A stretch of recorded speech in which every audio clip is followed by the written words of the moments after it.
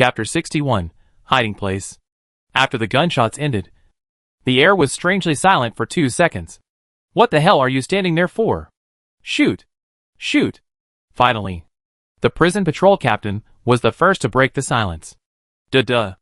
After being alerted by the captain, several people hurriedly took out their guns and shot at the girl and Han Feng. At this time, Han Feng had no way to retreat. There was a 3-story window behind him.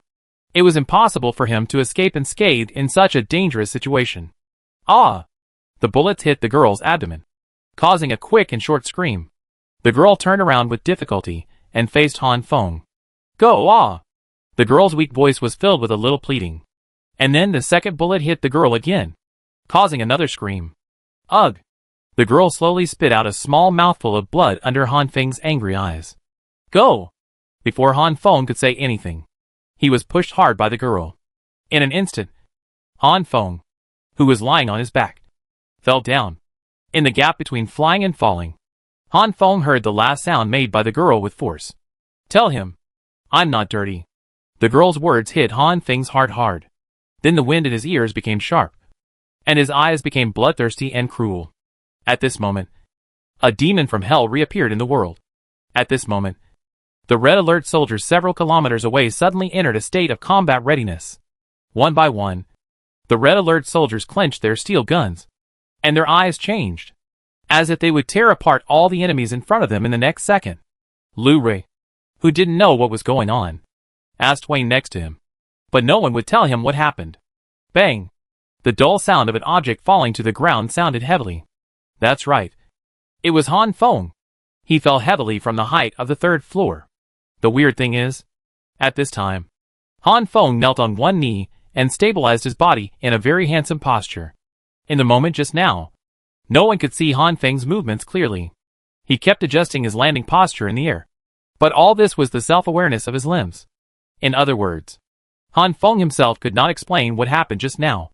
There was no injury, just a faint soreness and numbness in his limbs after landing. This was Han Feng's first thought after landing. After standing up, there was the sound of the patrol team running in the distance. Luna! Han Feng whispered and instantly connected with the radar liaison. Avoid them. Take me away. Destination: the northeast corner of the prison. Quick! A series of orders were issued, and Han Feng decided to leave here first. In the dark night, Han Feng, who had a radar, was undoubtedly the absolute favorite of God. Yes, Commander. Turn left ahead. Turn left at the 2nd street light. With almost zero delay, Luna's precise navigation began. Duh. On the 3rd floor, the gunshots continued. Han Feng looked up and looked at the window on the 3rd floor with trembling eyes. The girl was still in the same position as before, holding the 2 sides of the window tightly with both hands, using her body to block the patrol's shooting point for Han Feng. And the constantly shaking body showed that she was still being ravaged by bullets at this time. And a pair of eyes that had long lost their light looked in the direction of Han Feng. Even in the dark, those eyes were still dazzling. Beasts, you are all going to die, Han Feng roared, gritting his teeth. Then, Han Feng began to follow the instructions of radar liaison Luna and headed towards the northeast corner of the prison. Along the way, Han Feng encountered no less than 10 patrol teams. The watchtowers on the 4 corners of the prison also shone searchlights into the prison, for bright and thick lights kept sweeping the interior of the prison in an attempt to find Han Feng. However, the enemy's actions were completely in vain. Han Feng's radar could accurately detect the exact location of each person, and the precise calculations of the Red Alert system in his mind ensured that Han Feng stepped on the most correct position every step. Tens of minutes later, Han Feng, who was enduring the discomfort in his body, finally escaped from danger. The enemy's search at this location was not so intense, and they probably didn't believe that Han Feng could run so far in such a short time. Dragging his increasingly tired body, Han Feng finally came to the northeast corner of the prison. At this time, there were several people wandering in the northeast corner of the prison. There were gangsters in the prison, and there were survivors. He took out his cell phone, and the time showed 12:48 in the morning. There were only 12 minutes left before the agreed time. Looking up at the sky, the dark night enveloped the earth, and the distant stars were so bright at this time. Luna, can you find Ma Jinfa or Lu Run? In the night, Han Feng looked at the crowds under the prison wall, and he couldn't tell them apart, so he could only pin his hopes on the radar. The reason was simple. Because Ma Jianfa and Lu Run had been detected by radar once. And maybe there was a mark on the radar.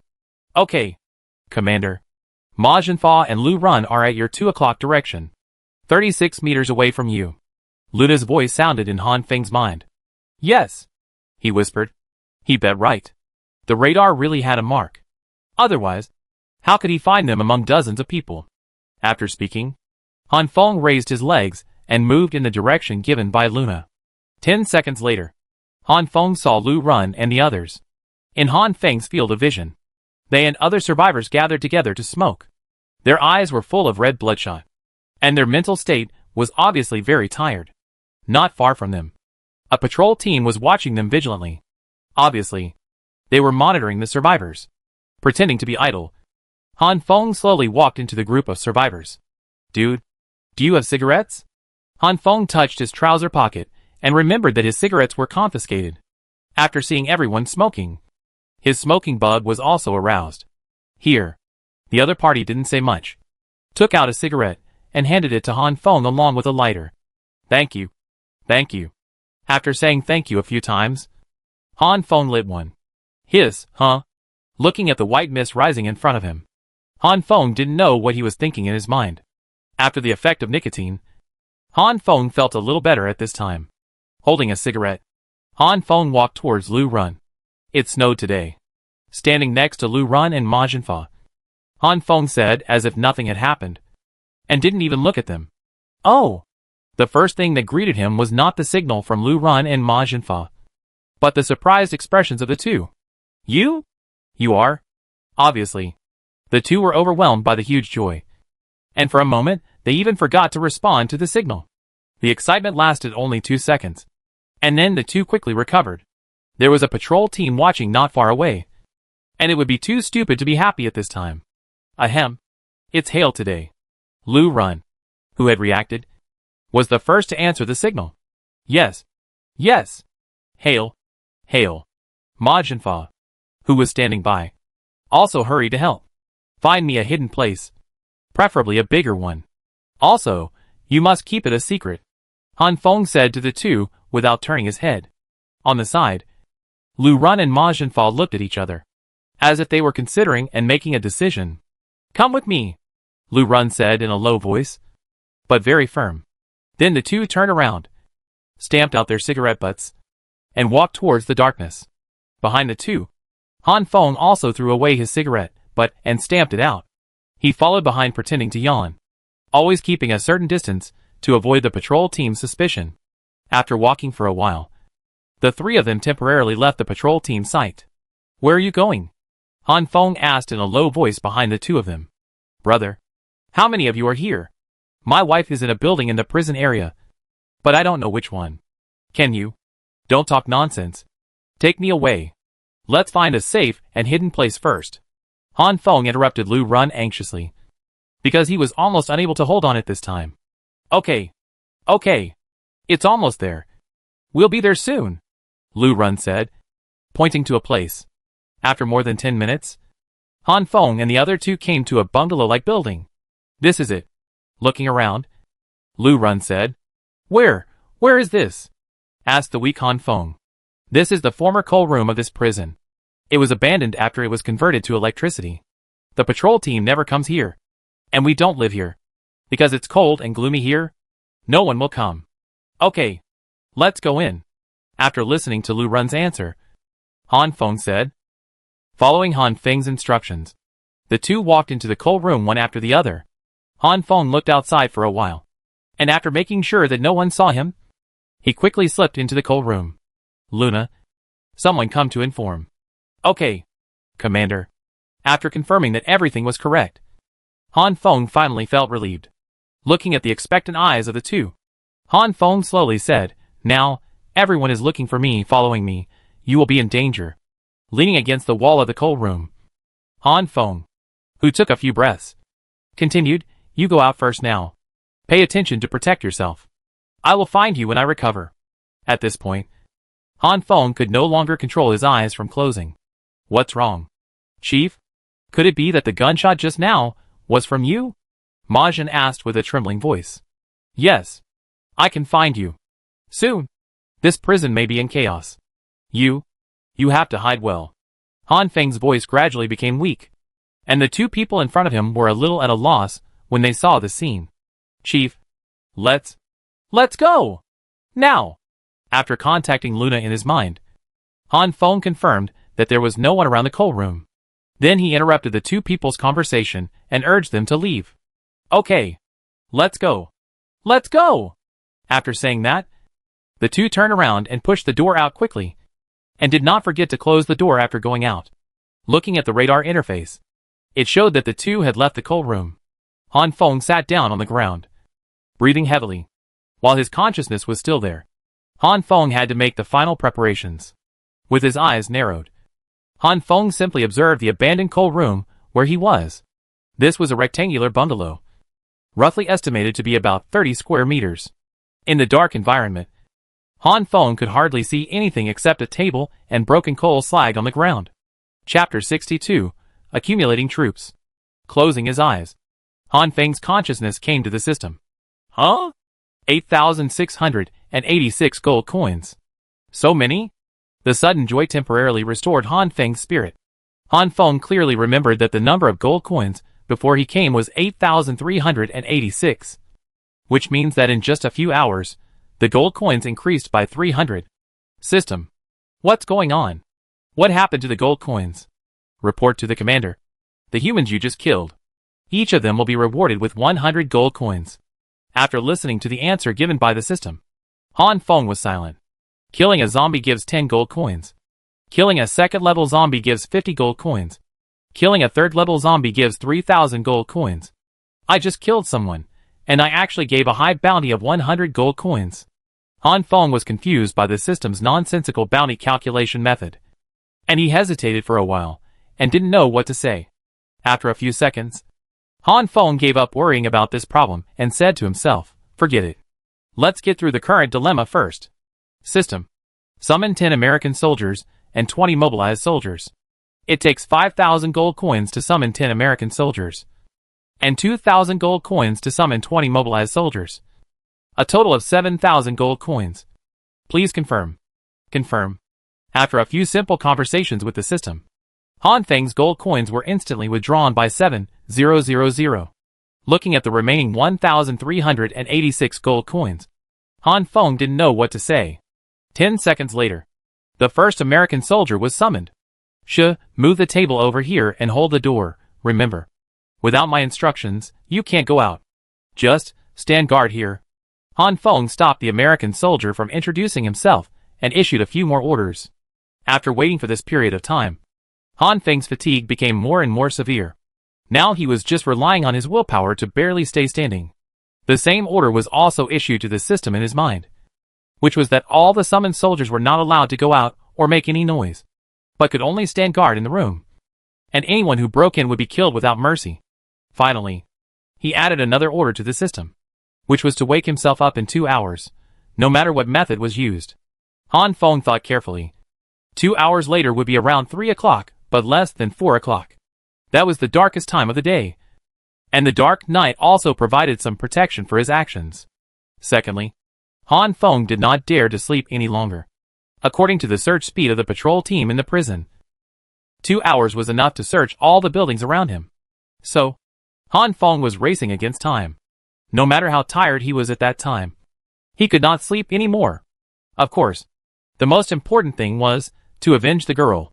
Sensing the red alert soldiers that appeared one after another in front of him, Han Feng, who felt a little relieved, closed his heavy eyelids and fell into a coma in an instant. Outside, patrol teams rushed through the prison, trying to find the hidden troublemaker Han Feng. Commander? Commander? Calling the commander. The 2 hours are up. Because the commander is in a coma, the system will start a 10-second emergency reminder. 10, 9. Oh! It hurts. Before he could open his eyes, Han Feng rolled on the ground and shouted in pain. The commander has woken up. The system automatically canceled the emergency reminder. 2 hours have passed, and the system did not wake Han Feng up within 10 seconds. So it started the emergency reminder. The current released by the system instantly swept through Han Feng's body. And under the intense pain, Han Feng as expected woke up. It really hurts. Tears welled up in his eyes. Han Feng rubbed his body and muttered softly, rubbing his eyes and dispelling the remaining tiredness. Han Feng felt better. Luna. During the 2 hours I was asleep. Did anyone come to cause trouble? Also, detect the surroundings now. See if there are any enemies. The first thing Han Feng did when he woke up was to ask Luna what happened during his sleep. He also asked if there were any enemies around him. Report to the commander. No one came here to disturb you during the 2 hours you were asleep. After speaking, Luna paused and gave Han Feng, who had just woken up, a few seconds to think. Then Luna continued, the nearest enemy is 47 meters away from you. It is a patrol team of 7 people. It seems that they are still looking for you. Okay. I know. After speaking, Han Feng moved his body slightly. Looking up, he could hardly see anything in the dark environment. But with the radar, Han Feng could easily sense the exact location of any Red Alert soldier. The radar showed that the bungalow where he was full of Red Alert soldiers. And a sense of security instantly filled his heart. In front of these Red Alert soldiers, any difficulties and obstacles will become their stepping stones. Everyone listen up. We're going to rush out and do something big, Han Feng said after he stood up. A plan was brewing in Han Feng's mind at this time.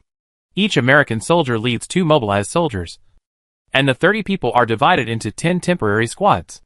The American soldiers serve as the captains of the squads. Form a team. As soon as the voice fell, the 30 Red Alert soldiers quickly formed a team in the slightly narrow space. Looking at the rows of Red Alert soldiers in front of him, Han Feng spoke again, from left to right. Team 1 to Team 10. Now I will formulate the next battle plan. Each squad will go out in turn, in a ladder-shaped formation, cover each other, and advance alternately. At this time, Han Feng imitated Lin Lan's tone when commanding the battle, and issued orders to the 10 temporary teams in front of him. The destination has been transmitted to each of you through radar. My request is very simple. Just sneak in. Attention! Attention! The enemy patrol is approaching here. Luna's urgent report sounded in Han Feng's mind. Luna's anxious words interrupted Han Feng, who was making plans. What's going on? Did they just pass by? Although Han Feng said this, the warning in his heart kept increasing. No. After the radar analyzed their path, their target is exactly here. Luna's words interrupted Han Feng's fluke. Stunned on the spot, Han Feng's brain was working urgently, thinking about how to perfectly solve the current crisis. Standing on the spot, Han Feng glanced at the neatly arranged Red Alert soldiers behind him, thought for a while, and asked Luna in his mind, how far are they? The enemy patrol is 18 meters away from here, and the radar predicts that the enemy will arrive in 14.8 seconds. Luna in his mind said the calculation result. It seems, the plan has changed. Looking at the door of the coal room, Han Feng said to himself, report to Brother Hao. We are the 7th patrol team.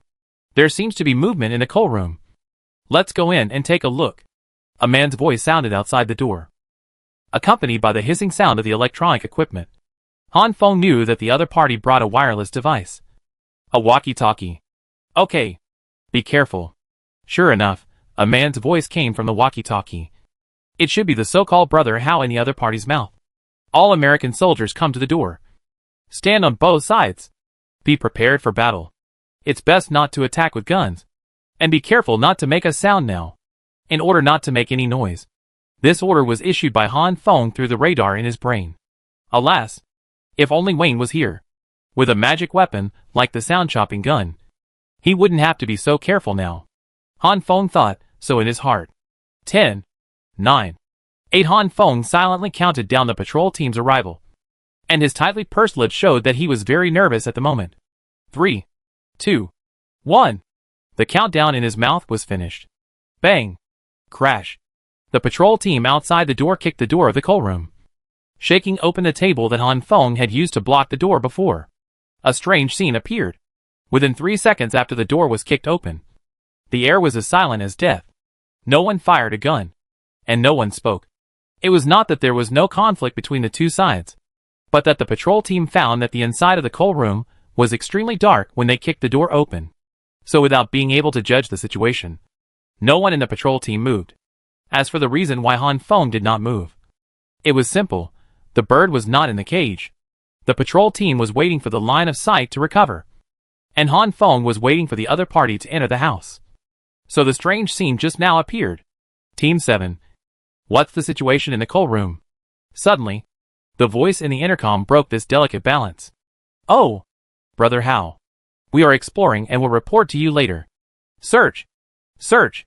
Several sharp sabers broke the wind at the same time, and the sharp knife tips flew directly to several members of the patrol team. That's right. It was the American soldiers who threw the sabers. Han Feng deliberately chose the moment when the other party finished using the intercom to launch the attack, in order to be able to kill more patrol members in an instant. Han Feng specially arranged 2 American soldiers to target 1 patrol member. 6 sabers flew towards the throats of the 3 selected people. Puff! Puff! The sound of sabers entering flesh rang out one after another. Even if the sabers did not hit the target, as long as any one of the 2 hit the target, the killing rate would be 100%. Ah! Hee hee. Hee hee. Huh? Huh? The 3 people who were suddenly attacked instantly let out painful breathing sounds. There was no defense, because no one would have thought that 6 sabers with cold light would suddenly fly out of the dark abyss. Not only the 3 people who were attacked were stunned, but the entire patrol team was stunned. Fuck! The patrol team leader exclaimed. The sudden change made his legs tremble uncontrollably. Bang! Bang! Bang! Before the patrol team could react, they saw a series of American soldiers rushing out of the dark coal room. Puff! Puff! The sabers of 6 American soldiers had been thrown in the first round of attack, and now the other 4 American soldiers were attacking. Chapter 63, Attack. Even though the well-trained Red Alert soldiers were using short sabers, the aura of killing and the fierce battle scene really shocked the remaining 4 members of the patrol team. In a trance, 3 patrol members were stabbed by American soldiers. Under Han Feng's deliberate care, the patrol leader was not injured, but the weapon in his hand was snatched away by the American soldiers. Pull in! Close the door! Looking around, Han Feng did not find anyone around. This meant that no one saw his brief battle just now, so he hurriedly gave an order and turned back to the coal room. Bang! The door closed, and the surroundings fell into darkness again. Dear brothers, don't kill me! Before Han Feng could speak, the patrol captain begged for mercy. Seeing this scene, Han Feng secretly said good. This also saved a lot of time for the following interrogation. Team 7. It's been so long. What's the situation? At this time, Brother Hao's voice came from the intercom on the patrol captain's waist. Think about it before you reply. I don't need to teach you. Right? I think you should know how to say it. Han Feng's faint threat echoed in the patrol captain's ears, and he also felt a chill on his neck. There was no doubt that a saber was against his neck. Good man. Big brother. I understand. I understand. The flattering voice kept repeating. After saying that, the patrol leader's hand slowly touched the walkie-talkie on his waist. At this time, the saber against his neck also increased its strength a little, scaring the other party so much that he almost lost his grip on the walkie-talkie. Who? Brother Hao. It's okay. After taking a few deep breaths, the patrol leader calmed down a little and replied to Brother Hao in a calm tone. It's okay. It's okay. Why did you use it so? Duh.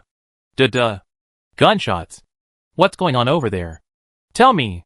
Fate seemed to play a joke on Han Feng, just when he thought the situation was under control, for gunshots suddenly rang out from outside the door. Hao, startled by the gunshots, instantly changed his tone, and asked about the situation here with a heavier tone. Captain of Team 123. Go and see what's going on. Solve it quickly. The moment he heard the gunshots, Han Feng gave an order to the American soldiers of Team 123 in his mind. As the 3 American soldiers investigated, they found that it was a patrol member who was on the verge of death who fired the gun. On the ground, one of the patrol members had a saber stuck in his neck, and he died in the posture of firing a gun. Damn it! You're still trying to hurt people before you die? After yelling, Han Feng began to think of a solution. Tell Brother Hao that your team member accidentally fired. Quick! Just a few seconds later, Han Feng spoke to the patrol leader. Okay. I'll tell you. Brother Hao accidentally fired. Following Han Feng's instructions, the patrol leader raised his head again and looked at Han Feng in the dark. Accidental firing? Are you sure? Hearing the patrol leader's explanation, Brother Hao obviously remained skeptical. Yes. Accidental firing. Trying to stay calm, the patrol leader repeated the answer of accidental firing. Okay. Then you should be more careful. After he finished speaking, the air fell silent again. Puff! The saber pierced his throat, and the patrol captain died. After killing the patrol captain, Han Feng slowly pulled out the saber and wiped the blade with a rag. Sensing the increase of 100 gold coins, Han Feng looked at the patrol captain's body on the ground. As if the voice of a devil's low kiss came out of Han Feng's mouth. Spare my life? Hee hee. Have you ever thought of sparing those who were bullied to death by you? After getting rid of the patrol captain, Han Feng squatted down and searched his body. Really? There is. Not bad. Not bad. After a few seconds, Han Feng took the cigarette he had searched out, lit one up and said beautifully, "All teammates, organize your equipment."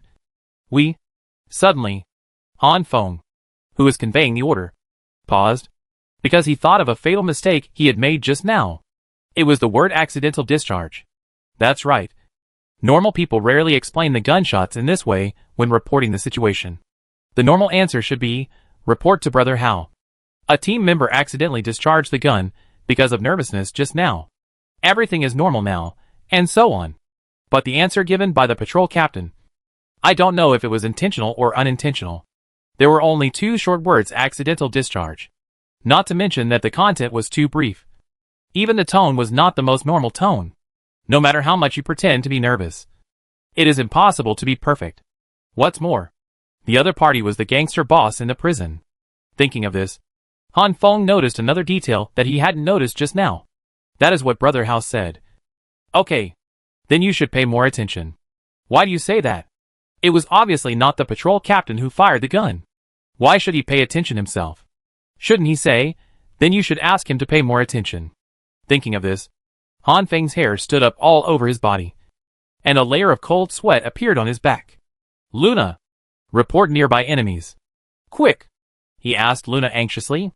The dark environment did not bring any sense of security to Han Feng. Instead, a trace of uneasiness gradually spread in his heart. Report to the commander. There are 3 patrol teams approaching quickly within 200 meters. And there are more people rushing here in the distance. Han Feng frowned after listening to Luna's report. It seems, the time and plan for doing things have been advanced. In the darkness, Han Feng seemed to be talking to all the Red Alert soldiers. It seemed like he was talking to himself. And there was no nervous tone. After taking the last puff, Han Feng threw the cigarette butt on the ground. The cigarette butt that fell to the ground sparked a moment in the dark cold room. Closing his eyes, Han Feng stood quietly in place, his brain thinking about the current situation very quickly. Suddenly, he seemed to remember something and said to Luna, Luna, does your radar have a signal jamming function? If the radar can jam electronic equipment, then it can cut off the opponent's monitoring and long-distance intercom, so that the opponent is strategically blind and dumb, cannot transmit information, nor can it determine its own position. Sorry, Commander. The radar does not have a signal jamming function. If you want to interfere with the opponent's electronic equipment, please build a crack generator, a defensive fortification in Red Alert 2, which is used to interfere with the opponent's player's vision. After hearing Luna's answer, Han Feng was not surprised. Okay. By the way, does the radar have a reverse tracking function? Han Feng, unwilling to give up, asked a new question. Reverse tracking function? Sorry, Commander. I don't quite understand what you mean. Luna's puzzled voice came, saying that she had never heard of such a term. How can I explain it to you? It's just, I use the intercom. And can you determine the location of the received signal? Han Feng forcefully described his thoughts. In his mind, Luna's feedback was still capitalized confusion. Oh, so stupid. Another way to explain it is, can you find Brother Hao's location through the signal on the intercom? When saying this, Han Feng was a little anxious. Excuse me, are you talking about Mach-Zehnder interferometer? This time, Luna finally gave a decent answer. Damn, interferometer? This time, it was finally Han Feng's turn to scratch his head. Mach-Zehnder interferometer. It means that when the vibration signal acts on the sensing optical fiber, the two DC lights transmitted in opposite directions simultaneously generate the same phase signal and are transmitted to the optical receiving unit along different paths. The digital signal processing technology is used to analyze the received signal to obtain the spatial position and frequency, amplitude, and other characteristic parameters of the vibration in real time. Luna kept explaining, and Han Feng was confused. Make it simple. Use the signal delay to locate Brother Hao. The radar has this function. Isn't this done? It's a waste of effort. Han Feng muttered to himself with a look of disgust. Start locating now. Find Brother Hao first and cut off the other party's contact. This way we won't be surrounded. After saying that, Han Feng picked up the patrol captain's walkie-talkie. Brother Hao. Can you hear me? I am Han Feng, the person you are looking for now. Before any conflict is initiated, I want to tell you a few things. If you can satisfy me, then I won't bother you. Please listen carefully. Article 1. Stop persecuting any woman. Article 2. Stop oppressing other survivors. Article 3. For the perpetrators, I want them to commit suicide. Article 4. Article 5. Han Feng spoke sporadically for more than 10 seconds. After confirming that he really had nothing to say, Han Feng stopped using the walkie-talkie. How is it? Luna? Did you find it? Putting down the walkie-talkie, Han Feng asked Luna anxiously. Report to the commander. The first second you used the walkie-talkie, Brother Hao's position was already marked. Fuck. Han Feng cursed and despised himself in his heart. According to the police technology in the movie, it takes more than 15 seconds to locate. I was afraid that the radar positioning time was not enough, so I delayed it for so long. Boy, I know where you are. Don't bother. My people will bring your body back. At this time, Brother Hao's voice came from the intercom on the ground. Crack. With a sound, Han Feng stepped hard on the intercom. Then he closed his eyes and focused on the radar interface. The radar display showed that the three nearest patrol teams had rushed to a place about 50 meters away from him. Everyone, attack! Han Feng opened his eyes and shouted. Then he turned around and kicked the door of the coal room hard. Han Feng also had his own ideas for doing this. The other party was too close to him. Judging from the fact that each of the other party was equipped with an assault rifle, it was hard to guarantee that the other party had explosive weapons such as grenades. Chapter 64, Prison Riot. If you stay in this small coal room, any grenade from the enemy may take your life. If you go out, you will risk being exposed and encountering a large number of enemies. But the situation will be much better than the current situation. At least you can deal with the enemy. Bang! After two powerful kicks, the wooden door of the coal room finally broke. Who? After the wooden door broke, figures rushed out from inside, and the extremely fast speed brought gusts of wind. The first American soldier who rushed out had already set up the M60 machine gun, and the hot muzzle sprayed scarlet bullets, which penetrated the enemy's body after crossing a red line. As the red alert soldiers kept rushing out, more and more gunshots rang out. Ah! Help! I'm shot! Come quickly! Fuck! Didn't Brother Hao say that there was only one person on the other side? Where the hell did so many people come from? Report to Brother Hao! Report to Brother Hao! Here! Ah! Han Feng's side is a real warrior summoned by the red alert system. On the other side, it's just a bunch of chickens in pots. The three patrol teams had a total of 21 people, and more than a dozen were killed in a few seconds. The remaining patrol members remembered to shoot, but they looked so embarrassed. Hiding behind the obstacle, he didn't dare to raise his head, but just stretched out the muzzle of the gun and kept shooting at the sky. Quick battle. Quick decision. Quick! Without caring about the lingering battle, Han Feng quickly ordered the red alert soldiers to quickly end the battle in front of them. The 30 red alert soldiers who received the order quickly rushed to the enemy behind the obstacle and resolved the battle in a blink of an eye. Returning his attention to the system, Han Feng found that the gold coins increased by 210. Just as he expected, red alert soldiers will earn 10 gold coins for killing a human. Looking at the gold coins fixed at 88.96, Han Feng licked the corner of his mouth excitedly. Because of the hunt of Han Feng, the whole prison was in motion. Patrol teams searched every inch of the prison with all their strength, trying to find him. That's right. The prison was in turmoil because of Han Feng. The oppressed survivors began to stir, and everyone had their own little calculations in mind. Everyone hoped to get a little benefit in this melee. And the survivors in some places had already started small-scale conflicts with the patrol team. The scene continued to return to the battlefield where Han Feng was. It's almost. Combat lab. It's almost. Han Feng muttered to himself and looked around. Sensing the large number of patrol teams coming from all around, Han Feng said, "Mobilize each soldier to collect an assault rifle." Quickly. After saying this, Han Feng also picked up an assault rifle from the ground as a weapon. A few seconds later, each mobilized soldier held an assault rifle in his hand, and the main weapon AK-47 was carried on the back of the mobilized soldier. Everyone, go! Han Feng kept paying attention to the road conditions while communicating with Luna, to ensure that the route he took was the one with the least enemies, and could continue to approach Brother Hao. "Commander, turn left at the end of the road ahead, and you will meet a patrol team 5 seconds after turning left."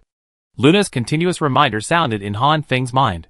Han Feng did not speak, but silently calculated in his heart. Squad 123. Speed up. The destination has been planned for you. Hurry! As Han Feng gave the order, Squad 123 suddenly accelerated and came to the place planned in Han Feng's mind in advance to ambush. Everyone stop! Huh? Because of running, he was out of breath at this time. A silent gesture was made, and the surrounding red alert soldiers were motionless in an instant, just panting quietly, watching the patrol squad slowly approaching the radar. Han Feng waited patiently. "Now! Go!" Suddenly, an order was issued to Squad 123 in Han Feng's mind. Puff! Puff! 9 red alert soldiers hidden in the bushes on both sides of the road suddenly rushed out, and the 3 American soldiers killed the 3 patrol members with their sabers in an instant. The other 7 mobilized soldiers also fought with the remaining 4 patrol members. The disparity in strength between the two sides was fully reflected at this time. The patrol members were no match for the mobilized soldiers. In just a few rounds, the mobilized soldiers broke his neck, until the opponent's team was wiped out. The patrol team did not fire a single bullet. Beautiful. Han Feng cheered and walked out from behind the wall, not giving the opponent a chance to shoot. It meant that he was not discovered by others for the time being. His pace began to slow down, and Han Feng's attention entered the system. What's going on? Why are they still rushing over? After a closer look, Han Feng was shocked. The enemy shown on the radar screen is still approaching rapidly in his direction. Han Feng, who was full of doubt, raised his head and looked around. Damn! Han Feng cursed in a low voice and found the leaker surveillance camera. That's right. In this prison, the dense surveillance almost has no blind spots, which means that Han Feng's actions can be discovered by the other party at the first time. Duh! With a gunshot, Han Feng accurately shot down a surveillance camera in front of him. Since his position has been located, it becomes meaningless to continue hiding. Luna, now I have a new task for you. Look for nearby surveillance cameras and tell me when you find them. Okay, Commander, Luna responded.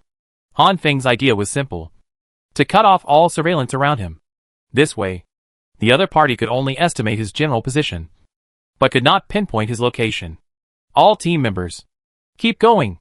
With an order, Han Feng led everyone on the journey again. The radar in his mind had marked Brother Hao's position. According to the system calculation, he was still 812 meters away from Brother Hao, and on this short road of less than 1 kilometer. At least a dozen patrol teams of the other party gathered. Han Feng's eyes flashed with excitement as he ran. Report to the commander. 2 o'clock, 5 o'clock, 9 o'clock, and 11 o'clock. There are 4 patrol teams within 100 meters. 7 people in each team.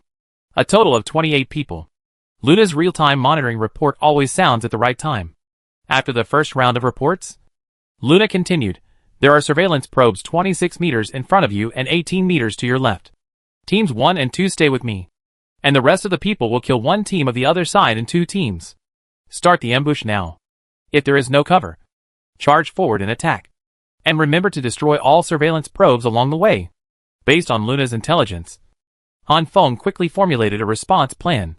10 seconds later, the battle started in all directions. Although the enemy had more people, The red alert soldiers on Han Feng's side were extremely powerful. In less than a minute, the battles in all directions ended with the red alert soldiers' complete victory. Change equipment. As the teams just finished fighting, Han Feng quickly issued an order to change equipment through the remote command function. After several small-scale battles, the assault rifles in the hands of the red alert soldiers inevitably ran out of bullets. In order to avoid losing the chain in the next battle, it is necessary to replenish equipment appropriately. After waiting for more than 10 seconds, all the 8 teams came back. Han Feng also observed that several newly returned mobilized soldiers had a grenade on their chests or waists. Seeing the grenade, Han Feng understood. The opponent's weapons have been upgraded, and they are equipped with large-scale weapons of mass destruction. Hee hee. You really went through a lot of trouble for me. You don't have to go through so much trouble. I'll find you now. Don't worry. After talking to himself, Han Feng said again, go forward. Be careful. Han Feng relied on Luna's warning to get through the distance of more than 800 meters. 20 minutes later, Han Feng and everyone rushed to a building. According to the radar, Brother Hao is here.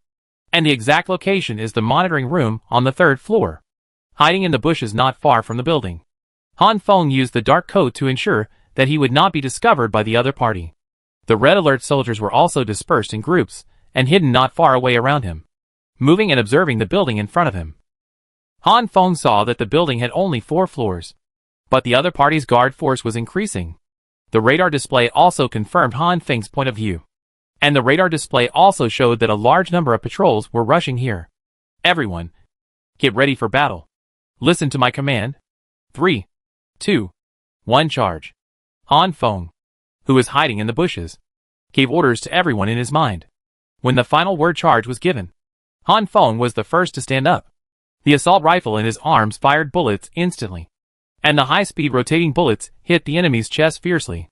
The enemy patrol was disrupted by the sudden attack, and several people were killed in just one encounter. Han Feng's attack was just an appetizer before the meal, and the more terrifying attack was still to come. When Han Feng stood up and fired, the red alert soldiers who were scattered and hidden around rushed out at the same time. With close targets and strong combat awareness, the red alert soldiers killed all the patrols in front of the building in more than 10 seconds. At this time, the people in the building had just opened the window. Grenade! The other party's action of opening the window was exactly what Han Feng wanted. According to the instructions in his mind, a grenade was thrown into almost every window below the 3rd floor. Boom! The first explosion sounded. Boom! Boom! More than a dozen explosions sounded in succession. The shock wave of the grenade explosion shattered the glass on the ground floor, including the 3rd floor. Shattering the glass also hindered the possibility of the other party attacking from the window. Go! While the other party was in a daze, Han Feng quickly issued an order to enter the building. The first step of landing on the beach is to gain a foothold first, and then slowly fight with the other party. Chapter 65, Trapped. Ding ding ding ding. 10 teams moved forward quickly, and after 2 breaths, all of them entered the building. A battle is about to begin. Luna, continue to report the location of the enemies on the 1st floor. Teams 1, 2, and 3 stay at the door. Be responsible for vigilance. Teams 3, 4, and 6 are responsible for blocking the enemies coming down from upstairs. Everyone else, follow me. One order after another was issued, and Han Feng's leadership ability was gradually improving without him noticing. Both the correctness and feasibility of the orders have made great progress compared to before. Yes. All the 10 teams answered in unison. Duh. Before Han Feng could make the next move, the red alert soldiers at the door had already started to engage in a firefight with the patrol team outside. Quick! Han Feng shouted. But he had no time to watch.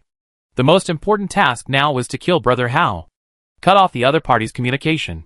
With 4 teams of people, Han Feng rushed to one side of the corridor. Duh. Fuck. The sudden gunshot in the corridor startled Han Feng, who turned around quickly after yelling and cursing. At the critical moment, he forgot that there was still half a corridor behind him. The few shots just now made it too late for everyone to respond, and the red alert soldiers next to Han Feng were shot. Team 7 and 8. Withdraw to control the other side. System. Summon 10 American soldiers. Confirm. Quick! After the 2 commands were issued, Han Feng began to defend the position of the 1st floor corridor. At this time, The patrol teams outside the building and on the second floor were desperately attacking the defense. And more patrol teams were coming from afar. Build sentry guns. Confirm. Seeing that he could not resist, Han Feng could only reluctantly build defensive fortification sentry guns. High explosive grenades of teams 1, 2 and 3 are ready. Throw. Boom. Boom. According to Han Feng's command, 3 loud noises were heard, and 3 high explosive grenades exploded outside the door of the building. The fragments from the explosion pierced through everything within the explosion range, and the shock wave that followed swept across the ruined battlefield. Several patrols outside the door were instantly eliminated, although most of the other party's troops were still on the way. This moment of respite gave Han Feng time to summon more red alert soldiers. The picture turned, and at this time, both sides of the first floor corridor were almost on the verge of being lost, although the red alert soldiers he summoned were strong. Don't forget that the other party also had grenades. In the corridor without shelter and space, Han Feng was simply a living target. In order to protect Han Feng from being hurt, several mobilized soldiers used their bodies to block the attack of grenades, and died. Fortunately, the other party did not have a high explosive grenade. Otherwise the consequences would be disastrous. Hold on. Hold on. Han Feng muttered silently, but his attention shifted to his mind, paying attention to the summoning of American soldiers. After struggling for several minutes, 10 American soldiers were summoned. Summoned 20 mobilized soldiers. When the last American soldier appeared, Han Feng immediately gave the system an order to summon again. Summoning 20 mobilized soldiers requires. Confirm. Confirm. Han Feng responded with confirmation without waiting for the system's prompt. At this time, the first batch of soldiers summoned by Han Feng had been killed or wounded. If no reinforcements came out, the mobilization troops are being summoned. Hearing the system's reply, Han Feng was slightly relieved. Report to the commander. The enemy has stopped 200 meters away from here. What? Luna, who had been reporting the enemy's precise position before, suddenly said this, making Han Feng a little uncomfortable. You know, the enemy had been attacking fiercely before, at the door and upstairs. Now the attack suddenly stopped. Is there a conspiracy? Just thinking about this, Han Feng saw that the patrol team that was attacking at the door was slowly retreating. What's going on? Luna. I don't know.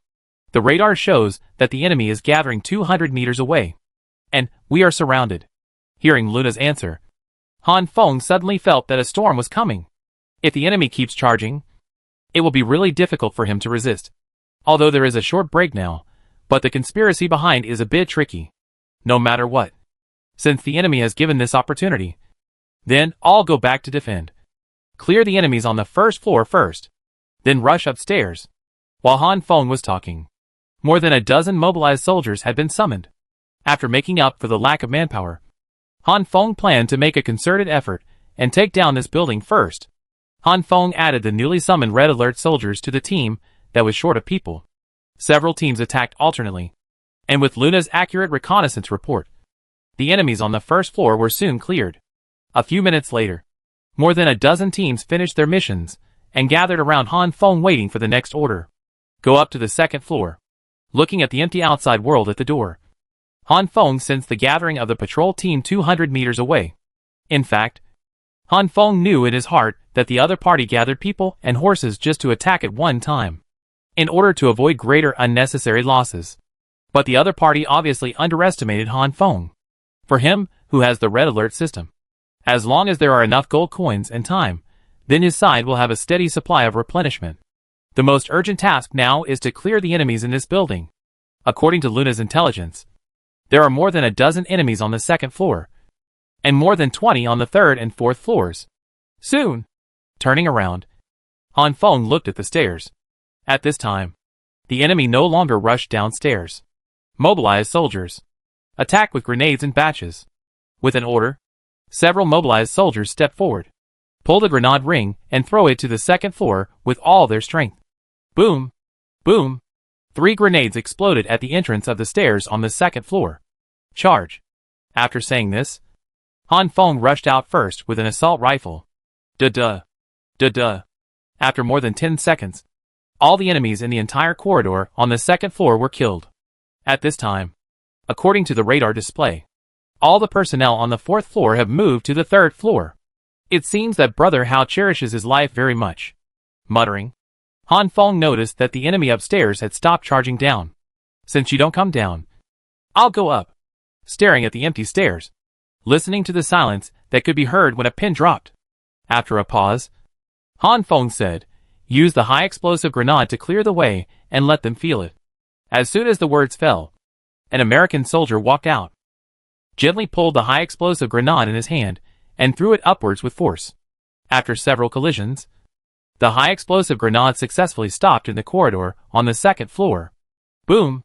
A huge explosion sounded, followed by falling dust. Looking at the radar, the red dots on the third floor disappeared. Han Feng smiled and said, go! Be careful. Ding ding ding. Teams 1 and 2 rushed up first. At this time, the enemies on the third floor were blown up by the high explosive grenades just now, and several of them were seriously injured and lying on the ground, losing their combat effectiveness. In the next minute, Han Feng successfully took the third floor after sacrificing for mobilized soldiers. Always keep your attention on the radar. At this time, there is only a small red dot on the third floor, and this only small red dot represents Brother Hao. Leading everyone, Han Feng slowly walked towards the room where Brother Hao was. According to the radar instructions, Han Feng stood in front of a closed door. Dong dong dong. Han Feng knocked on the door rhythmically. The door is not locked. Come in. Brother Hao's voice came from inside the door. Looking at the 3 words monitoring room written on the doorplate, Han Feng took a deep breath and turned the handle. The door opened. After opening the door, Han Feng saw a man sitting on a swivel chair with his back to him. In front of him were 3 or 4 rows of neatly arranged display screens, and the screens kept flashing pictures of various places in the prison. Brother Hao. Right. I'm here. But unfortunately, it's not a corpse. Pulling the assault rifle in his hand, Han Feng looked at Brother Hao in front of him. Don't worry. I have a question. After saying this, the man turned around and looked at Han Feng. Brother Hao looked at Han Feng, and Han Feng also looked at Brother Hao.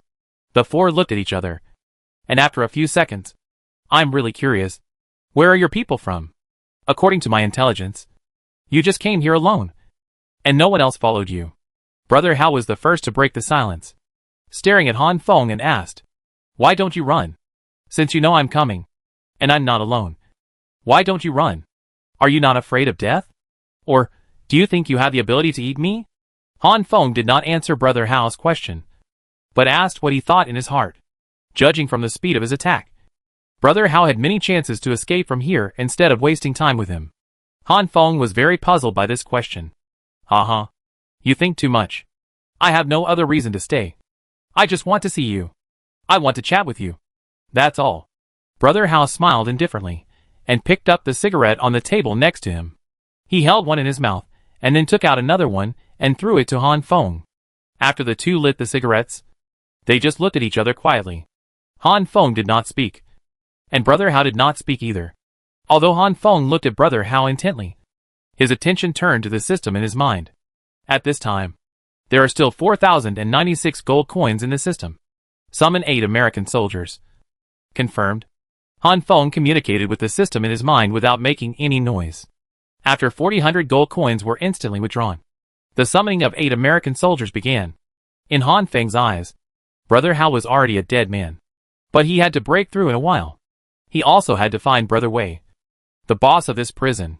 Chapter 66, Brother Hao's support. Taking advantage of this time gap, the correct solution is to quickly summon enough troops, instead of just talking nonsense with Brother Hao in front of him. You haven't answered my question yet. How did your people come? Brother Hao spoke first after blowing out a smoke ring. Is it necessary to ask this question now? Don't you consider your situation first? Han Feng still didn't respond to Brother Hao's words, because he really couldn't understand why Brother Hao was so calm, facing the many soldiers behind him. Brother Hao could still sit here calmly. Let me guess. Brother Hao, squinting his eyes, slowly stood up from his chair after saying this. When the red alert soldiers saw Brother Hao standing up, they immediately raised their weapons and locked their guns on Brother Hao, fearing that Brother Hao in front of them would harm Han Feng. Oh, don't worry. I have no weapons and no ill intentions.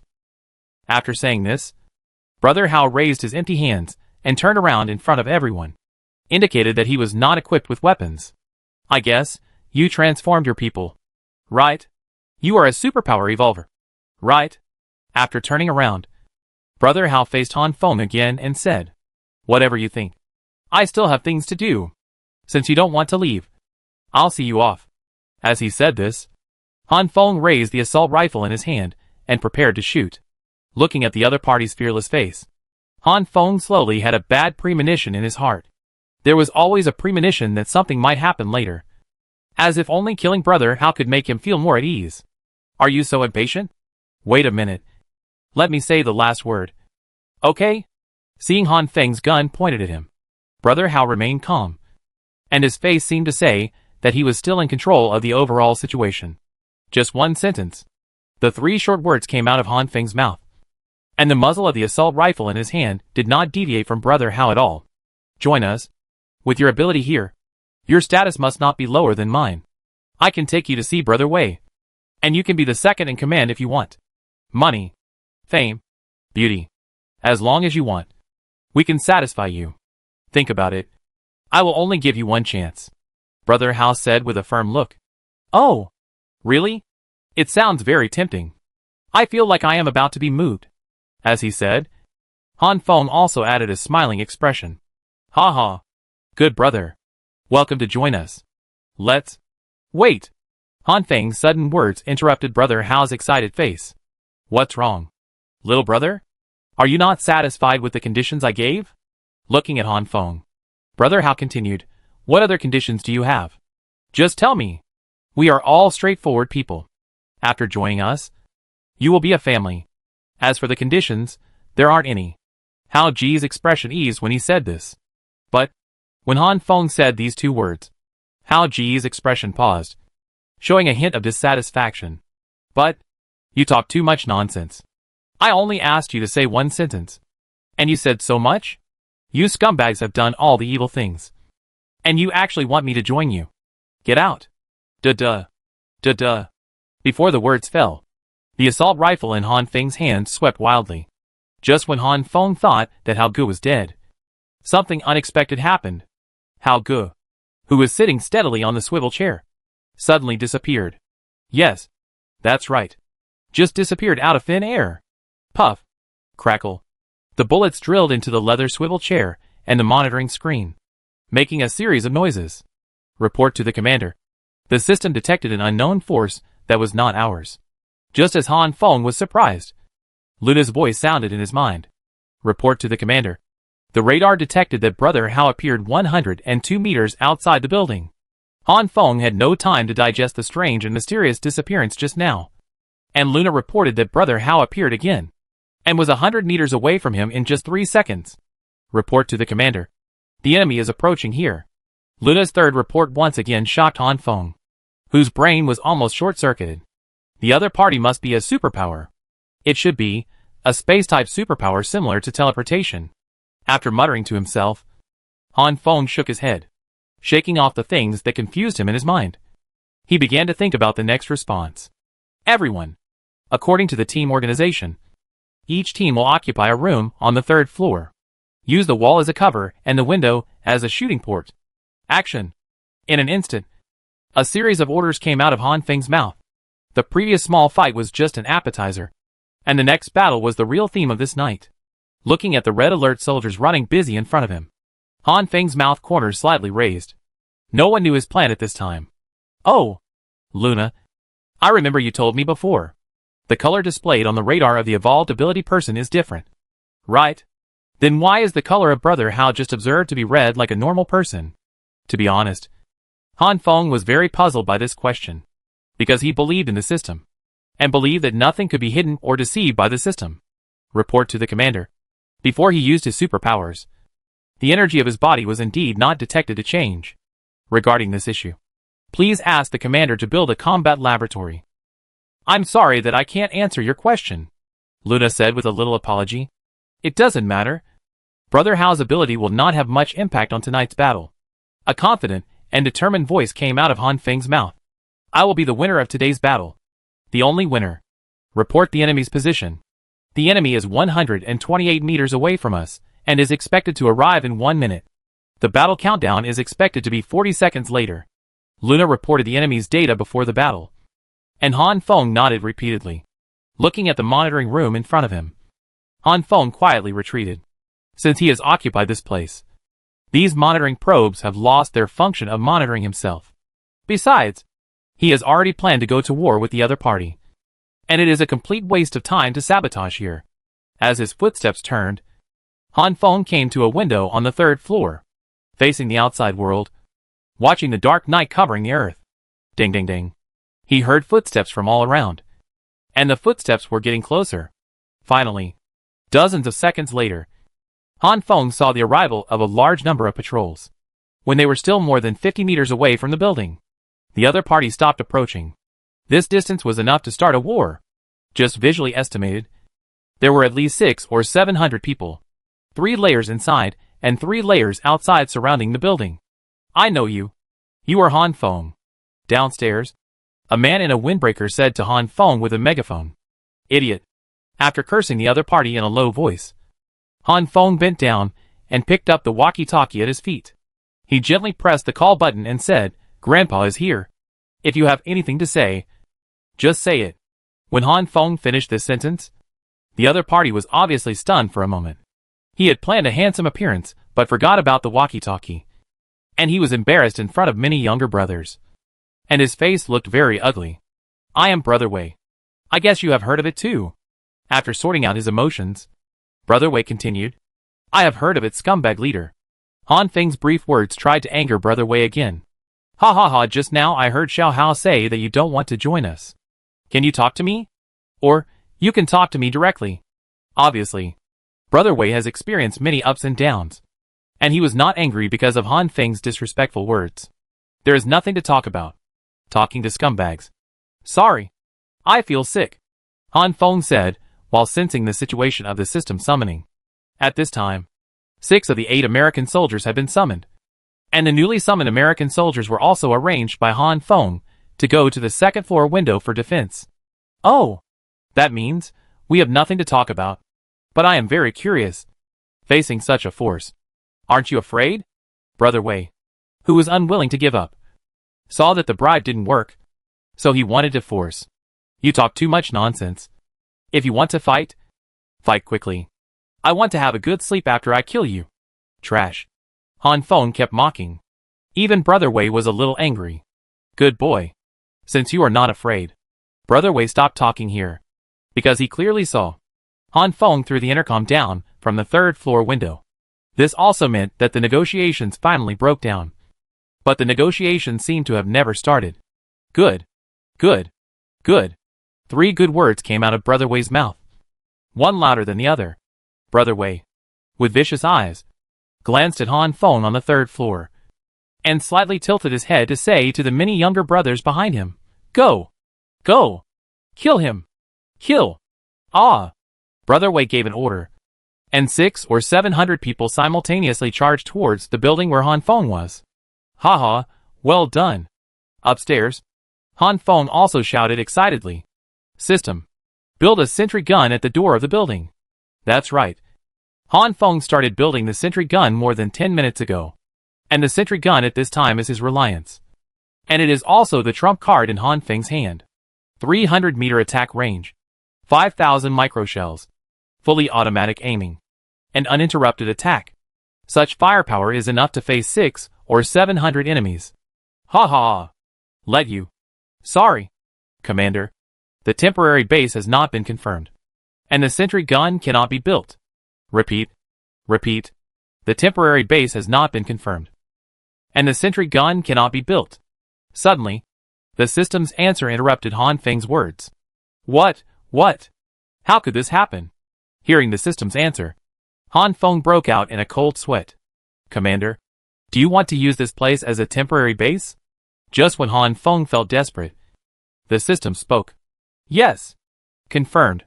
Hurry up, Han Feng hurriedly said, like a life-saving straw grabbed by a drowning person. The temporary base has been established. Congratulations to the commander for having a temporary base. After just 1 second, the system reported the information of completion of the establishment. Okay. Build a sentry gun. Build a sentry gun at the entrance of the building. Hurry. Seeing that the other party had rushed downstairs, Han Feng hurriedly said, Chapter 67, Occupy the prison. The sentry gun is being built. Please. Swoosh. Boom. Boom. Boom. Instantly, several huge explosions resounded throughout the prison. The flames of the explosion illuminated every corner of the prison and interrupted the system's report to Han Feng. What is it? Standing up from the ground, Han Feng covered his ears with both hands and asked the system intermittently. Report to the commander. It's RPG. RPG? What is it? Han Feng asked the system in confusion, rubbing his ears and feeling much better. RPG rocket launcher. The rocket launcher is a portable anti-tank weapon that fires rockets. It mainly fires rocket-piercing shells, but can also fire rocket-piercing grenades or other rockets. It is used to attack tanks, armored vehicles, infantry fighting vehicles, armored personnel carriers, military equipment, and destroy fortifications at close range. The effective attack range is 300 meters. The rocket-piercing shells that were fired here just now were. After hearing the system's answer, Han Feng cried out in his heart that it was not good. Vision connection. Activating the radar's vision connection function. Han Feng saw that his red alert soldiers suffered heavy casualties. The armor-piercing shells have a penetrating effect, and can even penetrate steel plates of dozens of mm. Not to mention the walls of this building. Good fortune never comes alone, and misfortune never comes alone. Because of the explosion, Han Feng's arrangement was disrupted, and the enemy's vanguard troops had already rushed into the building. System. Sentry gun. Quick! Has the sentry gun been built? Han Feng asked anxiously. Although his ears were buzzing at this time, he could still vaguely hear the gunfire from the outside world. What puzzled him was that the unique firing sound of the sentry gun had not been heard for a long time. The sentry gun has not been built yet because it was interrupted during the construction process. Can it be built now? Is there any impact of being interrupted? No, Commander. Then build it now. The entrance and exit of the building. Quick! After giving the order, Han Feng noticed a loophole in the system. It can't be called a loophole. It should be a weakness. That is, it cannot be interrupted when you are calling or requesting construction. If you interrupt, the sentry gun has been built. The sentry gun is starting. Bang, bang, bang. The introduction of a few seconds finally ended. The Vulcan guns on the sentry guns fired at each other quickly, and the precise microshells penetrated the patrols one by one and finally exploded. The patrol members, who were charging upstairs on the first floor, were confused by the sudden construction of the sentry gun. But the confusion only lasted for a few seconds before they were taken away by the fierce firepower. The sentry gun started working, and the powerful firepower cut off the enemy's support from the outside. Now Han Feng was facing the patrol team that had already rushed into the building and the rockets that might come again at any time. Sure enough, a dozen seconds after the last wave of rocket attacks, the sound of whoosh was heard again in the air. Damn it! Everyone! Evade! Find cover! Quick! Han Feng knew that the rockets were coming, and he hurriedly notified everyone in his mind to evade. Boom! Boom! As soon as Han Feng finished speaking, explosions suddenly sounded everywhere. System. Modify the sentry gun settings. Prioritize attacking the rocket launcher. Han Feng, who was covered in dust, had no time to clean up the dust on his body, and urgently issued orders in his mind. The sentry gun settings are being modified. Please wait. The sentry gun settings have been modified, and the priority is now to kill the rocket launcher. After hearing the system's reply, Han Feng breathed a sigh of relief. But the shock in his heart did not diminish at all. The other party not only has assault rifles and grenades, but also has powerful weapons such as rocket launchers. This shouldn't be. It's understandable that there are assault rifles in the prison, and it can be explained that there are grenades in the prison. But there are rocket launchers in the prison? This is impossible in any case. Why? Could it be? There is also an equipment warehouse here? For Han Feng, the equipment warehouse is not unfamiliar. As early as a few days after the zombie outbreak, the equipment warehouse of the police station refreshed his cognition. An ordinary police station actually has a large number of military assault rifles and grenades. This is obviously not in line with common sense. Thinking of this, Han Feng's heart instantly fell to the bottom. If there is really an equipment warehouse here, then will there be C4 bombs? In terms of power, C4 bombs are much higher than high-explosive grenades. And not only C4 may appear, will sniper rifles also be among them? Thinking of such powerful long-range weapons, Han Feng felt like a thorn in his back. Report to the commander. The enemy has already entered the second floor. So fast? Han Feng exclaimed. It was only a few minutes since the charge, and the enemy had already reached the second floor. Hearing the bursts of gunfire coming from downstairs, Han Feng hurriedly asked Luna, "How many people are there on the second floor? How many of us are there?" Report to the commander. There are only 3 American soldiers on the second floor. So far, we only have 19 combatants left. Be more specific. 7 American soldiers, 12 mobilized soldiers, and soldiers who have lost their combat capabilities are not included. After listening to Luna's report, Han Feng was silent. From the beginning to now, he has summoned nearly 50 Red Alert soldiers. And now, there are only 19 left. Such a high casualty rate. After whispering, Han Feng felt a little guilty. I thought that the enemy, a mob, would not bring me too much trouble. But I didn't expect that the enemy had such powerful weapons and equipment. Such a miscalculation did cause a lot of losses to our side. How many enemies entered the building? Report to the commander. 36 people. I can't stand it anymore. Prepare high explosive grenades. Pay attention to avoid. Try to survive. Through the conversation with Luna, Han Feng knew that the 3 American soldiers on the second floor could not withstand so many patrol members. He had no choice but to remotely order the 3 to make the final suicide attack through the radar. Boom! Boom! 3 huge explosions sounded on the second floor, and the whole building trembled. The huge shock waves overlapped and reinforced each other. It actually shattered most of the ceiling on the second floor. Looking at the huge hole on the ground in front of him, Han Feng hurriedly asked Luna, "Is it solved? Did they survive?" "Sorry, Commander. They died together with the enemy." Luna reported the result of the attack with regret and apology. "Don't blame you. There's nothing we can do about it." Han Feng comforted Luna, but his hands had already clenched into fists. Listening to the bang-bang sound of the sentry gun downstairs, Han Feng said, "The rest of you, do a good job of defense and try to stay away from the window." Han Feng didn't know whether the other party had long-range weapons such as snipers, but it was always a good idea to be careful.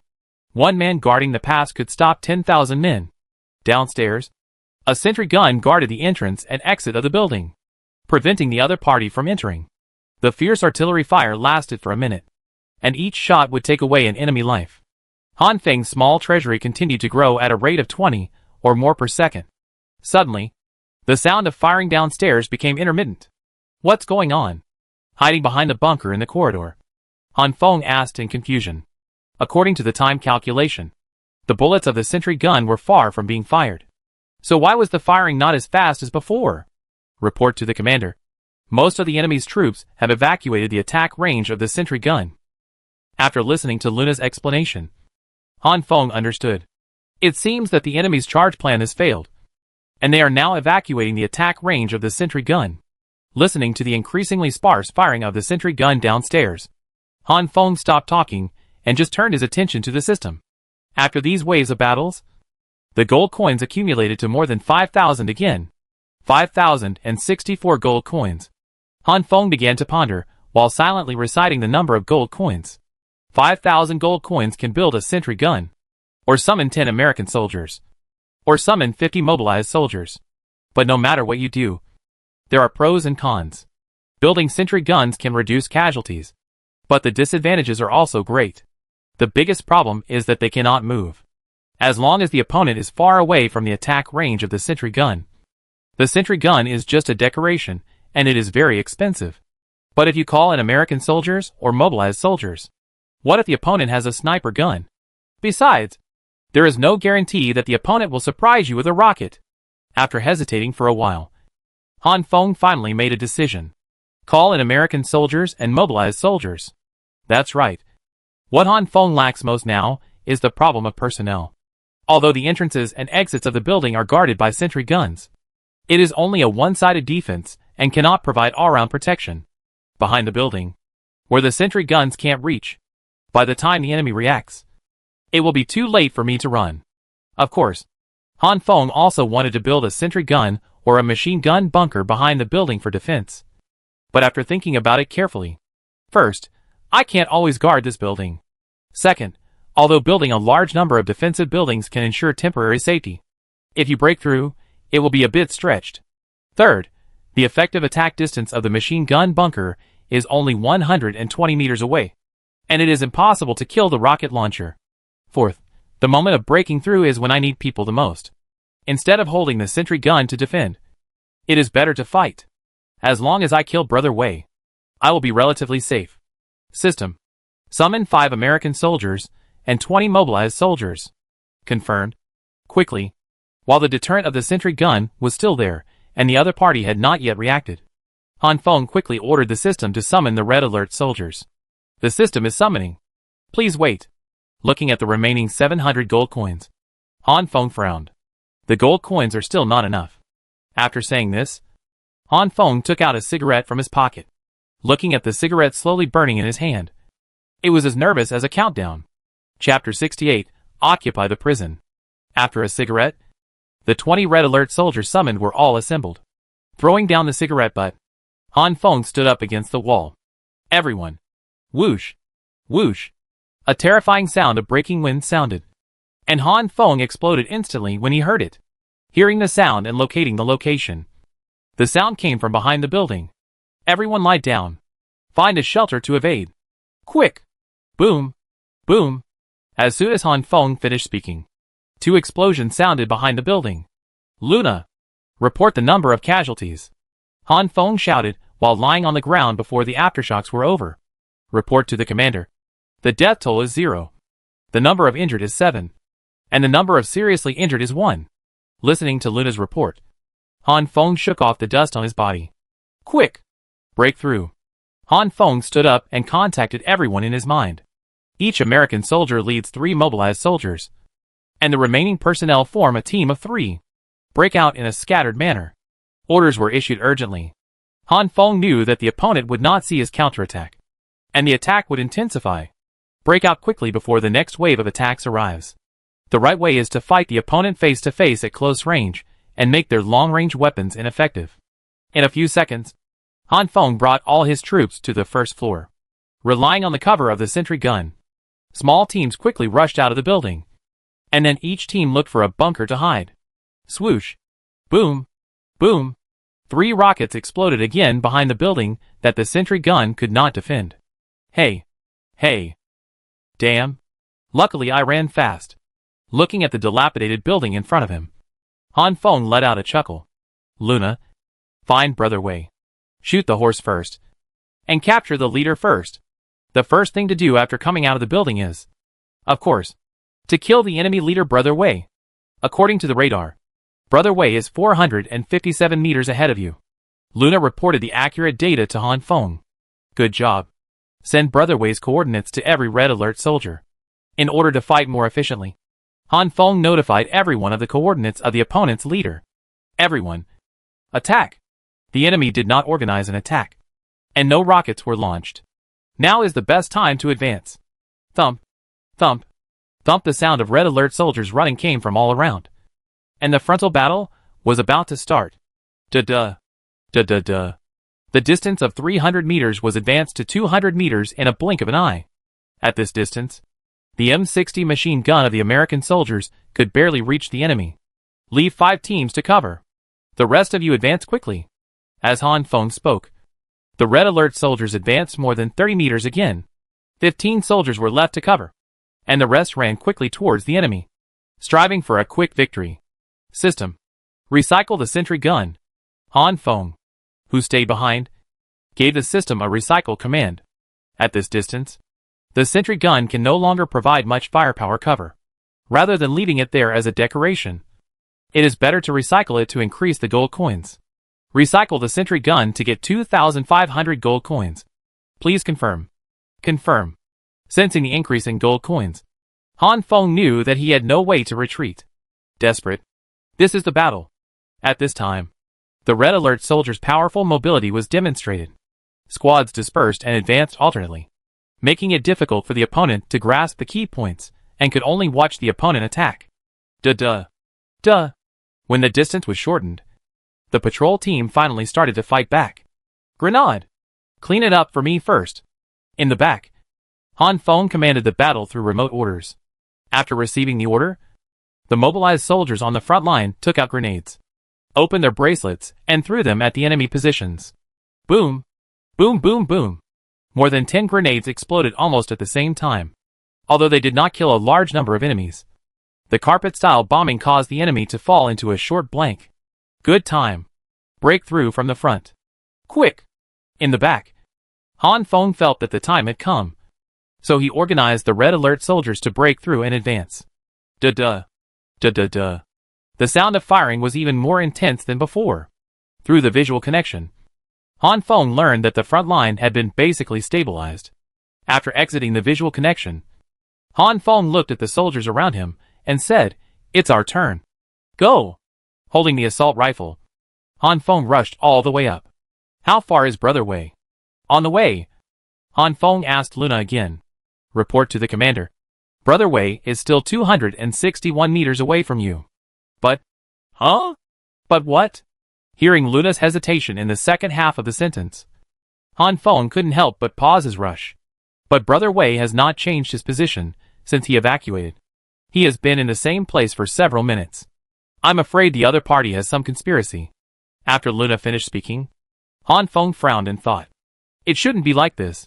I have already used the trump card sentry gun. Although I didn't do any real harm to Brother Wei, the other party was standing still waiting for me to come. So there might be an ambush. All personnel, disperse more and pay attention to safety. Unable to figure out Brother Wei's thoughts, Han Feng could only ask the red alert soldiers to disperse more. Before I arrived, I had to deal with all the enemy's tricks in a way that remained unchanged. Luna, start monitoring Brother Wei's coordinates at any time now. And tell me immediately if there is any change. Got it. After giving instructions, Han Feng took another step and ran towards the front line. All the way, Han Feng ran in fear. He was afraid of the enemy's rocket attack, and even more afraid of the snipers, who could shoot from all directions and snatch bullets. After running for more than 10 seconds, Han Feng finally joined the red alert soldiers on the front line. Behind him, the red alert soldiers, who came with Han Feng, immediately joined the battle. Luna, Brother Wei still didn't move? Han Feng asked with a hint of doubt. Yes, Brother Wei is still in the same place. And he is now 92 meters away from you. Commander, please be careful. You are now within the effective shooting range of the enemy's assault rifle. Luna made a series of reports, waiting for Han Feng's next instruction. Give me the high explosive grenade, said to an American soldier beside him. Han Feng didn't care whether he was in danger or not. He was so eager to kill Brother Wei. Taking the high explosive grenade, Han Feng weighed it in his hand. The distance a normal person throws a high explosive grenade is about 30 to 50 meters. And the killing range of a high explosive grenade is about 30 meters. This also means that if Han Feng throws a high explosive grenade normally, he will not be able to effectively attack Brother Wei. There's no other way. Come on! Han Feng! Gritting his teeth, Han Feng shouted his own name to cheer himself up. Ugh! Ah! Pulling the ring of the high explosive grenade in his hand, Han Feng threw it towards Brother Wei with all his strength. His mind was fixed on the high explosive grenade that he had just released, and he tried hard to recall the feeling when he threw it 300 meters away. Swoosh! It could be luck, or it could be inevitable. The high explosive grenade that just flew out of Han Feng's hand flashed a light blue fluorescence on the shell again, but the brightness was far less than the first time. With a slight sound of breaking wind, the high explosive grenade flew towards Brother Wei with a posture and speed beyond physical common sense.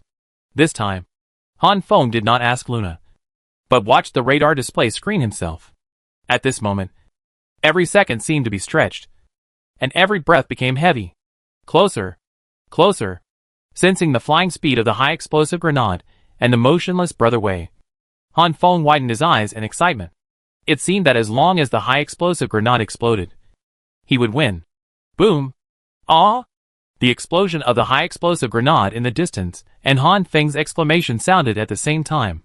At this moment, Han Feng was a little surprised.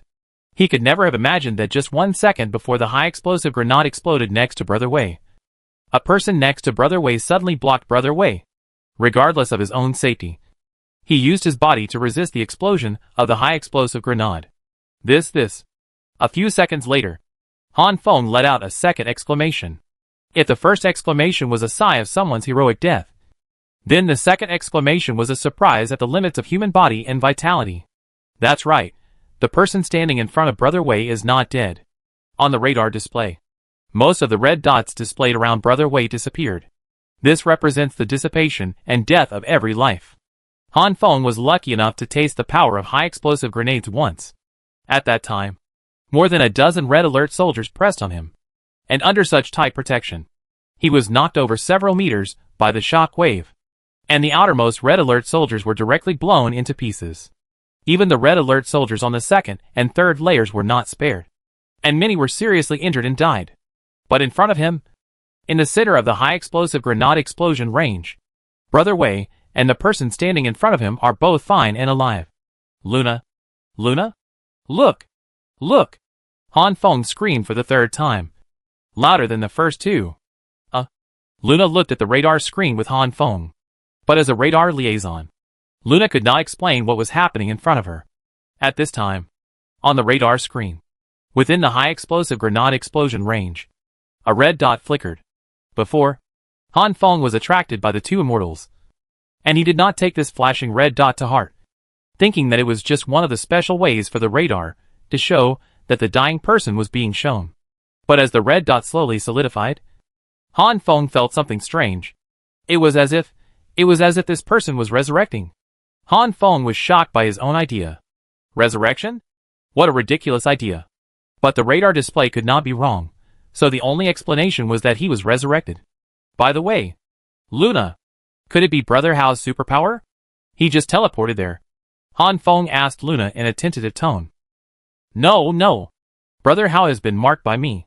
He died in the explosion just now. This, impossible. It can't be him. At this time, Luna's voice was trembling a little, because she, who had extremely advanced technology, could not explain to Han Feng what was happening in front of her. Chapter 69, Occupy the Prison. This is no longer something that can be explained by saying, I can't explain it. Please build a combat lab. It's not Brother Hao. He's dead. Han Feng muttered in a low voice at this time. His mind was a mess. The amount of information in just a few seconds was so huge that he couldn't accept it for a while. I didn't expect that a high-explosive grenade would explode so many surprises. Since it can't be explained from a distance, then, let's take a look in person. After finalizing the idea in his mind, Han Feng stopped struggling. Let's go! Let's go over and see. Let's see who can't be killed. Who was killed and still alive again. Han Feng said with gritted teeth after getting up. Swoosh. Swoosh. Damn. Get down. Quick. It's a rocket. Boom. Boom. Han Feng was interrupted by a rocket exploding beside him before he could finish his words. Lying on the ground, Han Feng spat out a mouthful of blood. Because his body was too close to the ground, his internal organs were instantly injured. Cough. Huh. After spitting out another mouthful of blood, Han Feng felt a little better. But his whole body was still in pain, as if thousands of needles were piercing his body at the same time. Ah! Get up! Han Feng shouted as he propped himself up. It was impossible to determine when the next rocket would hit, so he took advantage of the gap and rushed up. Let the other party be afraid of the consequences. Come and help me. Han Feng tried to stand up several times, but failed. Helplessly, he could only ask the mobilized soldier beside him for help. With the help of the mobilized soldier, Han Feng finally stood up. Cough. Cough, cough. After coughing several times, a small amount of blood came out, and the blood stasis in the lungs was finally coughed out. The first thing Han Feng did when he got up was to look around and check the situation of the surrounding red alert soldiers. Fortunately, there was an order to disperse before, and Han Feng reminded them earlier, so the casualties of this wave of rocket attacks on the red alert soldiers were minimal. Everyone, quickly advance. The target is 50 meters away from Brother Wei. Then cough, cough. A violent cough interrupted Han Feng's shouting. Han Feng finally couldn't help it after his lungs were injured, and he shouted loudly. Then find cover and wait for an opportunity to attack. This sentence was supplemented by a remote command. Ding ding ding. After receiving the new order, the red alert soldiers charged again. Han Feng, who was following the large force, trotted slowly. When he came 50 meters away from Brother Wei with difficulty, Han Feng opened his mouth and ordered, "Leave 3 teams here, and the rest of the teams will attack the opponent's sides and outflanking." After the order was issued, except for the 3 teams around Han Feng who continued to stay in place, the other teams ran to the opponent's sides. Da-da. Da-da-da. The sound of fierce gunfire came from not far away. Grenade attack. In order to save time and reduce unnecessary casualties, Han Feng ordered the mobilized soldiers to attack with grenades first. Boom! Boom! In an instant, the flames of the grenade explosion illuminated the night sky on both sides. High explosive grenade? Hiding behind the bunker, Han Feng ordered again. Boom! Boom! Boom! The explosions continued to sound one after another, and the huge explosion shook the ground. After more than 10 seconds, the last explosion ended. Da-da. Da-da-da. At this time, listening to the gunshots was like listening to small firecrackers during the new year. There was basically no movement. Rubbing his dizzy ears, Han Feng felt that his hearing seemed to have recovered a little. Leaning his head out from behind the bunker, Han Feng saw Brother Wei not far away, and dozens of patrolmen around Brother Wei. From the gap surrounding the patrol, Han Feng saw Brother Wei half kneeling on the ground. At this time, his clothes had been torn for the most part, probably caused by the high explosive grenade. But what made Han Feng feel strange was that there was a person standing in front of Brother Wei. The person's clothes were more torn than Brother Wei's, but the other party seemed to be standing there as if nothing had happened. It can't be said that he was completely unharmed, but the degree was far less than that of being injured by the explosion. Just like a normal person fell down, due to the large number of people in sight. Han Feng did not see the resurrected guy behind Brother Wei. At this time, Han Feng was only 50 meters away from Brother Wei, hiding in the bushes waiting for the final general attack. In the distance, the gunshots were no longer as intense as before. Through the visual connection, it was discovered that the patrols on both sides had been forced to get close to Brother Wei, prepare high explosive grenades, and wait for orders. In his mind, Han Feng contacted the 3 American soldiers around him. Who? Sitting in the bushes, Han Feng panted. After using superpowers, he was still injured, and just ran hundreds of meters. Now that he had a break, Han Feng felt his eyes go dark. Luna, keep an eye on Brother Wei, and tell me immediately if there is any news. Okay, Commander. I will keep an eye on him. After getting Luna's answer, Han Feng found a comfortable position and quietly adjusted his body. About a minute later, Han Feng vaguely heard Brother Wei's voice in the distance. Waste. You let him come over here. What are you doing? I don't care. Organize people now. Breakthrough for me. Let them come. All the fucking people on the front line are dead. Are they really stable? Hearing this, Han Feng knew that the opportunity he had been waiting for had come. At the same time, danger was approaching. Looking at the radar screen, the patrol members scattered not far from Brother Wei were now slowly moving towards Brother Wei. According to what he just overheard, Han Feng could easily guess that Brother Wei wanted to gather all the existing forces and break out from one direction. Silently paying attention to the radar screen, Han Feng began to analyze what Brother Wei had just said. They? Who are they? Could it be? Commander? Look here. Luna's speech interrupted Han Feng's thoughts. Looking at the holographic projection of Luna, he pointed to the screen and said, here, and here. So that's it. Looking at the radar, Han Feng understood. Brother Wei is calling for reinforcements. From the map, 2 groups of people are rushing here at this time. Number of people. Distance. Han Feng said.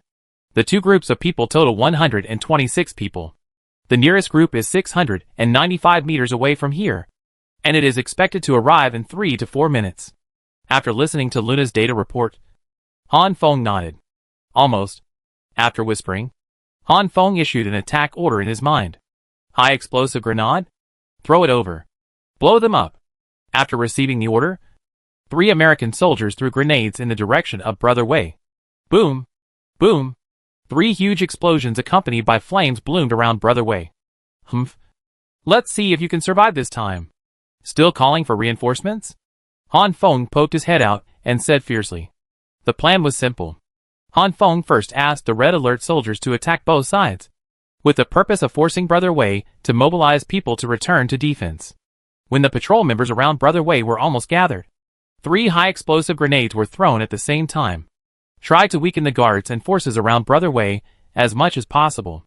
Staring at the radar display, Han Feng saw that after the 3 high-explosive grenades exploded, the originally dense red dots were now few. Go! If we don't fight now, when will we fight? After saying that, Han Feng jumped out of the bushes. The red alert soldiers who were attacking both sides also joined Han Feng at this time, and the encirclement was complete. Duh. Han Feng's swift attack came in an instant. Facing the sudden attack, the patrol team, which was already stunned by the explosion, had no time to react at this time. Quick! Speed up the attack, Han Feng said anxiously, looking at the radar display screen. Although his side is now in an absolute advantage, Brother Wei's reinforcements are also coming, and the distance is getting closer and closer. Boom! Boom! Duh. The few remaining grenades and high-explosive grenades were thrown out, and the battle situation became easy again. In less than a minute, all the people around Brother Wei were killed or injured. Stop! Stop! At this time, Brother Wei roared. Stop the attack and see what tricks he is going to play. Han Feng's order was issued, and the gunfire around him stopped abruptly. At this moment, it showed that there were only 3 people left on Brother Wei's side, except for the 2 who were lying on the ground and couldn't get up. Tell me, do you have any last words? When saying this, Han Feng was still observing the opponent's reinforcements. But at this moment, Brother Wei was surrounded by his own red alert soldiers, and he would never be able to escape even if he was given a pair of wings. Holding the absolute dominance of the battle situation, Han Feng was not afraid of the opponent's tricks at all. Han Feng, don't force me. At worst, we will die together. Brother Wei, covered in blood, shouted while standing in the encirclement of the red alert soldiers. A fight to the death? Haha. Are you kidding? Do you think your men will fight me after you die? Han Feng said as he lit a cigarette and exhaled a puff of white smoke. Okay. You forced me to do this. Unable to threaten Han Feng, Brother Wei, who was desperate, fell into madness at this time. Shoot! Kill him! Looking at Brother Wei with red eyes, Han Feng's heart sank. Brother Wei. He is also a superpower. Duh. Guns from all directions spewed out flames in an instant, and bullets were accurately shot at Brother Wei. Ah! Even though he was hit by bullets from many red alert soldiers, Brother Wei still stood firm and still screamed. At this moment, Brother Wei's muscles swelled several times. The huge muscles supported the torn clothes on his body. Due to the swell of tight muscles, the bullet only pierced his superficial muscles and did not go deeper. Quick! Looking at Brother Wei, who was still transforming, Han Feng gave orders again.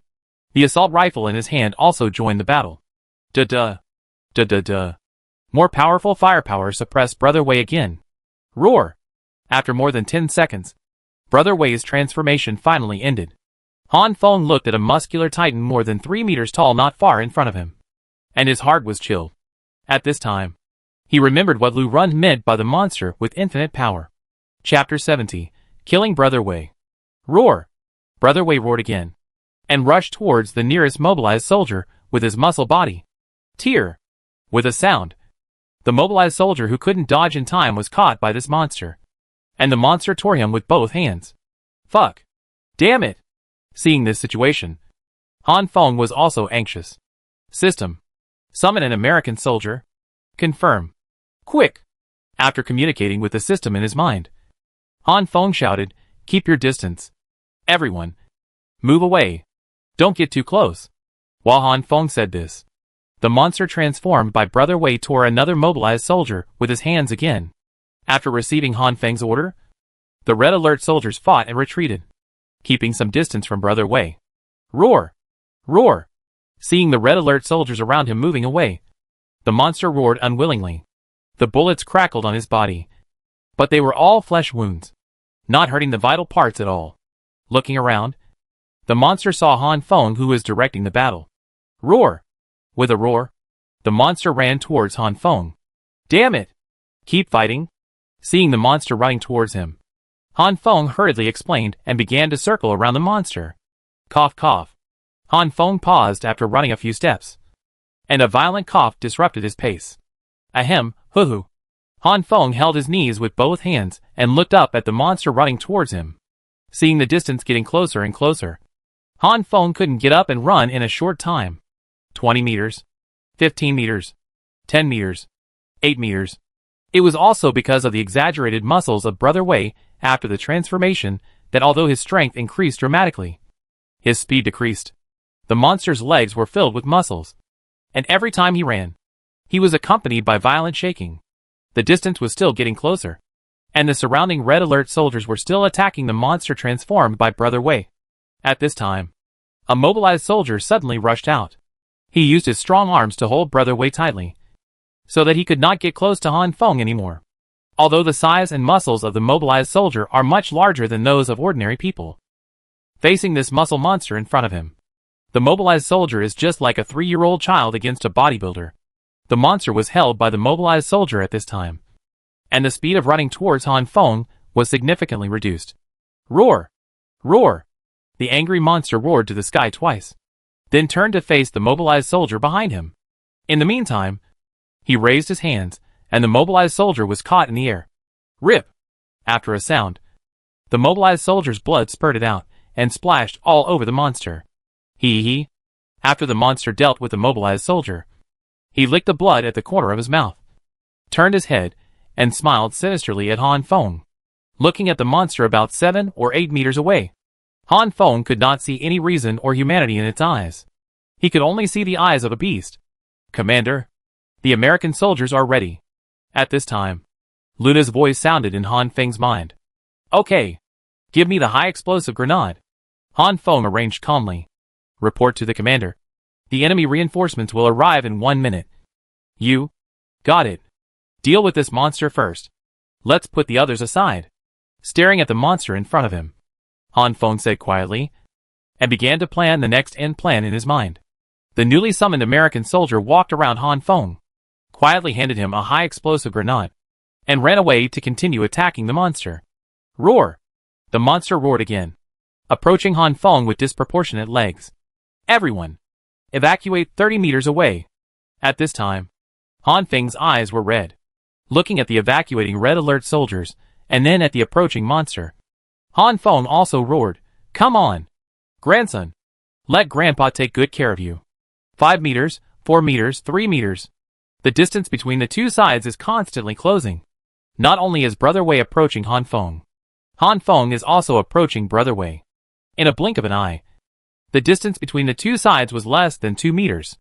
At this distance, the monster could catch Han Feng with just one hand. Looking at the monster that had lost its mind, Han Feng took a deep breath. He suddenly pulled the ring of the high explosive grenade in his hand and threw it at the monster in front of him. The monster looked at the high explosive grenade rushing towards his face and subconsciously caught it with both hands. Han Feng fell down and slid behind the monster by inertia, calculating the explosion delay of the high explosive grenade in his mind. Han Feng did not dare to waste time. Enduring the severe pain in his body, he forced himself to stand up from the ground and then jumped onto the back of the monster. He tightly grasped the back of the monster with both hands and curled up as much as possible. Boom! The high explosive grenade exploded. Because of the previous order, only Han Feng and Brother Wei were within the killing range of the high explosive grenade. 1 second. 2 seconds. 3 seconds. The monster that Brother Wei transformed into was still standing there without moving. And Han Feng was also tightly behind the monster. The weird scene only lasted for 5 seconds. Bang! A heavy kneeling sound was heard, and the monster finally couldn't hold on and fell to the ground first. A cough! When the monster knelt, it shook Han Feng behind him. At this time, he was lying on the ground breathing hard. Hurry up and fight! Hurry up! Han Feng was lying on the ground, giving orders in his mind. Although the monster transformed by Brother Wei was seriously injured, he was still alive. Take advantage of his illness to kill him. Only a fool would not attack at this time. Duh. The red alert soldiers rushed forward and poured bullets on the injured part of Brother Wei. Hearing the dense gunshots in his ears, Han Feng felt a little uneasy. This monster was shot at least 100 times, and it was hit head-on by a high explosive grenade. It's still alive? If it were an ordinary person, no, it would be impossible for anyone to survive. Suddenly, Han Feng, who was lying on the ground, widened his eyes. Oh my! Gold coins, gold coins? Han Feng said this sentence with a small stream of blood. The sudden increase of 3,000 gold coins made him forget the pain in his body for a while. And he made a shocked sound instead, turning his head with difficulty. Han Feng smiled at Brother Wei, who was lying not far from him. Ha ha. Ha ha. Finally dead. Han Feng sensed the increase of gold coins, and added his understanding of the nature of the system. Brother Wei was definitely dead. Otherwise, the gold coins would not have increased so much. The gunshots in his ears also stopped. It seemed that the red alert soldiers also confirmed the death of the target. So they stopped attacking. Gritting his teeth, Han Feng tried to sit up from the ground, but failed after several attempts. His lungs felt as if they were on fire, and his whole body was in pain, as if all the bones in his body were broken. While injured, he used his superpowers one after another, and finally, he was in the explosion area of the high-explosive grenade. Although Han Feng used Brother Wei's body to resist the greatest damage, the vibration caused by the shockwave still made him more injured. At this moment, Han Feng only felt that his eyelids were getting heavier and his consciousness was slowly dissipating. But the best news was that Brother Wei was dead. The remaining remnants of the enemy would inevitably be in chaos without their leader. So this would save a lot of effort to deal with them. Okay. Brother Wei is dead. You help me. Duh. Han Feng was interrupted by the sound of a distant gunfight before he finished speaking. Damn. I forgot about them. Han Feng said with a bitter smile, feeling the coldness of the ground. Although Brother Wei, the biggest threat, was dead, his red alert soldiers were running out of bullets. And it was really not the right time for the other side to send reinforcements. System, summon 20 mobilized soldiers, confirmed. Let them fight freely. Gritting his teeth, Han Feng gave the system an order with difficulty. Who? His eyes were getting darker and darker.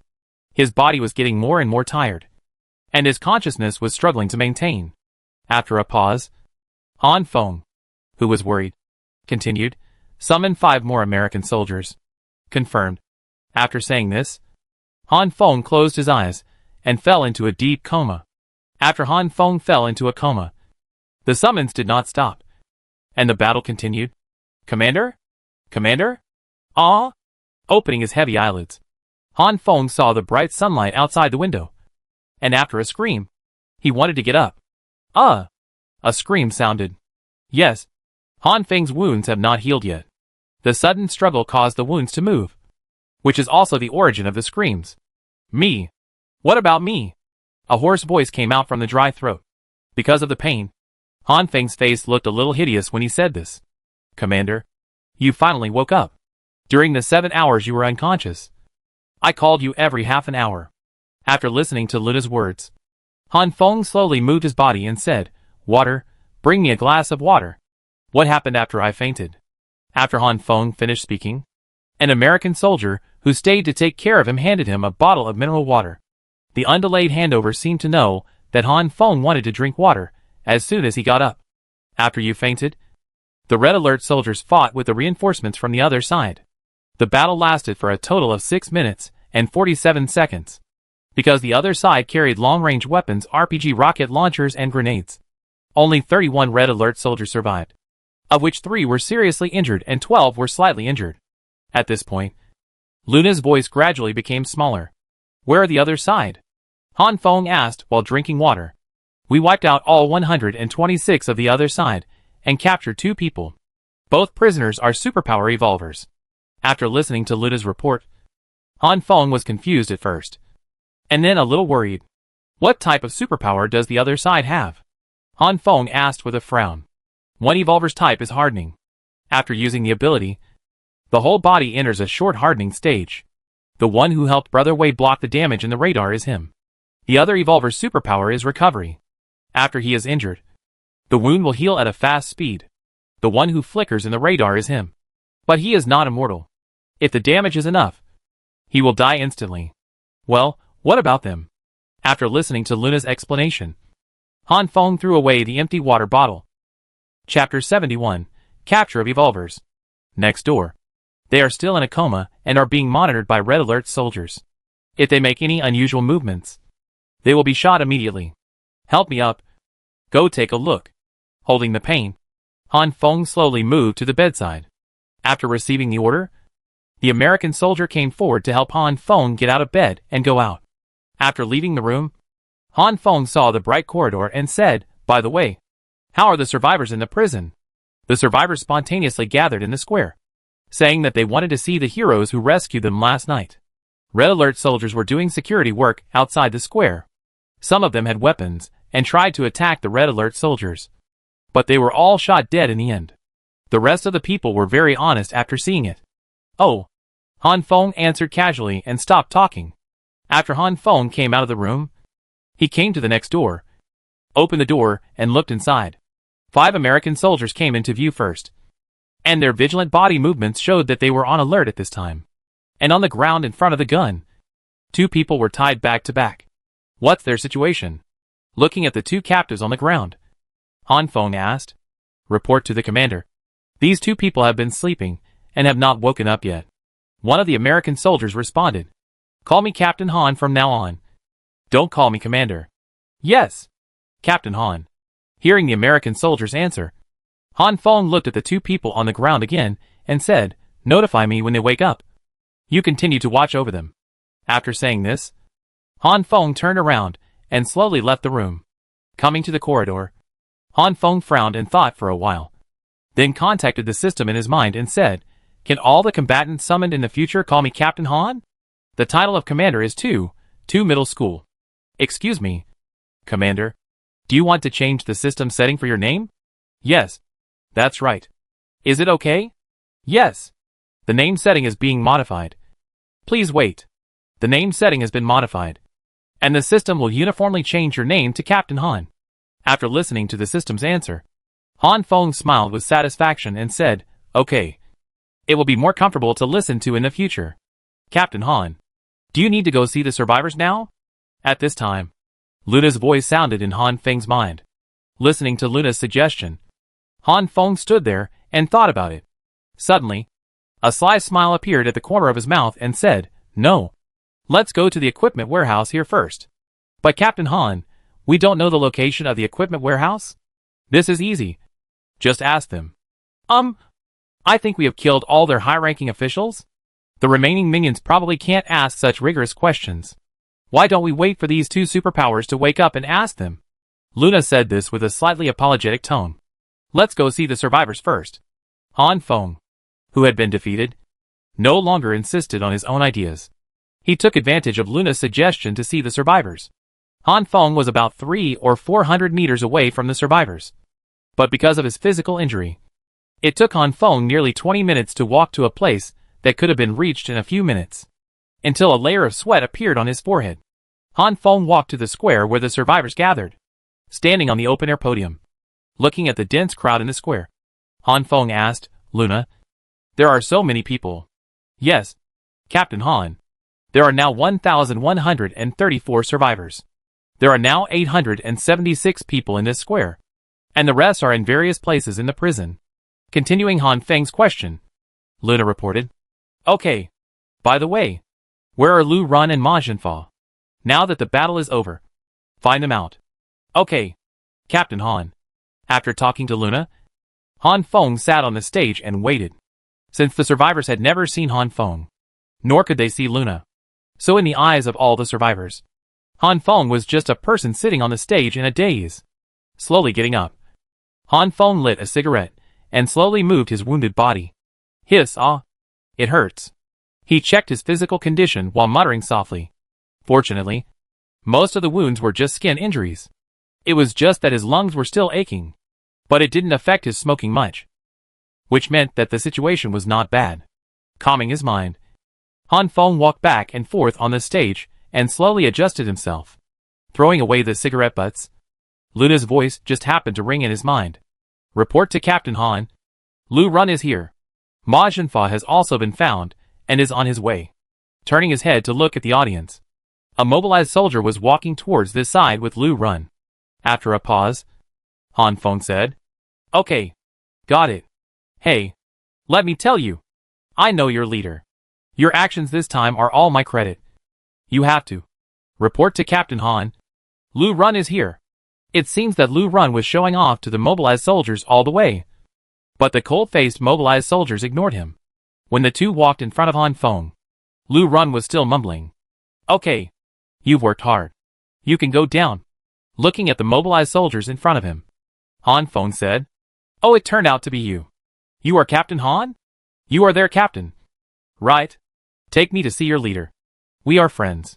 He is the one who asked you to rescue me. When Lu Run said this, he obviously didn't take Han Feng seriously. In his eyes, Han Feng was just a small team leader. That's right. Lu Run had never met Han Feng. During the first meeting, Han Feng was alert.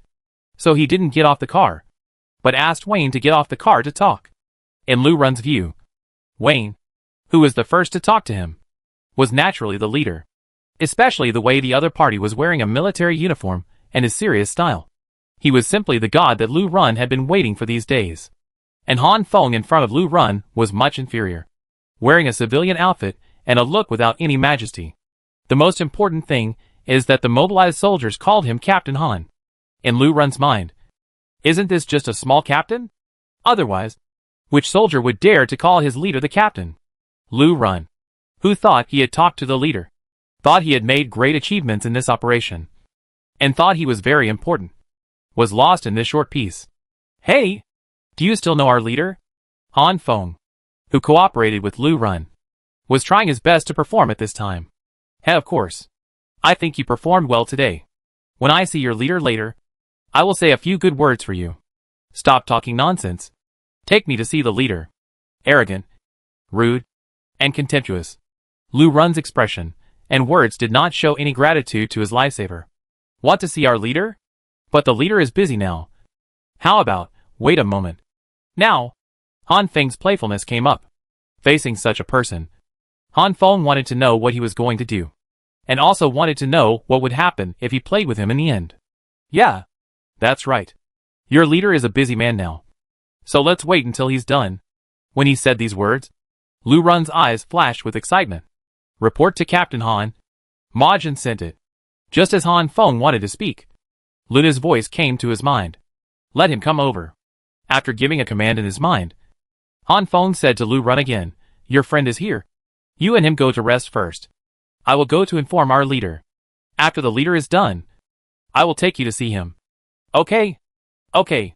Remember to tell your leader to let him do his work first, and not to rush to see me. Lu Run, who thought he was very elegant, said, Okay. Okay.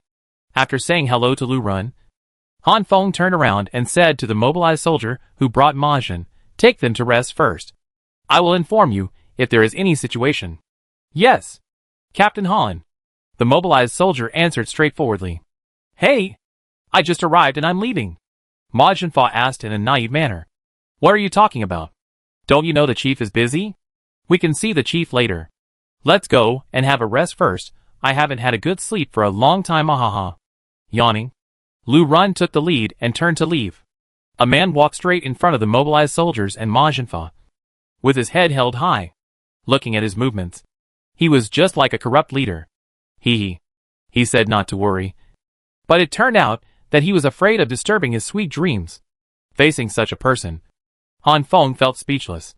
After watching the three people leave, Han Feng started to do serious things. Due to the high-intensity battle before and his long coma, Han Feng forgot about Lu Rui and his group outside the prison for a while. Vision link. Target Wayne. After whispering, Han Feng opened his eyes. The scene in front of him changed and entered Wayne's field of vision.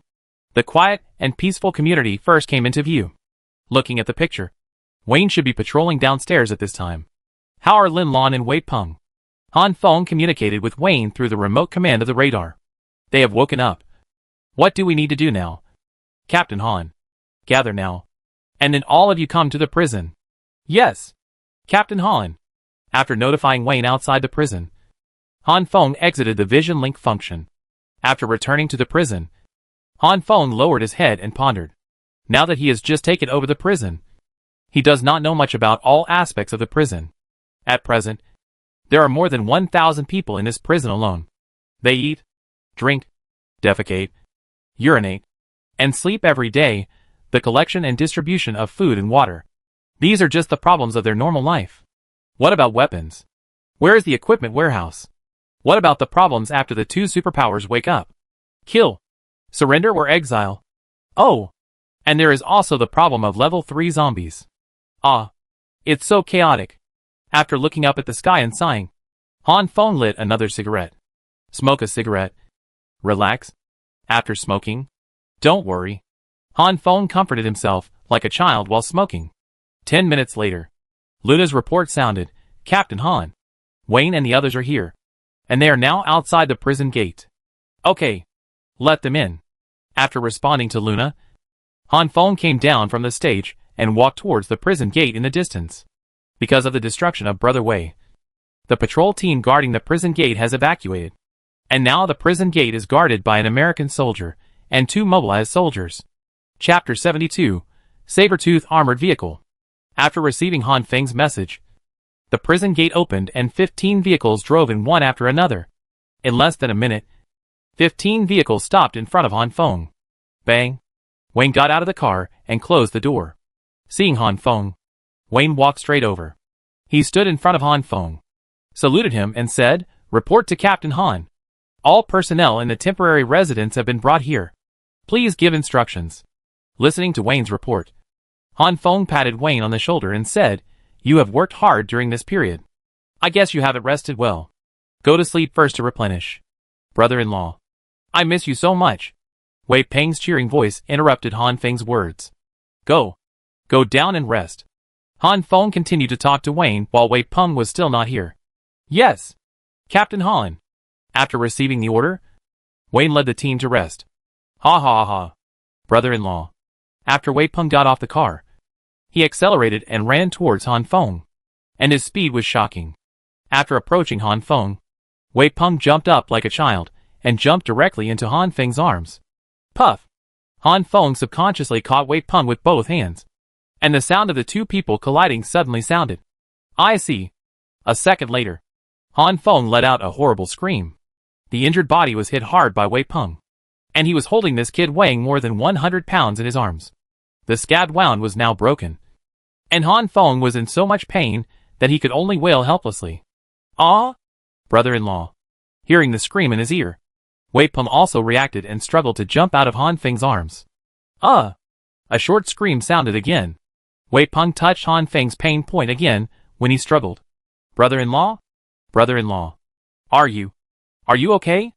I didn't mean it. Not dead, haha. Lin Lan walked over slowly with a medicine box, interrupting Wei Peng's panicked greeting with a smile. Lin Lan walked to Han Feng, gently took his arm and said, Let's go. I'll bandage you. After that, he pulled Han Feng away without waiting for Han Feng to reply. Oh my! Why are you so weak? Brother Han. Why are you so badly injured? The voices of Lu Rui and Wei Yun came from behind. Lin Lan stopped with Han Feng, turned around and said to the two people behind him, Wait a minute. I'll bandage his wound first. If I don't deal with it, I'm afraid the wound will get inflamed. Besides, zombies are rampant now. We don't know if the virus will spread through the air. Now Don't. Stop talking nonsense. Hurry up. Take me to disinfect and bandage. Han Feng, who was originally weak, opened his eyes wide and stuttered when he heard that he might be infected with the zombie virus. After saying that, Han Feng pulled Lin Lan up and ran straight to the room closest to him. Do you think he is afraid of death, or not? Looking at Han Feng, who was covered in blood and jumping around, Lu Rui made a puzzled sound, and then stood in the wind in a mess. Ah! It hurts. Don't move. Be quiet. 1 minute later, Han Feng's screams of pain came from the room. Lin Lan's roar also came out. Listening to the conversation between the two, Lu Rui, who had turned to leave, stopped again, and a series of obscene pictures appeared in his mind. 20 minutes later, Lin Lan opened the door and walked out, followed by the extremely weak Han Feng. At this time, he was covered in bandages. From a distance, I thought someone's pharaoh had resurrected. With a sigh, Han Feng walked into the sunlight. He looked up at the blue sky and said, It's good to be alive. Oh, by the way, where did you get your medicine box? Seeing Lin Lan walking away, Han Feng asked with doubt in his heart. I collected medicines from the residential area. I noticed on the way here that all the pharmacies were moved clean. If there is a headache or fever in the end of the world, these medicines will be enough to last for a while. After listening to Lin Lan's words, Han Feng smiled bitterly. I thought that his professional skills and techniques for survival in the end of the world, wilderness survival, and extreme survival were simply incomparable to Lin Lan. I only thought about food, water, and gasoline. I didn't think about medicines at all. Let's go. Why are you standing there? Lin Lan walked in front and found that Han Feng didn't keep up. So he turned around and urged him. Coming. Coming. Hearing the urging, Han Feng responded and quickened his pace. When leaving Lin Lan, Han Feng asked, by the way, do you know where the equipment warehouse is here? Not finding the equipment warehouse is like an unknown bomb next to you. Because everyone can use the weapons. Now the survivors are survivors. If they get the weapons, that's more than 1,000 unstable elements. Why are you looking for the equipment warehouse? Hearing Han Feng's question, Lin Lan asked back. Yesterday, I had a conflict with the original boss here, and we killed more than 500 of the other side. However, the battle also resulted in the death of nearly 50 of my soldiers. The enemy was armed with military assault rifles, and they also had rocket launchers, grenades, and other weapons. According to my understanding, such weapons are impossible to appear in prison. So, I want to ask you, are you saying that there is an equipment warehouse like the one I guard in the police station? Hearing Han Feng's last words, Lin Lan widened her eyes and interrupted Han Feng's speech. I'm not sure, but I don't rule it out. Come on. Do you know where the equipment warehouse is? Why don't we just go and take a look? Seeing Lin Lan's reaction, Han Feng couldn't help but get nervous. I don't know.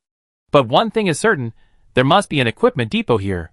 When saying this, Lin Lan's eyes suddenly became firm. Ignoring Han Feng, who was stunned beside him, Lin Lan continued to say, according to what you said, the other party's military assault rifles are equipped with at least a full battalion-level personnel. Or even 2 battalions. As far as I know, no prison can be equipped with such a huge number of weapons. Lin Lan's explanation completely confirmed Han Feng's thoughts. Hearing this, Han Feng wanted to say something, but was interrupted by Lin Lan, who continued to speak. So many weapons are configured beyond the prison standard. And there are also rocket launchers and grenades. Follow me. After saying that, Lin Lan ran out quickly in one direction.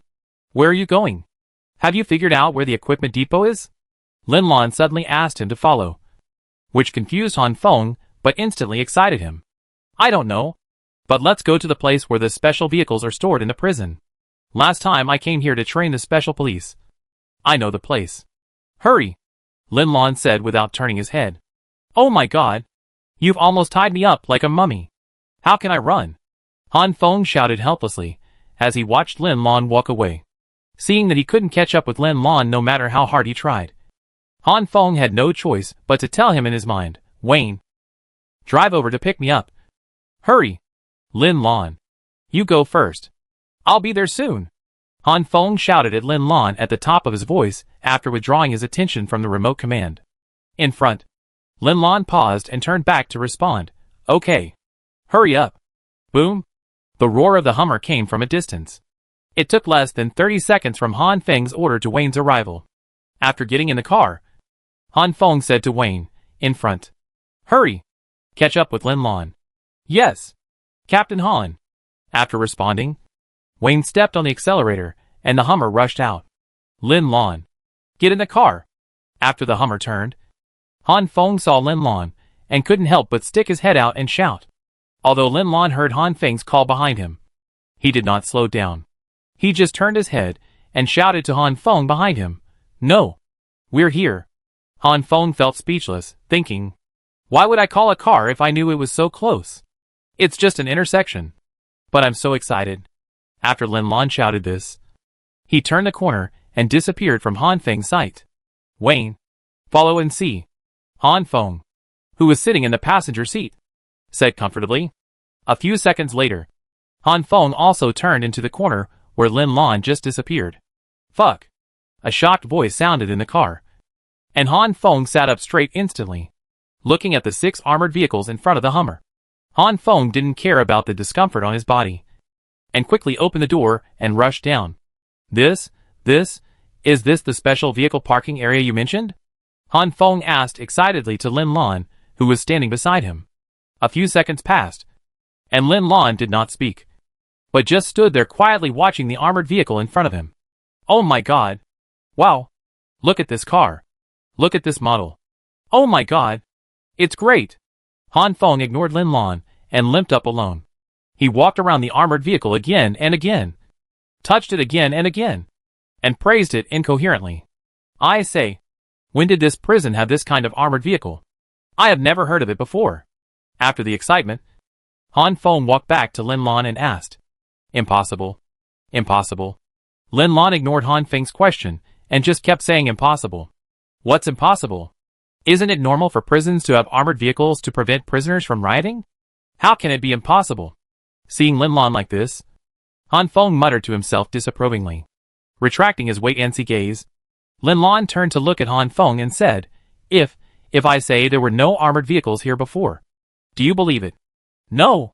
When did you come here last time? Did you remember it wrong? Han Feng asked with a frown. A few days before the zombie outbreak. And did you notice? All the words on these armored vehicles are SWAT. If there are so many SWAT vehicles coming to this city, I can't not know. Moreover, these are not ordinary vehicles, but armored vehicles. Do you know what an armored vehicle is? At the end, Lin Lan's voice trembled a little. It was as if what she saw was not an armored vehicle, but a terrifying picture. Chapter 73, Abandoned. These armored vehicles, anything different?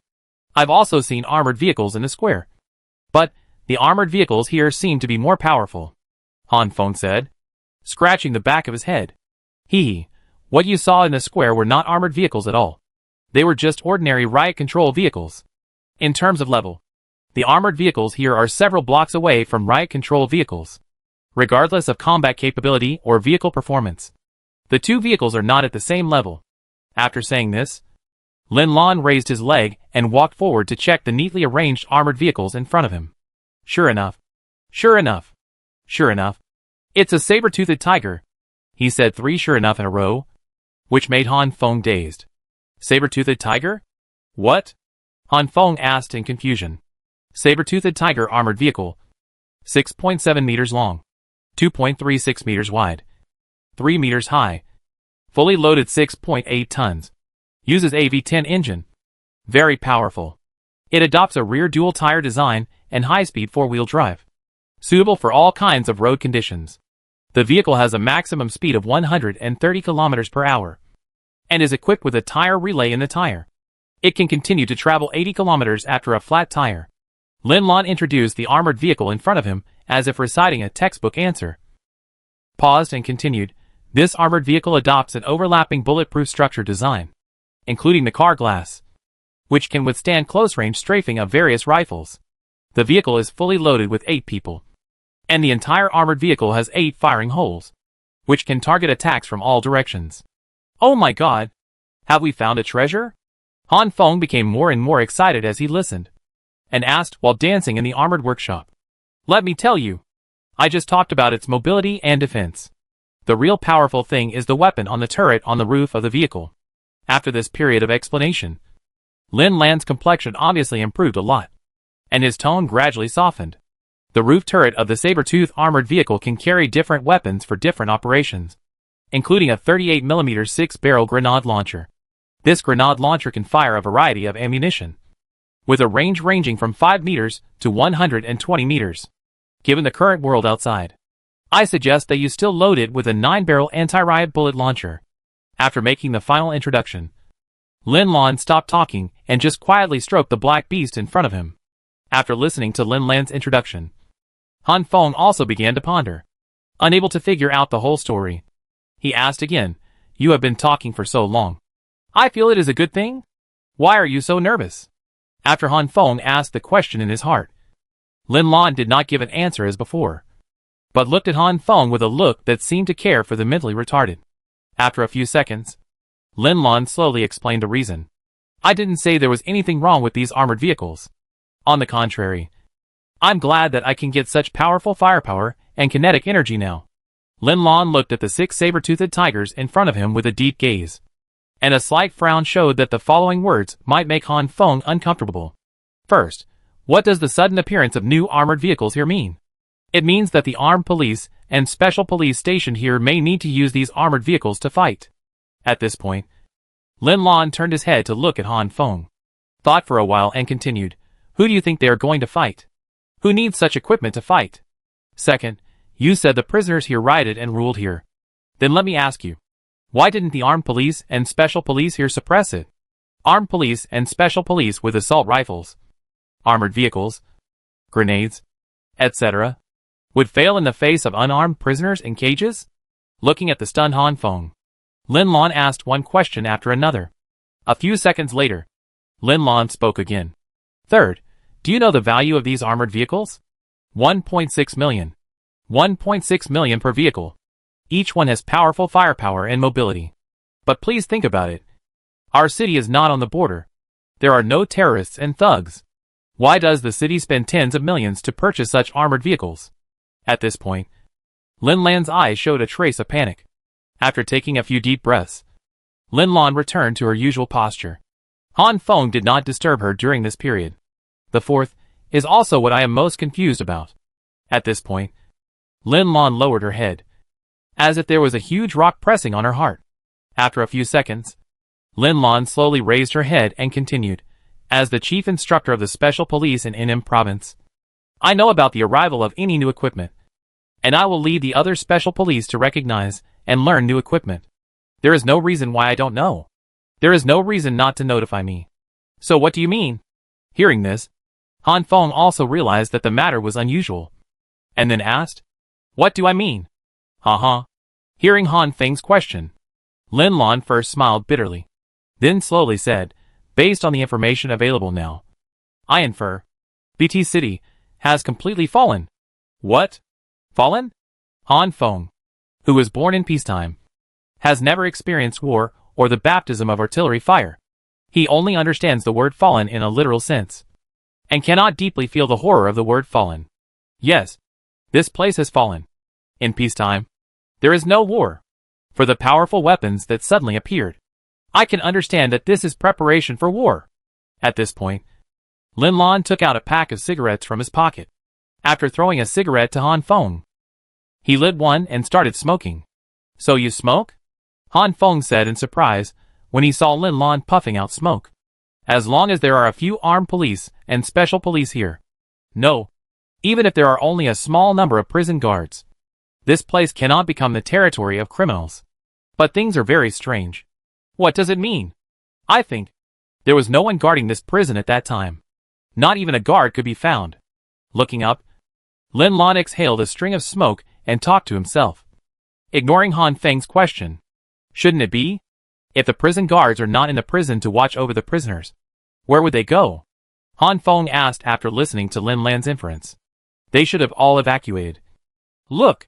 As he spoke, Lin Lan raised his hand and pointed to the empty parking space behind the 6 armored vehicles. Huh? What happened? Following the direction of Lin Lan's finger, Han Feng did not feel anything unusual. The troop carrier, commuter vehicle, escort vehicle, road clearing vehicle, police vehicle, all are gone, and I suspect that there should be more saber-toothed tigers than the ones we saw. He spoke slower and slower, and at the end, Lin Lan helplessly put down his arms. Oh my god! It's true. They are all gone. I always thought they were all sacrificed. Following Lin Lan's train of thought, Han Feng also felt something strange. The pioneer car leads the way. The police car is responsible for the front and back transfer. The escort car, commuter car, and troop carrier are responsible for transporting the prison guards. And the saber-tooth armored vehicle is responsible for the security along the way. Otherwise, how do you explain the problem that there are no armed guards in these cars? Lin Lan said the inference in his mind, and Han Feng felt a chill on his back. So you mean that the guards here received the task of emergency evacuation? So this situation has been caused? Han Feng said, dropping the cigarette butt. This is also the question I want to talk about next. According to convention, if you want to purchase such equipment, you must report to the Superior Department at least 1 month in advance. And then the Superior Department will approve it. And then the Municipal Bureau will pay for the purchase. And then The goods will be delivered from above. It will take at least 2 or 3 months to complete all these procedures. And one of the steps is to notify me to prepare for the training in advance. But I didn't receive anything. Huh?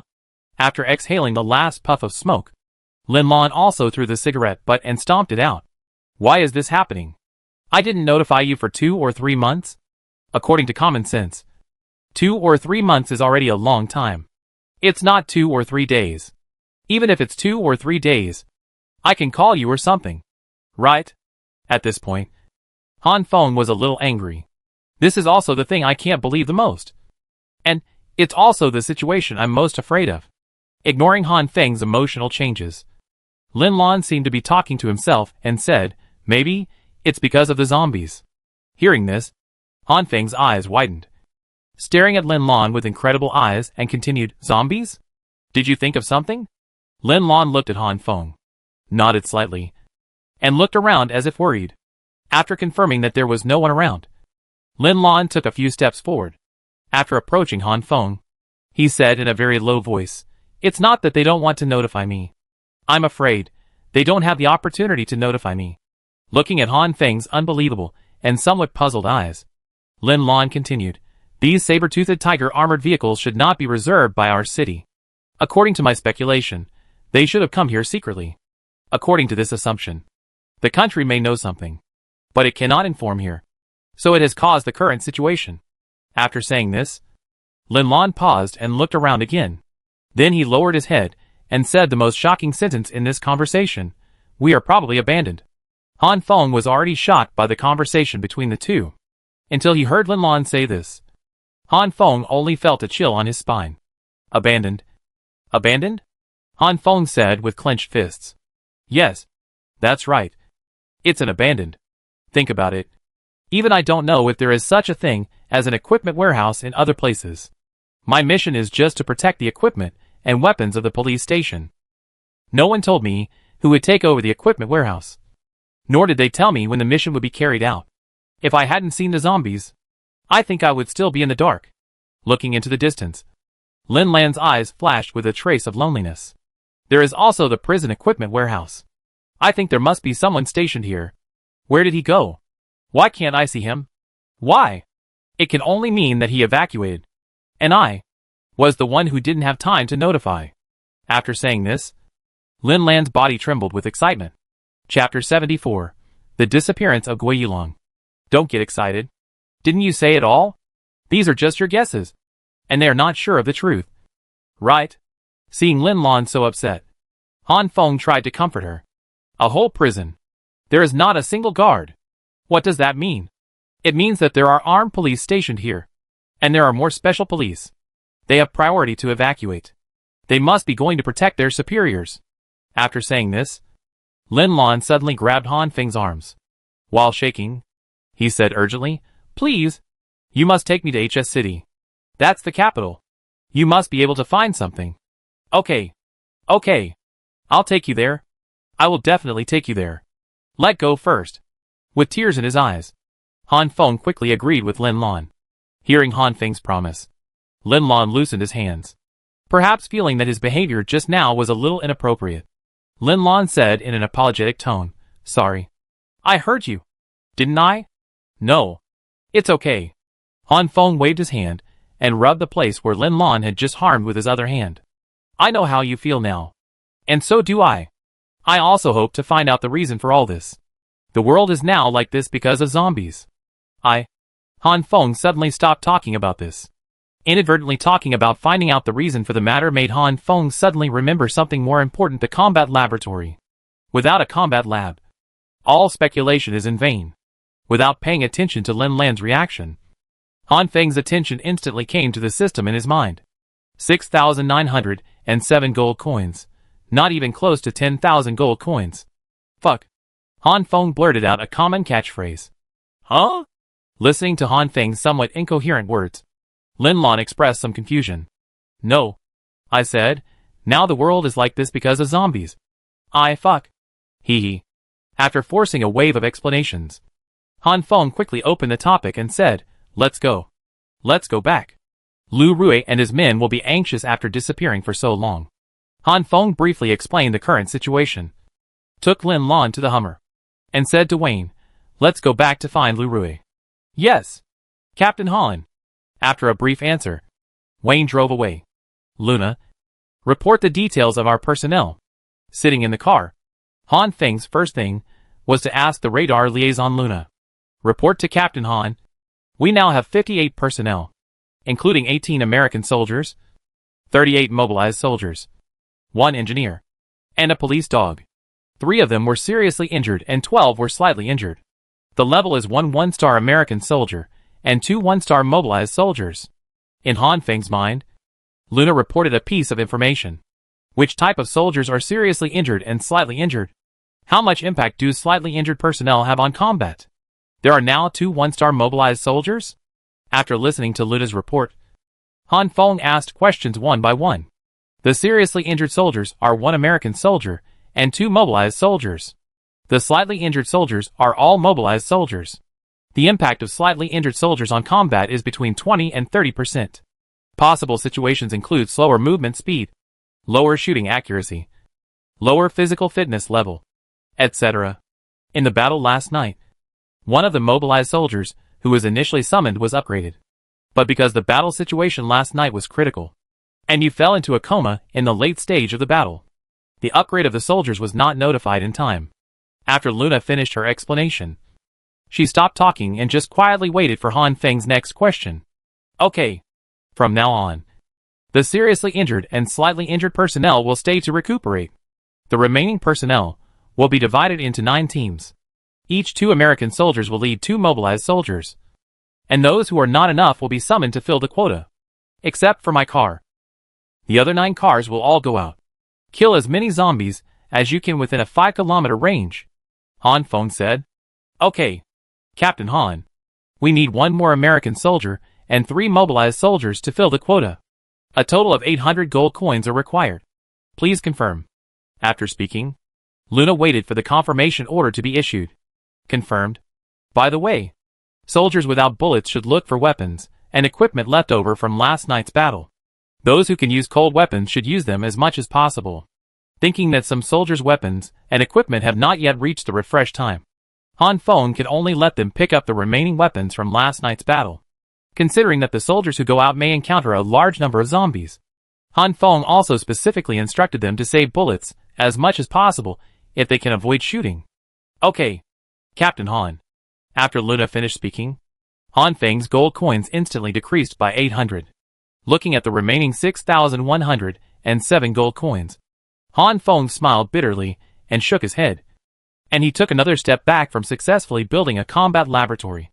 When the progress bar of the system summoning started, Wayne also drove the car to the room where Lu Rui was. After getting off the car with Lin Lan, Wayne reported to Han Feng and turned away, presumably to leave the prison to go out hunting. Looking at Wayne's back, Han Feng frowned. After all, it's still poverty. If there are enough gold coins, I would not be willing to let the Red Alert soldiers go out to earn money. "Brother Han, you are back. Let's eat quickly." At this time, Wei Yun in the house noticed the movement outside and was the first to get up to greet him. How did you cook? Can you find firewood, rice, oil and salt?" Smelling the fragrance of the food, Han Feng looked at Wei Yun and asked. "Of course I can't find it. It's all because of this big brother. He brought me something so I can make you a hot meal. I heard him say that you haven't eaten for a while, so I quickly fried some dishes. I was afraid that I wouldn't have enough time to stew the rice, so I heated up a few steamed buns." Wei Yun answered Han Feng's question while looking in another direction. Following Wei Yun's gaze, Han Feng also looked into the house. "Hello. I'm glad to see you again. I heard the voice before I saw the person." Hearing the familiar voice, Han Feng began to carefully recall the owner of the voice. It's you, Brother Yulong." Before he could figure out who the owner of the voice was, Gui Yongqing had already walked out of the house and stood in the sun. "Yes, it's me. Come in and eat. I know you're hungry. Come in and talk if you have anything to say." She still had a faint smile, as if the big change last night had nothing to do with the man in front of her. Han Feng was a little confused, nodded gently, and then raised his legs and walked into the house with several people. On the table, There were 2 steamed buns next to 3 stir-fried dishes. Seeing the food, Han Feng, who was already hungry, was starving. Luna, can you check if the food is poisonous? After all, Gui Yongqing next to him was Brother Wei's man before, and Han Feng was afraid that he would poison the food to avenge Brother Wei. With the mentality of believing it is better to believe it than not, Han Feng asked Luna. Okay, Captain Han. Huh? Hearing the answer, Han Feng breathed a sigh of relief. Luna's answer showed that the system really had the function of checking whether the food was poisonous. Captain Han, after the system's preliminary inspection, there were no known toxins in the food. In just a few seconds, Luna reported the test results. Known toxins? So there are unknown ones? After saying this, Han Feng, who had originally relaxed, became nervous again. The toxins known in the system are the comprehensive data of all toxins discovered by humans today. In other words, if there are toxins unknown to humans in these meals, the system cannot identify them. For example, the current zombies. The system's preliminary detection is caused by viruses, and the system cannot answer more specific reasons. Speaking of this, Luna paused and continued, if Captain Han is worried, please build a combat laboratory. Send these meals to the combat laboratory for deeper testing. No. No. After replying to Luna in his mind, Han Feng thought, this Gui Yulan can find viruses from outer space to harm me. This possibility cannot be ruled out. Luna's voice sounded slowly. After communicating with Luna for a few seconds, Han Feng and his group had come to the table and sat down. Han Feng grabbed the steamed bun, picked up the chopsticks and said, let's eat together, let's eat together. After that, he started eating alone, looking at Han Feng who was eating voraciously. Gui Yongqing said, ha ha ha. Brother Han is really brave. Aren't you afraid that I have poisoned the food? Ah! You? Brother Han. Quick! Throw up. As soon as Gui Yongqing finished speaking, Wei Yun immediately stood up and shouted. Swoosh! Lin Lan, who had already sat down, instantly pulled out a knife and put it against Gui Yongqing's neck. The quick action was even faster than Wei Yun standing up. Bang! Fuck! Are you looking for death? Believe it or not, I will destroy you. Not only Wei Yun and Lin Lan, but Lu Rui also slammed the table and stood up and cursed after hearing this. Pa! You, what did you say? Poison? Wei Peng, who was carrying the dishes, was stunned at the door when he heard the situation in the house, and accidentally dropped the dishes in his hand to the ground. Look at you guys. A joke makes you so nervous. Even with the cold knife against his neck, Gui Yongqing still had a faint smile on his face. It seemed that he didn't care about his life at all. Don't be nervous. I'm fine. The food is delicious. Not poisonous. Everyone sit down. Han Feng still ate voraciously, and didn't stop eating because of the reactions of the crowd. That's right. If I wanted to kill you, you would have died long ago. Poisoning? Gui will never do such a despicable thing. After saying this, Gui Yongqing gently picked up a chopstick from the table, spun it between his fingers twice like a pin, and then disappeared in an instant. Ah! Lin Lan's hand holding the knife lost its target fulcrum and slid into the air. She let out a short cry of surprise before she could stop talking. After quickly stabilizing her body, Lin Lan slashed a few times at the position where Gui Yongqing had been before at an extremely fast speed. What she didn't expect was that Gui Yongqing, who was still sitting on the stool a few tenths of a second ago, disappeared at this time. And even his hand passing through the air didn't feel anything unusual. He just disappeared in front of everyone. Chapter 75, Joining. When Lin Lan felt that her attack was in vain, she quickly stopped her hand and turned back to look at everyone and said, you. At this point, Lin Lan stopped immediately, because she saw that everyone in the room was in the same state. That is, dumbfounded. That's right. Including Han Feng. They all had an unbelievable expression. No one would believe that Gui Yulan, who was just talking to everyone, would disappear like this. Luna! Find him! Han Feng, who didn't have time to put down his bowl and chopsticks, quickly contacted Luna and tried to find him with radar. The room was still extremely quiet, and everyone looked around them in horror. The crowd, who had just relaxed from the poisoning incident, became nervous again, but no one spoke. Naturally, no one paid attention to Lin Lan's question. 1 second, 2 seconds, 3 seconds. Sorry, Captain Han. The radar cannot detect Gui Yongxing. He disappeared. 3 seconds after Han Feng's instructions, Luna's reply sounded. And at this time, it was only less than 5 seconds since Gui Yongxing disappeared. Han Feng, who was already frowning, frowned even more tightly at this moment.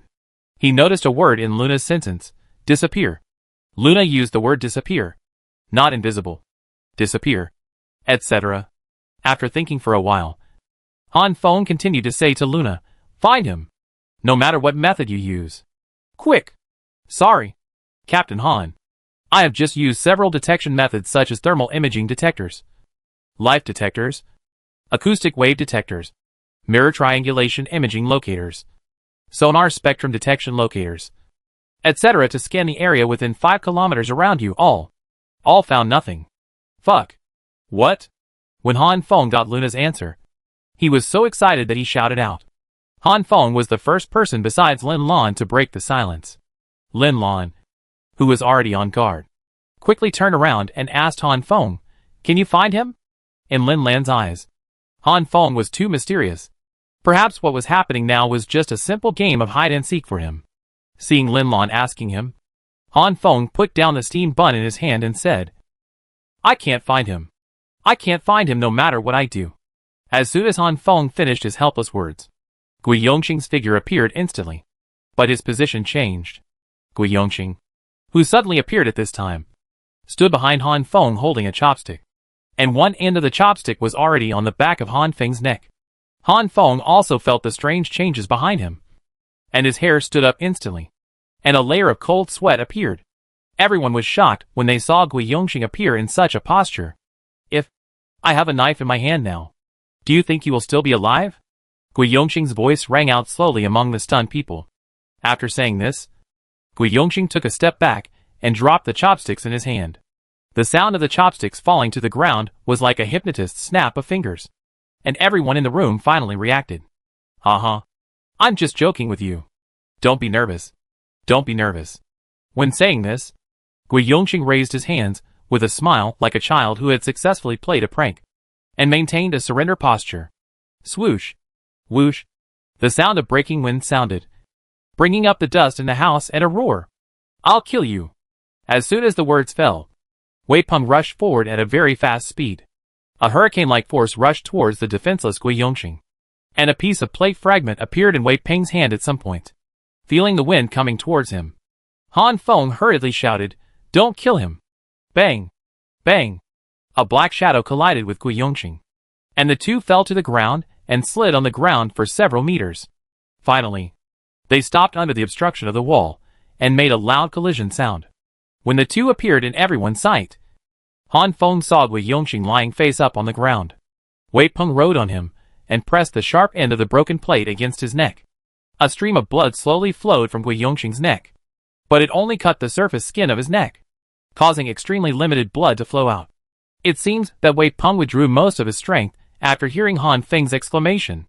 Wei Peng raised his other hand with red eyes, pointed at Gui Yongxing under him and said, if it weren't for what Brother Han said just now, do you think you would still be alive? Just 2 seconds later, Wei Peng returned the same words to Gui Yongxing with action. Let him get up. I believe he doesn't mean to kill me. Han Feng came over and helped Wei Peng up while talking. Gui Yongxing, who was lying on the ground, sat up slowly, checking the wound on his neck while rubbing his arm that had just hit the wall and said, huh. Hiss, it really hurts. Hearing Gui Yongxing's mumbling, Han Feng smiled bitterly and said, well, you wanted to play. Don't blame us. After that, Han Feng stretched out a hand and pretended to pull Gui Yongxing up. It's okay. It's my fault for being too impatient. As he spoke, Gui Yongxing took Han Feng's hand and stood up, patting the dust off his body. Gui Yongxing said, ha. Let's eat. It's a pity to waste a good dish. Everyone sat back down at the table. After eating so voraciously just now, Han Feng was not so hungry anymore. Picking up the steamed bun, he asked, are you an evolver? What is your superpower? So strong. Hearing Han Feng's question, Gui Yongxing said embarrassedly, actually, I don't know what my superpower is now. I just remember that I was very scared when the riot started. The inmates around me mutated one after another. At this point, Gui Yongxing took a deep breath and a trace of fear flashed in his eyes. The scene at that time must have been extremely terrifying, including Han Feng. No one interrupted Gui Yongxing's self-narration, and no one broke the silence at this time. Just quietly looking at Gui Yongxing. The cell was bloody, but the door was locked, so no one could escape. I reacted quickly and hid under the bed, but I knew that death was only a matter of time for me. After saying this, Gui Yongxing took out a cigarette from his pocket and lit it. The hand holding the cigarette trembled slightly. He, who survived the disaster, still had a deep fear of the scene at that time. After exhaling a puff of cigarette, Gui Yongxing continued, under the bed. I closed my eyes. I prayed madly in my heart that they could not see me. No one could find me. When I opened my eyes again, I was the only one alive in the whole cell. When I tried to get up, I found that the bed above seemed to be non-existent, and I couldn't touch it at all. I didn't have time to think about these problems at the time. I was so anxious to escape that I actually went straight through the closed door. After saying these words, Gui Yongxing closed his eyes and took a few deep breaths to try to calm his fear. Then what? Han Feng asked. Then I walked to the place where the key was kept in the cell to take it out. But I didn't expect that I couldn't touch anything. Can you imagine? I was standing in the table. Not on the table. At that time, I was too hurried and anxious. I showed my figure before I completely walked out of the table, resulting in, the clothes didn't have time to leave the table, and they actually grew together with the table. Hearing this, Han Feng couldn't help but interrupt and asked, grow together? Can clothes and tables grow together? Yes, that's right. The corner of the clothes got stuck in the table when I appeared, and it actually grew perfectly together with the table. After saying this, Gui Yongxing probably felt that he didn't explain it clearly. So he said again, let me put it this way. If the chopsticks were in your head just now, when I appeared, the chopsticks would grow in your head. His. After hearing Gui Yongxing say this, everyone present gasped. Han Feng thought to himself, what kind of superpower can be so amazing? With such a skill, can't he kill whoever he wants? Go wherever he wants. He comes and goes without a trace. And even the red alert system can't detect him. Who else in the world can find this missing Gui Yulong? Haha. Don't be too surprised. My ability has some flaws. What flaws? Such a powerful superpower is even cooler than mine. Wei Peng asked when he heard Gui Yongxing say there were flaws. And he was no longer in a tense state.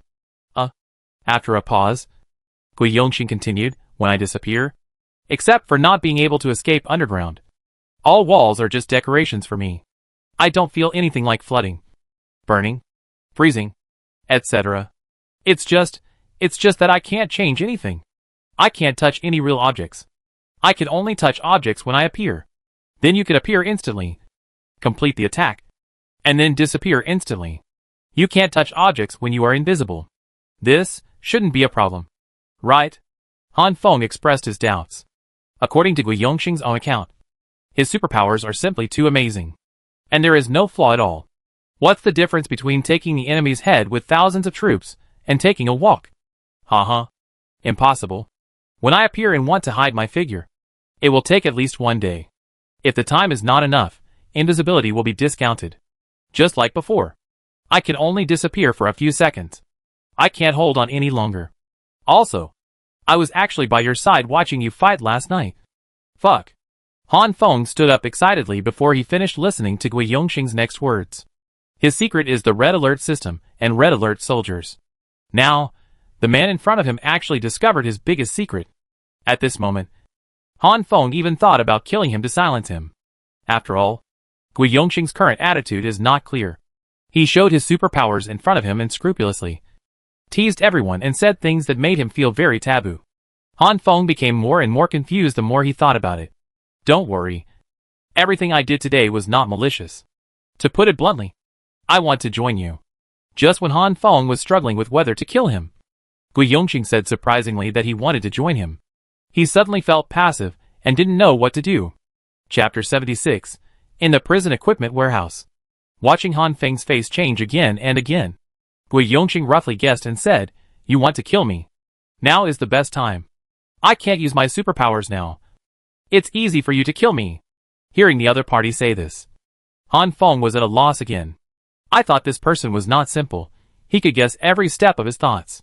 Even though he knew he might die, He still had a faint smile. After Gui Yongxing finished speaking, the surroundings fell into a deathly silence.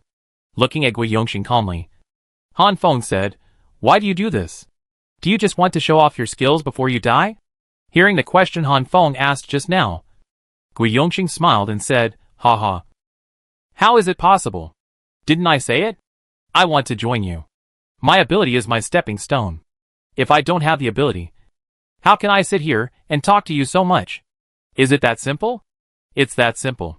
After a simple conversation with Gui Yongxing, Han Feng pondered in his heart, speaking without leaking a drop of water, acting strangely and unpredictably, being able to grasp the loopholes in his heart and survive from the dead. Not simple, not simple. "Okay. Welcome to join." Han Feng, staring at Gui Yongxing, suddenly said, "Brother Han, don't you want to reconsider? I don't like this guy. He looks like he has facial paralysis. Are you sure you want him to join?" The first to stand up and disagree were Wei Yun and Lu Rui. Lin Lan did not express his opinion, but just frowned and wondered what he was thinking. As for Wei Peng, he was curious and only looked at Gui Yongxing, not participating in the affairs of the crowd. "Shh." Han Feng made a gesture to silence and said, "Don't worry. I think only when I agree to let him join, he will tell his real reason. Right?" After clapping his hands twice, Gui Yongxing said, "Ha. Not bad. I really think you are getting more and more interesting." Looking at Gui Yulong in front of him, Han Feng said, "Tell me your reasons. If I am not satisfied with what you said, I have the right to kick you out, because you killed Brother Wei." When saying this, Gui Yongxing put away his smile and replaced it with a serious look on his face. "That's the reason?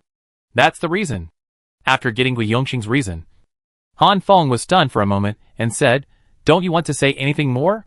With such an answer, you will easily fail."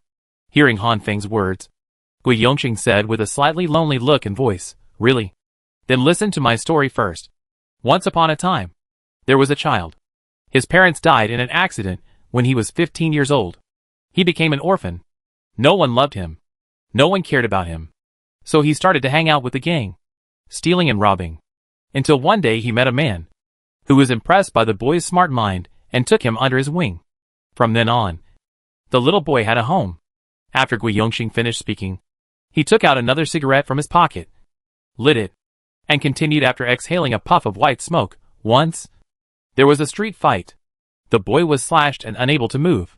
It was this man who stepped forward and took several knives for the boy, saving his life."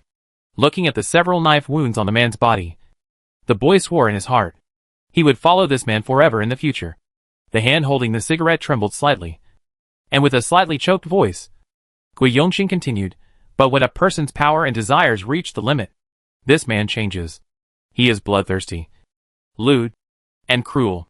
The boy talked to him more than once, but was beaten and kicked out at the end of each time, seeing the man in front of him, who he once swore to follow to death, become what he is now. He swore again that he would personally end this man and then commit suicide. Until, dragging a long tone, Gui Yongxing looked at Han Feng and said again, "Until another person appeared and ended him. This person is you, Han Feng. And the little boy is me. And that man is Brother Wei." Seeing Gui Yongxing's eyes gradually turn red, Han Feng wanted to say something, but in the end, he didn't say anything. "I wanted to kill you more than once, but I held back. Although Brother Wei has changed, I can say that he gave me this life. But when I saw that you could fight for a girl you didn't know, I thought, after all, I was the one who was wrong. Since I can't kill you, then I will stay by your side and protect your foolish justice or humanity. Just treat it as atonement for Brother Wei and myself." After saying the last sentence, Gui Yongxing closed his red eyes, his face revealing struggle, regret, and determination. The ash fell to the ground, without a sound. A few seconds passed, and no one had the heart to destroy the man's mood at the moment. "Welcome to join us. Use your ability to level the injustice we see in the world. Just like you said. Protect our stupid justice and humanity," Han Feng said, and stretched out a hand in front of Gui Yongxing. Gui Yongxing opened his eyes, stared at Han Feng's hand for a long time, and finally stepped forward to hold it tightly. Sorry, brother. I don't know you don't know. Hey. Forget it. Lu Rui, am not good at talking. I will use water instead of wine. I apologize to you. After saying that, Lu Rui picked up a glass of water on the table and drank it all. Ha! Brother Gua. I heard you just now. So, I'll drink it too. I'll drink it. Wei Peng, laughing, imitated Lu Rui and drank the water in the cup. After Lu Rui and Wei Peng drank the water in the cup one after another, Wei Yun also stepped forward and said, Welcome. Welcome. I'll cook a few more dishes. Let's celebrate. It's been a long time since we celebrated, especially with such a powerful person joining us. After speaking, Wei Yun stood up from the table and walked out of the house. What were you doing when the zombies broke out? What were the prison guards doing? With such a big thing happening, where did the guards go? And where did your guns and large quantities of weapons come from? Lin Lan, who had been sitting in her seat and listening, suddenly asked Gui Yongxing. Gui Yongxing was stunned by the sudden question. After squinting his eyes and thinking for a few seconds, he said, Prison guard? I don't know. I didn't see anyone when I came out. Then let me ask you, before the zombie outbreak, were there any strange phenomena? Or abnormalities? When saying this, Lin Lan's voice was obviously a little excited. Abnormal? Hey, I remember. Gui Yongxing, who had been muttering with his head down, suddenly raised his head and continued, It was fine the day before the mutation. We went back to the cell to sleep after finishing our homework at night. But the next day was different. No guard opened the door for us in the morning. And we didn't have breakfast. After saying these words, Gui Yongxing still looked like he was recalling something. After a few seconds, Lin Lan couldn't wait any longer and asked, Anything else? Is there anything abnormal?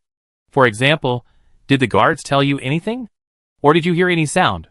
How could there be no sound when so many people were evacuated in one night? Oh, yes. I remembered it when you mentioned the sound. The night before the mutation, the alarm sounded. At that time, it seemed to be 3 or 4 in the morning. We were sleeping soundly at that time, and we thought they were doing an early warning exercise, because they had done this kind of exercise several times before. It's none of our business. So no one cares about it, and goes back to sleep. If you hadn't said it, I would have forgotten it. After listening to Gui Yongxing, Lin Lan slumped in the chair like a deflated ball. The reason was that Gui Yongxing's words confirmed what Lin Lan had speculated at the time. Seeing Lin Lan like this, Han Feng quickly interrupted the topic and asked, By the way, Gui Yongxing, where are your guns and ammunition? So many of them are from. Hearing Han Feng's question, Gui Yulong said first, Please call me Gui Yulong. Okay, Gui Yulong. Then may I ask, where did your weapons and equipment come from? After being corrected by Gui Yongxing again, Han Feng continued to ask. All our weapons were found in a basement. Brother Wei blocked the news, so not many people know about it. Let's go and take a look. After hearing Gui Yongxing say that he knew the location of the equipment depot, Lin Lan didn't care about eating anymore, and got up and pulled Gui Yongxing out. Hey! Wait for me to finish my meal. You. Before Han Feng finished speaking, Lin Lan had already taken Gui Yongxing out. Han Feng turned his head and glanced at everyone in the room and said, Let's go. Following Lin Lan, Han Feng heard what Gui Yongxing said in front of him and knew that the equipment depot was not far from here. As the group was walking on the way, Han Feng paused. What's wrong? Brother Han? Is your wound starting to hurt again? Because Han Feng had a wound and couldn't move easily. Wei Yin followed him. Seeing that he slowed down, he asked with concern. It's okay. Let's go.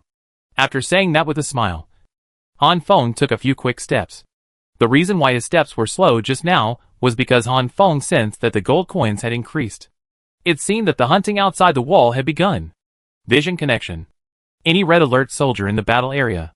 Without a sound, Han Feng issued a vision connection command in his mind, intending to observe the battle situation. Ah! After activating the vision connection, Han Feng's exclamation scared Wei Yun beside him, because Han Feng saw a zombie rushing towards him. Of course, he was safe at this time, and he only saw the vision of the red alert soldier. But he was still scared without being mentally prepared. Hearing Han Feng shout, the people walking in front stopped and looked back. Among them, Lin Lan said, What's wrong? Did the wound burst open? It's okay. I just didn't walk steadily and sprained my ankle. Now it's okay. Be careful. The wound on your body hasn't scabbed yet. I know. Let's go. Let's go! Han Feng laughed with Lin Lan and muddled through what happened just now.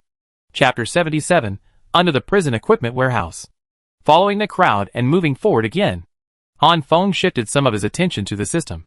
At this time, the number of gold coins was slowly accumulating under the efforts of the Red Alert soldiers of Team 9. Han Feng, who was worried, specially clicked on the soldier details interface. After observing that the people who were temporarily out were not injured, he put his mind at ease. After thinking for a while, Han Feng still told Luna in his mind, Luna, tell them to be careful and shoot when necessary. Okay, Captain Han. I will notify them. After receiving Luna's reply, Han Feng exited the system. A few minutes later, Han Feng and his team finally arrived at the underground equipment warehouse under the leadership of Gui Yongxing. Is this the equipment storehouse you mentioned? Han Feng asked doubtfully, looking at the two dilapidated wooden doors.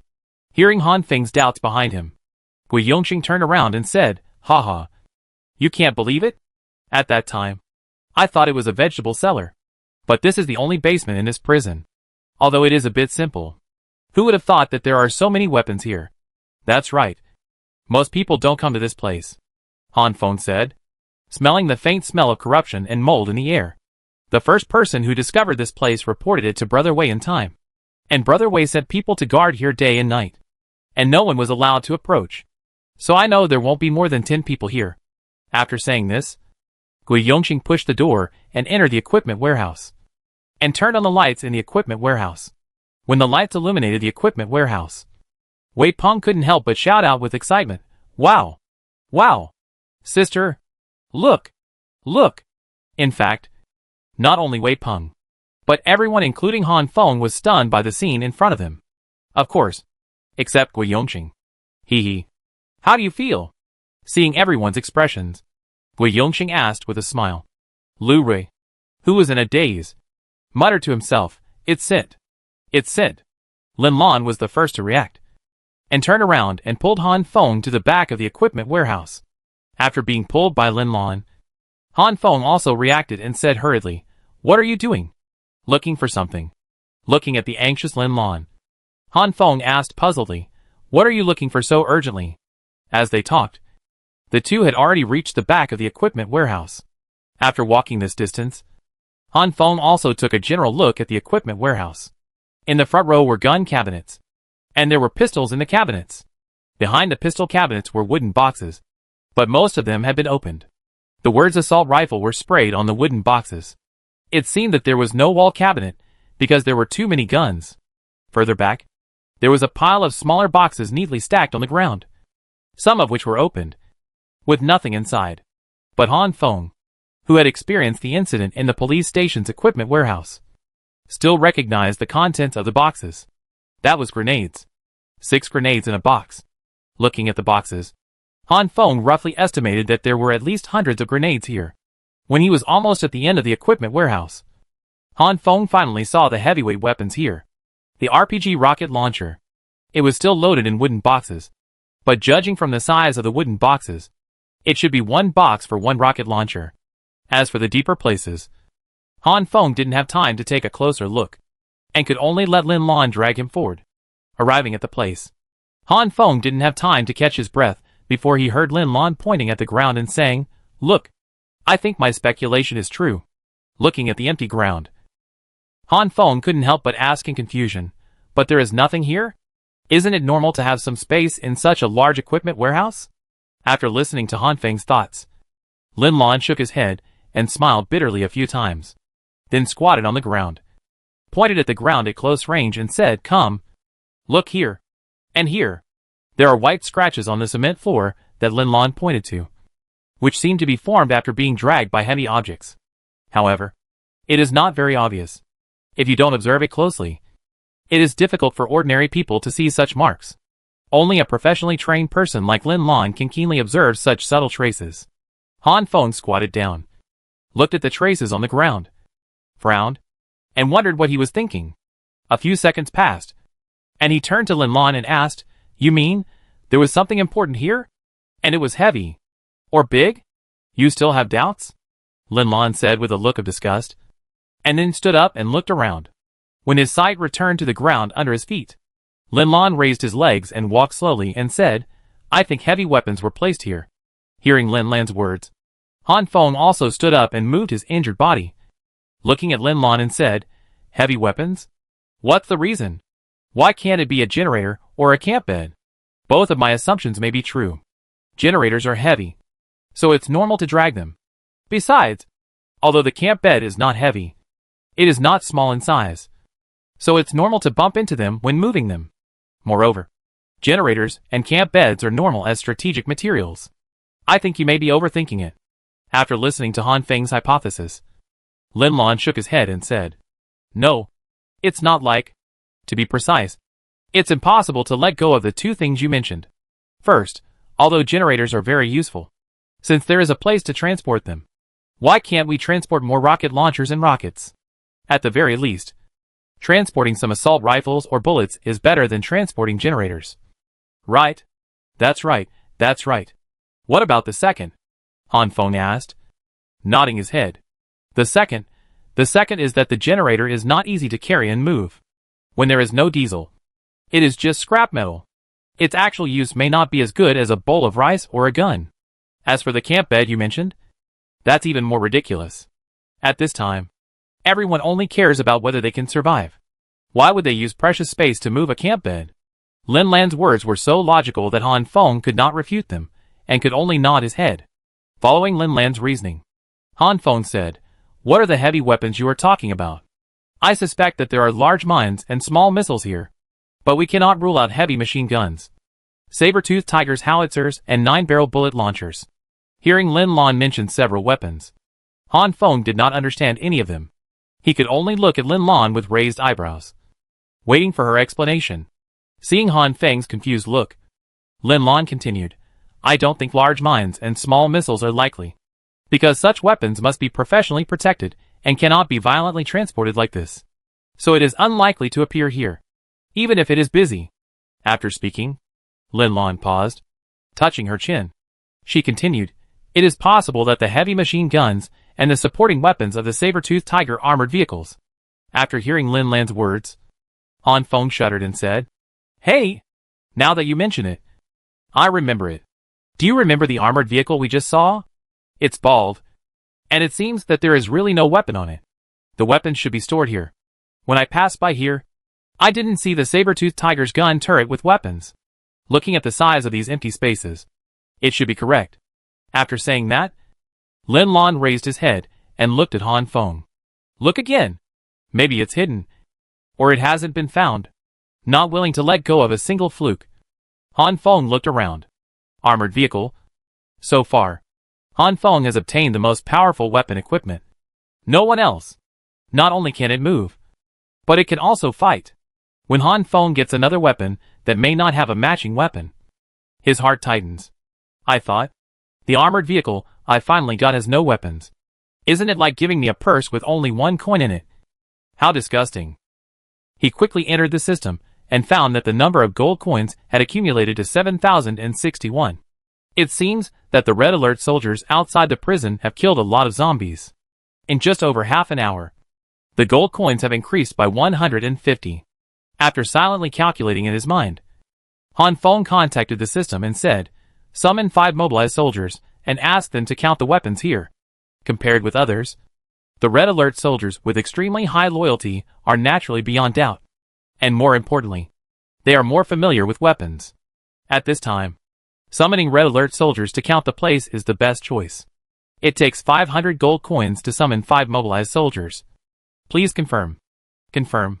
Sensing the decrease of gold coins and the progress bar of summoning mobilized soldiers, Han Feng exited the system. Looking at Lin Lan, who was still in deep thought, Han Feng said, Let's go. Let's go out first. My people will come here to count the place later, and we will find out if there are any supporting weapons for the saber-toothed tiger. Okay. Since there is no point in staying any longer, Lin Lan had to follow Han Feng to the door. Sister, look. I've used this. It's so powerful. Oh my god. Try pointing a gun at me again. Are you looking for trouble? Come on, if you can catch up with me. I promise not to fight back. Before he reached the door, Han Feng heard Lu Rui and Wei Peng joking. Shout Peng. Don't run. Brother Lu, calm down. Haha. You're back. Seeing Han Feng coming out from behind, Gui Yongxing greeted him. As soon as this sentence came out, the people who were running and playing turned their heads and saw Han Feng. Among them, Wei Yun spoke first. Is it over, Brother Han? I can't control these two anymore. They are too noisy. In fact, Han Feng also saw Lu Rui and Wei Peng without Wei Yun saying anything. At this time, they were covered with assault rifles, and all their pockets were bulging. They must have pistols in them. This is understandable. Men have a mysterious hobby for guns, especially Lu Rui. Han Feng, who was his roommate for 4 years, knew that he was a typical gun fan. Before the zombie outbreak, the country strictly controlled guns. Lu Rui couldn't even touch it, let alone see it. Now he was suddenly in a sea of guns, and it was inevitable that he was a little out of control. Chapter 78, Interrogation. Don't play for now. Someone will come to count the weapons and equipment here. Don't worry. You can't run away. Han Feng smiled and said. Then he was the first to walk out of the underground equipment warehouse. When Han Feng led everyone out of the basement, 5 mobilized soldiers had been waiting outside for a long time. Seeing the newly summoned mobilized soldiers, Han Feng said to them, go down and count the equipment. If you find heavy weapons or weapons for armored vehicles, report to me as soon as possible. Yes, Captain Han. The 5 mobilized soldiers saluted together and then walked into the underground equipment room one by one. Gui Yongxing, who was following Han Feng, looked at the 5 mobilized soldiers in front of him, wondering what he was thinking. He hesitated for a moment and finally did not speak. The others were used to these soldiers.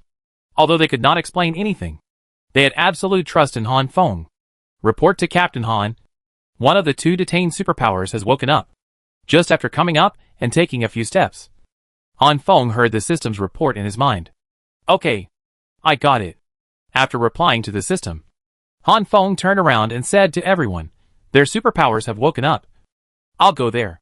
As soon as Han Feng finished speaking, Lin Lan and Gui Yongxing said at the same time, I'll go with you. Okay.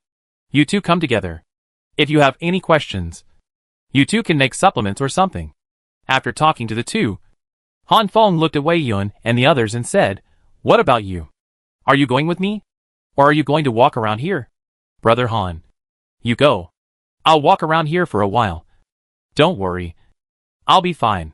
Before Han Feng finished speaking, the excited Wei Peng spoke first, and Lu Rui and Wei Yun on the side also showed that they wanted to get familiar with the terrain in the prison. Looking at Lu Rui and Wei Peng with assault rifles on their bodies, Han Feng was not too worried, especially since Wei Peng was a superpower. After thinking about it, Han Feng said, okay, you should pay more attention to yourselves. After that, Han Feng began to look for Wayne in his mind, wanting to ask him to drive over. A few seconds later, Han Feng suddenly smiled. He forgot that Wayne had been sent out by himself to make money. At this time, in the prison, in addition to a seriously injured American soldier, hey, can you two drive the car over? There is still some distance from them. I am in this state. As he spoke, Han Feng looked at his body covered with bandages. Then wait a moment. After saying this, Lin Lan walked towards the Hummer. Fortunately, the Hummer was parked here, not far away. After a while, Han Feng got in the car. In the car, Han Feng began to think about how to ask them when he saw them. A few minutes later, Han Feng's car stopped in front of the building where the superpowers were detained. After getting off the car, Han Feng said to Lin Lan and Gui Yongxing, let's go and take a look together. I am very curious about their superpowers. Haha. I'm going to meet my former colleagues. I feel very special at the moment, Gui Yongxing said with a smile. But he had his own thoughts in his mind. Go to meet other superpowers and follow Han Feng. The thoughtful Gui Yongxing had already guessed Han Feng's psychology for doing this, which is nothing more than 2 points. First, Han Feng wanted to recruit them, and he wanted to put pressure on them through his behavior. Superpowers in the end times are extremely precious. The more superpowers around you, the greater the chance of survival. Second, let Gui Yongxing never turn back. Since he has joined Han Feng's camp and has been seen by everyone, then he will have no way out in the future, and can only go all the way with Han Feng. Looking at Han Feng's back, Gui Yongxing was a little uneasy. He thought he was very smart, but he was a little afraid at this time. The other party said a few words and locked his future without making a sound. The most passive thing is that he can't do anything yet. But on second thought, he had already decided to follow Han Feng. No matter what he did at this time, he couldn't change his original intention. Thinking of this, Gui Yongxing was relieved. While Gui Yongxing was thinking about these things, Han Feng, who was leading the way, had already approached the door of the detention room. A mobilized soldier opened the door from the inside, and Han Feng entered, followed by Lin Lan and Gui Yongxing. Seeing someone coming to visit, the man sitting on the bed took the lead and said, "Hey, what time is it now? How long have I been unconscious? Don't you want to ask about Brother Wei's condition? After all, he is your good brother." Han Feng asked back without answering the man's question. "Ask him? Haha, I saw him die. And I was not unconscious at that time." Looking at Han Feng's eyes, the man said with a self-deprecating smile. Looking at the man's expression, Han Feng continued to ask, "Do you know why I came to talk to you?" "I know a little, but not much. Ask any questions you have." After saying this, the man noticed Gui Yongxing, who had just entered the door. The joy in his eyes flashed. And then he said, "Xiao Gua? Great. You are still alive? Ha ha. That's right. With your ability you are absolutely safe." Hearing the other party's greeting, Gui Yongxing stepped forward and said, "It was just luck. Luck. Brother Wei is dead. I went to him." A short answer, without too much greetings. After hearing what Gui Yongxing said, Han Feng's mouth corners rose in an arc that was not easy to detect. The man looked at Gui Yongxing, then at Han Feng. He wanted to say something, but didn't say anything in the end. "What's your name?" This was Han Feng's first question. "Duanjiwei." "What's your superpower?" "As long as there is no fatal injury, I can recover in a short time." After Duanjiwei finished speaking, Han Feng walked up to check his wounds. Indeed, some of his small wounds had healed. Several larger wounds had also scabbed over. It looked like he would recover in a short while, because he was hit head-on by a high-explosive grenade a few hours ago. "Where did you get your guns?" Han Feng asked knowingly, just to see if the man in front of him would hide something from him. Duanjiwei was stunned when he heard Han Feng's question. His eyes flickered obviously, and he didn't know what he was thinking. When his eyes met Gui Yongxing's, his body gradually relaxed, as if he had been inspired. "A basement, where there are countless guns and ammunition," Duanjiwei said slowly with his head down, like a prisoner whose last psychological defense line was broken. Han Feng was a little happy about Duanjiwei's attitude at this time. No matter what the reason, if such a secret question can be answered, then the next question will save a lot of difficulty. "Where were you the day before the zombie outbreak? Did you hear or see anything unusual? What were the guards in the prison doing? Tell me everything you know." Just when Han Feng wanted to ask the next question, Lin Lan asked his question first and waited for Duanjiwei's answer.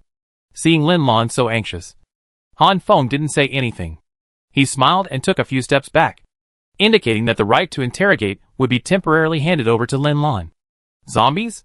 Hee hee. So you call these monsters zombies?" Duanjiwei laughed at first, but when he saw Lin Lan's sharp eyes, he put away his cynical attitude and said seriously, "That night was my night shift. About 4 in the morning, the alarm outside seemed to have sounded. The armed police shouted something like a symbol. Duanjiwei frowned and tried to recall. "Then what?" Lin Lan urged. Then I seemed to hear their squad leader say to drive something. As for the prison guards, they asked me to go back to the cell and close the door." After saying this, Duanjiwei pursed his lips and tried to recall the situation that night. "Oh, right. I remember. At that time, they seemed to say they were going to HS City." "What? HS City? Are you sure?" Hearing Duanjiwei say this, Lin Lan instantly became excited. Duanjiwei was startled by Lin Lan's sudden runaway and said intermittently, I seem to have heard this." "Don't pretend. Be sure." Yes. No. Lin Lan's roar even startled Han Feng. Seeing Lin Lan get angry, Duanjiwei wilted and said with a sad face, I, sister, I was quite sure, but you shouted like that. I really forgot." "Huh?" Lin Lan took a deep breath, calmed her excited mood and continued to ask, "Then what? What happened next?" About half an hour later, I couldn't hear anything. There were also a few curious people who didn't sleep at that time. That's right. He didn't sleep at that time. I told him about the situation at that time. You can ask him, Doomsday said, pointing excitedly at another superpower who was unconscious on the bed. Feeling that he couldn't get anything out of him, Lin Lan stood up, took a glass of water from behind, and poured it directly on the face of the superpower user. The water splashed on the other unconscious man on the bed and woke up slowly. He half opened his eyes and weakly asked Doomsday beside him, Old Duan, where is this? Han Feng saw that the two superpower users were awake and quietly left the room. Anyway, his goal had been achieved.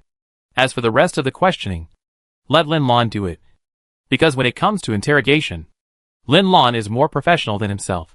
When he came outside, Han Feng took out a cigarette and lit it. Looking into the distance, he exhaled a puff of white mist and silently said, Vision connection. The target of the vision connection is American soldier Wayne. From his vision, Han Feng can clearly see the plot of the battle. Duh. The fierce gunshots rang in Han Feng's ears. Looking at the large number of zombies in his vision, Han Feng didn't say anything. Wayne felt that Han Feng was watching the battle through him at this time. And then reported, Report to Captain Han. American Soldier 0001, Wayne, is commanding the battle. Please give instructions. Chapter 79, Zombies. Evolution. How is the situation? No casualties? Han Feng asked.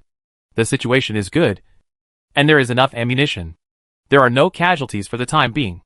Please rest assured. Captain Han. After hearing Wayne's answer, Han Feng felt a little surprised. Because Wayne's speech and behavior style are different from before. To be precise, he is more like a normal human being. That's good. You continue to fight.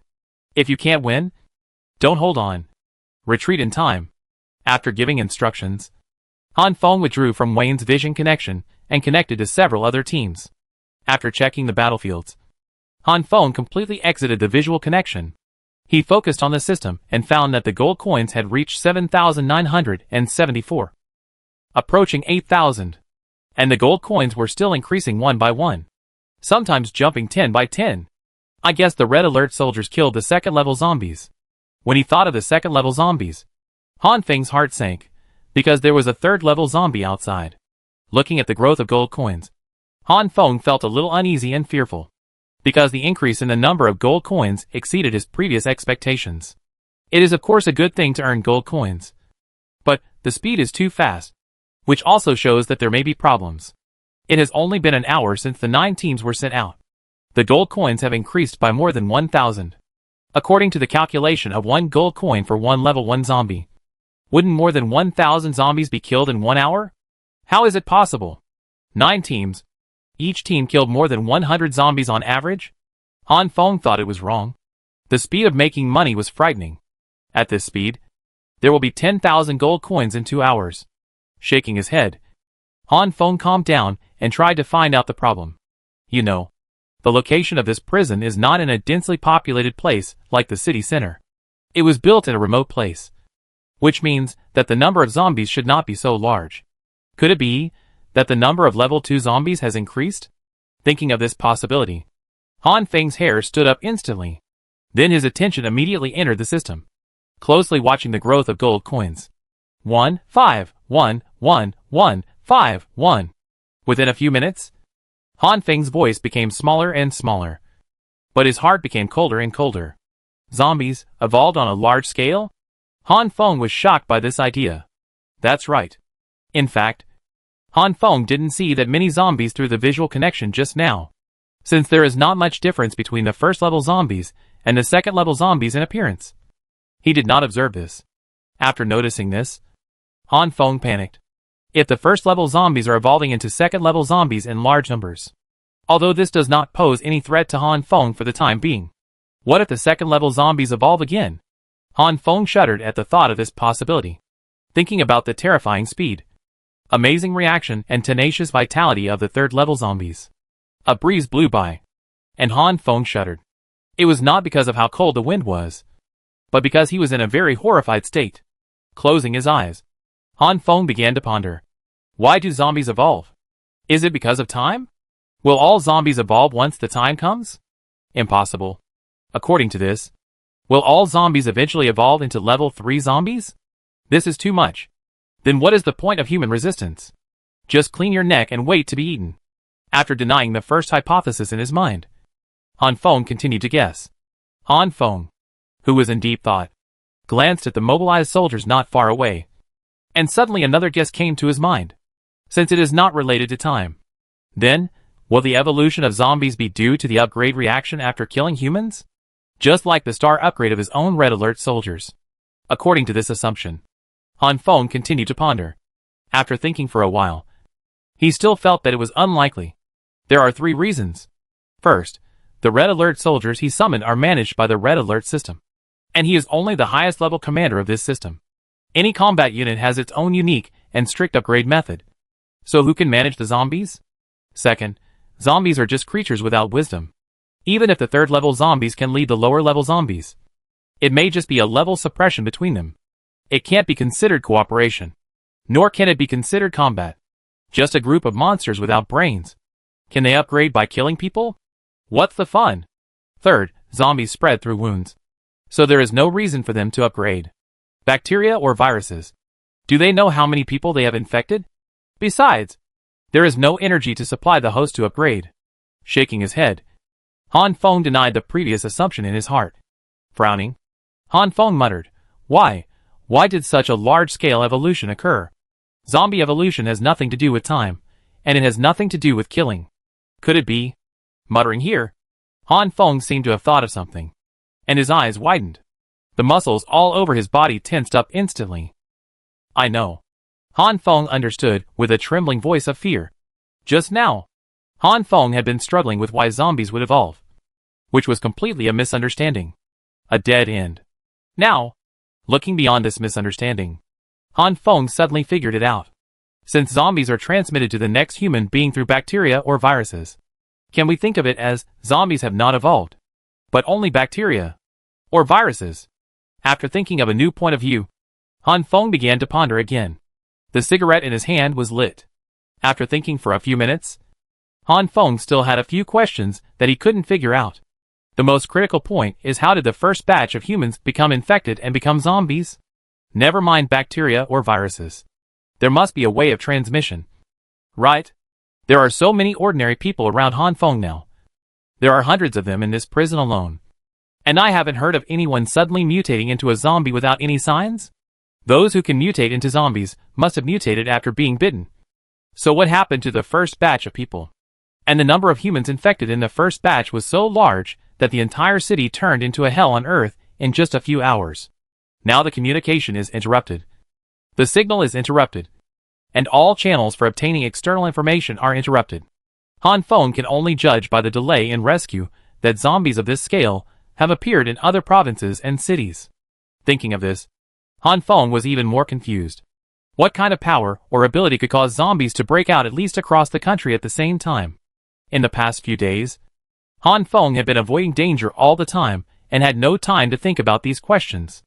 And now he is in a temporarily absolutely safe area, with plenty of time to think about problems that he had not thought of or ignored before. As the cigarettes burned out, Han Feng's doubts became more and more serious. Before he could figure out the previous question, Han Feng remembered a strange thing before. When he summoned American soldier Wayne, the villa was being attacked by more than 50 zombies. When I met Lin Lan at the police station, there were countless zombies attacking downstairs of the police station. Later, hundreds of thousands of zombies attacked the villa, forcing Han Feng to move. Let's put aside the third attack, which was due to the guidance of the 3rd level zombie. So what happened to the first 2 attacks? Zombies don't know pain or tiredness. They only know to bite living people constantly. How did they know and form a team to attack? After thinking about it carefully, Han Feng didn't find any possibility that could expose the villa. Looking back at the 3rd level zombie, how did it find this place? It seems that only by building a combat laboratory can we study the origin and spread of zombies. No matter how hard I think, I can't figure it out. After building the combat lab, I can not only report on the zombies, but also explain my superpowers. Building the combat lab is urgent. I can't delay it any longer. Alas, Han Feng sighed after leaving behind the umpteenth cigarette, but, to this day, my superpowers are still a mystery. I only know that a layer of blue fluorescence will appear when I use my superpowers. But I don't know anything else. I don't have obvious superpower characteristics like others. And there are level 3 zombies. When Han Feng thought that the level 3 zombies were still at large, he felt a little uncomfortable, because he was worried whether the prison's defense measures could effectively resist the invasion of level 3 zombies. Han Feng raised his head and looked into the distance. A series of clueless questions in his mind troubled him. Retracting his gaze, Han Feng rubbed his hair and stopped thinking. Taking out his mobile phone, Han Feng saw that the time was around 4 o'clock in the afternoon, and the signal was still empty. Calculating the time, Lin Lan had been interrogating for more than half an hour. Han Feng, who was standing outside the door, gently pushed open the door. As expected, Lin Lan was still interrogating.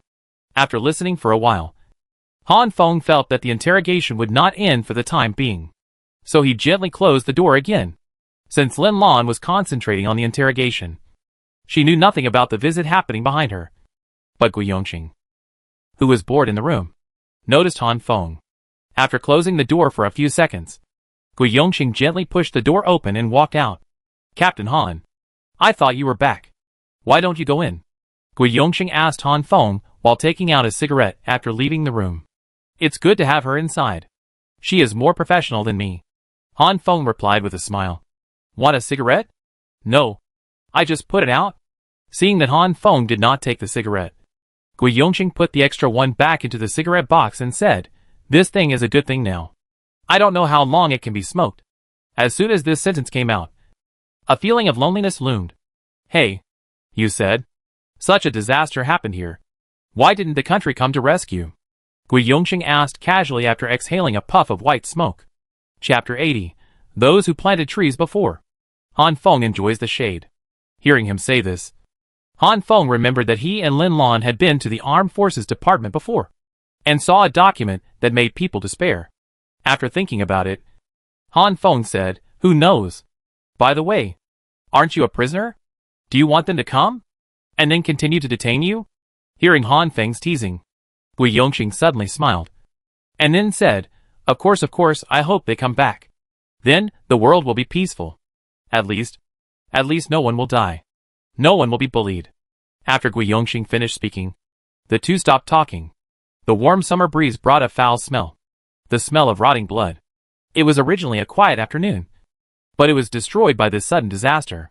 Closing his eyes, Han Feng felt the faint smell of tobacco and sourness in the air, and his heart was filled with sadness. I'm a little tired. I'll go back and rest first. Wait until she finishes the interrogation. Or if there is anything, you can call me again. After saying that, Han Feng turned and walked away. Behind him, Gui Yongqing's voice came. Where are you going? Han Feng didn't look back, but just waved his hand. After leaving the building, Han Feng felt the sunshine, as if the wound on his body didn't hurt so much. Luna, had the people in the square dispersed? When she woke up, Luna told her that there were hundreds of survivors gathered in the square, but she didn't have time to deal with them. Several hours have passed, and Han Feng suddenly remembered this and asked, Report to Captain Han. They have dispersed. Without your deployment, the Red Alert soldiers, who were previously responsible for maintaining the square, and the remaining slightly injured Red Alert soldiers are now assigned by the system to patrol, protect and other tasks. After hearing Luna's reply, Han Feng immediately cried out that he had made a mistake. He had just obtained the prison, a solid fortress, but he didn't arrange anyone to patrol and guard. How is it now? How is the prison running? Are there enough Red Alert soldiers? Thinking of the seriousness of the problem, Han Feng couldn't help but ask nervously. Don't worry, Captain Han. Everything is going well in the prison now, and it's running smoothly. As for manpower, it's a little tight. In the huge prison, there is only one police dog and 12 slightly injured Red Alert soldiers to maintain it. At the end, Luna's voice was a little awkward. It sounds like Guan Ha Feng is asking for someone. With a bitter look on his face, Han Feng's attention turned to the system. The current number of gold coins is 8235, less than 300 more than an hour ago. Looking at the gold coins that continue to increase steadily, Han Feng thought for a while and said, Summon 7 mobilized soldiers. Let them patrol and guard more. And let the injured mobilized soldiers come back to rest more. After a pause, Han Feng suddenly thought of something and asked Luna, "Oh, I almost forgot. What if they are injured? There is no military doctor option in the summon list. So who will treat them if they are injured? This question is very critical. The injured Red Alert soldiers will affect the speed of advancement, combat capability, and a series of other issues. If no one treats them." Listening to Han Feng's anxious words, Luna couldn't help but secretly said, "Don't worry, Captain Holland. They have been bandaged, and their recovery speed will be faster than ordinary people. As long as there is no fatal injury, they will slowly get better." After Luna finished speaking, Han Feng was stunned. Then he asked excitedly, "Bandaged? Who bandaged them?" "Themselves." "Oh my god! They can treat themselves? And where do they get their medicine?" "Any Red Alert soldier knows basic field bandages, so they can better serve the commander. As for the medicine you mentioned, there are medicines in the spoils confiscated from Brother Wei." After a few brief conversations with Luna, Han Feng was even more confused, thinking what happened to him during the few hours he was unconscious. Brother Wei's spoils? How come I don't know? Han Feng asked in confusion after reacting.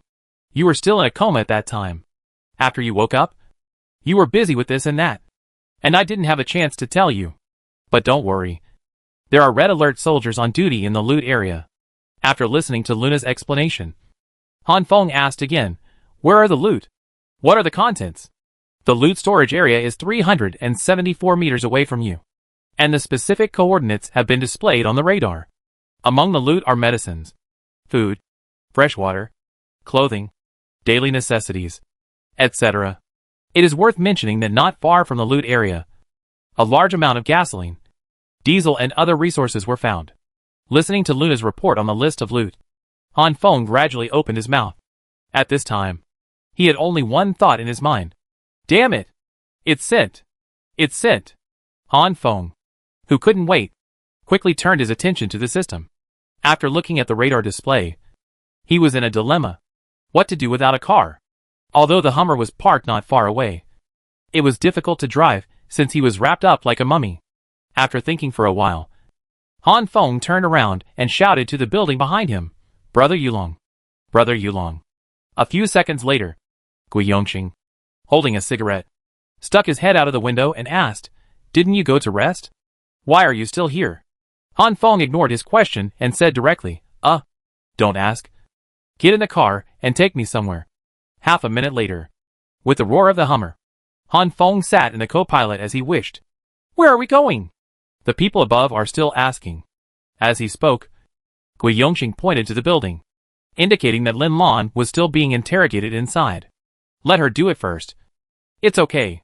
By the way, do you know where the things Brother Wei collected before are?" Han Feng asked. Hearing Han Feng's question, Gui Yongqing was stunned for a moment, then said, "I know. Shall we go there now?" "Yes. Let's go and take a look now." Okay, after saying that, Gui Yongqing stepped on the accelerator and drove towards the place marked by the radar. A few minutes later, with the sound of the Hummer braking, Han Feng and his team arrived. As soon as he got off the car, Han Feng saw places that looked like warehouses. In front of the warehouse, with the door tightly closed, several mobilized soldiers were guarding here. This is their garage. There used to be commuter cars, explosion-proof cars, etc. in it. By the way, there are also several scrap police cars. Before Han Feng asked, Gui Yongqing first told him the purpose of this place. After listening to Gui Yongqing's words, Han Feng looked back at these warehouses. Don't say it. It's really a garage, because he saw numbers like 1, 2, and 3 on the door. Looking at the door beam in front of him that was as high as the second floor, Han Feng asked in surprise, "My God, there is such a big garage? Commuter cars are several times larger than buses, and ordinary garages can't fit them at all. Explosion-proof cars are much wider than ordinary cars. So it is not surprising to build such a garage. There are many good things in it. Let's go in and take a look." Listening to Gui Yongqing's explanation beside him, Han Feng raised his legs and walked towards the garage. When he got closer, several mobilized soldiers came forward and opened the door together. "Wow!" 2 seconds after opening the door, Han Feng shouted with surprise. Seeing Han Feng's obsessed look, Gui Yongqing smiled and said, There are a lot of good things." Han Feng didn't care about Gui Yongqing at all, and raised his legs and walked quickly into the garage. The speed of the sprint was so fast that Gui Yongxing thought Han Feng's injuries were healed. Han Feng was overwhelmed by the great joy at this time. He kept grinning at the large amount of supplies in front of him. Since the garages were connected internally, and there were no partitions, Han Feng could see piles of supplies everywhere. There were roughly hundreds of bottled water alone. They were neatly stacked in layers in a corner of the garage. And the height alone was twice as high as Han Feng. Tissue paper, shampoo, shower gel, towels, etc. were all stacked together in boxes. Is it all here? Han Feng suddenly turned around and asked Gui Yongxing. Startled by Han Feng's sudden turn, Gui Yongxing said after a few seconds of reaction, "It's all here." "That's good. That's good." At this time, Han Feng spoke with the look of a landlord who guarded his wealth, fearing that he would miss something. Afterwards, Han Feng walked in these connected garages, talking to himself and laughing from time to time. Gui Yongxing accompanied Han Feng and explained what supplies were in the places Han Feng passed by. "Report to Captain Han. Lu Run is looking for you now." Just as Han Feng was swimming in the ocean of resources, Luna's report came to his mind. After thinking for a while, Han Feng replied to Luna, "Let him wait a while. Just say that the leader is still busy now, and see him after dinner." "Okay, Captain Han." After receiving Han Feng's instructions, Luna asked a mobilized soldier beside Lu Run to convey the message. After talking to Luna, Han Feng turned his attention to reality again. At this time, he had already visited these garages, and was no longer as excited as he was at the beginning. Taking out his mobile phone to check the time, Han Feng was a little surprised and said to Gui Yongxing, "Oh my god! I have been here for more than 20 minutes? Haha. This place is very big. What you see now is just a part of the resources that Brother Wei collected at the beginning." Listening to Gui Yongxing's words, does it mean that there are other resources that he hasn't seen? What else? Where? Since he was already here, Han Feng decided to look at all the resources first. Seeing Han Feng's heart starting to turn red again, Gui Yongxing smiled and said, "Let's go. I'll take you there. But you have to be mentally prepared." Gui Yongxing gave Han Feng a meaningful smile, which made Han Feng a little confused, and then said, "What is it? So mysterious?" "Gasoline. A lot of gasoline. You have never seen so much gasoline in your life." After listening to Gui Yongxing, Han Feng suddenly remembered that Luna had told him before that there were various fuel resources here. Han Feng walked to the car and said, "Oh, yes. Gasoline." Chapter 81, Fuel. A few minutes later, Gui Yongxing drove Han Feng to another place. The first thing that caught his eye was two buildings that were far apart. In the open space between the two, there were tankers of different sizes parked. After the car stopped, Han Feng slowly got out of the car. After what happened just now, Han Feng's face was a little embarrassed. He thought to himself that these things were mine anyway. Why was he in such a hurry? After getting off the car, Han Feng looked at the tankers in front of him. These tankers were large and small, with a total of 5. Han Feng raised his leg and walked directly towards the largest tanker. A big explosion word was posted in the middle of the tank, which immediately dispelled Han Feng's idea of smoking to calm his mood. On the tank, it is marked as gasoline. It also says that the capacity is 10 cubic meters, which is the capacity of the largest tanker. Converted into gasoline, it is about 7 tons, about 9,653 liters. The others are 5 ton, 2 ton, 3 ton and other smaller tankers. There are gasoline and diesel, etc. These days, Brother Wei pays great attention to collecting these fuel resources. The fuel here, I guess it can fill a gas station, Gui Yongxing said, touching his chin. After listening to Gui Yongxing, Han Feng asked again, "Where do these tankers come from?" "I don't know this either. It should be from the gas station." "Right. After all, there are tankers entering the city every day to supply various gas stations." After listening to Gui Yongxing's explanation, Han Feng nodded. Suddenly, Gui Yongxing seemed to have thought of something and said to Han Feng, "By the way, these tankers may not be fully loaded." Hearing Gui Yongxing's words, Han Feng turned around and looked at him and said, "This is simple. Just check it out." But, at this point, Han Feng looked at the bandages on his body and looked up at Gui Yongxing again. "Okay, I'll go up and check it out." Gui Yongxing understood what Han Feng meant in seconds. Now Han Feng was covered in injuries. so he had to do this task of climbing up and down by himself. When Gui Yongxing climbed onto the largest tanker, Han Feng's voice came from under the car. Brother Yulong, please be careful. Gui Yongxing replied while twisting the lid on the tanker. Okay. I know. Full. Ha ha. This largest tanker is full. After a while, Gui Yongxing's voice came from the tanker. Good. Han Feng was also very happy to hear this news. That's 7 tons of gasoline. In this Doomsday, the value of this car is really inestimable. After getting off the tanker, Gui Yongxing did not stop. Instead, he went straight to a tanker next to him and did some more exploration. This tanker, more than half, also gasoline.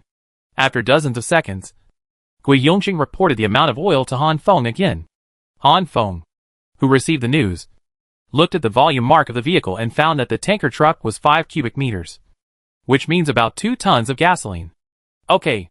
The next one. A few minutes later, Gui Yongxing checked all the tankers. The result was about 13 tons of gasoline and about 8 tons of diesel. Looking at the tanker truck in front of him, Han Feng was filled with joy. After thinking about it, Han Feng was a little worried, and then said to Luna in his mind, summon 3 mobilized soldiers. No, summon 5. Confirm. Let them stay here and be sure to protect the safety of these vehicles and fuel. Once unauthorized personnel are found approaching, they will be expelled immediately. Those who disobey will be shot on the spot. For these fuel resources, Han Feng issued the most stringent order since he had the red alert system. Yes, Captain Han. Perhaps Luna felt the importance in Han Feng's heart, so her answer was particularly sonorous. Looking at the important resources in front of him, Han Feng frowned and thought carefully. After confirming that there was nothing missing, he said to Gui Yongxing beside him, Let's go. Where else are we going? Gui Yongxing asked as he walked towards the Hummer.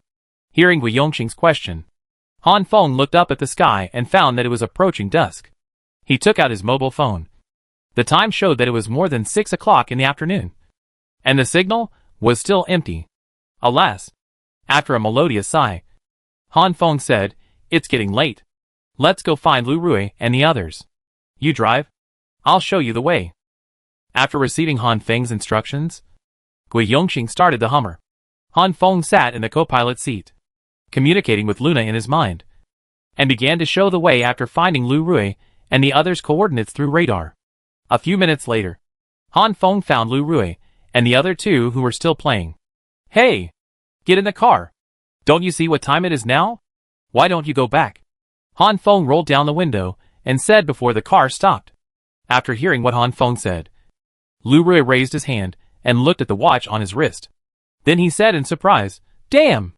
It's almost 6:30? Time flies so fast. Hearing Lu Rui shout, Wei Yan also said anxiously, Why didn't you say it earlier? I have to go back and cook. Looking at his anxious sister, Wei Peng stood there blankly holding an assault rifle, not knowing what to say. After Lu Rui and the other 2 got on the Hummer, Han Feng said to Gui Yongxing, Let's go back to find Lin Lan. The interrogation should be over by now. Right? Okay, Gui Yongxing replied to Han Feng, and drove back. After a while, the Hummer stopped in front of the building where Lin Lan was. After getting off the car, Han Feng said, You guys go ahead. I'll go see Lin Lan. After that, Han Feng walked into the building alone, while Wei Yan pulled Gui Yongxing to ask where the vegetables and kitchen were. After going upstairs, Han Feng saw that the door of the room where the superpowers were detained was still closed. After pushing the door open quietly, Han Feng saw Lin Lan still interrogating. Feeling the door open, Lin Lan turned around and saw Han Feng and said, It's almost done. It will be ready soon. Hearing Lin Lan say this, Han Feng replied, It's okay. You ask your questions. Then he closed the door. Standing in the corridor, Han Feng took out a cigarette, lit it, and leaned against the wall. Feeling a moment of tranquility, Han Feng turned his attention to the system. At this time, the number of gold coins is 8,556. Han Feng thought that if he had not summoned 5 mobilized soldiers before, the current gold coins should be more than 9,000. After checking the gold coins, Han Feng said softly, Vision connected. Target Wayne. Okay. Captain Han. Connecting. After Luna finished speaking, the scene in front of Han Feng turned. Looking at the deserted streets, Han Feng knew that Wayne's team had almost cleared the nearby zombies. Feeling the arrival of Han Feng's consciousness, Wayne reported, "Captain Han, there have been no zombies for more than 10 minutes. Thank you for your hard work. Are there any casualties? Is there enough ammunition?" Following Wayne's report, Han Feng asked 2 more questions. "Report to Captain Han. No casualties have occurred for the time being. The ammunition usage rate exceeds 70%. And we are about to face a shortage of ammunition." Wayne said, "Well, it's getting late. You guys should come back. And be careful." After giving a warning, Han Feng changed the vision connection several times.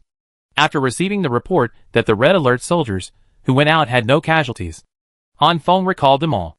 Less than 1,500 gold coins. Han Feng muttered softly after finishing smoking. Stepping on the cigarette butt, Han Feng thought, these gold coins can be accumulated quickly.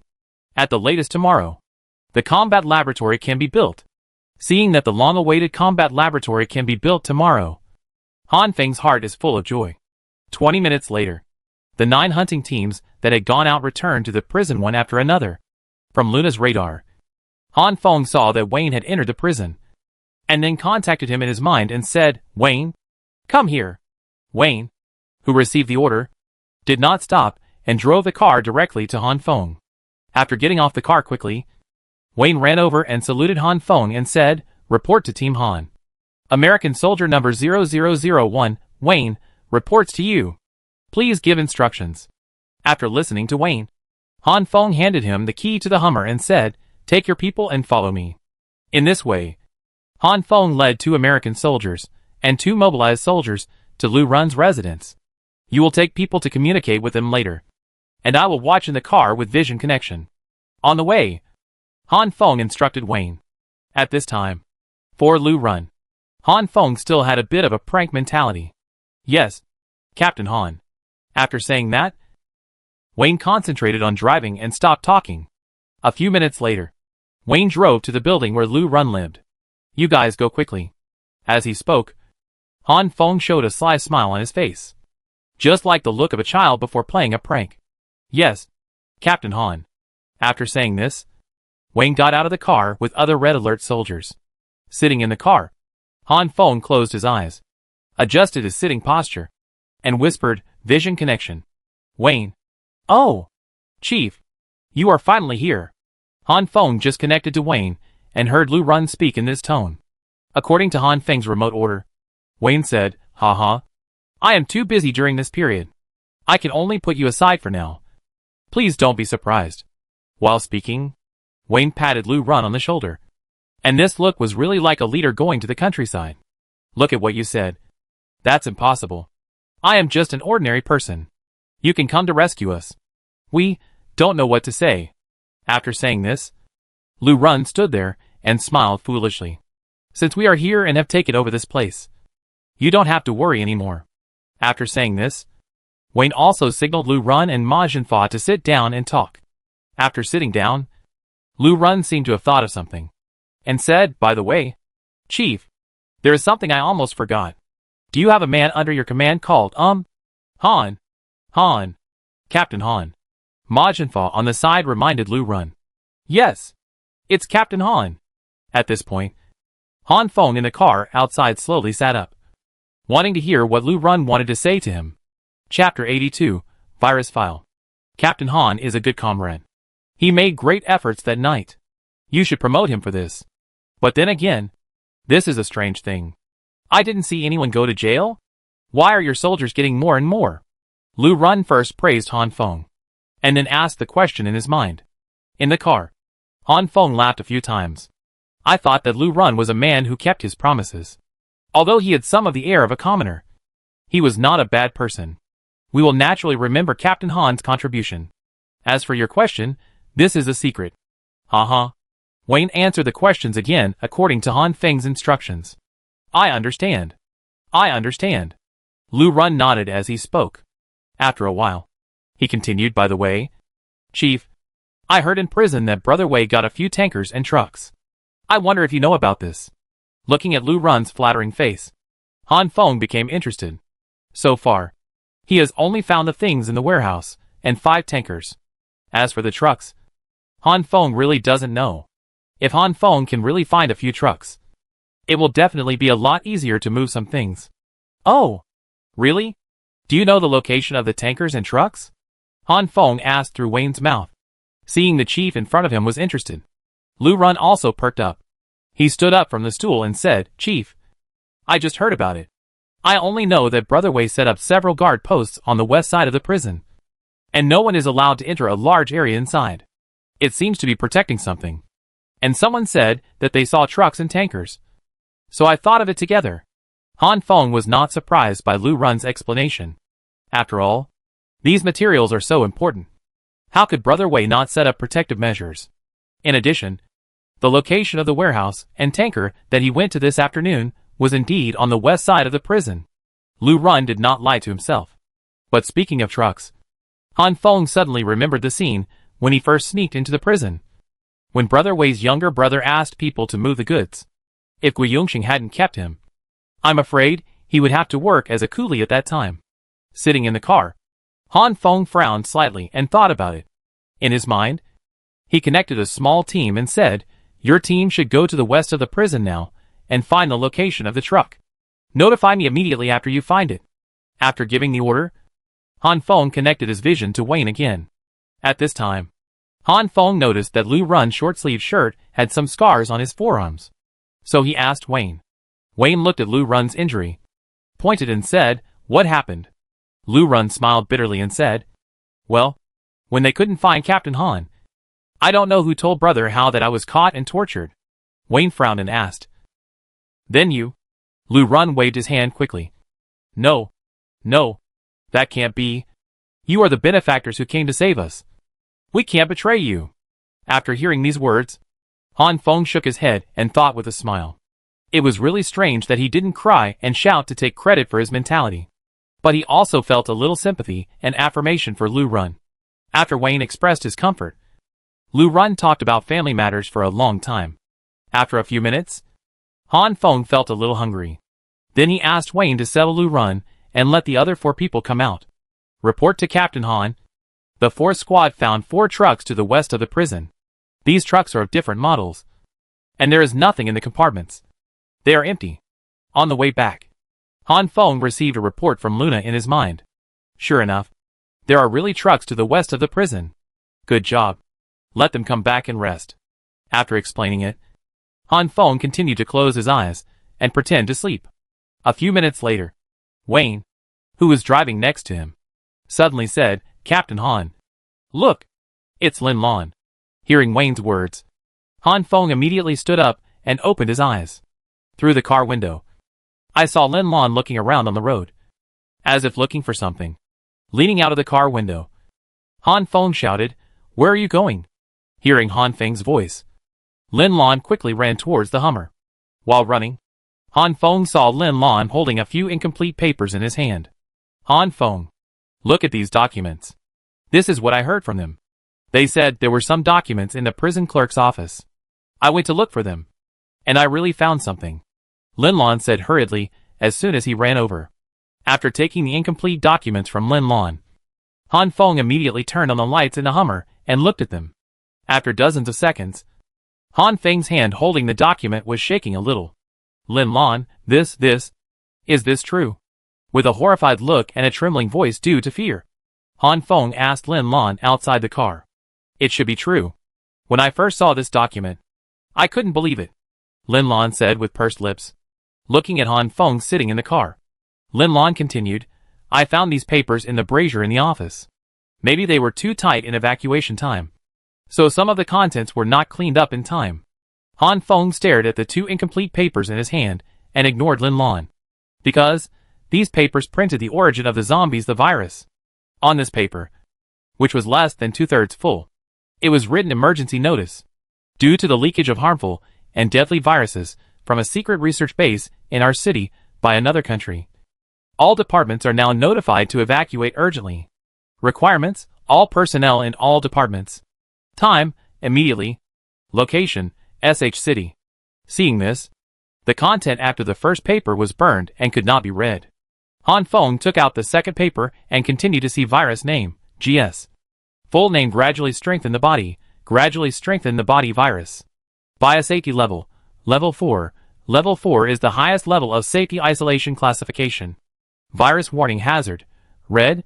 Red warning is the highest level of virus warning. Transmission route, multiple. Air transmission, contact transmission, blood transmission, sexual transmission, human-animal transmission, etc. are not excluded. Expert advice: use a sterile mask to isolate the face and quickly evacuate the danger zone. Virus structure morphology belongs to the filoviridae family, with a length of 470 nanometers. When it comes to the most critical virus structure morphology, the content is disconnected again, and the following content is burned. Do you know what biosafety level 4 is? Do you know what a red virus warning means? Seeing Han Feng finish reading the incomplete document in his hand, Lin Lan asked. Hearing Lin Lan's question, Han Feng instinctively looked at Lin Lan and shook his head. Lin Lan smiled bitterly, then said, "The biosafety level is determined according to the different degrees of biological hazards. Level 4 represents the highest level of hazard for this virus. It is extremely aggressive and contagious, and there is no effective control and treatment methods such as vaccine yet." Looking at Han Feng's helpless look, Lin Lan gritted his teeth and said another frightening word. The virus red alert represents that the virus has reached the point where it cannot be controlled or is uncontrollable. After hearing what Lin Lan said, Han Feng broke out in a cold sweat, forcibly controlling his emotions. Han Feng asked, "Then, is there really no way?" "I don't know. And you can see that the part of the virus structure was also burned. And the structure of these viruses can't be seen at all. Besides, even if there is a complete virus structure now, I can't understand it. I'm just an instructor, not a medical expert." Looking at Han Feng for a long time without speaking, Lin Lan frowned and said, "The Black Death, plague bacteria, that made people terrified before. The biosafety level is only level 3. This virus is now the same as the Ebola virus. Both are level 4. Alas." Lin Lan's tone revealed deep helplessness at the end. After a while, Han Feng came back to his senses and quickly contacted Luna in his mind. "Luna, can we use this incomplete document to identify what kind of virus this is? Can the red alert system develop a vaccine? Can it be cured?" Han Feng was also anxious and asked several questions in a row. "I hope that the system can answer or piece together the other contents of this incomplete document. I'm sorry, Captain Han. The system can only do preliminary testing now, and cannot research vaccines or cures. Nor can this document be pieced together completely. Ask the Han team to build a combat laboratory. Maybe we can research something." Hearing Luna's apologetic tone, Han Feng also knew that he was a little anxious. So he said in a comforting tone, "It's okay. Don't blame you. Maybe these problems will be solved after the combat laboratory is built." When exiting the system, Han Feng also deliberately observed the number of gold coins. 8,975 pieces. Almost. The combat laboratory will be built soon. When the number of gold coins reaches 10,000, the combat laboratory will be built immediately. Han Feng thought to himself. Hey! Are you okay?" Seeing Han Feng in a daze for a long time, Lin Lan thought that Han Feng could not bear such stimulation.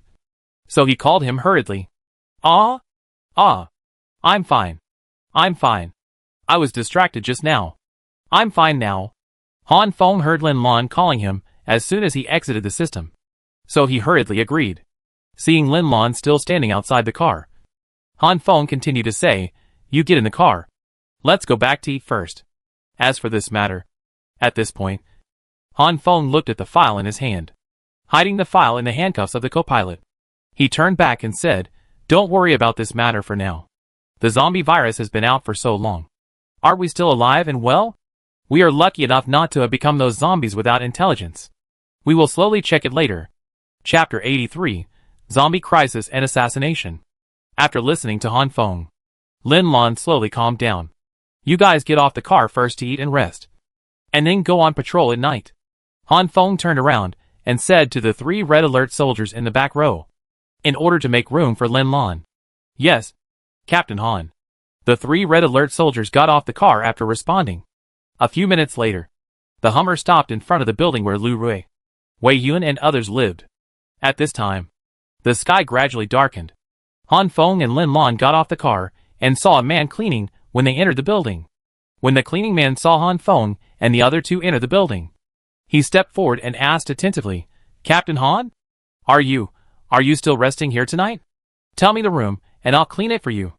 That way you can live comfortably. Right?"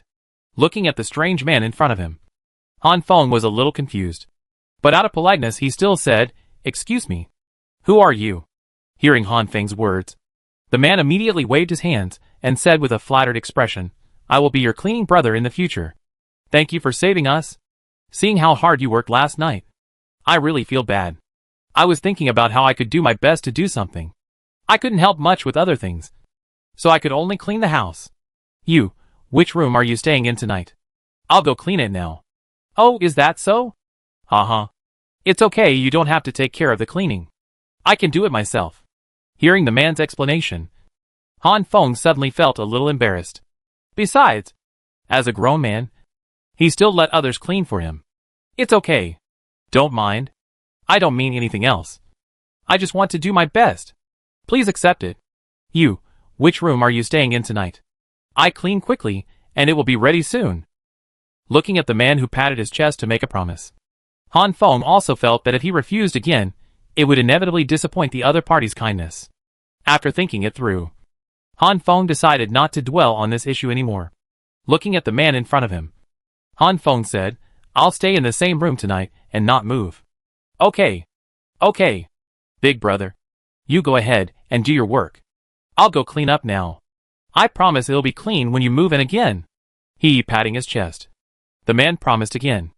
After saying that, the younger brother went into Han Feng's room with a mop, rag and other sanitary ware.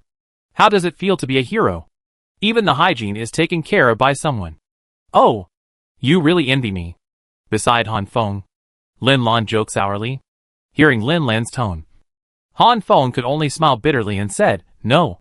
Maybe they were oppressed too much. Now that I have pulled them out of the darkness, it is reasonable for them to be grateful to me." Looking at Lin Lan, Han Feng continued, "Look at me. I can't even walk properly. It's reasonable to have someone to help me clean up." Showing off his bandages, Han Feng curled his hands into the shape of a pharaoh, pretending to be a mummy. "Haha. I should have wrapped your mouth at the beginning. It would be more like it this way. Haha." Lin Lan was amused by Han Feng's appearance, and didn't forget to make a few more jokes. "I won't chat with you anymore. I'm hungry. I don't know what Wei Yun is going to cook tonight." Licking his lips, Han Feng walked away and looked for Wei Yun according to the radar mark in his mind. Han Feng might be hungry during dinner. He ate a lot, and the steamed rice by Wei Yun was almost not enough. Wei Peng was amazed at his appetite. Even Lu Rui laughed and scolded, "Are you the patient or am I the patient? You eat more than me?" This sentence caused everyone to laugh. Just like that, a wonderful dinner ended happily. In the evening, by the window in the corridor, Han Feng was enjoying the evening breeze and smoking. "Han Feng, do you think our superpowers are caused by this virus?" Just as Han Feng was enjoying the night view, Lin Lan's voice came from behind him. It seems that Lin Lan is still obsessed with this virus. Turning around, Han Feng comforted Lin Lan, "Don't think about it. We are lucky to be alive. I never thought that I could be a hero who saves others. And I never thought that I would have superpowers one day." After laughing at himself, Han Feng continued, "If it is true as you said, my superpowers are caused by the virus. I am very glad that I did not become such a monster. And I am also very glad that I can bring a ray of light to others in such a world." After saying this, Han Feng's eyes drifted away again. "I really envy you for having such an optimistic attitude. I'm different. I need to solve too many puzzles." As soon as the voice fell, Lin Lan lit a cigarette and smoked with Han Feng. The two chatted casually until half an hour later. Han Feng felt a little sleepy, so he ended the conversation. After returning to the room, Han Feng sat on the bed and said to Luna, "Tonight, let's leave fewer red alert soldiers on patrol. They have been tired for so long. Let them rest more." "Okay, Captain Han. You take a rest. I'll take care of these things." Hearing Luna say this, Han Feng was relieved. At this moment, he was extremely grateful that the system had such a good liaison, which really saved him a lot of energy. Before going to bed, Han Feng checked everything around him on the radar. After finding nothing abnormal, He covered himself with a quilt and fell asleep.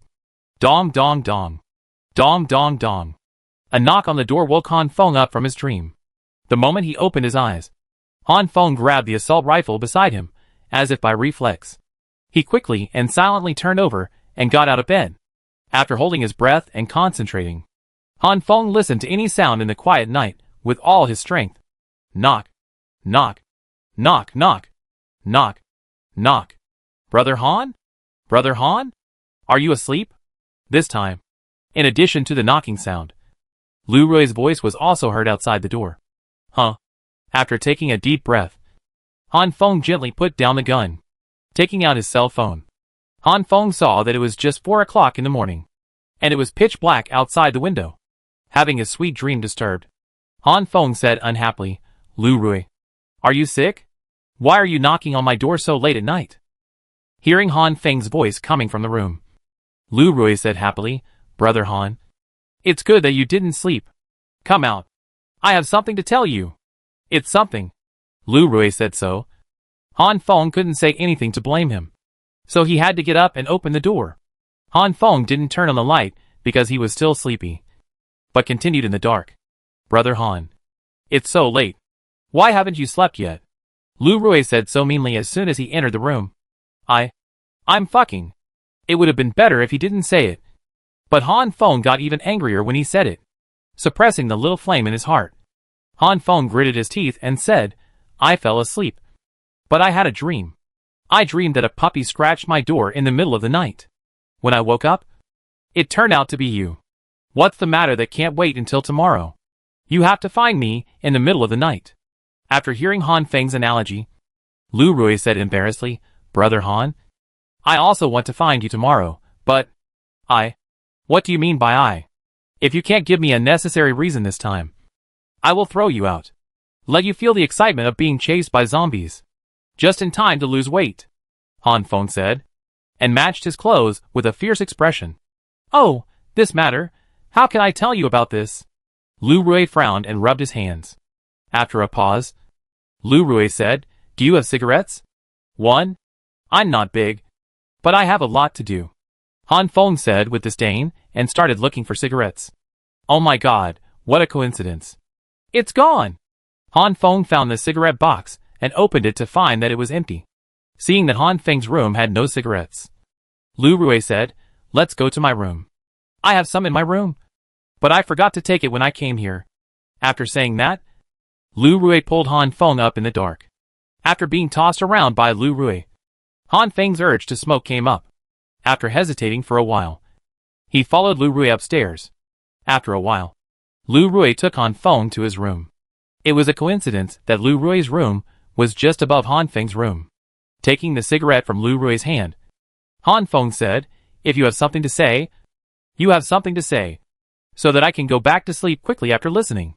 After hearing what Han Feng said, Lu Rui sat on the edge of the bed and said slowly, It's strange to say this. I went to bed early today, but as soon as I fell asleep, I started. Report to Captain Han. Report to Captain Han. The soldiers on guard outside the prison found a large number of zombies approaching. The soldiers on guard outside the prison found a large number of zombies approaching.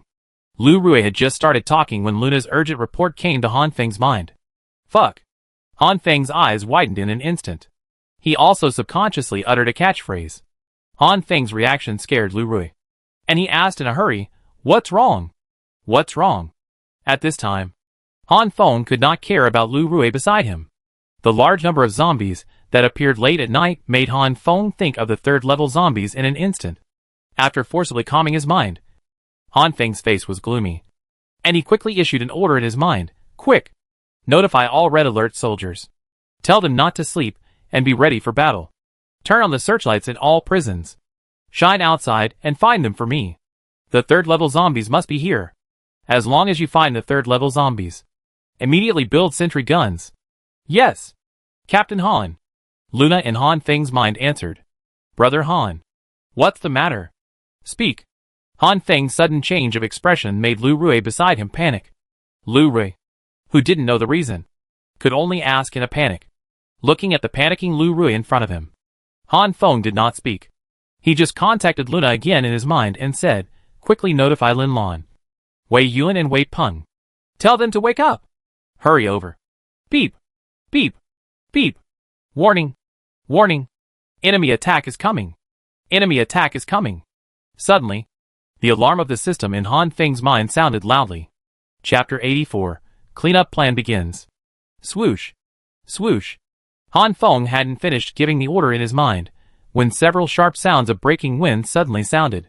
Hearing the familiar sound of breaking wind, Han Feng's body subconsciously made an evasive gesture towards the door. Before falling to the ground, Han Feng pulled Lu Rui and shouted, Quick! Get down! Boom! Boom! As soon as Han Feng finished speaking, Lu Rui had no time to react, and 3 explosions sounded downstairs. The huge explosion was particularly harsh in the silent night. The flames of the explosion instantly illuminated the dark night sky. After the explosion, the angry Han Feng shouted, Fuck! Damn! Rocket! It's a rocket!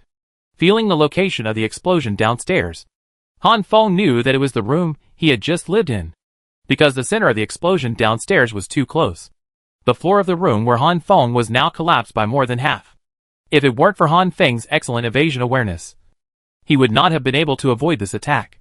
And the subconscious pull on Lu Rui before also happened to save Lu Rui's life. Han Feng, who was covered in dust, got up from the ground and saw Lu Rui, who was motionless not far away from him, and whose life and death were uncertain. And his heart clicked. Lu Rui! Lu Rui! Wake up! Wake up! At this time, Han Feng didn't dare to speak loudly, for fear that his voice would be heard by the person who attacked him, and then launch another attack to finish him off. Han Feng called Lu Rui several times, but he didn't get any response. Lu Rui was still lying quietly on the ground. His ears were filled with the crackling sound of burning. Seeing Lu Rui didn't move, Han Feng's heart slowly sank. He slowly moved his body towards Lu Rui and pulled Lu Rui into his arms with great effort. Fuck! Don't scare me. Wake up! Han Feng said, while shaking Lu Rui frantically. A few seconds passed. Lu Rui still didn't respond. Han Feng stretched his hand tremblingly to Lu Rui's mouth and nose to feel. Fortunately, there was still air, but this breath was also more outgoing than ingoing. Extremely weak.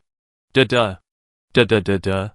At this time, dozens of seconds had passed since the rocket attack, and the sound of gunfire was getting more and more intense downstairs. Han Feng knew the Red Alert soldiers began to fight back. Holding Lu Rui, who was barely breathing, Han Feng was trembling under the influence of emotions.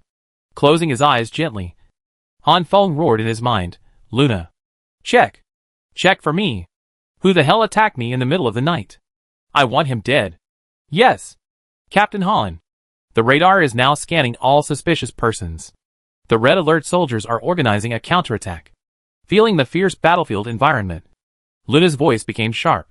After listening to Luna, Han Feng calmed down and asked, Are Lin Lan and the Wei brothers and sisters okay? How many Red Alert soldiers were killed and wounded? Han Feng knew that there were not only him and Lu Rui in this building. There were also Lin Lan and Wei Yun, and even a large number of Red Alert soldiers resting next to the room where he lived. Report to Captain Han. Lin Lan, Wei Yun, and Wei Peng were not hurt. 4 Red Alert soldiers were killed. 17 were slightly injured, and no one was seriously injured. As Luna finished her report, Han Feng slowly opened his eyes. But at this time, his eyes showed a fierce light. Swoosh! Boom! Boom! Downstairs, the sound of rocket explosions rang out again. Han Feng slowly got up, opened the door, and dragged Lu Rui out of the dilapidated room. At this time, an unknown number of zombies rushed outside the prison. Such an enemy attack appeared in the prison again. Obviously, he had just occupied the prison. Why didn't he clean up the prison first? The little brother who cleaned for him a few hours ago asked him eagerly which room he would stay in at night. Why didn't he notice such an obvious loophole? There are still level 3 zombies outside the prison. Why didn't he take more precautions? Clenching his fists, Han Feng began to blame himself. In fact, all this can't be blamed on Han Feng. From the moment he woke up, he has been involved in various things. Equipment depot, armored vehicles, tankers, warehouses, trucks, even the incomplete document. Even Gui Yongxing's disappearance also tied Han Feng up, and he couldn't get out of it. As for the undercover who was cleaning, Lin Lan was also with Han Feng at the time. Even a SWAT instructor as alert as Lin Lan didn't find anything unusual, let alone Han Feng. Let's talk about the third-level zombies again. The last time we fought against the third-level zombies was only 2 days. And the third-level zombies were so badly injured that Han Feng didn't expect them to come and make trouble at this time. However, Han Feng also knew that now was not the time to blame himself. How to solve the internal and external crisis was the top priority. The brain was running at high speed in an instant, and several orders were issued. First, all Red Alert soldiers are dispatched. First, do our best to suppress all the remnants of Brother Wei in the prison. Quick battle and quick decision. Second, when the battle in the prison comes to an end, select some Red Alert soldiers to go to the equipment depot to get equipment, especially rockets and grenades. Prepare more. Third, send the police dog Gale out for reconnaissance. Always pay attention to the movements of the zombie group. Once the zombie group crosses the minimum warning line, tell me immediately. Fourth, pay special attention to the third-level zombies when attacking zombies. Build sentry guns to resist when necessary. Fifth, summon a mobilized soldier. Confirmed. Looking at Lu Rui lying on the ground, Han Feng added another order to summon a mobilized soldier. Yes, Captain Han. Luna responded and executed it.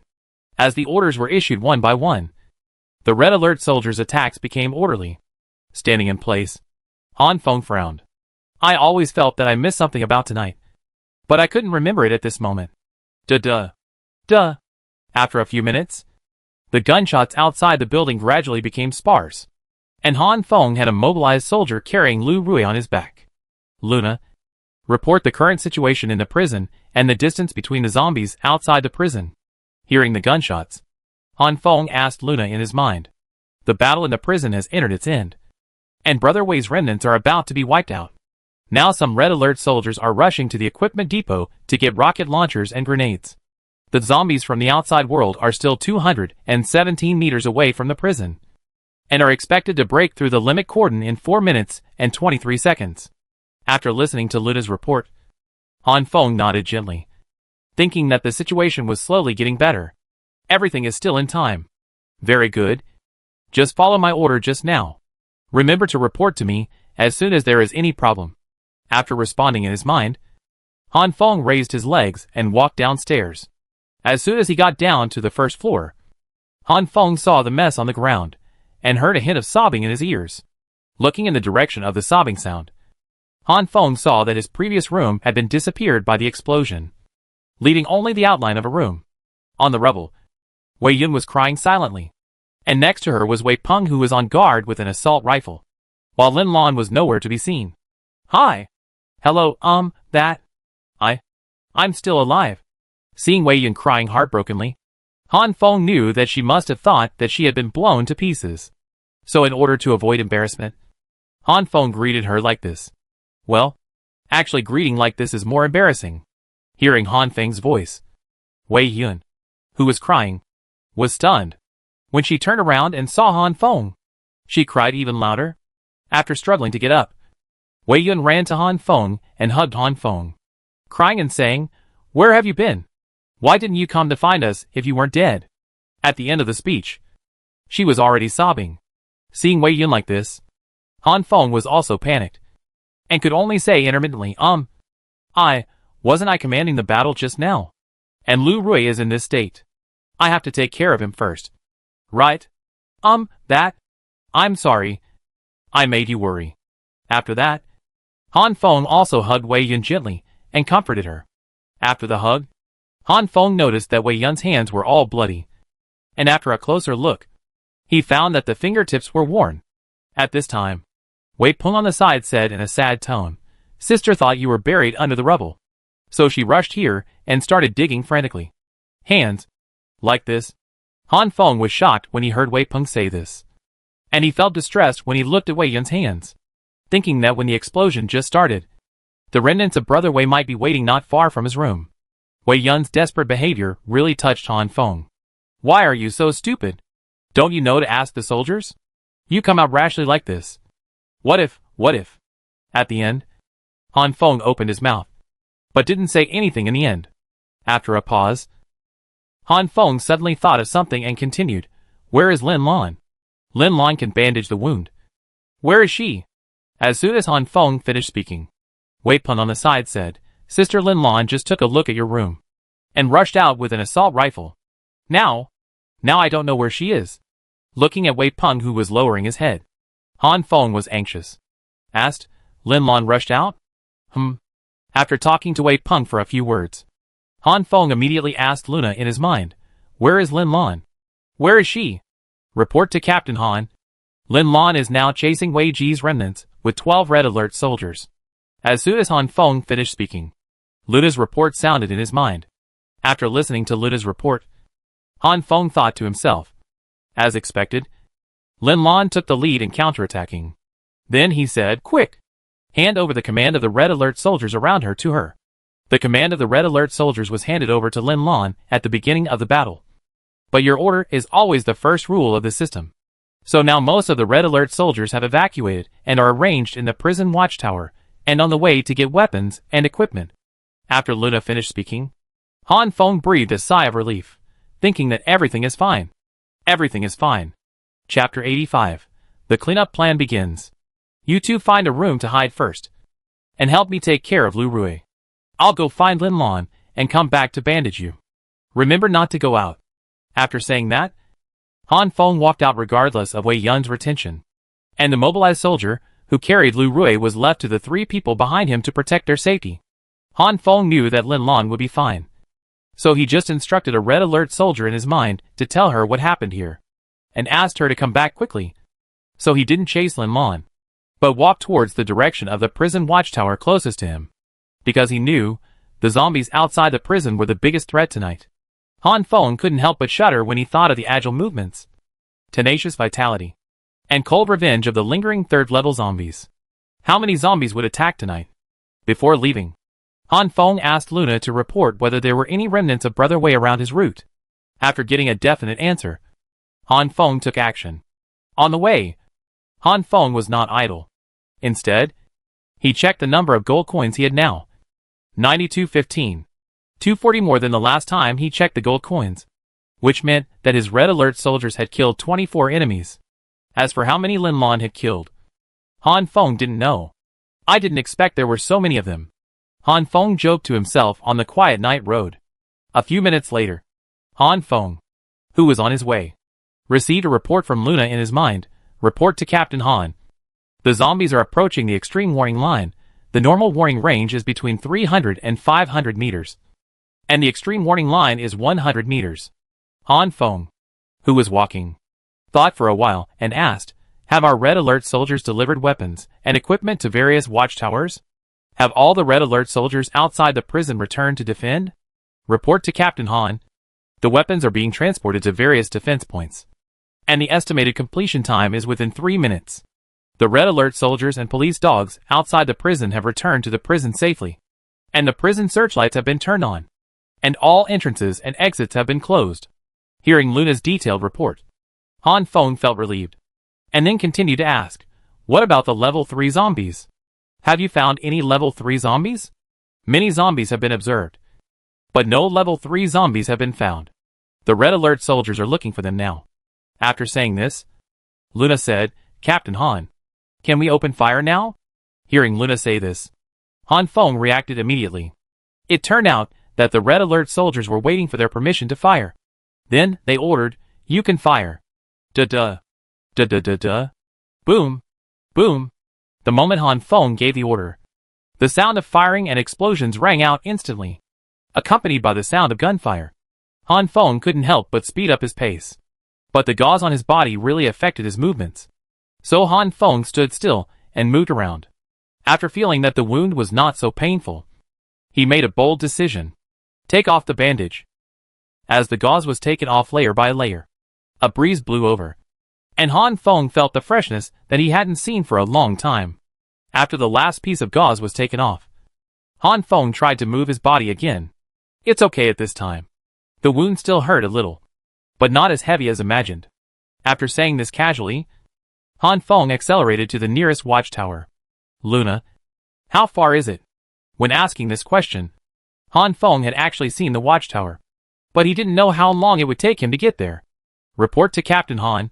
You are still 261 meters away from the watchtower. At your speed, it will take another 3 minutes. After Luna finished speaking, Han Feng quickened his pace.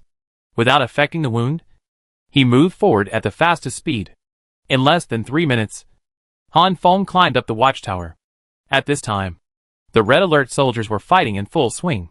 As soon as he came up, Han Feng asked Luna, "How is the battle situation now? Have you found the level 3 zombie?" Obviously, this level 3 zombie has become Han Feng's concern. Han Feng will not be at peace until this zombie is eliminated. Report to Captain Han. No trace of level 3 zombies has been found. And these zombies do not seem to be controlled to come here. Luna's implication is that this zombie attack may have nothing to do with level 3 zombies. After hearing what Luna said, Han Feng immediately looked outside the prison. He found that the zombie group outside the prison was not moving very fast. And after thinking for a while, he said, "It seems that the frequency of the previous attacks does not match. How about this? You record this battle, then compare it with all the previous battles with level 3 zombies to see if it is the cause." "Okay, Captain Han." Luna stopped talking after that. Han Feng looked at the zombies outside the prison, frowned slightly and pondered. Could it be that they are really not level 3 zombies? Is this another conspiracy? Or a trap? Let yourself relax your vigilance first. And wait until you believe that these are just ordinary level 1 and level 2 zombies to go out and attack. And then kill me all at once? Shaking his head, Han Feng stopped thinking. As long as I don't go out, let him go east, west, north or south. No matter how strong the level 3 zombies are, they are not as strong as the powerful modern firepower attack. Don't look at this watchtower. There are only dozens of Red Alert soldiers, but they rely on powerful long-range weapons, rockets, and range-killing weapons, grenades, and high-explosive grenades. It is enough to stop hundreds of zombies in front of it. It is conceivable what kind of storm the third-level zombies will face after they appear. After standing and watching for a while, Han Feng still didn't find anything wrong. So he asked Luna in confusion, "What about other directions? Have you found anything?"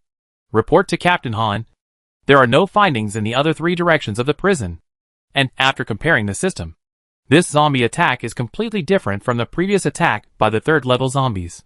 The system also made a preliminary judgment that this zombie attack has nothing to do with the third-level zombies. As for other reasons, the system cannot answer for the time being. Please ask Captain Han to build a combat laboratory. After listening to Luna, Han Feng instructed, "Even if there is no abnormality, we should not take the zombies' attack lightly. Notify me if there is any unusual movement." "Okay, Captain Han." After communicating with Luna, Han Feng picked up the telescope again and looked at the zombies in the distance. Huh? What happened? Gone? In the darkness, hundreds of zombies slowly walked towards the prison. But behind the zombies, there was no support. So Han Feng muttered to himself in confusion, fearing that the other side had an ambush. Han Feng chose to stay put, fighting in the impregnable prison to ensure that there would be no casualties on his side. Half an hour later, the last zombie was killed, and Luna's voice confirmed that there were no zombies within the prison's observable range. Standing on the watchtower, Han Feng looked at the layers of zombie corpses on the ground outside the prison, frowning and thinking. A few minutes later, Han Feng still didn't see any new zombies appear, and then ordered in his mind, "Ji Feng, go out and take a look around, and confirm if there are any hidden zombies in the blind spots around you. Remember to focus on safety. Once you find danger, come back immediately." After the gunfire stopped, the surroundings returned to silence. Even the prison searchlights could not illuminate the blind spots in the distance. And Han Feng, who was worried, could only let the fast-moving Ji Feng go to investigate.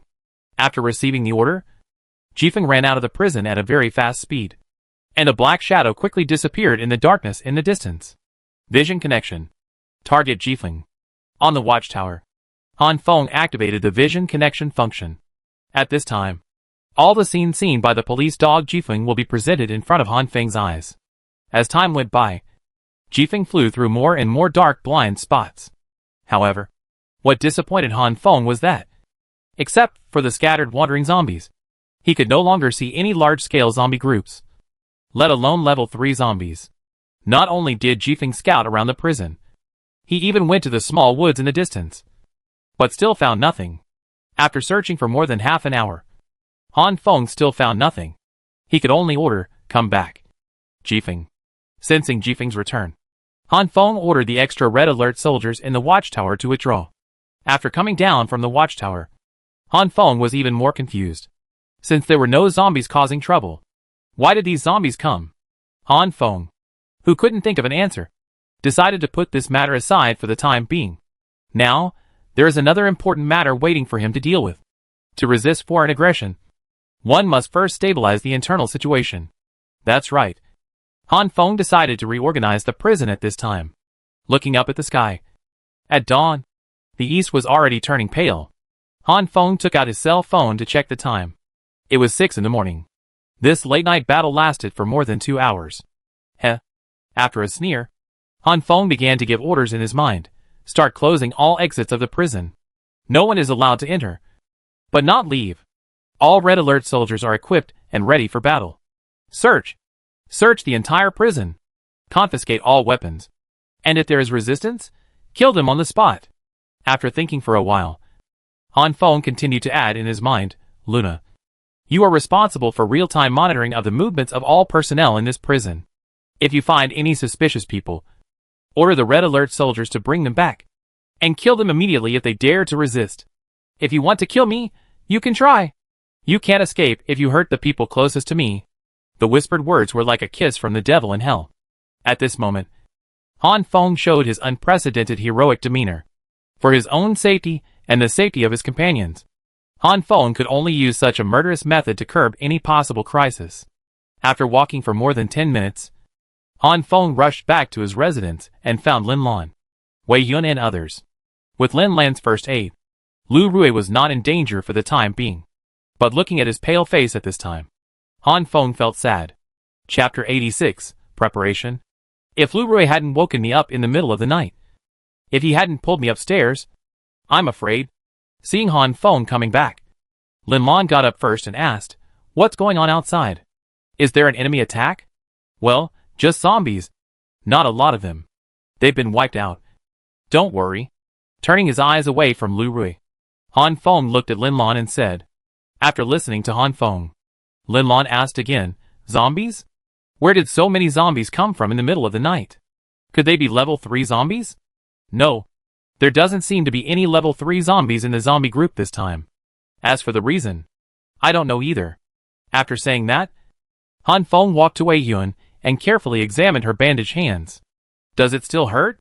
Han Feng asked distressfully, looking at the bulging fingers of Wei Yun's hands. Hearing Han Feng's question, Wei Yun lowered her head and said, "I'm fine. But I can't cook for you and everyone these days. You are in this state, and you still want to cook. Heal your injuries well, and leave the rest to us." After comforting Wei Yun for a few words, Han Feng called Lin Lan to talk for a few words. And after settling everything, he took Wei Peng out the door. At the door, Han Feng saw Wei Yongqing smoking and walking, and then said, "Come on. Come with me." As he spoke, Han Feng also threw the key of the Hummer to Wei Yongqing. Following Han Feng's instructions, the three of them came to where the saber-tooth armored vehicles were parked. As soon as they got off the car, Han Feng asked Wei Yongqing, "Do you know where the car keys of these armored vehicles are?" Wei Peng rushed to the saber-tooth armored vehicle and checked it curiously. "The car keys? I think they should be in Brother Wei's office. Although I'm not sure. They should all be with him." After thinking for a while, Wei Yongqing replied, "Okay. Go get the car keys. We'll wait for you here." "Okay. Wait a moment. I'll be back soon." After watching Wei Yongqing leave, Han Feng turned around and walked to Wei Peng and said with a smile, "How is it?" "Awesome. Don't you want to sit in it?" "Wow. So cool. Are these all ours?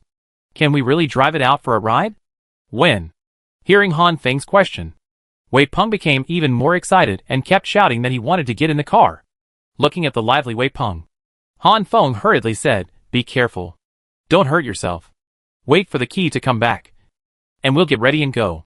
Looking at the playful Wei Peng, Han Feng smiled. Little did he know that a bold plan was being prepared. In less than 5 minutes, Wei Yongqing came back with the keys to the armored vehicle. "Go and try to see which key corresponds to which armored vehicle," Han Feng said, as he looked at Wei Yongqing walking towards him. Okay. I'll try. Following Han Feng's instructions, Gui Yongxing turned and walked towards the armored vehicle. Suddenly, as if he had thought of something, he turned back and asked, by the way, why are you so anxious to get these car keys? Hearing Gui Yongxing's question, Han Feng smiled and replied, you'll know when the time comes. Go first. Oh. Okay. Seeing that he couldn't get any results, Gui Yongxing could only continue his actions in a sullen manner. In the following time, Han Feng also asked Gui Yongxing to drive to the warehouse to get some bottled water and canned meat. The three of them ate some casually as breakfast. Half an hour later, Han Feng heard Luna's report in his mind. Report to Captain Han. After more than 40 minutes of investigation, a total of 12 assault rifles, 7 pistols, 7 grenades, 1 bazooka, 4 rockets, and 286 bullets of various types were found. After listening to Luna's report, Han Feng asked calmly, where is that person? Where are the people who hid these weapons? Report to Captain Han. These people who hid weapons have been detained by Red Alert soldiers. A total of 17 people. They all said they were doing it for self-defense. After the system's preliminary judgment, 8 of these people are major suspects. Kill the suspects, and let the other 9 go. Han Feng did not hesitate when he gave this command in his mind. He believed in the system's ability. Since the system said there were suspects, there must be something wrong with these people. Okay, Captain Han. As soon as Luna finished speaking, Han Feng's consciousness entered the system. When he saw the gold coin column, Han Feng smiled. 13,827 gold coins. The number of gold coins has exceeded 10,000. Before Han Feng asked, he saw the gold coins jump. The gold coins at this time showed 13,907. An increase of 80 from a few seconds ago. It must be that the Red Alert soldiers killed those 8 people. Looking at his nearly 14,000 gold coins, Han Feng laughed and scolded himself in his mind. Due to the intense battle, he actually forgot the benefits of killing zombies. Last night, his gold coins were close to 10,000. Plus killing zombies. Haha. In his pride, Han Feng actually laughed out loud.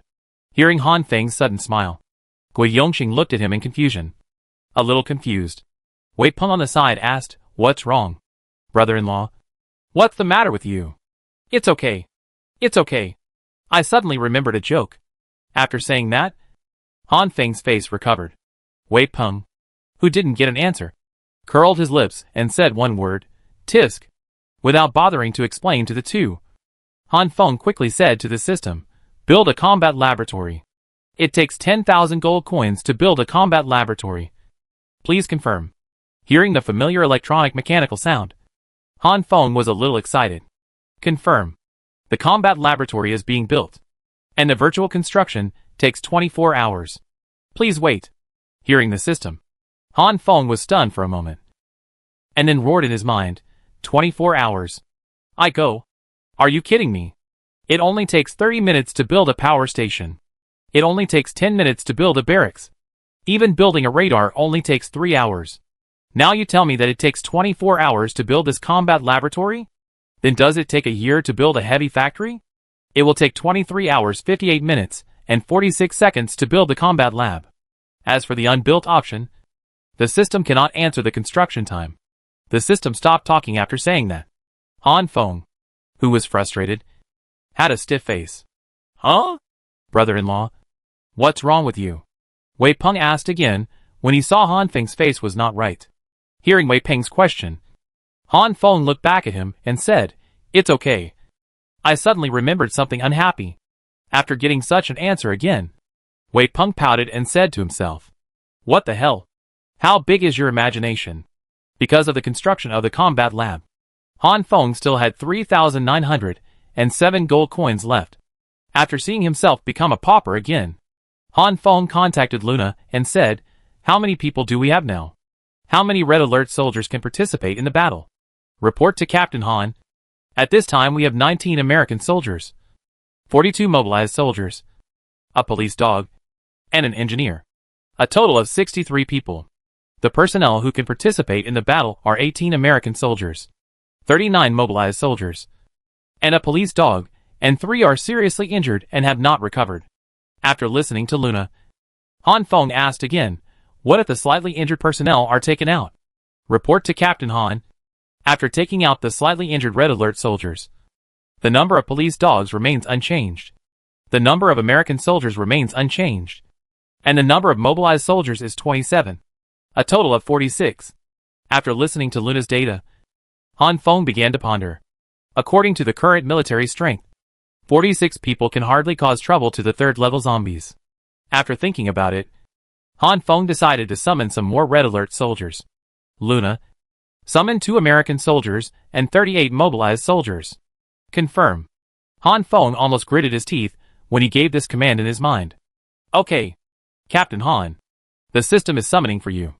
As soon as Luna finished her report, Han Feng's gold coins turned into single digits in an instant. Looking at the number 7 in the gold coin column, Han Feng wanted to cry, but had no tears. Since he had the system, he had rarely been so poor. In desperation, Han Feng took out a cigarette and lit it, quietly waiting for the system to summon the Red Alert soldiers. 5 minutes later, Han Feng threw away the cigarette butt.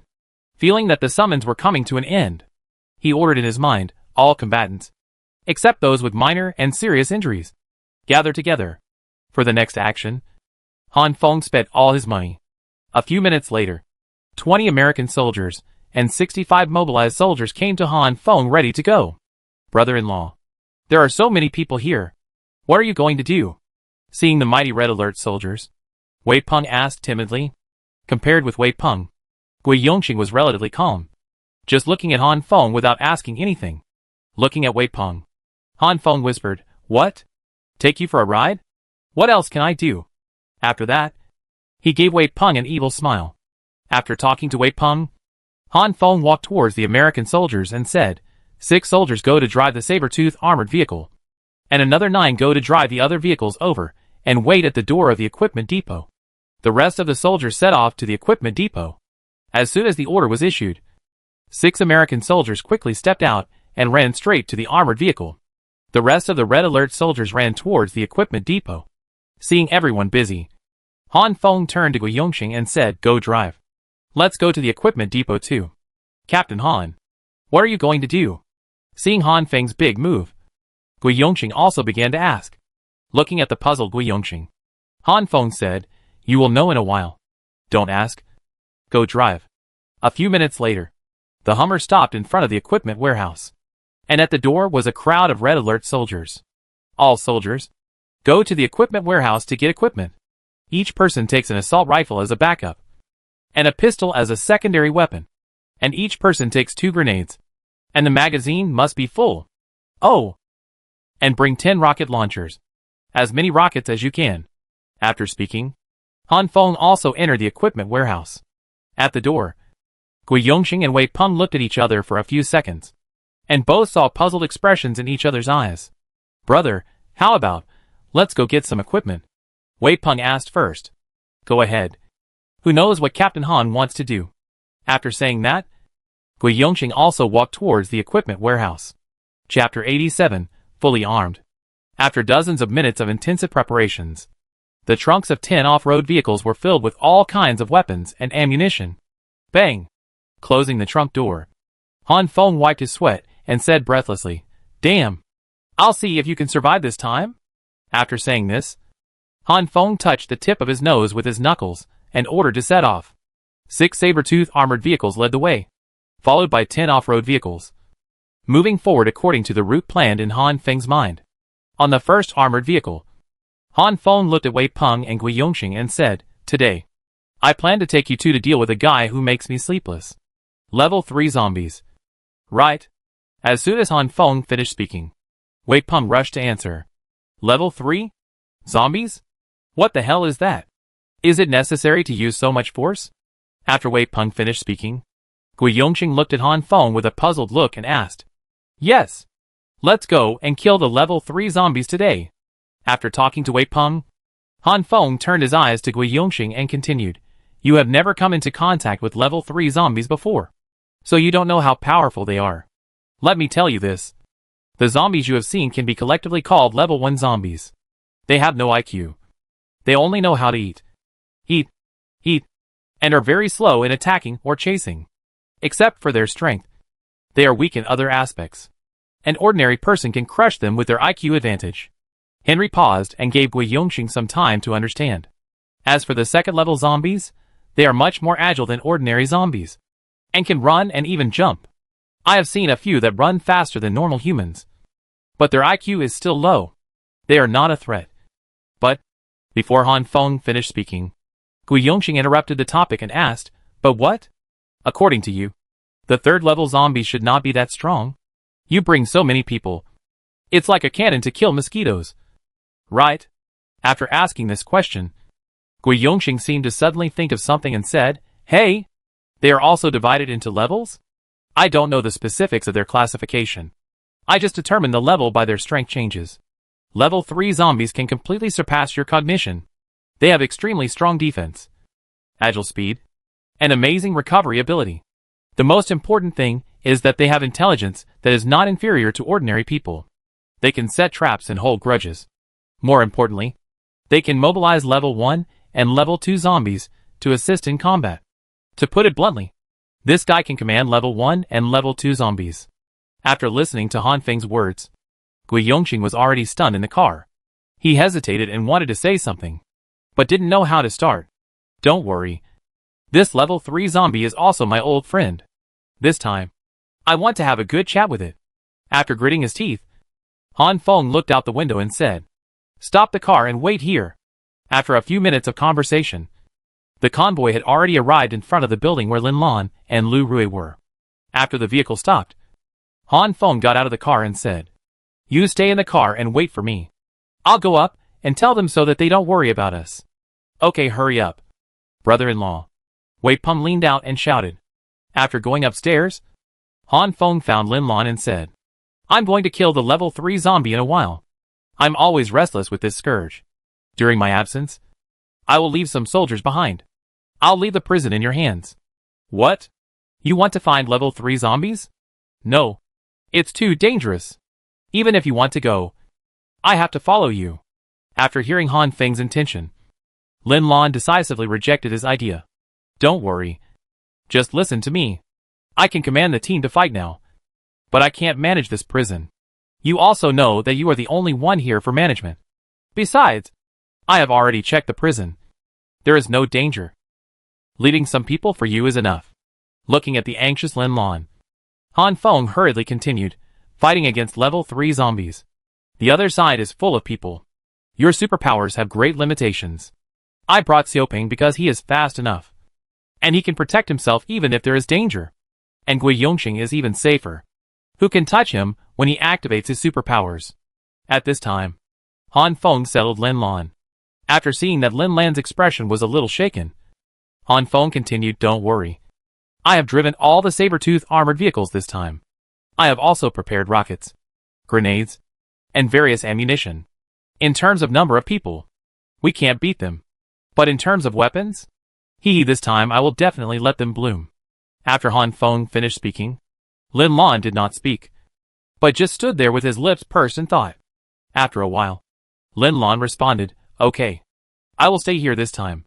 But I can't stay here forever. After Lu Rui and Wei Yun's injuries are healed, I will also go out to look for clues."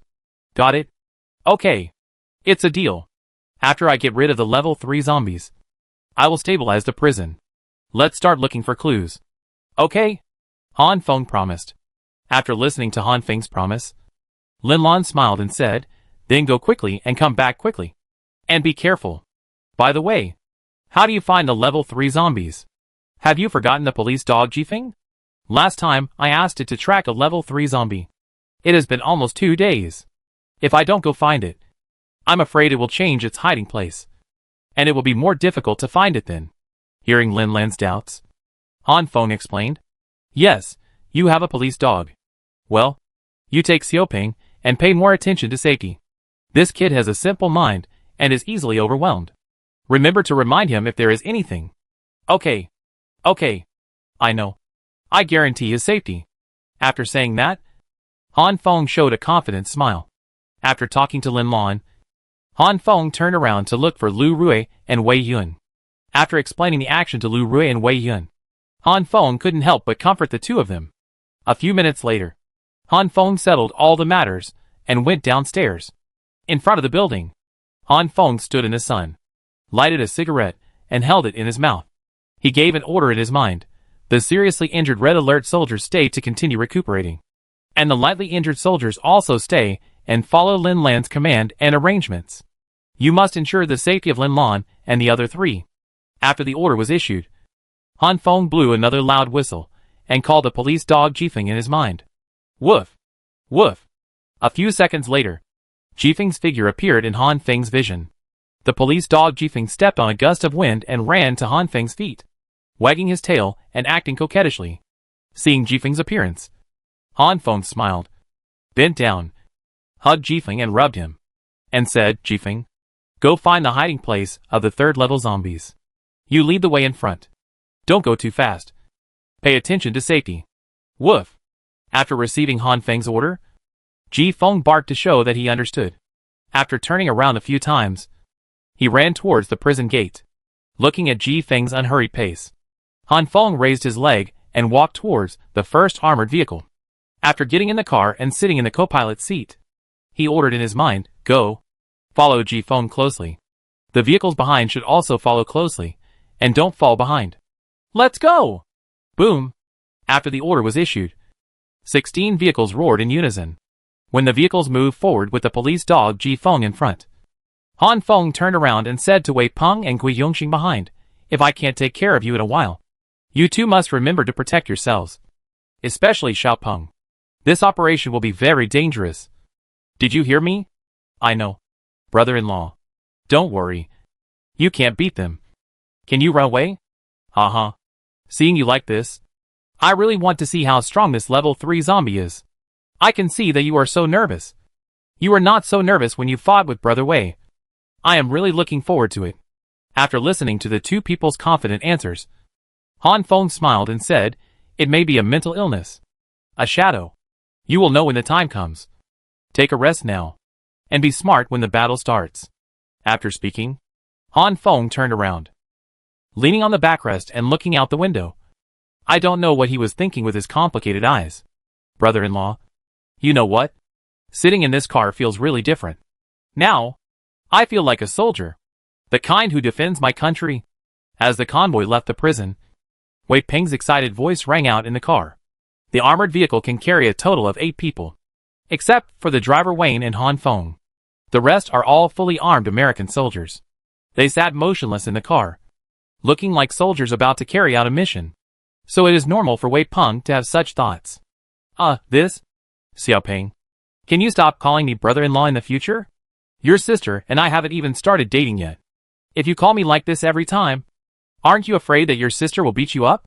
Han Feng was a little embarrassed when he heard Wei Peng calling him brother-in-law again. Fortunately, he had a good chat with Wei Peng this time, hoping that he would change his name for him. It's okay, brother-in-law. My sister likes you, and you two will be together sooner or later. It's a matter of sooner or later. As for the change of words fee, I don't want it. As long as you two are happy, it's better than anything else. After hearing Han Feng's words, Wei Peng answered directly, and Han Feng's face turned red. Ahem. Han Feng straightened his voice and continued, don't talk nonsense. When did your sister say she liked me? If you keep spreading rumors like this, be careful that your sister won't be able to get married. Hearing Han Feng say this, Wei Peng sat up straight and said in a serious manner, it's true. I'm not lying to you. I have lived with my sister for so many years, and I don't know what she is like. She looks at you with a loving look in her eyes. After a pause, Wei Peng continued, my sister has only cooked a few meals for me at home, and I can't say how good her cooking skills are. But since she met you, my sister always rushes to the kitchen, and the food she cooks is much more delicious than before. That's also. Besides, I know my sister's personality. She is just embarrassed to tell you directly. When she sees you, she is like a mouse seeing a cat, and she can't speak clearly. At this moment, the excited Wei Peng fell into the chatterbox mode. Chapter 88, deep into the enemy camp. Although Wei Peng's voice kept ringing in his ears, Han Feng couldn't hear a word. At this moment, he recalled the resolute, brave, and somewhat weak girl over and over in his mind. When the zombies just started to break out, Wei Yun stayed alone with the zombies in the small warehouse for more than an hour. From the time she was rescued to now, She has been in a fleeing state with him. Even if he wanted to take her brother to adventure, she would not stop him. Which also shows that she has great confidence in herself. Outside the car window, the dilapidated streets flashed one after another, forming a sharp contrast with the warm smile of Wei Yun in Han Feng's mind. Han Feng raised his hand to support his forehead, closed his eyes, and began to clear the unrealistic thoughts in his mind. The reason was nothing but that he was too weak. The people around him lived in fear every day. Every night. They were like frightened birds when there was a slight disturbance. Including the biggest obstacle now. The level 3 zombies. Which were also a safety hazard caused by himself. If he had absolute power in his hands. If he no longer ran around. If he could protect anyone he wanted to protect. Thinking of this, Han Feng subconsciously clenched his fists. And his teeth were clenched. Suddenly, a hand grasped Han Feng's clenched fist. Opening his eyes, Han Feng saw Gui Yongxing. Gui Yongxing looked at Han Feng and whispered, "Don't think about it. Everything is moving in a good direction." After that, Gui Yongxing squeezed Han Feng's fist. After a few seconds, he sat back in his seat, pretending nothing had happened. "So, my sister obviously likes you. It's only a matter of time before I call you brother-in-law. And think about it." Han Feng came back to his senses and looked at Wei Peng, who was talking to himself, and found that his attention was not in the car at all, but outside the car window.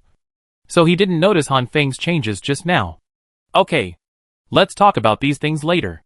The most urgent thing right now is to kill the level 3 zombie first. As long as we kill it first, we will be safe for a while." Han Feng interrupted Wei Peng, who was talking, took out his cell phone and checked the time. It had been more than 10 minutes since leaving the prison, but the vehicle was still moving at a constant speed with the police dog Jifeng. "Luna, where is Jifeng's destination? Why hasn't it arrived yet? Is it still far away?" Han Feng asked Luna in his mind 3 questions in a row. "Report to Captain Han. I don't know much about this either. Last time you were unconscious. The police dog went to chase the level 3 zombie, but the tracking range exceeded the 5-kilometer radar range." "Okay, it's okay." Hearing Luna's answer, Han Feng said helplessly, "All personnel, stay alert at all times and be ready for battle." At the moment, they can only follow the police dog Jifeng, without knowing the distance and position. Han Feng could only remind each combat team to stay alert through the remote command of the system. In the following time, no one in the car spoke anymore, and even the excited Wei Peng slowly entered the pre-battle preparations. In this way, about 20 minutes passed, and Han Feng saw from the co-pilot that the police dog Jifeng in front seemed to slow down. Wang Jifeng slowly stopped moving forward and called softly to the armored vehicle behind him. Seeing the reaction of the police dog Jifeng, Han Feng knew that it was conveying the information of its imminent arrival. Han Feng looked at the things outside the car window and found that he was in a community under construction. The houses in this community have been built with basic outlines, but there is no glass or door. Maybe the zombie outbreak interrupted the construction here. So let's call it an unfinished building for the time being. Everyone pay attention. Now we are close to the location of the 3rd level zombies. Get ready for battle." After giving the order in his mind, Han Feng contacted Jifeng again and said, "Jifeng, keep moving forward and find the 3rd level zombies first."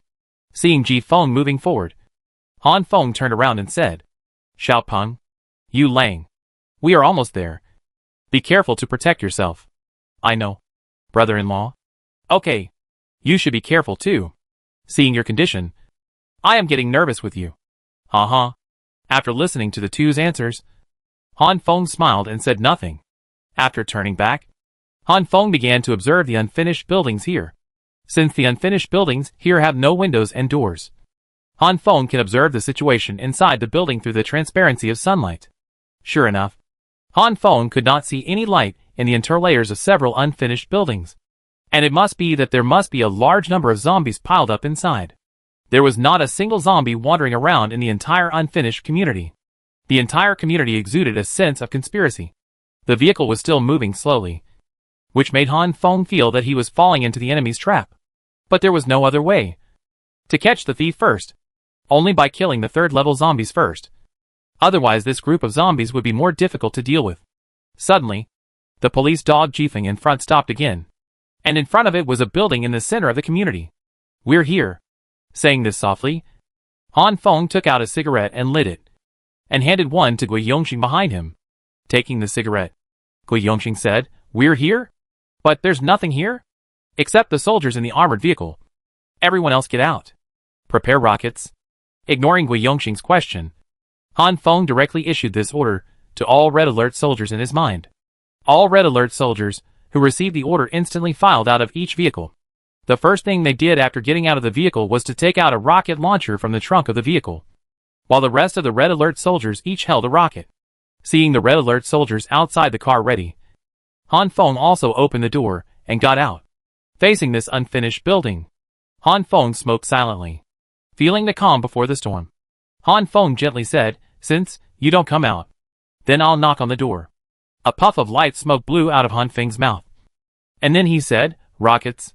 Fire." As soon as he finished speaking, a series of sharp wind-breaking sounds came from behind him. Swoosh, swoosh, swoosh, boom, boom, boom.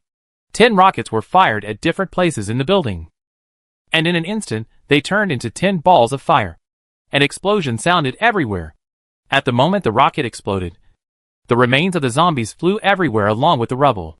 Ready again. Fire. Seeing the huge lethality of this rocket attack, Han Feng hurriedly shouted to prepare again, trying to kill the third-level zombie in the random bullets. Swoosh. Swoosh. A few seconds later, 10 rockets rushed towards the unfinished building again, with long tails of smoke. Boom. Boom. Boom. 10 rockets penetrated the unfinished building again and exploded inside. After 20 rocket attacks, the unfinished building became shaky. Seeing the zombie remains flying everywhere, Han Feng was a little nervous, wondering if the level 3 zombie was dead. Swoosh. Just as Han Feng was immersed in the speculation of whether the level 3 zombie was dead, a figure flew out of the second-floor window of the unfinished building and ran towards the nearest unfinished building the moment he landed. Fuck. Damn. Level 3 zombie. Seeing this figure, Han Feng subconsciously yelled, "Oh my god! What kind of monster is this?" Before Han Feng finished speaking, Gui Yongxing's scream rang out behind him. Duh-duh. Duh-duh-duh. At this time, the American soldiers, who had already set up the M60 machine gun in the armored vehicle, took the lead in launching an attack, followed by other mobilized soldiers in the armored vehicle. In an instant, a large number of bullets poured out towards the third-level zombies. Seeing that the fast-moving third-level zombies were not hit by many bullets and were still running towards another unfinished building at high speed, Han Feng hurriedly ordered, "Quick! Rocket attack!" Unfortunately, before the third-level zombies got into another unfinished building, the rockets were not fired. The reason was that the level 3 zombies moved too fast, and the mobilized soldiers behind them had no time to reload and aim to fire. Seeing the level 3 zombies successfully escape, Han Feng hugged his head in frustration and shouted to Vint, "Oh my god! Ah! Woo woo woo!" At this time, the level 3 zombies that had just escaped into another unfinished building made a strange woo sound. Because the distance was too close this time, everyone felt dizzy the moment they heard the sound. Even the Red Alert soldiers summoned by Han Feng were the same. "Ah, brother-in-law, I feel so dizzy." After the strange sound ended, Wei Peng rubbed his head and got out of the car and said to Han Feng. But at this moment, Han Feng didn't care about Wei Peng's reaction at all, because he knew what he would face after this voice ended. Roar! Roar! For a moment, the roars of various zombies around were getting louder and louder. Damn, prepare for battle. After shouting this, Han Feng threw the cigarette but hard on the ground, then turned around and got into the car to take out the assault rifle and several spare magazines, and even hung a few grenades. Duh-duh. Duh-duh. When Han Feng got out of the car again, the Red Alert soldiers had already started fighting with the zombies rushing in from all sides. Rockets. Concentrate on blowing up the building. Quick! After shouting this, Han Feng ordered again, armored vehicles, go to the periphery to block the zombies from advancing, and ensure the safety of the cars and soldiers in the encirclement. Quick! The 6 armored vehicles that received the order quickly rushed towards the zombies, and after rolling over them for several rounds, they formed a circle to protect the other 10 off-road vehicles and people in the circle. Swoosh! Swoosh! 10 rockets launched another attack. However, this attack caused the unfinished building where the third-level zombies were hiding to collapse by half, and the collapsed floors crushed and covered many zombies. Yes. Seeing that the building was half collapsed, Han Feng waved his fist and shouted excitedly. I thought that such a collapse should kill the third-level zombies. Right? Swoosh. Dreams are beautiful. But reality is cruel. A black shadow jumped out from the uncollapsed floor again, and then went into the unfinished building next door again. Chapter 89, The Power of Rockets. Holding his fists and shaking constantly. His hands turned white because of the force. Ah!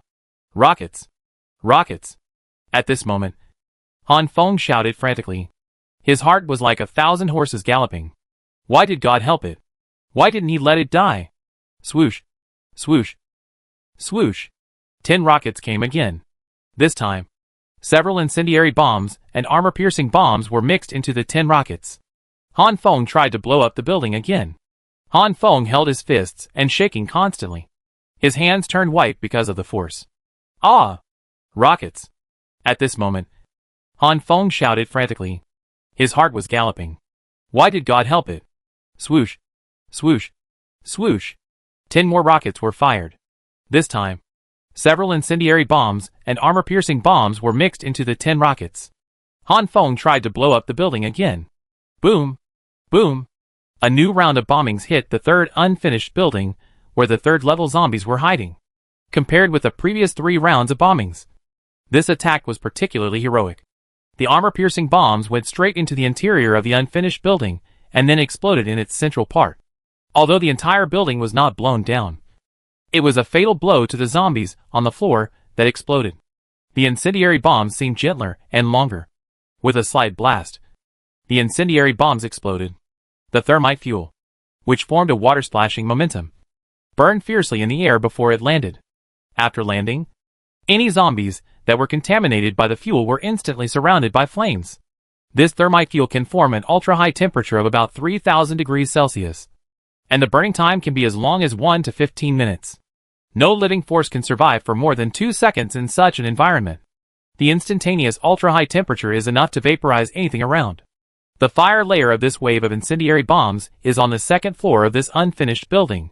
The high temperature causes the internal steel bars of the unfinished building that has not yet been capped to gradually liquefy. Even though he is nearly 100 meters away, Han Feng can still feel the layers of heat waves coming towards him. Fortunately, he is standing upwind. Otherwise, the heat waves brought by the wind will also bring unnecessary trouble to Han Feng. Bang! Bang! Bang! The concrete building was burned by the extremely high temperature, making crisp sounds, as if it would collapse in the next second. At this time, it had been nearly a minute since the incendiary bomb burned. Han Feng didn't know which floor the third-level zombie was hiding, but he hoped that the third-level zombie would die at this moment. Da-da. Da-da. Da-da. The gunshots around were still dense. Han Feng stared at the unfinished building in front of him, and didn't bother to look back to observe the battle situation around him. But through the roar of the zombie group, Han Feng knew that the zombie group was getting closer and closer. Pick up ordinary rockets and clean up the zombies. Don't let them surround us. When giving this order, Han Feng still didn't look back. Swoosh. Boom. Boom. 7 rockets bombarded the zombies around. Although the explosion power of the rockets was not as strong as that of high explosive grenades, the huge shock wave could still clear the vacuum of dozens of meters. Woo! Woo! Just 2 seconds after the explosion, the strange sound rang again. Hearing this strange sound, Han Feng's eyes widened and he said, "No! Impossible!" After saying this, Han Feng staggered. The dizziness caused by the shouting came again, and even the gunshots in his ears suddenly became much less frequent. However, Han Feng didn't care about these things at all. He held his head and kept repeating the words, "No. Impossible. Impossible." What made Han Feng react like this was that he didn't see the level 3 zombies escaping from the unfinished building in front of him. That's right. Han Feng had been keeping a close eye on the unfinished building, and the level 3 zombies didn't come out at all. So, who made this weird sound? Could it be that there is another level 3 zombie? The weird screams ended, but followed by the sound waves of zombies all around. Roar! Roar! Han Feng's guess hadn't ended yet, and his ears were covered with layers of roars. Damn! The shouting sounded briefly, and then Han Feng quickly stabilized his body and ordered, "Incendiary bomb! Throw one at the place where the zombies are most densely packed." Whoosh! As soon as the order was issued, a long-prepared incendiary bomb swept out, heading for the most densely populated area of zombies. Bang! In the air, a slight explosion sound of the incendiary bomb was heard. Wow! A large amount of thermite fuel was splashed down and fell to the ground with a crackling sound. Boom! In an instant, a scorching wall of fire appeared in front of everyone. The high temperature burned the zombies within a dozen meters around, and the explosion point of the incendiary bomb was orange and yellow, and nothing could be found. Due to the serious lack of water in the zombies' bodies, the incendiary bomb exerted the strongest lethality. Zombies have no sense of pain, and will not stop moving forward even if they are stained with a small amount of flames. But don't forget, the incendiary bombs are not filled with ordinary fuel, but ultra-high temperature thermite fuel. A spark has an extremely high temperature. Although zombies have no sense of pain, these tiny bits of fuel can still harvest the lives of zombies. The incendiary bombs burned in the most densely populated areas of zombies. The outermost zombies crowded together, spread the flames to each other, and burned each other. One incendiary bomb easily slaughtered hundreds of zombies. Bang! Bang! Boom! Hearing this movement, Han Feng, who was originally watching the zombies burning, turned his head instantly. When he saw the scene in front of him, he shouted, "The building collapsed. Be careful to avoid it." Yes, it was the unfinished building that was hit by the first incendiary bomb just now. After being roasted in the fierce flames of the incendiary bomb for 3 minutes, the concrete collapsed, the steel bars melted, and it was about to collapse. The unfinished building did not give everyone time and opportunity to react. It collapsed at a very fast speed after a crisp sound. However, this time, God seemed to have finally favored Han Feng once, and the direction of the building collapse was not Han Feng's side. Boom! A few seconds later, the unfinished building collapsed. Looking at the dust in front of him due to the collapse of the building, Han Feng quickly covered his mouth and nose. My heart skipped a beat, because the smoke made it difficult for me to see the situation on the other side. I couldn't even tell whether the level 3 zombie was dead or not, and whether the scream just now was from another level 3 zombie. If a level 3 or... Swoosh. Fuck. Sure enough. Good things don't work, but bad things do. I thought about killing the level 3 zombie 10,000 times before, but it didn't work once. This time, thinking about these bad things will come true instantly. Yes, it is indeed a level 3 zombie that rushed out of the dust. Looking at the level 3 zombie running towards me, Han Feng's brain suddenly went blank without any preparation. His body subconsciously dodged to the side, but his speed was far slower than that of the level 3 zombie. At this moment, Han Feng clearly saw the terrifying speed of the third level zombie. 50 meters, 40 meters, 15 meters, and at this moment, Han Feng's body only moved less than half a meter. Time seemed to slow down. Han Feng saw that the third level zombie rushing towards him was an old acquaintance with whom he had a long-standing grudge. Han Feng's eyes captured every step of the third level zombie's running, and even the mud stepped on by his feet when running. Han Feng could see it clearly. Unfortunately, seeing clearly does not necessarily mean you can avoid it. The level 3 zombie was less than 7 meters away from him. At this moment, Han Feng had already accepted his fate, but his mind was still wondering why he didn't see the level 3 zombie escaping from the unfinished building. He had clearly observed everything around the building carefully. Why didn't I see it? Why? Thinking of this, the level 3 zombie was less than 4 meters away from him. At this distance, Han Feng saw the hole in the level 3 zombie's chest and the huge tear on its thigh. Han Feng was confused again. How could such a seriously injured body still run so fast? 3 meters? 2 meters? In Han Feng's eyes, the level 3 zombie stretched out its right hand and went straight for his throat. Unfortunately, his sluggish body couldn't do anything, and it was too late to even close his eyes. Swoosh. Ah. When the third level zombie's hand was about to touch Han Feng, Wei Peng appeared. Han Feng saw Wei Peng also appear at a very fast speed. In terms of single round speed, Wei Peng was slightly faster than the third level zombie by half a minute. Wei Peng suddenly pushed the third level zombie's ribs with one hand, breaking the third level zombie's body shape and changing the third level zombie's trajectory. Wei Peng's other hand held the assault rifle, and his index finger pulled the trigger. Duh. Duh. Duh. The hot shells, with a little gunpowder smoke, exited the barrel one by one. The muzzle of the gun pointed at the shoulder blade of the third-level zombie, and the scarlet bullet penetrated the body of the third-level zombie fiercely, bringing out blood flowers. Duh. Ah! Time returned to normal, and Wei Peng pushed the third-level zombie horizontally with one hand. He kept holding the trigger while shouting.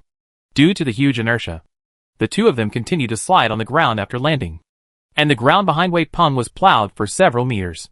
Ah! Duh. Caw. Hearing this movement, Han Feng's heart jumped to his throat. Xiaoping. No bullets. Xiaoping. Hurry. Bang. Huh? Han Feng hadn't had time to say run fast when he saw the third-level zombie kick Wei Peng's sternum. And then Wei Peng flew towards him from midair like a shrimp. Seeing Wei Peng getting closer and closer, Han Feng didn't hesitate, and jumped and pounced on Wei Peng in midair. Bang! The two of them landed heavily, making a loud dull sound. Duh. The moment Han Feng landed, 4 or 5 American soldiers and Winter soldiers finally arrived.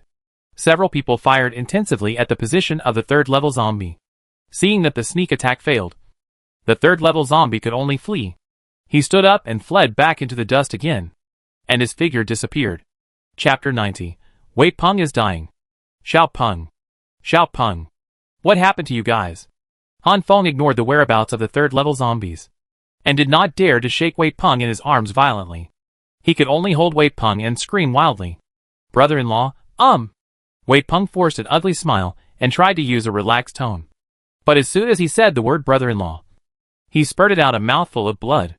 Wei Peng's scarlet blood sprayed on his body, and Han Feng was stunned, because he saw Wei Peng's chest and his arms, and his abnormal rise and fall. I don't know how many ribs were broken. Xiao Peng. Don't talk. Don't move. Hold on. Please. With a trembling voice, he spoke incoherently. Seeing this scene, Han Feng was shocked. Yes. System. Han Feng, whose mind was blank, subconsciously said to the system, as if grasping a life-saving straw. He quickly contacted Luna in his mind and said, Luna. Help. Report to Captain Han. Wei. Please save him. I order you. Save him. I promise you everything. I know you can save him. Right. Save him. Please. Save him. Han Feng closed his eyes and trembled all over, roaring in his mind again and again. Outside, Wayne, Winter Soldier, and several American soldiers tightly surrounded and protected Han Feng and Wei Peng on the ground.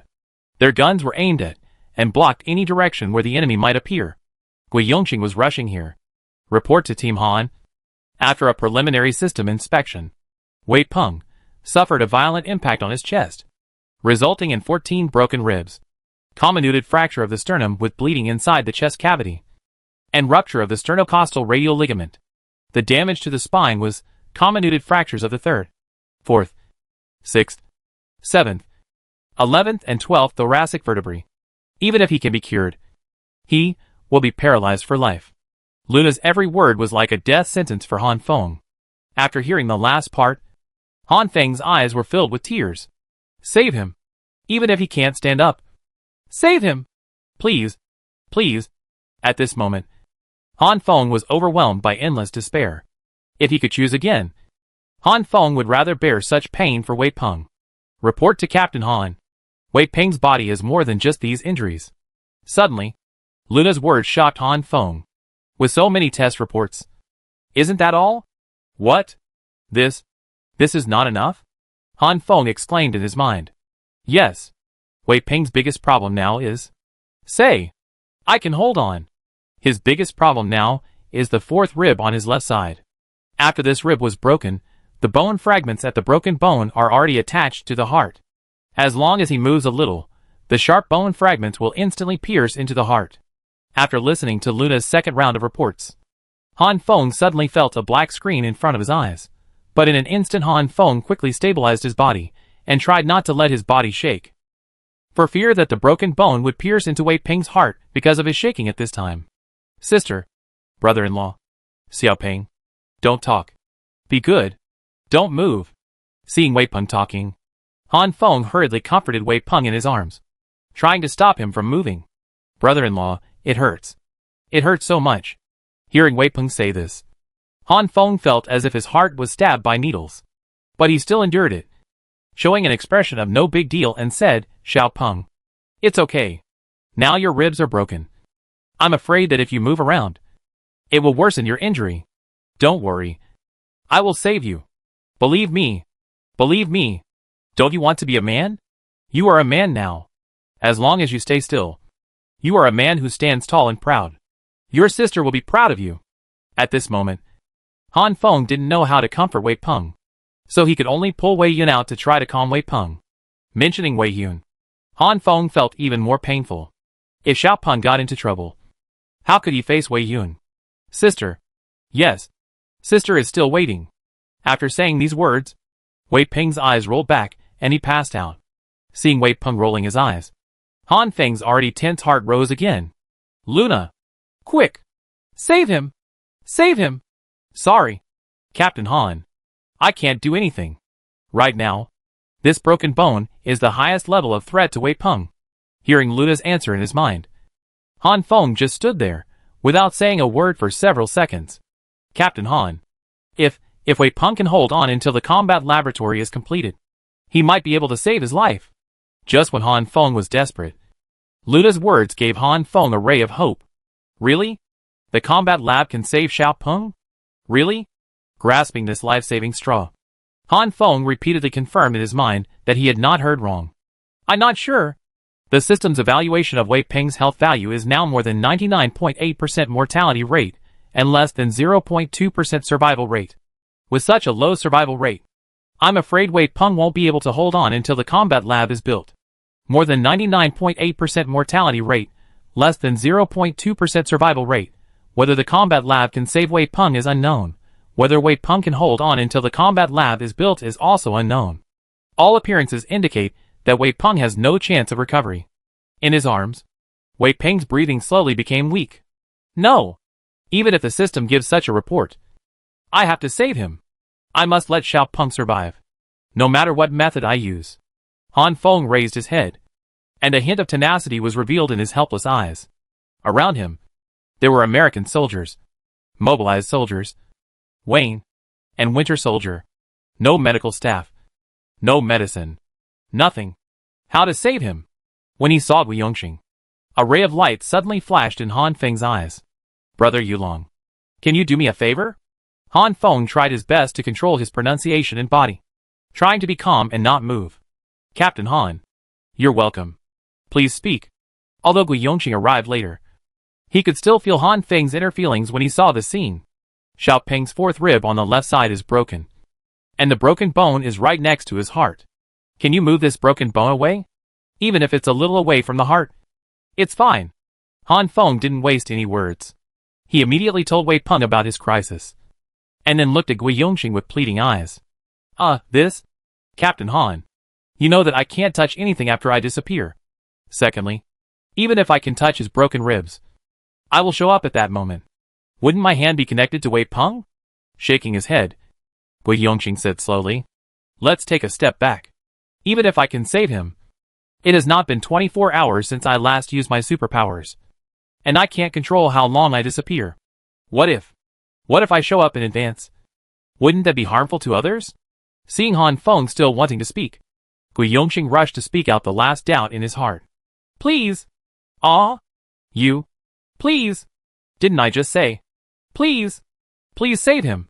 I, Han Feng, have never begged anyone in my life. But this time, I beg you. Please save him!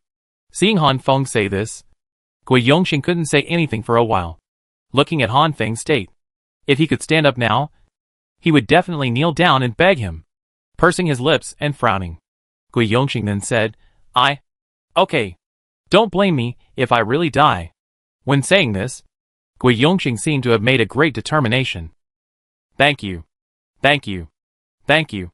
Seeing that Han Feng could only say these two words to express his gratitude, Gui Yongxing quickly interrupted and said, Captain Han, don't say any more. It's the fourth rib on the left. Right? Yes. Yes. Xiao Peng must not be in trouble. Definitely. After Han Feng said this, he saw Gui Yongxing disappear in front of him. The location of the heart, the broken bone, The fourth rib. Han Feng kept repeating these words. Because he knew. Even if Gui Yongxing disappeared, he could still hear the sound. So Han Feng reminded him again and again, hoping to reduce the time he disappeared. 1 second, 2 seconds, 3 seconds, 5 seconds. 5 seconds passed. But in Han Feng's view, these 5 seconds were as long as a century. The sweat on his forehead flowed into his eyes along the corners of his eyes. But Han Feng resisted and dared not move, for fear of causing harm to the two. 7 seconds, 9 seconds. Holding his breath and concentrating, Han Feng could only hear the intensive firing from the outside world in this encirclement formed by red alert soldiers. Luna, how is Xiaoping? Is he feeling better? 10 seconds passed, and Han Feng still could not see any changes in Wei Peng. So he asked Luna anxiously. Reporting to Captain Han, Wei Peng has not changed at all. Such an answer made Han Feng extremely disappointed. After sorting out his mood, Han Feng continued, Luna, as long as Xiaoping has any changes, whether it is worse or better, you must tell me as soon as possible. After receiving Han Feng's order, Luna replied, Okay, Captain Han. I will detect Wei Peng's vital signs in real time. Time was still passing slowly. 14 seconds, 17 seconds. Suddenly, Gui Yongxing's figure appeared. But now Gui Yongxing's lips were white, and his eyes were extremely tired. Seeing Gui Yongxing, Han Feng was overjoyed and asked quickly, How is it? How is it? The bone stump was opened. Right? Pursing his lips, Gui Yongxing did not speak, but just shook his head slowly. Looking at Gui Yongxing in front of him, Han Feng's heart fell into the abyss again. Could it be that Xiaoping? Just when Han Feng was desperate, Gui Yongxing disappeared again. Gui. Han Feng stopped talking before he finished speaking. At this time, he held his breath, and his arms around Wei Peng became more firm, trying to help Gui Yongxing in some way. 5 seconds, 10 seconds, 15 seconds. Chapter 91, Fight to the Death. Han Feng gritted his teeth and persisted. Dare not to breathe. Dare not to move. 20 seconds passed. Report to Captain Han. Wei Peng's bones are moving. Luna's voice sounded in Han Feng's mind without warning. Hearing Luna's voice, Han Feng dared not move even more. This is the moment to save Wei Peng. 30 seconds later, Gui Yongxing's figure appeared. But this time Gui Yongxing's figure was half kneeling on the ground. Before Han Feng could say anything, Gui Yongxing's body fell backwards. Even when Gui Yongxing was unconscious, he controlled his body not to hurt Wei Peng. Looking at the body falling backwards, Han Feng wanted to reach out and grab Gui Yongxing, who was close at hand. But Wei Peng was still lying in his arms. And reason prevailed after all. Luna, report Wei Peng's condition. Han Feng asked Luna in his mind without hesitation.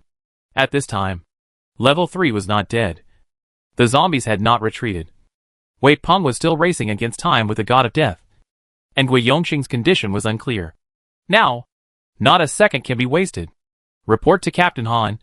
The bone stump attached to Wei Peng's heart has been moved 1.2 centimeters.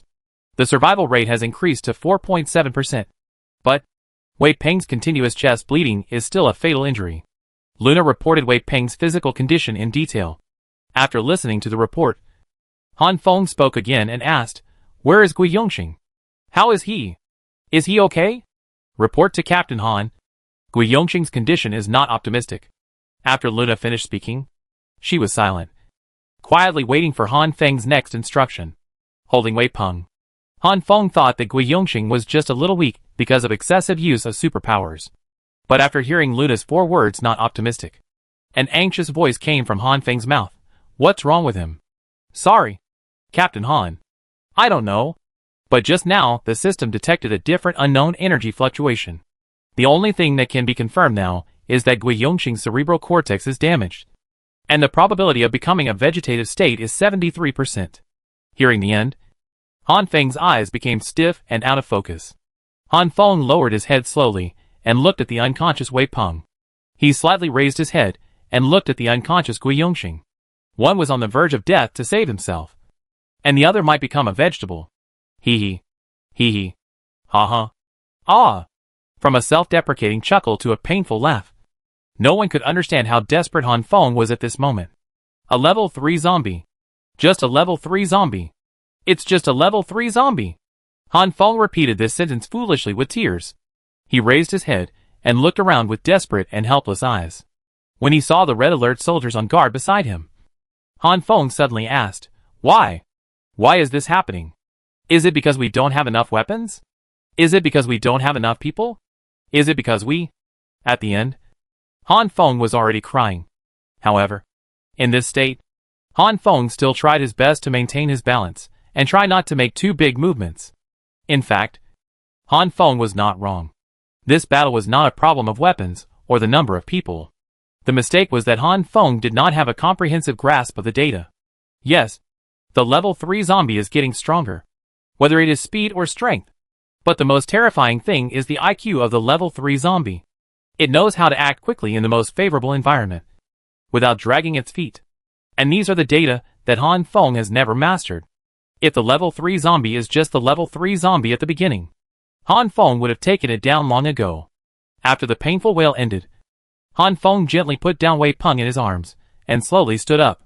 The battle continued, and zombies died every second. The dry wind blew, and the heat wave in the air was no longer as hot as before. I wanted to die. Suddenly, the dazed Han Feng gently uttered these 4 words.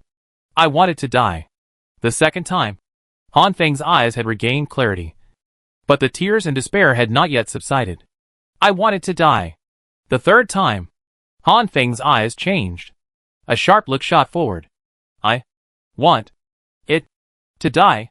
The fourth time, Han Feng roared with all his strength. Suddenly, the sound of firing on the entire battlefield paused for a second. Silence. Da-da. Da-da-da. Swoosh. Swoosh. Swoosh. Boom. Boom. Boom. 1 second later, the red alert soldiers burst out with unprecedented combat power. The assault rifles, AK-47, and M60 machine guns fired without pause. Hundreds of magazines of various types were consumed at a very fast speed. Grenades and high-explosive grenades can only be described as scattering flowers from the sky at this moment. Rockets, incendiary bombs, and armor-piercing bombs drilled into the zombie group one by one, and then suddenly exploded. This was not because the red alert soldiers were affected by Han Feng's mood, but because Han Feng used collective vision connection and remote orders. At this moment, Han Feng became every red alert soldier present. Every time they pulled the trigger and threw a grenade, Han Feng was in control. Captain Han, please stop the visual connection. Luna's voice sounded in Han Feng's mind. Captain Han, please stop the visual connection immediately. This was Luna's second alarm. Captain Han, please. The system detects that the commander's brain waves are abnormal, and his mental power is seriously overdrawn. The system has the right to automatically cancel all behaviors that damage the commander's brain. Before Luna finished speaking, the cold mechanical sound of the system sounded first. You dare! Han Feng, staring, clenching his fists, and trembling all over, squeezed out these 2 words from his clenched teeth. Command error. Command error. The system will automatically cancel the vision connection function. The system coldly rejected Han Feng's threat. The next moment, the collective vision connection was forcibly cancelled by the system. Ah! After cancelling the vision connection, Han Feng screamed in pain and knelt on the ground and struggled. At this moment, the brain felt as painful as thousands of steel needles piercing at the same time. This feeling was 100 times more intense than the reaction after using superpowers. Kneeling on the ground, Han Feng slapped his head frantically with both hands. Unfortunately, no matter how Han Feng struggled, he could not get rid of this torture. A few seconds later, Han Feng's voice turned from a fierce shout to a lost murmur. Holding back the headache, Han Feng opened his eyes with difficulty. But this time, there was no light as before, but a dark vision instead. Han Feng blinked on the ground, hoping to regain the light. But unfortunately, it was useless. However, Han Feng did not feel disappointed. The pain in his head had already become a magnet for everything, sucking away all of Han Feng's attention. Lying on the ground, Han Feng no longer had the strength to roll over, and could only let the pain come. Huh? Suddenly, Han Feng made a puzzled sound. What puzzled Han Feng was that he could not hear any sound of firing or explosion. But he knew that the battle was still going on and had not ended. The deathly silence was the only sound Han Feng could feel. Han, you didn't wake up. In the pain, Han Feng received the intermittent voice of Luna in his mind. The next moment, Han Feng felt a chill in his head. And then he lost consciousness. Ah! Ah! Suddenly, an electric current swept through every cell in Han Feng's body. Under the strong current, Han Feng struggled and screamed. The system's fourth emergency strong reminder was successful. And the emergency strong reminder was lifted. Lying on the ground twitching, Han Feng received the first message after waking up. Then, Luna's concerned voice sounded in his mind again, asking, Captain Han, how are you? Are you feeling better? As he spoke, Han Feng opened his eyes, seeing that every red alert soldier on the battlefield was still firing and killing zombies. He heard the intensive sound of firing and the occasional explosion of grenades. Can I see? Can I hear? Han Feng said subconsciously before he was fully conscious. Looking at Han Feng on the ground from the outside, you can see 2 blood tears flowing from the corners of his eyes. The 2 streaks of blood on his neck came from his ears. How long have I been unconscious? Han Feng asked in a hoarse voice. Report to Captain Han. You have been unconscious for 4 minutes and 37 seconds. The system will remind you once every minute after you are unconscious. A total of 4 times. Each time for 10 seconds. After listening to Luna's report, Han Feng, who was lying on the ground, responded, fortunately, raising his head. The pain came like a wave. But compared with before the coma, Han Feng thought he could bear this pain. Suddenly, Han Feng remembered something and asked hurriedly, How is Xiaoping? How is Gui Yongqing? Reporting to Captain Han, Wei Ping's vital signs are still maintained. The good news is that although Wei Ping's injuries have not improved, they have not worsened either. After reporting Wei Ping's condition, Luna paused for 2 seconds and then said, Gui Yongqing's vital signs are stable, and he is not in danger of death. But his brain still has not improved at all. And the chance of becoming a vegetative state is still very high. Huh? Hearing Luna say this, Han Feng temporarily breathed a sigh of relief. Thinking for a while, he gritted his teeth and asked again, Where is the grandson of the 3rd-level zombie? Have you seen it? No. Since you fell into a coma, the 3rd-level zombie has not appeared. Okay. Today, the 3rd-level zombies must die. Kill them to the death. Han Feng stood up slowly and said firmly, standing up. Through the protective circle, Han Feng could easily see the situation in various parts of the battlefield. Although there are still many zombies, compared with the beginning, there are much fewer. At the outermost edge, the corpses of zombies piled up like a small mountain, stretching not far away. Looking around, Han Feng ordered, Kill the zombies with all your strength, as fast as possible. At this point, Han Feng froze. His eyes showed hatred, and he went straight to the 3rd floor of an unfinished building. That's right. Han Feng saw a 3rd-level zombie. Chapter 92, Unexpected Surprise. Ready the rocket launcher. Blast it. Han Feng raised his hand that was shaking with anger and pointed at the 3rd-level zombie and shouted. When the 3rd-level zombie saw that Han Feng noticed him, he instantly retreated and disappeared from Han Feng's sight.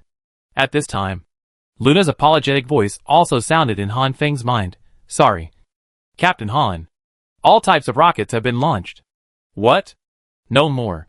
Didn't we prepare a lot? Hearing that his most powerful weapon, the rocket, was exhausted, Han Feng exclaimed in disbelief. That's right. A total of 72 rockets of various types have been prepared, which is already the maximum load. But, okay, I got it. Han Feng heard Luna couldn't continue, so he interrupted. After looking around the battlefield, Han Feng ordered, All red alert soldiers listen. Kill the zombies as quickly as possible. After the order was issued, the 6 saber-tooth armored vehicles accelerated suddenly. Under the power of the powerful V-10 engine, the armored vehicles were like tigers coming out of the mountains. The 6 armored vehicles rushed towards the zombie groups in different directions, and the huge bodies of the armored vehicles crushed the zombies in front all the way. The red alert soldiers in the armored vehicles put their guns on the 8 shooting holes and kept firing. Without the armored vehicles protecting the periphery, the zombies quickly rushed forward more than 10 meters. However, the red alert soldiers in the protection circle are not vegetarians. Close-range attacks can save bullets. Although the inner zombies are approaching quickly, the 6 armored vehicles are also cutting off their rear, making them isolated. As time passed, the discomfort in Han Feng's head slowly receded. Luna, When I was unconscious, did the third level zombies make that weird humming sound again? Han Feng suddenly thought of something and asked. Report to Captain Han.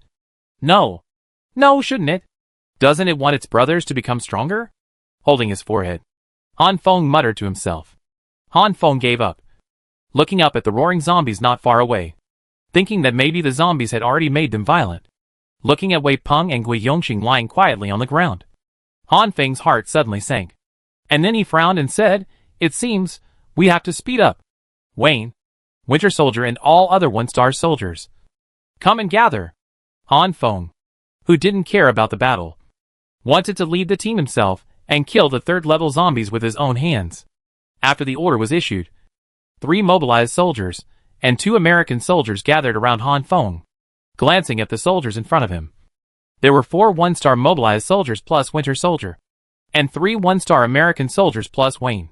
7 strongest Red Alert soldiers, staring at the one-star soldier. Han Feng continued, 3 more American soldiers come over. Ding ding ding, 3 American soldiers trotted to Han Feng. At this time, there were 10 Red Alert elites in front of Han Feng. This was Han Feng's only temporary reliance for killing level 3 zombies. You 10 people, start to organize your equipment now, and take all the weapons you can bring. Staring at the unfinished building not far away, Han Feng ordered. Yes. The 10 people answered in unison, and then turned to refill ammunition in the off-road vehicle. Han Feng's sight returned to the battlefield and found that 6 armored vehicles were still rushing in the zombie group, and the zombies in the protection circle were also slowly decreasing. At this moment, Han Feng was very glad that he brought these 6 armored vehicles with him. Otherwise it would not be so fast to kill the zombies quickly. After watching for a while, Han Feng turned his attention to the system and checked the number of his gold coins. 14,690 pieces. When he saw this set of numbers, Han Feng's eyes were straight. Then he whispered, "Oh my god! I'm rich." It can't be blamed on Han Feng for being useless, since he had the Red Alert system. This is the first time he has been so rich. System. Build a sentry gun. Han Feng, who had never dared to spend money before, said to the system with full confidence this time. It will take 5,000 gold coins to build the sentry gun. Please confirm. Confirm, let's get started. As Han Feng gave the order, the progress bar for building the sentry gun started. Watching the zombies falling down all over the battlefield and listening to the intensive firing, Han Feng smiled softly. Everything was going according to his own ideas. Except Wei Peng and Gui Yongxing. Picking up the assault rifle, Han Feng checked the bullets in the gun. In order to accumulate gold coins more quickly, and to kill the zombies quickly, Han Feng also joined the battlefield. And the 10 people selected by Han Feng also collected their own equipment. While firing, Han Feng contacted Luna in his mind and said, "Luna, always pay attention to the movements of the third-level zombies. As soon as it comes out, let the 10 of them attack immediately."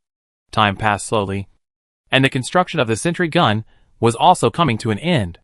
During these 10 minutes, Han Feng fought while paying attention to the unfinished building, and asked Luna from time to time to see if the system noticed the third-level zombies. The answer was always that it had not been found. "Captain Han, the construction of the sentry gun is finished. Should we build it now?" Finally, 10 minutes have passed. Luna in his mind also reminded Han Feng, "No, now is not the time." After replying this sentence, Han Feng put away the assault rifle and retreated into the protection circle. At this time, there are still many zombies outside, but without the support of the subsequent zombie army, it is only a matter of time to wipe out all the zombies here. Now, it's time to settle the accounts. Who? After taking a few deep breaths, Han Feng ordered, 10-man commando. Follow me into the unfinished building. This time, we must tear it apart. Yes. The 10-man commando answered Han Feng in a sonorous and powerful voice. Scanning the Red Alert soldiers in front of him, Han Feng's eyes finally fixed on the Winter Soldier. I thought, if the Winter Soldier can kill the third-level zombie this time, his ears will be healed. Now that he had made up his mind, Han Feng stopped talking and shouted, "Let's go!" After shouting, Han Feng took the lead and headed towards the unfinished building where the third-level zombies were, followed by 10 elites. On the way, Han Feng also contacted Luna and said, "Withdraw a few Red Alert soldiers who are fighting and let them protect Wei Peng and Gui Yongxing. Also, You have to pay more attention to their situation. Tell me immediately if there is any change. Yes, Captain Holland. After giving instructions, Han Feng's speed of advancement increased by another level. As he walked, Han Feng paid attention to the unfinished building. I don't know which floor the third level zombies are on. And I don't know how many zombies are in the unfinished building. Wayne, get your high explosive grenades ready. Say hello when you enter the corridor. The other two one-star American soldiers follow Wayne and provide support at any time. Winter Soldier, take the other 3 one-star mobilized soldiers with you. As soon as the battle starts, rush from the side immediately. The remaining 3 American soldiers stay with me and be on standby at any time. 3 orders were issued in Han Feng's mind one by one. At this time, Han Feng and his team were less than 10 meters away from the unfinished building. Towards the nearest corridor entrance, Han Feng ordered, charge. Act according to the plan. As soon as the order was issued, 3 one-star American soldiers, led by Wayne, quickly approached the corridor entrance. Han Feng was clinging to the outer wall about 5 meters away from the entrance of the corridor. At this angle, Han Feng could clearly see the densely packed zombies inside the corridor. Wayne, it's now! Han Feng calmly conveyed the battle order in his mind. After receiving the order, Wayne released the high explosive grenade that had been pulled out of the pull ring. After squatting slightly, Wayne threw the high explosive grenade into the corridor. Boom! A deafening explosion suddenly sounded. The whole building was shocked. The remains of the zombies, along with the broken rubble, were thrown out from the entrance of the corridor, followed by a thick fog with gunpowder smoke filling the air. Wayne, lead the team. Winter Soldier, pay attention to cover. As soon as the explosion ended, Han Feng issued an attack order. Duh-duh. Duh-duh-duh-duh. In the thick smoke, fierce gunfire sounded. Even in such a battlefield environment with unclear vision, the 3 one-star American soldiers showed their strength that should not be underestimated. As soon as Wayne rushed into the unfinished building, the Winter Soldier behind him quickly followed in and provided him with tight cover. As the battle progressed, the cleared area gradually expanded. Han Feng also led 3 American soldiers into the corridor. After entering, Han Feng first observed, this unfinished building only has the most basic load-bearing walls and frame columns. Apart from that, there is nothing else that can block the view. This is good news and bad news for Han Feng. The good news is that Han Feng can see all the zombies at a glance without missing any, which is indeed a rare help for him, who is looking for level 3 zombies. The bad news is, Han Feng and his team can't rely on the environment to fight. Since both sides are open and transparent, Han Feng can only fight head-on. Seeing such a combat environment, Han Feng smiled evilly. Then he said, System, build a sentry gun. Give them a surprise. The sentry gun cannot be built. The sentry gun cannot be built. The location of the fortification construction has exceeded the 1-kilometer range of the temporary base. Commander, please build it correctly. The cold and ruthless mechanical sound of the system echoed in Han Feng's mind, and Han Feng's evil smile was frozen on his face. Han Feng wanted to give the zombies a gift, but he never expected that the system would give him an unexpected surprise. Fuck. Isn't this fatal? The sentry gun cannot be built. It can't be built. In the sea of zombies, the ultimate killing weapon is actually prohibited by the system. After receiving this news, Han Feng couldn't breathe. If he knew it couldn't be built, why did he rush in? Without the cover of fortifications, how can this battle be fought? After being rejected by the system, Han Feng re-examined the environment of the battlefield. At this time, it's not right to stay, and it's not right to leave. Chapter 93, Fight. Han Feng stood there, frowning. System, analyze the current situation. What is our chance of winning? Han Feng thought of the system when he was in a dilemma. Perhaps the system can give some advice at this time of dilemma. The system cannot analyze the battle situation for the time being. Commander, please wait for the combat laboratory to be built. Alas, hearing the system's unique mechanical voice answer, Han Feng sighed. I thought, it's just as I imagined. Without the combat laboratory, the system can't answer such questions. Looking at the battle situation on the first floor of the unfinished building, the last thought was also cut off. Now, I can only rely on myself. Closing his eyes, Han Feng's brain began to work rapidly. Han Feng had to take into account any possible details that might go wrong. or any favorable or unfavorable situation. The unfinished building is only 4 stories high, with no rooftop and no ceiling. There are now 11 combatants on our side, with sufficient ammunition and plenty of physical strength. The zombies outside have been almost cleared, and I can fight with the 3rd level zombies for a while and wait for support. If I leave now, I can wait for the combat laboratory to be built and protect Wei Peng and Gui Yongxing first. In just a few seconds, Han Feng thought about the pros and cons carefully. Suddenly, Han Feng opened his eyes and made the final decision. He said, "System.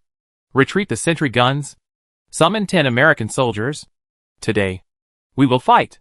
That's right. Han Feng's final decision was to continue fighting, even without the sentry guns for support.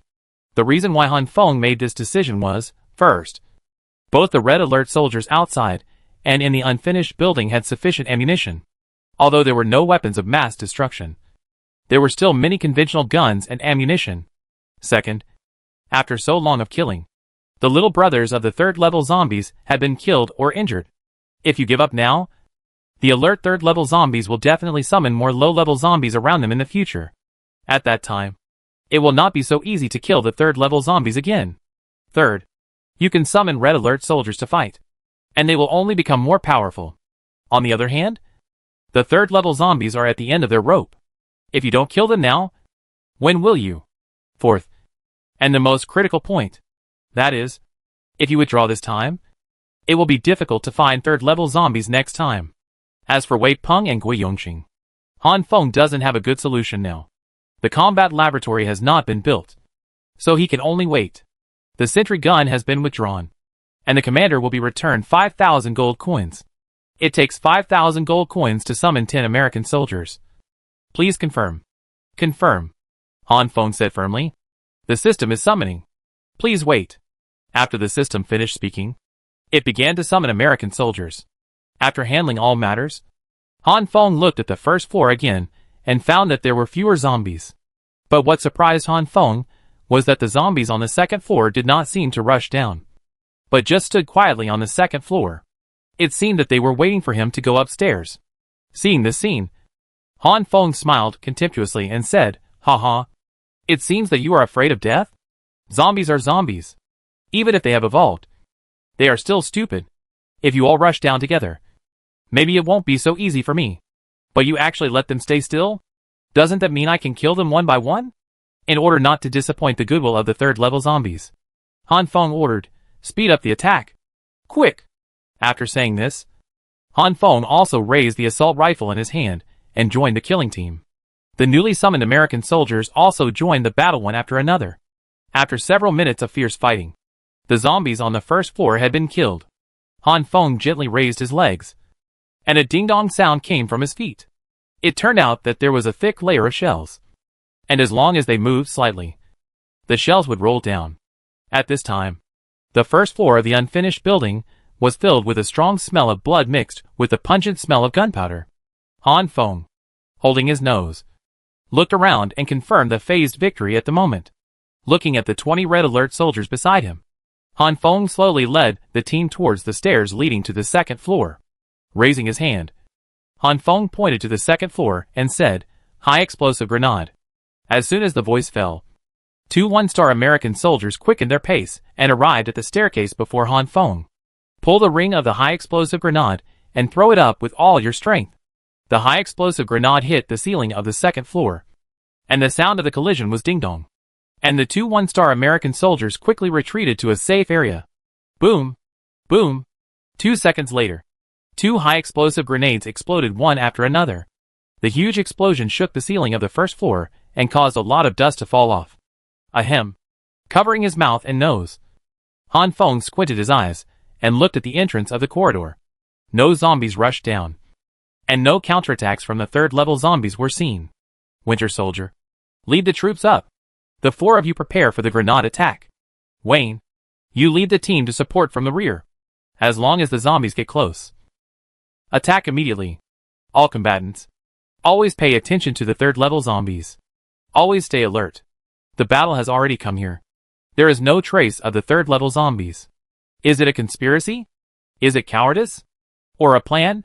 The actions of the third-level zombies made Han Feng confused, and he could only issue combat orders cautiously. Watching the 7 one-star Red Alert combat elites advance alternately, Han Feng felt a little regretful. If Lin Lan was here now, perhaps the battle would be much easier. Unfortunately. But now is not the time to dwell on these issues. Boom! Boom! While Han Feng was still considering the next deployment, the battle at the stairs had already begun. Following Han Feng's instructions, the 4 mobilized soldiers, led by Winter Soldier, successfully climbed to the 2nd floor.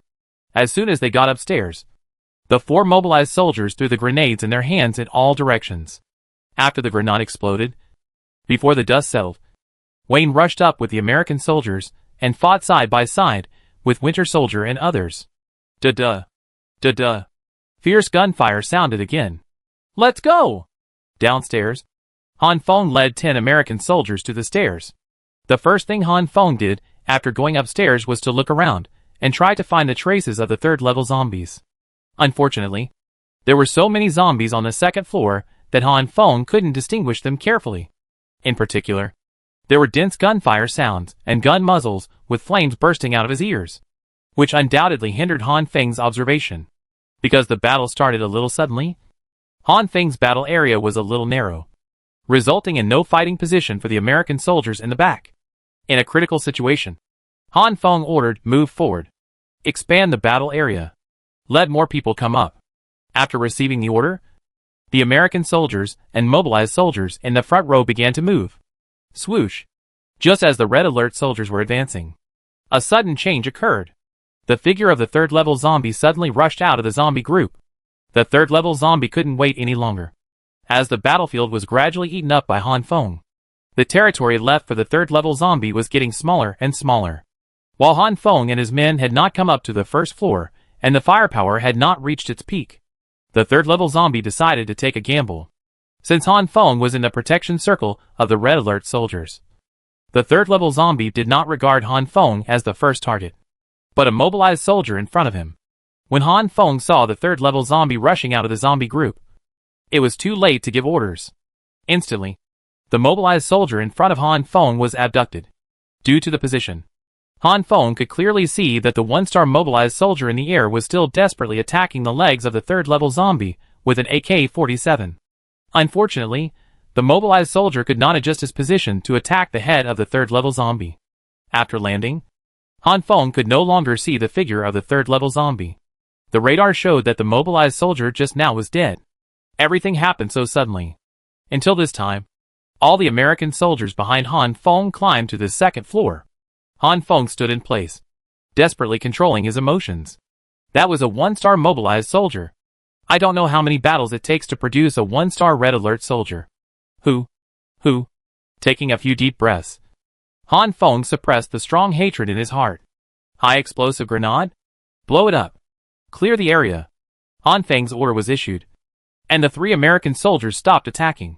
After pulling the high explosive grenade from his chest, he pulled a ring and quickly threw it into the zombie group in the distance. Woo-woo! As soon as the high explosive grenade was released, the strange humming sound of the third-level zombie sounded long and long. This strange sound was different from the previous sounds.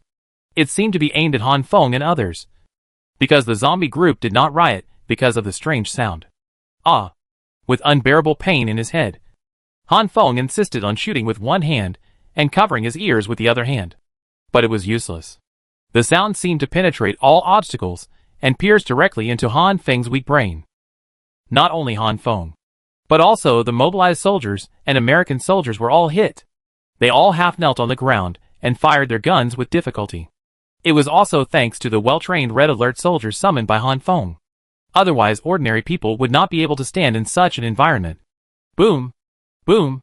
At this time, the 3 high-explosive grenades exploded. The explosion of the high-explosive grenades interrupted the humming of the third-level zombies, and Han Feng was temporarily saved. Luna, what is that sound? Why is it like this? Standing up from the ground, Han Feng's first thing was to figure out what the sound was. Sorry, Captain Han. The system cannot analyze it for the time being. However, according to the system's preliminary detection, it should be some kind of sonic attack, or a method similar to sonic attack. For more details, Please wait for the combat laboratory to be built before conducting research. While listening to Luna's report, Han Feng tried his best to find the figure of the third-level zombie. Finally, the heavens paid off. Han Feng really saw the third-level zombie. Sonic attack? Han Feng responded to Luna while staring at the third-level zombie. Not sure, because the system cannot do deeper research. Luna answered Han Feng in an apologetic tone. Chapter 94, Sonic Attack. Then, Han Feng wanted to ask something else. But he paused, since the strange cry was interrupted. The figure of the third-level zombie seemed not as flexible as before, and there was a trace of fatigue in its movements. Even its eyes became a little slow, like the state of Lin Lan and Wei Peng after using their superpowers. Seeing the state of the third-level zombie, Han Feng changed the topic and asked, Luna, will the third-level zombie fall into a state of fatigue after using sonic attacks? Sorry, Captain Han. The system cannot analyze the enemy's situation. Alas.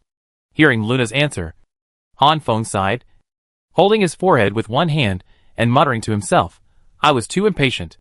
Seeing that the system could not give an answer, Han Feng could only gamble on his own guess.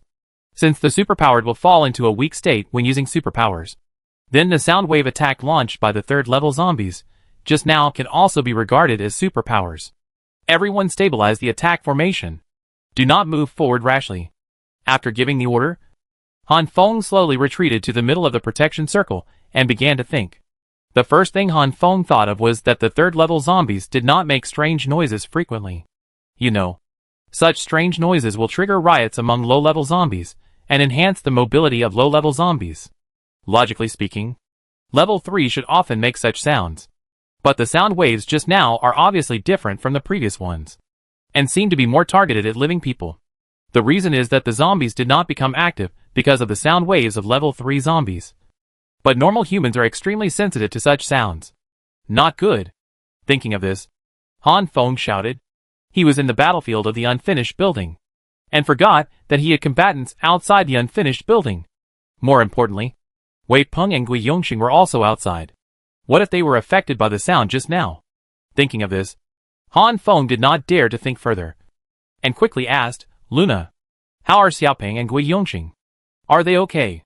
Reporting to Captain Han, Wei Peng and Gui Yongxing's physical signs had not been affected by the sound waves just now.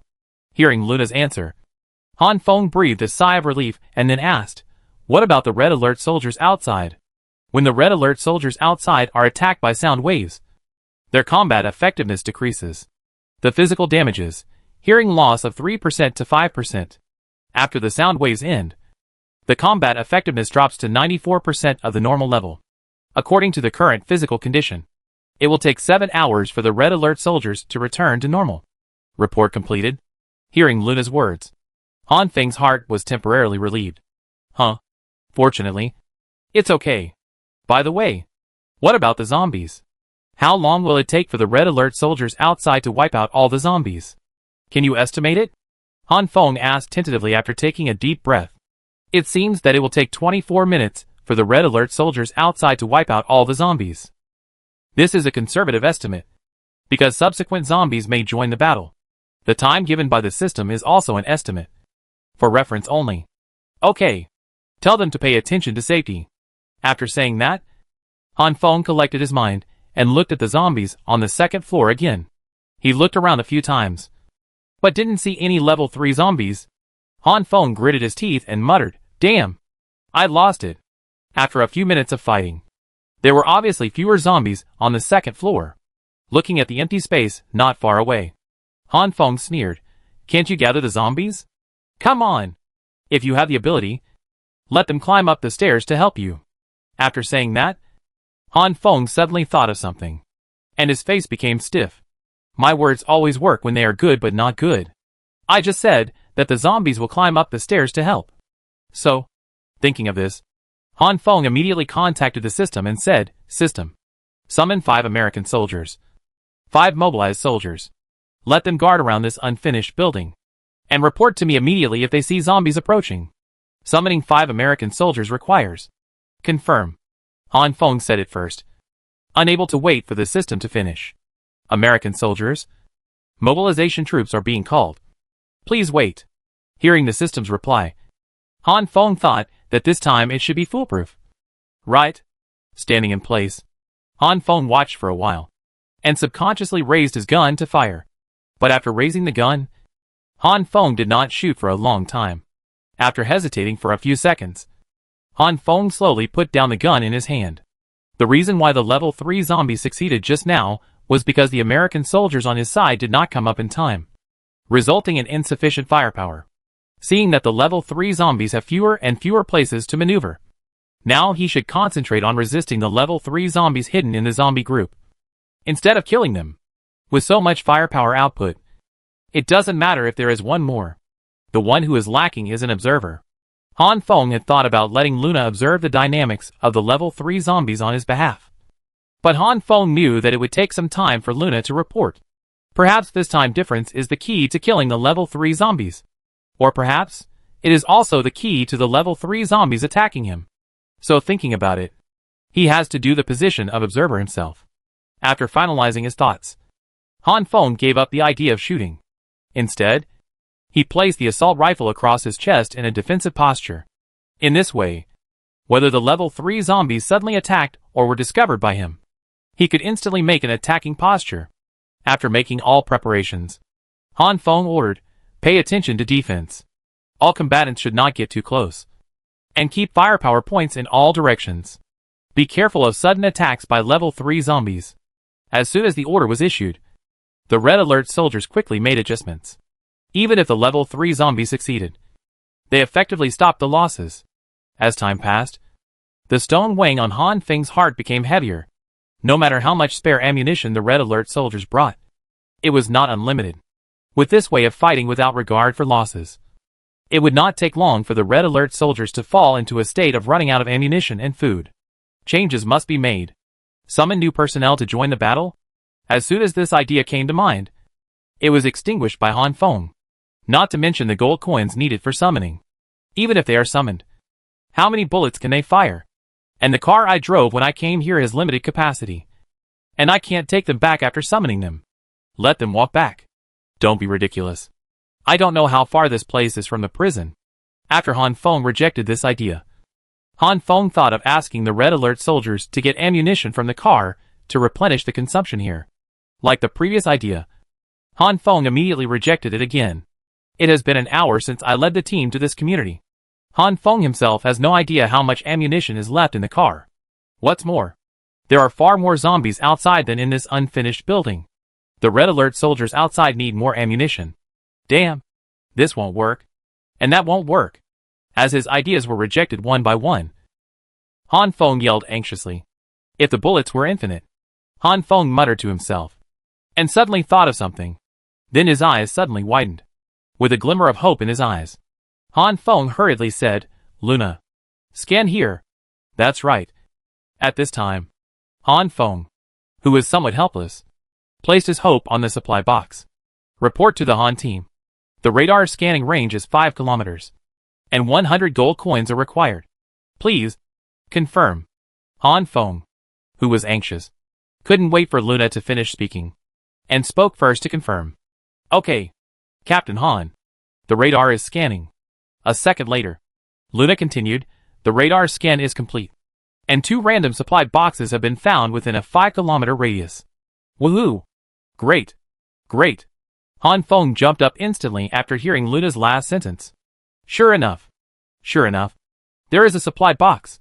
Suppressing the joy in his heart, Han Feng asked again, Luna, quick! Where is the supply box? Report the location. Report to Captain Han. The nearest supply box is 32 meters in front of you. The other supply box is 3 kilometers away from you. 32 meters? Han Feng was stunned after hearing Luna's report. God really helped me. The supply box was so close to me. After the joy, Han Feng looked in the direction of the supply box. There were so many zombies. Holding the assault rifle in his hand, Han Feng ordered, everyone, charge forward. In fact, this order is very dangerous. Han Feng is gambling. Now Han Feng is facing zombies from 3 directions. Once he leaves the stairs behind, Han Feng and his team will face attacks from zombies from 4 directions. Han Feng had no choice but to take this gamble. Before the charge began, Han Feng added another order, all combatants. Every 5 people are divided into a team. Each team will deal with one direction. Pay attention to defense. After saying that, Han Feng patted the American soldier beside him and said, "Give me a high-explosive grenade. Quick!" After taking the high-explosive grenade, the team began to advance slowly. Han Feng put down the assault rifle in his hand, weighed the high-explosive grenade in his hand, and thought to himself, "System. You said it. The supply box can't be broken." Gritting his teeth, Han Feng pulled the ring of the high-explosive grenade, throwing it hard at the zombie group in front. "Be careful to avoid." Boom! As soon as Han Feng finished speaking, the high-explosive grenade exploded in the zombie group. At the moment of the explosion, Han Feng saw a black figure jumping and dodging. It was a level 3 zombie. Han Feng accidentally dropped a high-explosive grenade at the feet of a level 3 zombie. Of course, the level 3 zombie recognized what this grenade was, and knew the damage it would cause to itself. So it fled frantically before the grenade exploded. The huge shock wave shattered everything around it. At the center of the explosion of the high-explosive grenade, dozens of zombies were blown into sieves. The zombies that were a little further away also failed to escape the fate of death. The shockwave shattered every bone of the zombies. Of course, this also included their skulls. It was also thanks to the large number of zombies blocking Han Feng in front that the shockwave was almost blocked when it reached Han Feng. Even so, Han Feng was dusty by the dust raised by the shockwave. Chapter 95, Irreconcilable. Han Feng squinted his eyes and spit out the dust in his mouth. Then he said, "Luna, where is the supply box? Is the supply box okay?" "Report to Captain Han. The supply box is intact." Han Feng breathed a sigh of relief after getting Luna's affirmative answer. The first thing Han Feng did after getting up was to look for level 3 zombies. Looking around, the number of zombies was obviously much less, and the gaps between the zombies gradually widened. But there was no trace of level 3 zombies. After searching in vain, Han Feng saw the staircase leading to the 3rd floor. Thinking carefully back to the moment before the high-explosive grenade exploded, the figure of the level 3 zombie seemed to dodge in this direction. The unfinished building has only a few load-bearing walls and supporting columns, so there will be several staircases. The staircase here is not the staircase behind Han Feng. Specifically, there are several staircases for every unit in the unfinished building. Han Feng thought that maybe the level 3 zombies went upstairs. Since the level 3 zombies were not on the 2nd floor for the time being, Han Feng did not hesitate and directly ordered, "Everyone move forward." After the order was issued, the remaining 19 Red Alert soldiers accelerated their pace. At a distance of about 30 meters, they slowly approached under the suppression of the Red Alert soldiers' firepower. In less than 2 minutes, Han Feng and others successfully pushed the protection circle to the position of the supply box shown on the radar. The Red Alert soldiers outside the protection circle were still firing, suppressing a small number of zombies. And Han Feng was confused. "Luna? Where's the supply box? Where's the supply box?" Looking at the empty ground at his feet, Han Feng searched around and around. Finding nothing, Han Feng could only ask Luna in an anxious tone. It's not that Han Feng was anxious, because Han Feng didn't know whether the radar could accurately count the floors. What if it's at the same point? But the supply box is on the 3rd floor, or the 4th floor. Report to Captain Han. The supply box is at your feet. Yes. Your right foot just stepped on it. Hearing Luna's answer, Han Feng also felt that his right foot seemed to have stepped on something just now. Then he squatted down and found the thing that had hit him just now, because the area had been swept by high-explosive grenades before. The floor was a little uneven, so Han Feng didn't take it to heart. Han Feng found the position of his right foot just now, and kept digging with his hands, blowing the dust on the ground with his mouth. After a few seconds, Han Feng finally found something, but his body gradually petrified on the spot. This. Han Feng said this several times, but he didn't finish. With a shaking hand, pointing at the ground, Han Feng said in disbelief, This is called a supply box? Is it worthy of being called a box?" On the ground, a silver-white object lay quietly. How to say it? It was like a piece of chocolate, painted with silver-white paint. Report to Captain Han. This is indeed a supply box. Hearing Luna's affirmative answer, Han Feng wanted to laugh, staring at the supply box on the ground that was not even as big as his little finger. Han Feng really couldn't think of what could be in it. Half a bullet. Looking at the small supply box, Han Feng couldn't help but recall the first time he got a supply box. It was a normal-sized box, and after opening it, it contained 5,000 gold coins. The size of the box is indeed like the silver box used by gangsters in movies. The second time I got a supply box, it was an unlimited time equipment. The size of the supply box is just the size of a box of bullets. From this point of view, what is in the supply box can be basically confirmed by looking at the size of the supply box. But this? Haha. Han Feng smiled bitterly and slowly picked up the little guy on the ground.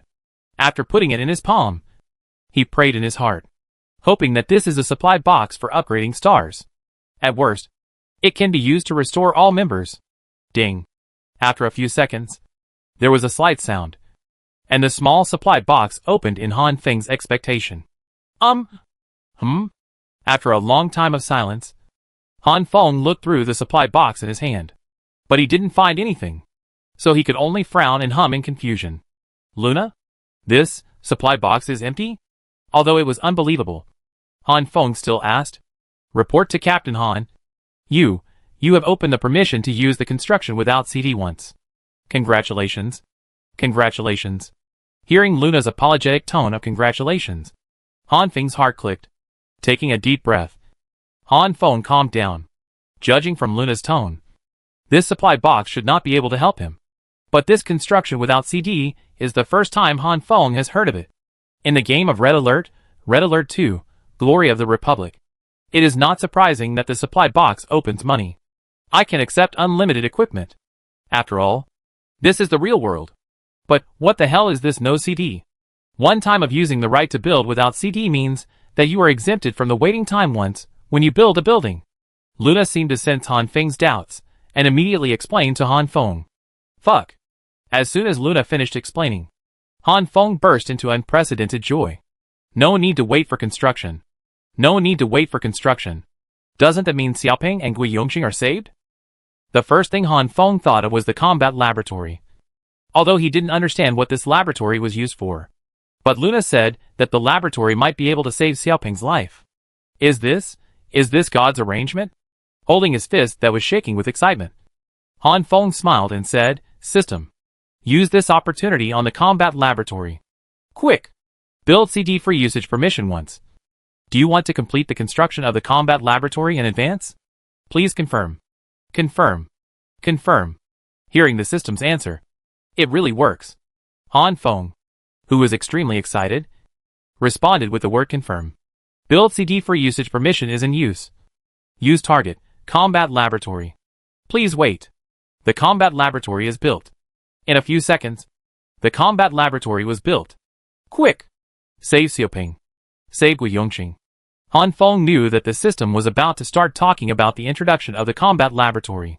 In order to avoid wasting the system's time, Han Feng directly gave the order. The combat laboratory is temporarily unable to carry out rescue due to the lack of research projects. The cold mechanical sound of the system sounded particularly cold at this time. Fuck. No research projects. How is it possible? Research how to save Xiaoping. I order you. Let the combat laboratory research how to save Xiaoping. Han Feng was a little anxious at this time, just seeing the light of hope from the abyss of despair. The system's words shattered Han Feng's hope again. Commander's command is wrong. Commander's command is wrong.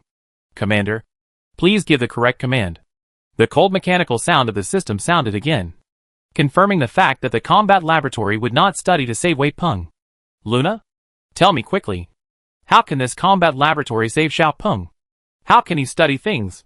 Han Feng asked in a voice as calm as possible, suppressing the desperate anger in his heart. Report to Captain Han. It is very simple to let the combat laboratory research projects. You can specify anything and give it to the combat laboratory. And the combat laboratory will analyze the composition of various structures of this thing, including their molecular atoms.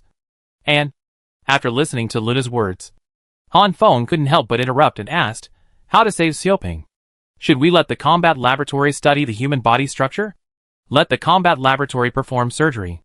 After asking this, Luna paused and didn't reply to Han Feng immediately. After a few seconds, Luna said, the combat laboratory cannot perform surgery, but the combat laboratory can study drugs. Hee hee. Ha ha. Ah. Han Feng smiled bitterly at first, and then slowly turned into a painful cry. Medicine. Can medicine save Xiaoping? Xiaoping is injured like this. I don't know how many bones are broken. What kind of medicine can cure him? At this point, Han Feng took a deep breath and continued, what about Guiyongxing? What medicine can save a vegetative person? Sorry, Han. Level 3 zombie. I will never forgive you. Duh. Before Luna finished speaking, Han Feng screamed madly. The assault rifle in his hand suddenly fired at the zombies. System. Summon American soldiers. Summon all. Summon for me. Summon. Ah. All hope was shattered bit by bit. Since the system can't save Xiaoping, why do I keep these gold coins? Today, I just want the level 3 zombies to die. The commander now has a total of 17,673 gold coins to summon. Confirm. Confirm. Han Feng had never been so crazy before. His eyes were as sharp as a knife, and he seemed to no longer have any humanity. At this moment, Han Feng urgently needed to use the blood of the 3rd level zombie to repay the debt it owed. All red alert soldiers. All. Attack. At this moment, Han Feng completely went berserk. This order was not only given to the red alert soldiers in the unfinished building, but also to the red alert soldiers outside. They all received the order.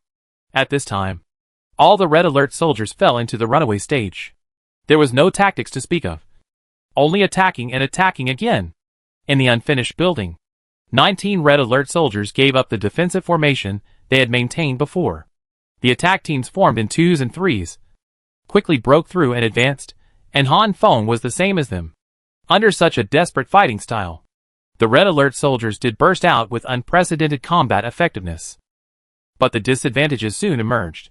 Since the red alert soldiers no longer pursued the accuracy of shooting, the bullets were consumed more rapidly than in any previous battle. Such a battle lasted only 2 minutes. However, in these 2 minutes, the remaining zombies in the unfinished building were already few in number. Seeing that the zombies on the 2nd floor were about to be wiped out, Han Feng suddenly heard a click sound from his ear. Turning his head to look at the source of the sound, Han Feng found that a mobilized soldier was putting an empty pistol back into the gun bag. No bullets, finally no bullets. Chapter 96, System Intervention. The first 1-star mobilized soldier, who had finished firing his bullets, put away his pistol, and pulled out the most primitive weapon from his back. The fire axe. Caw. Han Feng was about to say something, but the sound of empty guns continued to come to his ears.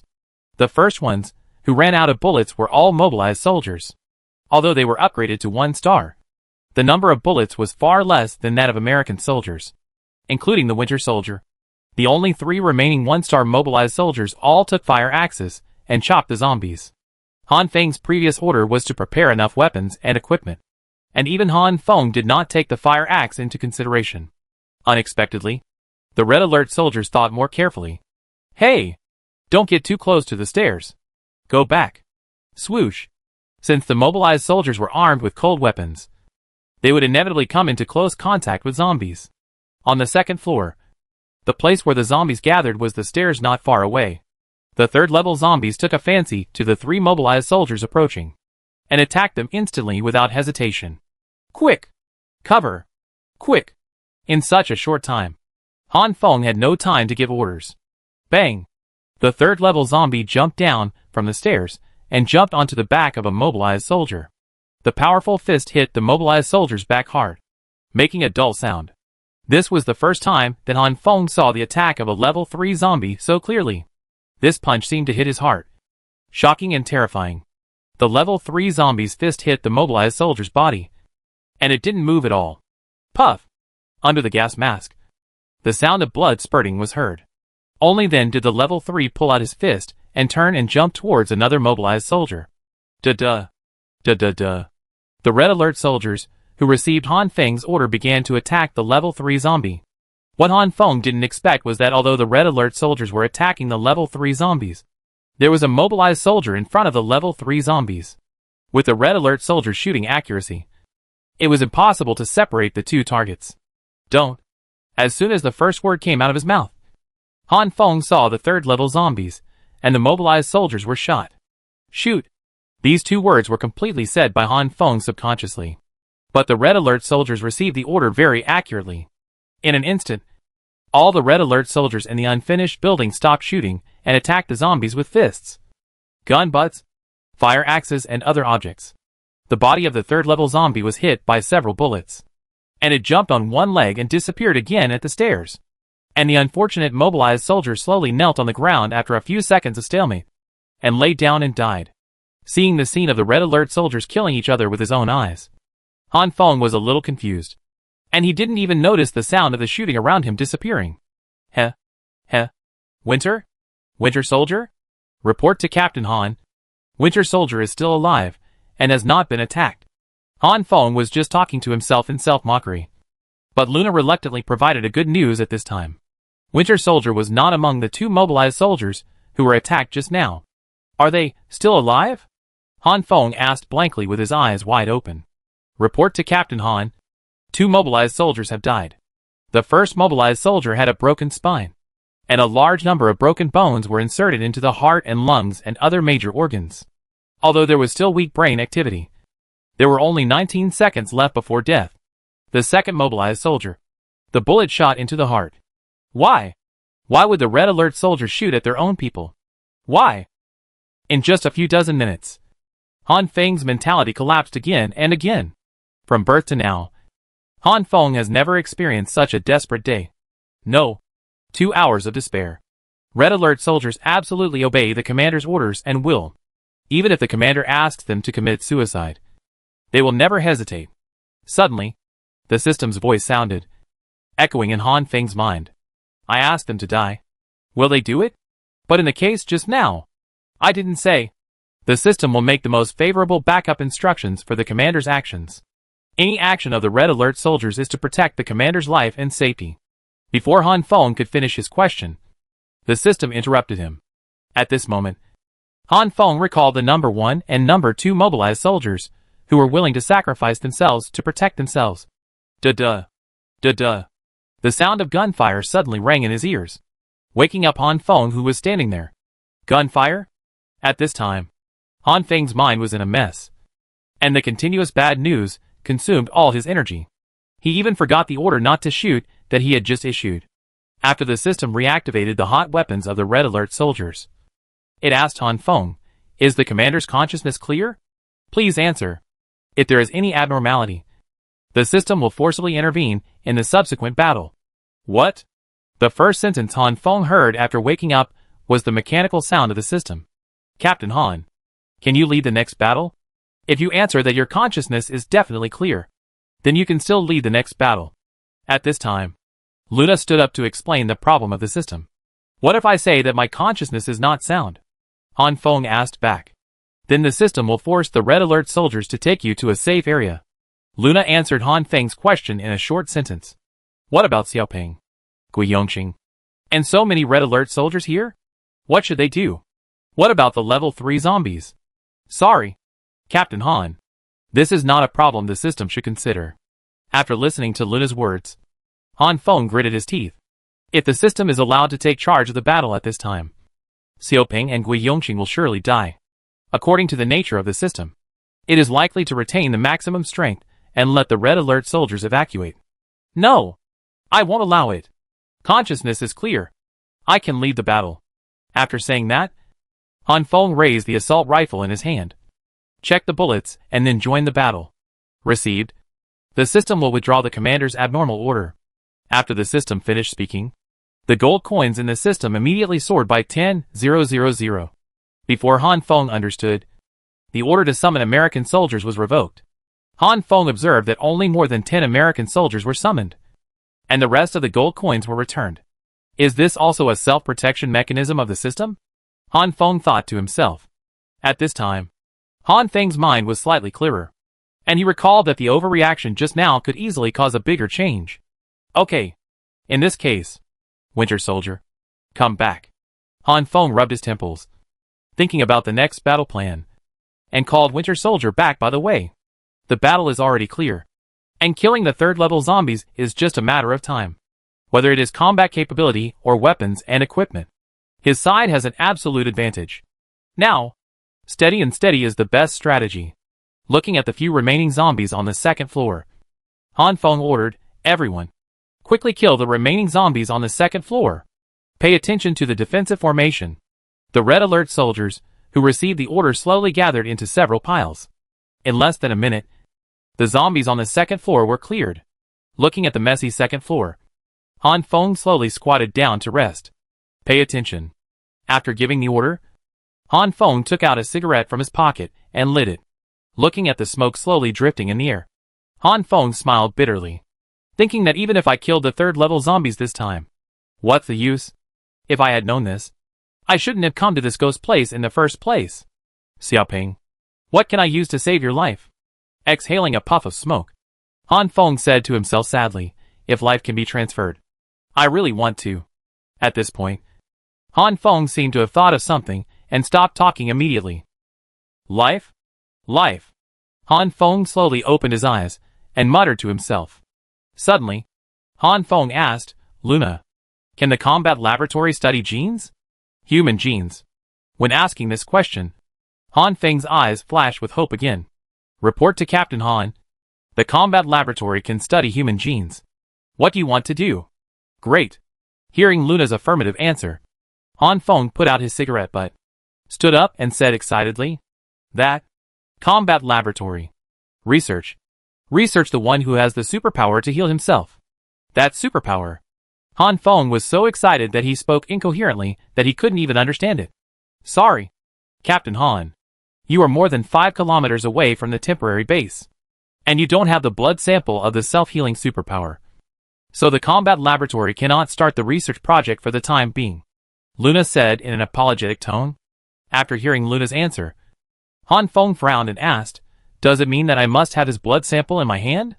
Yes, you must have a blood sample in your hand, so that the combat laboratory can study the genes in the blood, Luna said affirmatively.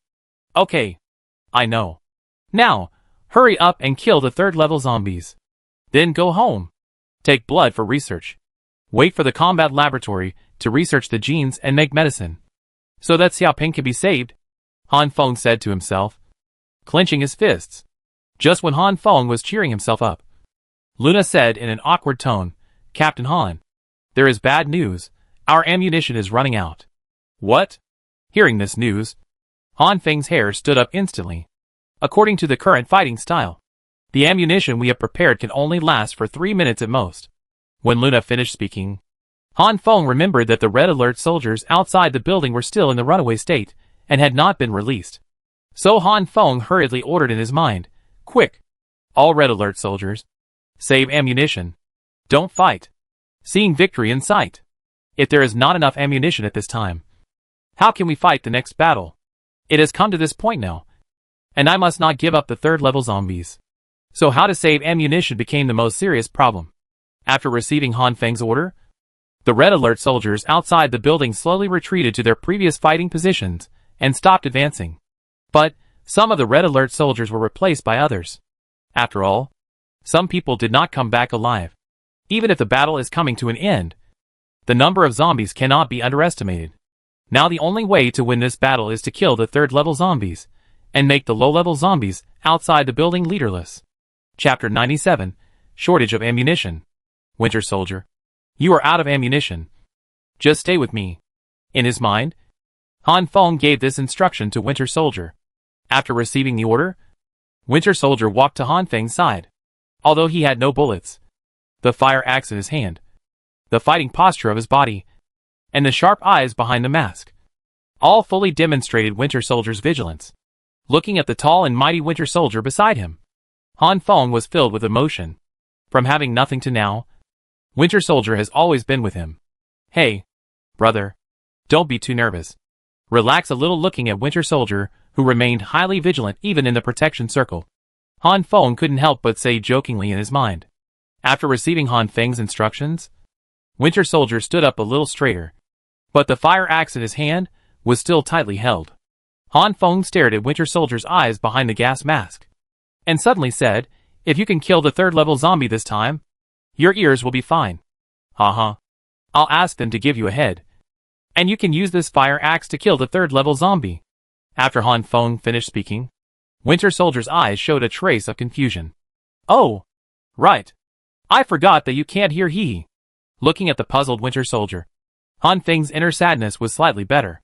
Moving his eyes away from the gas mask, Han Feng lowered his head and muttered to himself, but to be honest, I have never seen what you look like. Are you handsome? When you killed a third-level zombie? Go back and let me see it. Han Feng, who was full of expectation, checked the assault rifle in his hand after he finished speaking. And after changing the magazine, he said, all soldiers, check your equipment. Get ready for battle. It's time for us to go. Once the order was issued, the remaining more than 30 Red Alert soldiers in the unfinished building began to sort out the ammunition. A few seconds later, Han Feng held the assault rifle and said, 2 American soldiers, as usual, use high-explosive grenades to open the way.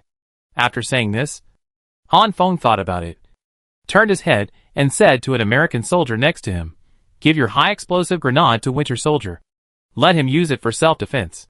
After saying this, Han Feng turned his eyes to look at Winter Soldier again, and suddenly grinned and said, when I go back, I will find you a wife. I don't know if you have that function, haha. Han Feng knew that Winter Soldier couldn't hear him, and these words were just to satisfy his bad taste. While talking, Han Feng had already led the team to the staircase leading to the 3rd floor. When there were still 7 or 8 meters left, 2 American soldiers quickly left the team and approached the staircase with 2 high-explosive grenades. Han Feng ordered in advance to let all Red Alert soldiers cover. Dozens of guns were aimed at the staircase together, fearing that the 3rd-level zombie would repeat the same trick. At this time, Han Feng hoped that the 3rd-level zombie would come down and fall into the trap. With nearly 30 guns, even if the 3rd-level zombie was fast, Han Feng was sure that he could shoot it into a sieve. Unfortunately, I don't know if the 3rd-level zombie didn't see it or had a premonition, but it didn't appear this time.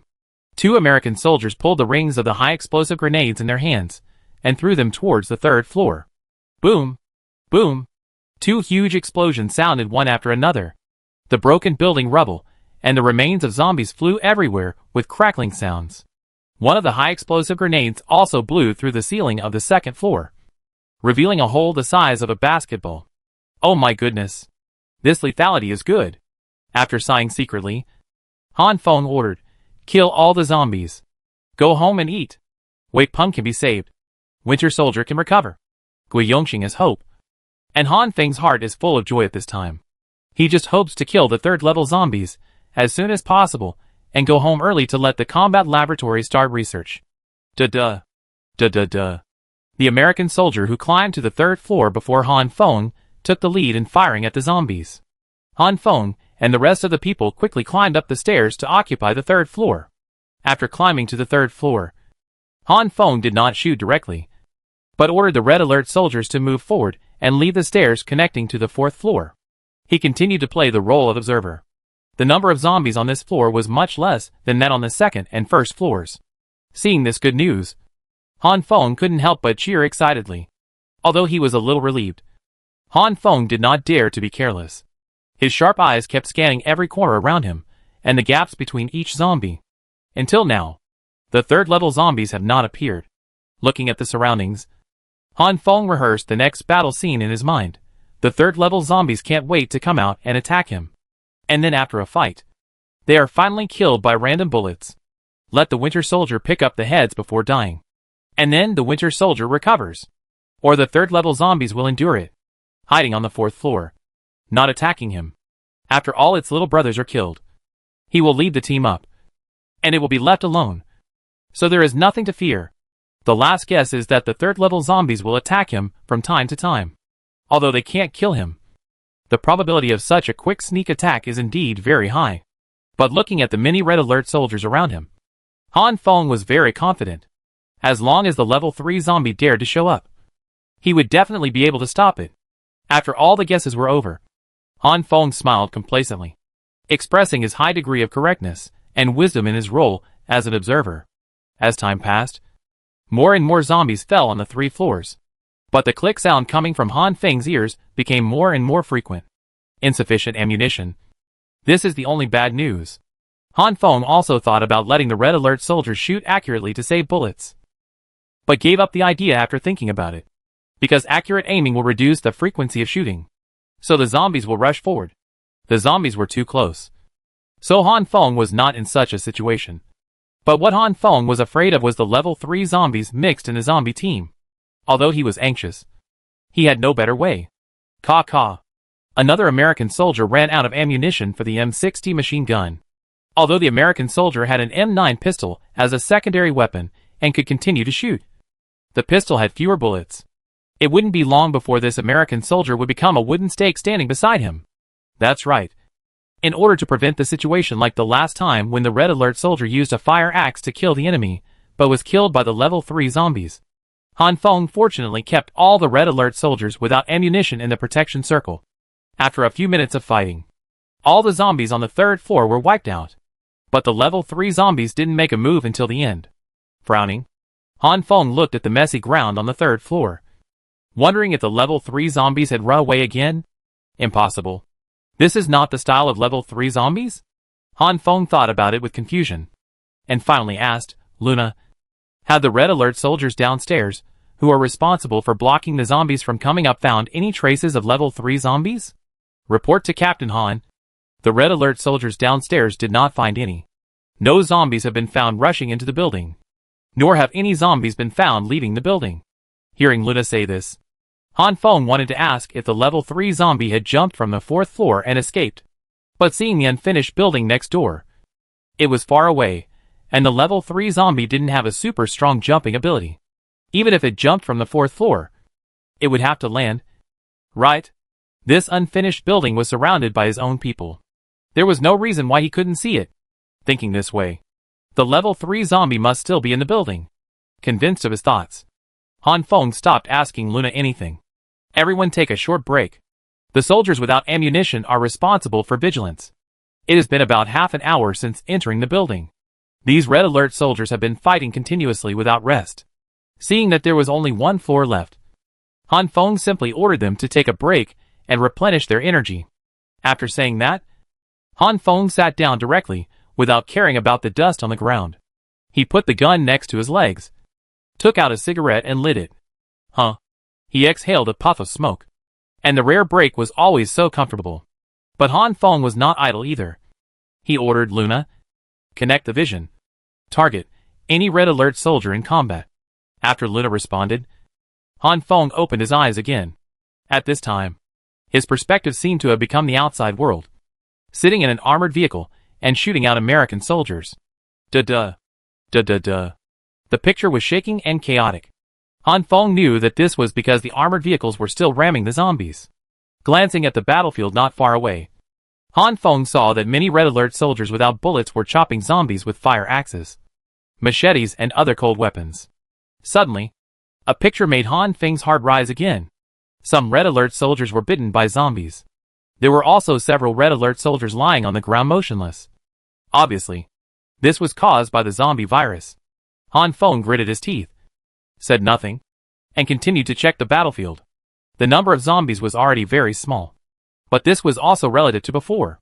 Luna, are there any zombies joining outside the cordon? Han Feng asked after thinking for a while. Report to Captain Han. No. There are still 367 zombies outside, and no more zombies have been found for the time being. Luna reported a set of accurate data to Han Feng. After listening to Luna's report, Han Feng asked again, where are Xiaoping and Gui Yongxing? Are they okay? Wei Peng and Gui Yongxing are still protected by the Red Alert soldiers and have not been attacked. Wei Peng's health remains good, and there are no signs of deterioration. Gui Yongxing's vital signs are stable.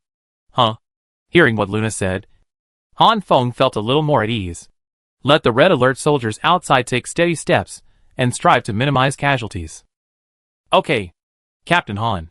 After saying this, Han Feng put out his cigarette and slowly stood up. The battle is coming to an end, and it seems that the Red Alert soldiers outside are not having a good time either. Since cold weapons have appeared, there must be very little ammunition left. But fortunately, there are not too many zombies. And with the cover of 6 saber-tooth armored vehicles, casualties should be minimized. But before, I was thinking about waiting for the support of the Red Alert soldiers outside. But now it seems that it is ruined. Chapter 98. Victory is in sight. Since we can't wait for outside support, let's rely on ourselves. After saying this powerfully, Han Feng bent down and picked up the assault rifle at his feet, and continued, 3 American soldiers are here this time. 3 high-explosive grenades. Give the level 3 zombies a good start. Brothers, kill the level 3 zombies. It's up to us. After the order was issued, Han Feng raised his legs and walked towards the stairs, followed by many red alert soldiers. Every step he took, the dust at his feet would blow up a little. Only more than 30 people. But they walked out of the wolf-tiger momentum. When I was weak, the level 3 zombies were my shadow. No matter where I go, the level 3 zombies are always a headache for me. Especially the vengeful character of the 3rd level zombies. They are simply leeches. And now, the 3rd level zombies are forced to the 4th floor by me. The nightmare of the past. The annoying 3rd level zombies will be crushed with these fireworks like bullets. Boom! Boom! Upstairs, the explosion of high-explosive grenades suddenly sounded, patting the dust off his body. Han Feng shouted excitedly, "Okay, everyone." The voice stopped abruptly, and Han Feng suddenly thought of the red alert soldiers beside him who had no ammunition. If he rushed in rashly like this, wouldn't it give the 3rd level zombies a chance? No. Those without bullets cannot go upstairs. After thinking for a while, Han Feng gave an order, except the winter soldier. Soldiers without bullets, stay here. Don't go upstairs. After giving the order, Han Feng felt something was wrong. What if he didn't pay attention and accidentally let the 3rd level zombies escape downstairs? These soldiers left behind didn't have ammunition for self-defense. Wouldn't that be a bad thing? Then he changed his words and said, "How about this? Except for the winter soldier. The soldiers without ammunition go to the 1st floor and find the soldiers downstairs who are responsible for guarding this unfinished building. You all stand guard together. And don't let the 3rd level zombies escape no matter what." Yes. Dozens of people answered in unison. After that, more than half of the red alert soldiers turned around and went downstairs. Han Feng was a little confused when he saw most of the people leaving. There were not enough people. Should he summon more people? But he thought again. If he summoned more soldiers, he might not have enough vehicles to take them back. Looking at the 3 one-star American soldiers beside him, Han Feng's sense of security suddenly increased a lot. You know, when Wayne was promoted to 1 star, the 3-level zombies were basically no match for him. Not to mention that he had 3 one-star American soldiers around him. Thinking of this, Han Feng gave up the plan to summon people. Everything was ready. Han Feng looked at the 14 red alert soldiers in front of him and said, "It's only a matter of time to kill the 3-level zombies. But I hope this moment will come faster.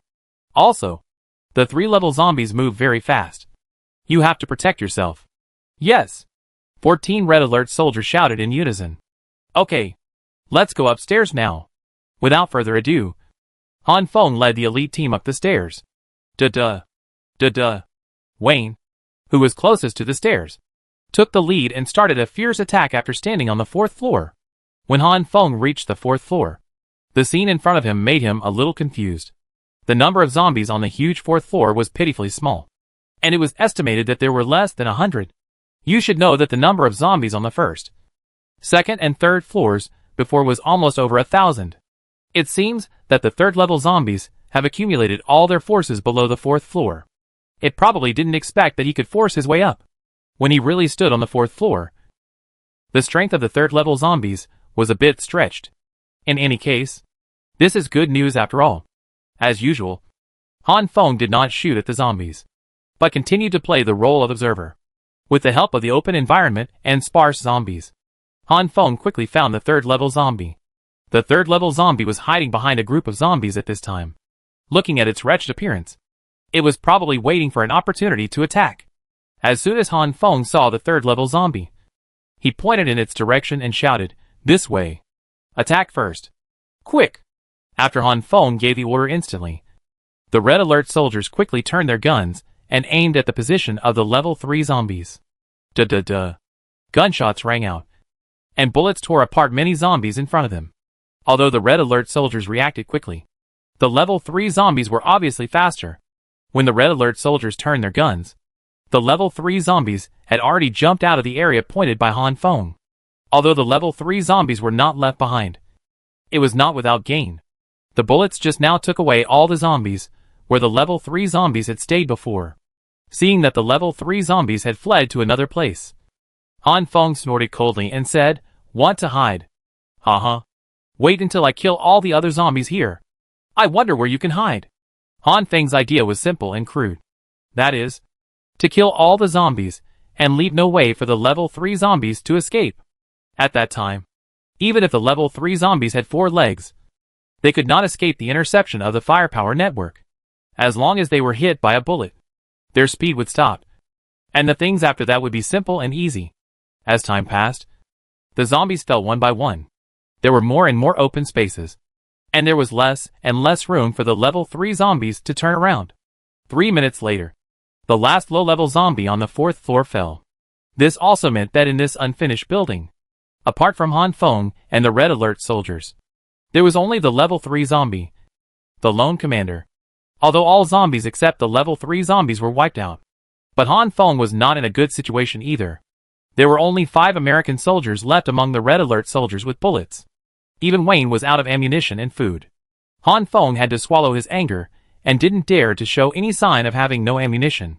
Until now, Han Feng couldn't be sure whether the level 3 zombies had enough intelligence to judge the amount of bullets from the number of gunshots.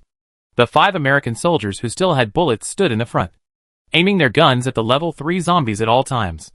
The other soldiers, who had no bullets, also held their guns and pretended to be on guard with bullets. Han Feng wanted to confuse the level 3 zombies in this way, so that they would not dare to act rashly. Staring at the level 3 zombie behind the support column not far away, Han Feng said in a contemptuous tone, "Hey, where's your little brother? Why are you the only one left? Are you playing hide-and-seek with me by hiding behind the column?" Although he said so teasingly, Han Feng didn't relax at all. How much strength does it take to punch into the back of a mobilized soldier? The action was so fast that he couldn't react at all. Just based on this strength, Han Feng didn't dare to underestimate it. "Hey, who of you still has a high-explosive grenade?" Although the high-explosive grenade was hanging on the chest of the American soldier, Han Feng was busy staring at the level 3 zombie at this time, and had no time to look back. So he could only ask in a low voice. At this time, the 2 American soldiers raised their hands slightly to indicate that their high-explosive grenades were still there. Seeing this from the corner of his eye, Han Feng's heart skipped a beat, thinking, "It's bad.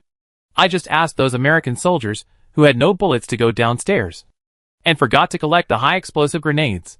Oh. After a sigh, Han Feng quickly recovered his expression. "Hey! If you don't come out, I'll go find you." Han Feng shouted loudly at the 3rd level zombie, and then whispered, "High-explosive grenades are ready." "Hey! You're not! You can't afford to play. I worked so hard to get here. You didn't even give me a sip of tea. You still..." Han Feng shouted all kinds of nonsense to the 3rd level zombie, but his hand gestured to the American soldier behind him to throw a grenade. The reason for doing this is to interfere with the hearing of the 3rd level zombies, in order not to give the 3rd level zombies time to escape. Han Feng also let the high-explosive grenade stay in the hands of the American soldiers for a few more seconds, waiting for the explosion delay. "Throw!" Seeing that the time was about to run out, Han Feng hurriedly shouted in a low and urgent voice. After receiving the order, the high-explosive grenade flew out of his hand. At this time, the 3rd level zombie moved, but the direction of the action was not Han Feng's side, but to hide to the side. "Now!" Seeing the 3rd level zombies show their heads, Han Feng hurriedly ordered to attack. Da-da-da. Da-da. Boom.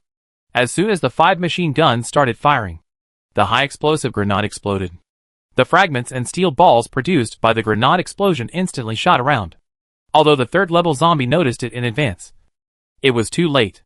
Although it tried its best to escape, it still could not escape the explosion range of the high-explosive grenade. The machine gun that had been aiming at the 3rd level zombie also opened fire instantly. Saving the time to turn the gun head, the bullet passed through the air, leaving a transparent ray. The high-speed rotating warhead fiercely broke the skin of the 3rd level zombie. Deep and deep. Almost in an instant, the 3rd level zombie was attacked from 2 sides. Clenching his fists, Han Feng excitedly wanted to say good, but before the sound came out, it was stuck in his throat. Chapter 99, Winter Soldier. Winter Soldier.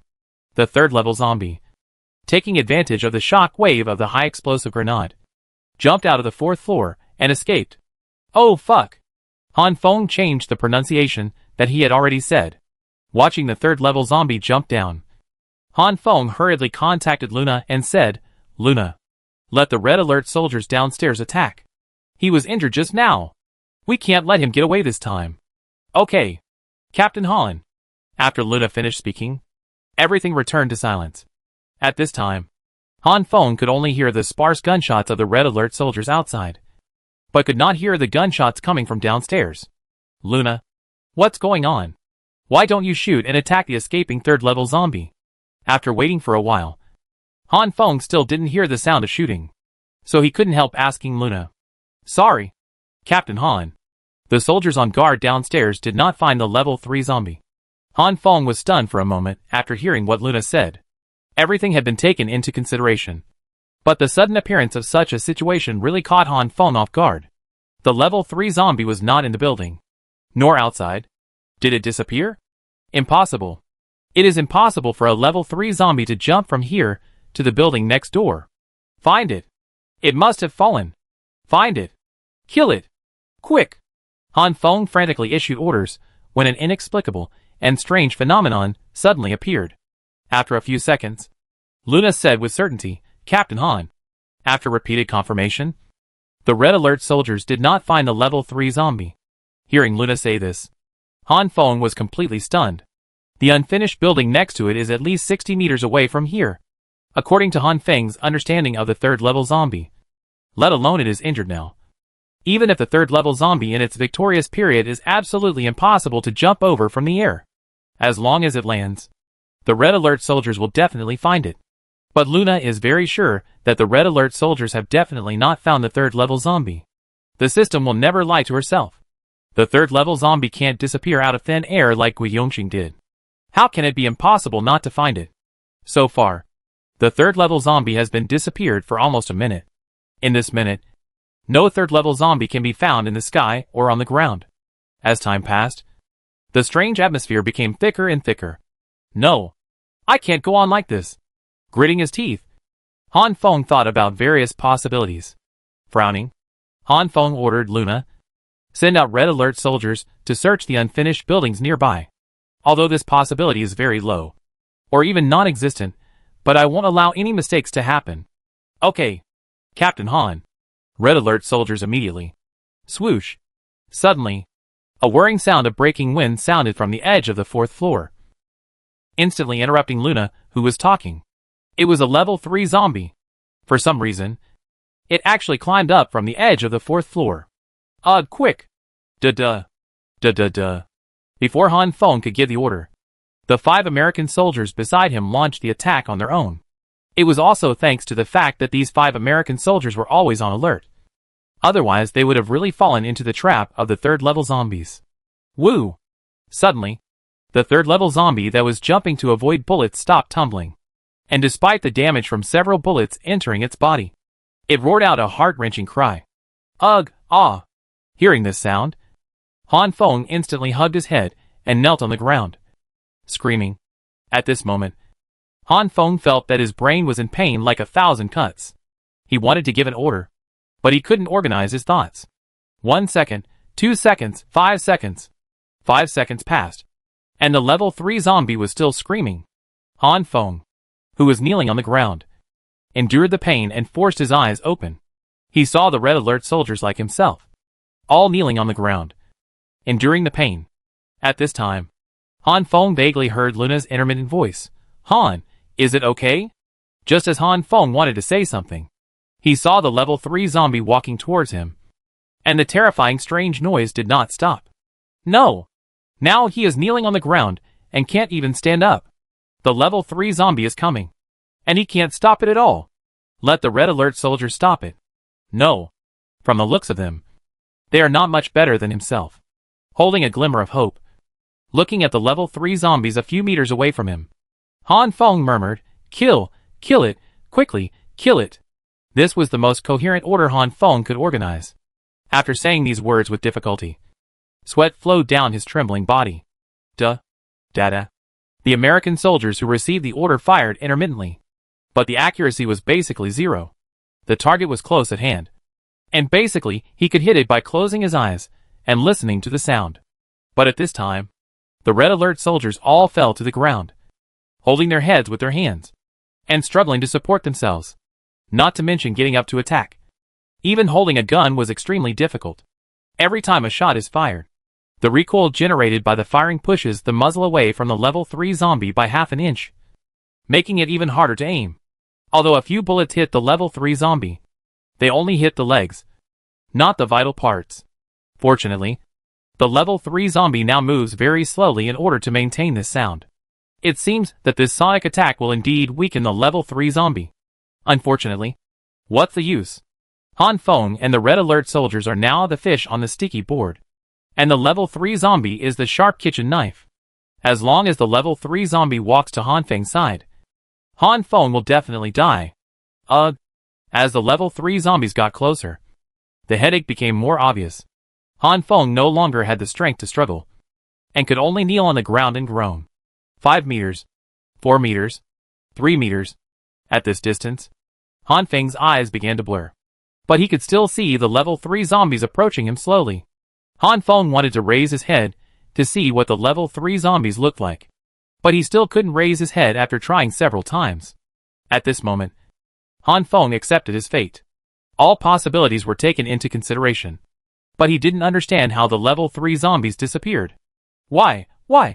At this moment, Han Feng almost lay on the ground with his head in his arms, but he was mumbling in his mouth, wanting to find out why he couldn't find the 3rd level zombie before he died.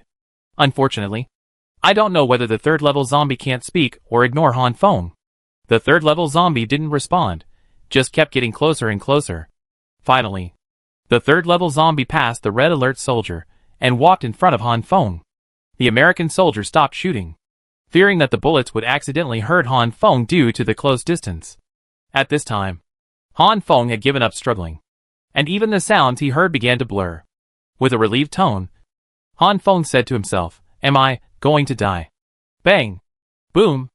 Although Han Feng's hearing was almost ineffective, he could hear these two sounds very clearly. From this sound, it seemed that the 3rd level zombie was attacked by something, which made the sound it made suddenly stop. The sound wave attack paused, and Han Feng's body seemed to be released. Although the headache had not been eliminated, it was much better than a few seconds ago. Han Feng supported his body with one hand, held his head with the other hand, and knelt on the ground with his head lowered. Bang! Bang! Bang! Rip! The sound of beating in front of him continued. Although Han Feng could hear it, the confusion in his brain prevented him from checking it immediately. Swish! Until a lot of blood splashed in Han Feng's sight. On the ground, the dust splashed after the blood splashed, scattered everywhere. Whose blood is it? Han Feng looked down and muttered to himself when he saw the blood. Blood! Suddenly, Han Feng shouted. He realized something in an instant. He raised his head immediately, and when Han Feng saw the scene in front of him, his pupils shrank to the size of a needle tip. It's the Winter Soldier! It's the Winter Soldier! At this time, the Winter Soldier was wrestling with the 3rd level zombie on the ground. One of the Winter Soldier's legs was torn off by the 3rd level zombie and thrown aside. This is exactly why Han Feng saw the blood splashing just now. The sharp fire axe had chopped off most of the shoulder of the 3rd level zombie, which must have been the work of the Winter Soldier. Seeing this scene, Han Feng, regardless of the pain in his body, struggled to get up and shouted, "Quick! Help the Winter Soldier!" After receiving Han Feng's order, 5 American soldiers instantly raised their M60 machine guns and pretended to shoot. Don't shoot! Don't shoot! At this time, the Winter Soldier and the 3rd level zombie rolled on the ground and wrestled. Even at such a close distance, the bullets fired by the American soldiers could not distinguish the two at all. Han Feng was afraid of accidentally injuring the Winter Soldier, so he ignored his own safety and desperately shot the muzzle of the gun ready to shoot, and shouted like this. Han Feng canceled the order to shoot, but could not eliminate the danger of Winter Soldier. Although the 3rd level zombie is now in a weak period, its own powerful strength is still fierce. The leather armor on Winter Soldier was torn into strips by the 3rd level zombie. Even the cotton clothes under the leather armor were torn into willow catkins and scattered out piece by piece. The combat power of both sides is completely not at the same level. Every attack of the third-level zombie takes away a piece of flesh from Winter Soldier. But even so, Winter Soldier still forcibly locks the third-level zombie from behind with his arms, not letting it escape. Because most of the clothes on Winter Soldier were torn, Winter Soldier showed his strong arms. One arm locked the neck of the third-level zombie, and the other arm hugged the upper body of the third-level zombie, controlling the third-level zombie's movements. One leg was wrapped around the waist of the third-level zombie, and the other leg was gone. Ah! Seeing the state of Winter Soldier, Han Feng rushed forward desperately to help Winter Soldier, but was stopped by several American soldiers beside him. Before Han Feng, who was furious, had time to speak, he saw a scene that he would never forget. Winter Soldier took out a high-explosive grenade. Instantly, Han Feng knew what Winter Soldier meant, and then shouted, "What are you going to do? I won't allow it. I won't allow it." Han Feng wanted to stop Winter Soldier from suicide, but he was no match for the forced removal by several American soldiers. When his body was dragged backwards, he didn't know whether it was an illusion or a real sight. Under the gas mask of Winter Soldier, his calm eyes seemed to tell himself, "Evacuate here. No! I order you. Give up the attack. Give up. Give me." In order to make Winter Soldier understand, Han Feng gave this order remotely. But before the order was finished, Han Feng was stunned. I saw Winter Soldier pull the ring of the high-explosive grenade with his mouth, and hug the third-level zombie again. Next, Winter Soldier forced himself and the third-level zombie to flip over. The backs of Winter Soldier and the third-level zombie were facing him, and the purpose of doing this was to make the explosion surface of the high-explosive grenade face away from him. Before the explosion, several American soldiers forcibly held Han Feng and used a human wall to block the possible location of the shock wave. Boom!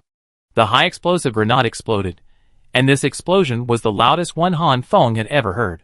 Chapter 100, It's over. The shock wave instantly swept everything within the explosion range, including the level 3 zombies and the Winter Soldier. The layers of air waves brought by the shock wave swept away all the sand and dust within a radius of dozens of meters. Fortunately, the blast fragments and steel balls of the high-explosive grenade were blocked by the body of the level 3 zombies and the Winter Soldier. So Han Feng and the American soldiers beside him were not hurt.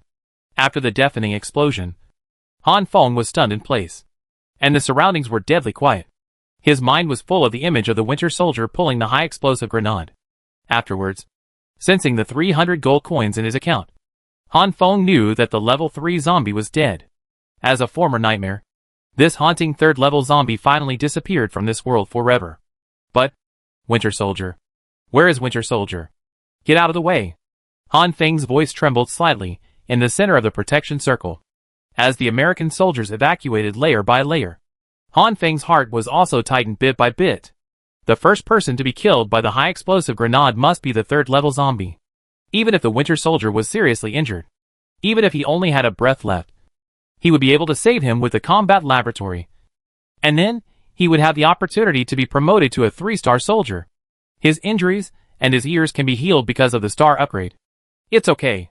It's okay. In his heart, Han Feng comforted himself again and again. The third-level zombies were blocking the way, and the Winter Soldier would not be too serious. The American soldiers retreated to the side one by one, and Han Feng's vision gradually expanded. When the last American soldier left, Han Feng did not move, but stood quietly in place, looking at the mess in front of him. The broken limbs of the third-level zombies were scattered around, and the air was filled with the smell of gunpowder left by the explosion. In front of him, it was only a few steps away, a broken gas mask, stained with scarlet blood, quietly placed on the ground. Winter Soldier? Han Feng took a few steps forward tremblingly, muttering subconsciously, slowly squatting down. Han Feng picked up the broken gas mask on the ground. After standing up, Han Feng looked around, hoping to see the intact Winter Soldier. Winter Soldier? Winter Soldier? After searching for a few seconds, Han Feng called out the name of Winter Soldier a few times. But when he said these words, his voice was always trembling. Report to Captain Han. Mobilize soldier number 0001. Codenamed Winter Soldier. Has been. Shut up. Luna was interrupted by Han Feng's roar before she finished speaking. Luna, I don't believe Winter Soldier is dead. Tell me. Where is he? Where is he? Han Feng shook his head frantically and screamed. I'm sorry, Captain Han. Winter Soldier. I don't want to hear you say that. I want you to tell me that Winter Soldier has been promoted. He's fine. He's fine. Tell me. Tell me. At this time, Han Feng was shouting like crazy, and tears slowly seeped out of his eyes and flowed down slowly. I'm sorry, Captain Han. I can only tell you the facts. Winter Soldier is indeed. Please, I don't want to hear your report. Since you can't find him, I'll find him myself. Winter Soldier will be fine. After saying this, Han Feng carried the broken gas mask and staggered around the 4th floor. Han Feng was searching while saying, Winter Soldier. Winter Soldier. Come out. Come and report to me what happened after you were promoted to 3-star soldier. Winter Soldier. I order you to come out. Come out. I haven't seen what you look like yet. You have protected me for so long. I haven't seen what you look like yet. I beg you to stop hiding and come out quickly. 2 minutes later, Han Feng went around the entire 4th floor and couldn't find Winter Soldier. Winter. At this moment, Han Feng felt that all the strength in his body disappeared instantly. His legs could not support the weight of his body, and he fell to the ground. The moment Han Feng fell, several American soldiers rushed over. Seeing the American soldiers running towards him, Han Feng lay on the ground and looked at the ceiling with empty eyes and said, Don't come over. After the order was issued, the American soldiers immediately stopped running. After a few minutes, Han Feng spoke softly, except Wayne. Everyone else should go down. After a pause, Han Feng continued, Wayne, come here. Han Feng's voice was as weak as a staggering old man. After a few seconds, only Han Feng and Wayne were left on the huge 4th floor. After Wayne came over, he first helped Han Feng sit up, and then stood aside waiting for the next instruction. Sitting on the ground, Han Feng did not speak. He took out a cigarette silently, lit it and smoked it. When the cigarette was half burned, Han Feng suddenly asked, Luna. Winter Soldier. Report to Captain Han. Winter Soldier was killed. After listening to Luna, Han Feng closed his eyes, and 2 tears rolled down quietly. Why? He should have been promoted. He should not have died. Why did this happen? Han Feng said this with a deep sense of confusion. The high explosive grenade did blow up the 3rd level zombie first. But at that moment Winter Soldier was also blown to pieces, and his life ended at that time. After hearing Luna's reply, Han Feng did not speak, and the air gradually became quiet. Suddenly, Han Feng remembered the system and asked, Luna, can the system revive him? Sorry, Captain Han. The system will not revive soldiers who have died. After Luna finished speaking, Han Feng asked again, Then can I summon the Winter Soldier again? Even if he has no level? I'm sorry. It's still not possible. Any combatant or non-combatant summoned by the system is a unique existence. Once you die, you will never come back. This time, Luna made it very clear, and completely shattered all of Han Feng's hopes. After hearing this conclusion, Han Feng put out his cigarette, and carefully examined the broken gas mask in his hand. Ah! With a sigh, Han Feng stretched out a hand and gently wiped the blood off the gas mask. While wiping, he muttered, When I first saw you, I was scared by you. I was so stupid at that time. I was still worried about you when you went to kill that zombie. Yes, you are so powerful. How could you make a mistake? Your appearance made me feel that there was a glimmer of hope in this terrifying situation. You were all I relied on at that time. Later, there were more and more Red Alert soldiers. But you were always different. I even thought about finding you a wife. Han Feng wiped his tears, smiled and said, Old buddy, your mission is completed. You have done it very well. Thank you for taking care of me these days. On the contrary, I failed to save you. You won't blame me. At the end, a hot tear fell on the gas mask in his hand. Captain Han, it is our greatest honor to be by your side and obey your orders. It is our highest honor to sacrifice to protect you. Hearing Han Feng's self-blaming words, Wayne said, No, it is my incompetence that harmed you. After saying this, Han Feng slowly stood up. After standing up, Han Feng said without waiting for Wayne to speak, All this is because of zombies. The death of the Winter Soldier is all because of zombies. The sacrifice of so many soldiers is all because of zombies. With red eyes, Han Feng roared, All this. It's all because of zombies. If there were no zombies in this world, then the Winter Soldier would not have died. Wei Peng would not be dying. Wei Yun and the others would not have no home to return to. Feeling Han Feng's rage, Wayne rushed to say, Captain Han. All this is caused by zombies. Han Feng ignored Wayne and continued to roar. Turning around, Han Feng stared into Wayne's eyes and said, Where did the virus that turns people into zombies come from? Why did they turn the world into this? Hearing Han Feng's question, Wayne replied, Captain Han. I don't know. Hee. No one will know. But now, I only know one thing. After saying this, Han Feng took a deep breath, lowered his head, and touched the gas mask in his hand. I will kill every zombie in the world. Kill them all. I swear. The death of the Winter Soldier brought an indelible trauma to Han Feng. From the outbreak of zombies to the present, this old team member has been with Han Feng. When Han Feng was the weakest and most helpless, it was the Winter Soldier who gave him hope and gave him the motivation to live. This kind of emotion cannot be replaced by anyone. After venting the pain in his heart, Han Feng turned around and said to Wayne, Take this gas mask and help me put it away when you go back. One day, I will fulfill my promise, and I need the Winter Soldier to witness it. Yes, Wayne said, and stretched out his hands to take the gas mask from Han Feng. Let's go. Let's go. It's over here. It's all over. After saying that, Han Feng raised his legs and walked towards the stairs.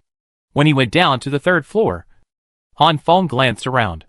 Suddenly, Han Feng saw the marks on the ceiling of the 3rd floor and stopped. Wait! What is this? Staring at the marks on the edge of the ceiling on the 3rd floor, Han Feng asked in confusion. Let's go and take a look. Without waiting for Wayne to speak, Han Feng walked towards the edge of the unfinished building. Standing on the edge of the 3rd floor, Han Feng looked up at the marks above his head and fell into deep thought. After a few seconds, Han Feng suddenly said, It's a scratch. I know how the 3rd level zombie disappeared. After careful identification, Han Feng suddenly realized. It turned out that the 3rd level zombie didn't jump from the 4th floor at all. Instead, it grabbed the fault between the 3rd and 4th floors and hung itself here waiting for the opportunity. There was no such thing as disappearing. After understanding, Han Feng slapped his forehead with his hand and said, I'm so stupid. If I had known that the 3rd level zombie had such a grip, I should have arranged some people here. This way, I wouldn't delay the opportunity. But it was too late to say anything now. After regretting and blaming themselves, Han Feng and Wayne left the unfinished building. As soon as he walked out of the corridor door, Han Feng saw a group of red alert soldiers guarding here, and then asked, Why are there so many people? Report to Captain Han. The battle was over 4 minutes ago, and all the zombies were killed. These soldiers are here waiting for your next instructions. In her mind, Luna explained. Chapter 101, Start Genetic Research. Since it's over, let's go home first. At this moment, Han Feng wanted to go to the location of the supply box 3 kilometers away. But the most important thing at the moment was to go back and get the blood of the superpower. Saving Xiaoping was the most urgent thing now. As for the supply box, let's put it aside for now. When he was about to raise his legs and walk out, Han Feng suddenly thought of a problem. In the Red Alert game, the time when the supply box appears is limited, which means that if you don't pick up the supply box within the specified time, the supply box will disappear. Thinking of this question, Han Feng asked Luna in his mind, Luna, is there a time limit for the supply box? Will it disappear? Reporting to Captain Han, once the supply box is scanned and generated, it will not disappear. As a permanent prop, there is no time limit. The only thing to note is that the supply box is only visible within the radar detection range. After listening to Luna's explanation, Han Feng breathed a sigh of relief, thinking that these are all minor problems, as long as the supply box does not disappear. As for the radar problem, as long as you remember the approximate location of the supply box, it will be fine even if it exceeds the radar detection position. According to the location of the supply box shown by the radar, Han Feng thought that if he returned to the prison now, the distance of the supply box would definitely exceed 5 kilometers. And then said, Luna, remember the approximate location of the supply box. Okay, Captain Han. The direction of the supply box has been marked. Yes. After confirming that everything was correct, Han Feng glanced around and said, Get on the bus and go home. As soon as the order was issued, all the red alert soldiers turned around and headed towards the vehicle area, while Han Feng came to where Wei Peng was alone. Looking at Wei Peng and Gui Yongxing lying on the ground, Han Feng felt sad and asked, Luna, how are Xiaoping and Gui Yongxing? Report to Captain Han. Wei Peng's vital signs are showing a downward trend. The specific reason is internal bleeding. Gui Yongxing's signs are relatively stable. Hearing Luna say this, Han Feng's heart was instantly lifted. Looking at Wei Peng on the ground, Han Feng was helpless. After hesitating for a long time, Han Feng asked, Luna, Xiaoping, can you hold on for much longer? Report to Captain Han. The optimistic estimate is about 3 hours. The worst result? More than 1.5 hours. Less than 2 hours. After getting this result, Han Feng didn't dare to waste any more time, and turned to Wayne behind him and said, Wayne, go drive the armored vehicle over here. After that, Han Feng squatted down and gently picked up Wei Peng. After putting Wei Peng and Gui Yongxing in the armored vehicle, Han Feng stayed in the cabin. When everything was ready, Han Feng ordered the other 5 armored vehicles go to the front to open the way, and knock away all the vehicles blocking the road. Make sure that Wei Peng and I move forward at a constant speed. Everyone, let's go! Han Feng gave this order to ensure that the armored vehicle carrying Wei Peng could always maintain a constant and stable speed. Because on the way here, in order to avoid abandoned vehicles on the road, Wei Peng had to make many twists and turns. And at this time, Wei Peng could not withstand such shaking. In this way, 5 armored vehicles made a clanging sound along the way, and Han Feng's vehicle remained stable. In less than an hour, Han Feng and his team finally returned to the prison. You know, it took less than 30 minutes to go there. It can be seen how slow this constant speed is. But in order to protect the fragile Wei Peng, Han Feng could only endure the slowness along the way. As soon as he entered the prison, Han Feng jumped out of the car and said, Wayne, take Wei Peng to find Lin Lan and Wei Yun. Remember, no matter what they do, they can't let them touch Xiao Peng. After that, Han Feng ran to another armored vehicle and signaled the American soldier and the co-pilot to get off. After getting in the car, Han Feng said, Quick!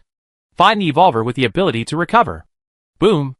As soon as Han Feng finished speaking, the armored vehicle immediately ejected out and sped on the road in the prison. A minute later, the armored vehicle stopped in front of the building where the evolver was detained. Before the armored vehicle stopped, Han Feng jumped out of the car in a hurry and almost sprained his ankle. Steadying his body, Han Feng rushed upstairs holding the saber. That's right. The saber in his hand was taken from the American soldier for the purpose of blood collection. Arriving at the room where the superpowers were detained, Han Feng saw 2 people tied up. Then he asked one of them, Your name is Duan Jiawei. Right. You are a superpower with super recovery ability. Right. Yes. What happened? After getting the answer, Han Feng walked towards Duan Jiawei with the saber without saying a word. Hey! Big brother. Let's talk it over. Don't kill me. Han Feng didn't bother to explain anything, and walked around Duan Jiawei with the saber and gently scratched the skin of Duan Jiawei's index finger. Blood gushed out from the wound on the index finger. Seeing the blood, Han Feng caught it with his hand, and then asked in his mind, Luna, there is blood this time. Let the combat laboratory study it. Okay, Captain Han. The combat laboratory is starting a research project. After a pause, Luna continued, the combat laboratory research project has been launched.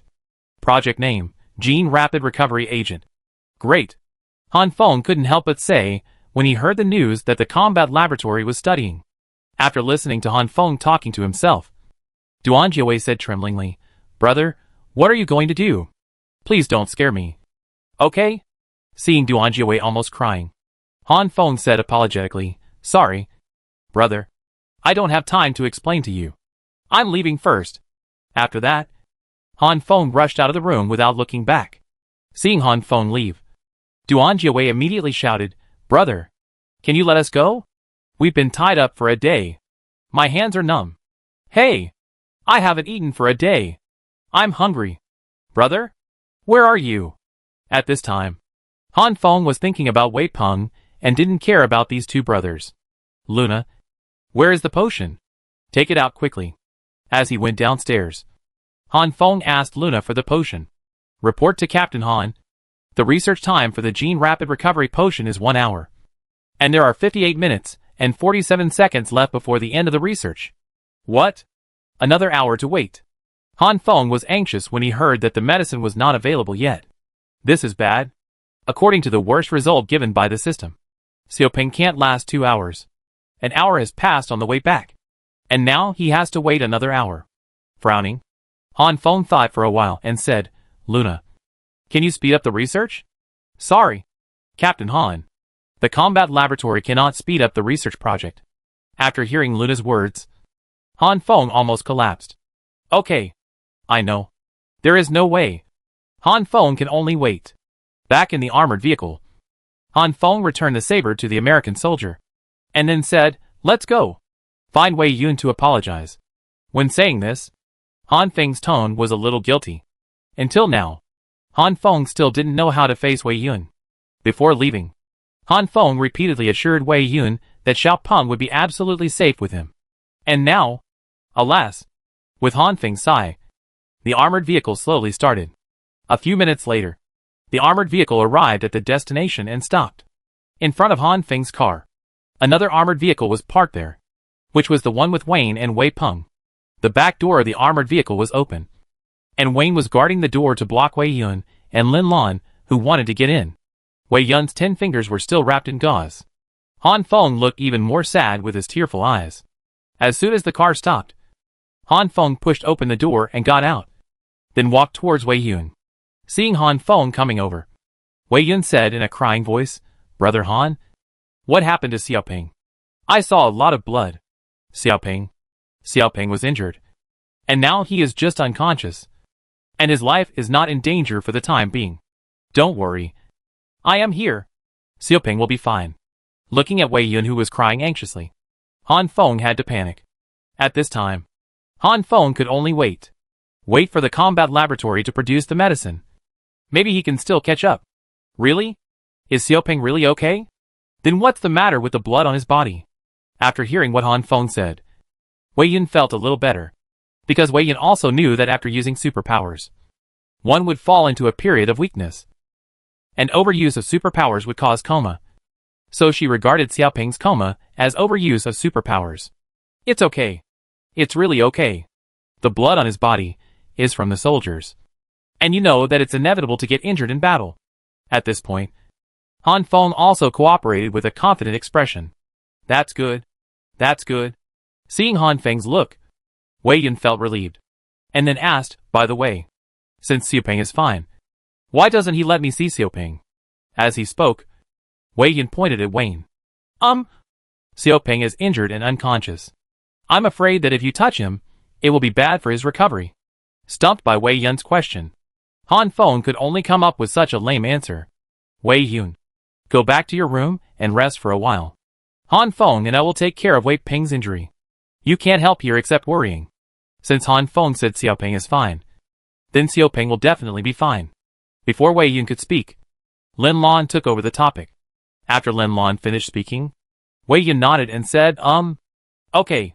Remember to call me when you are done. I'll go up first.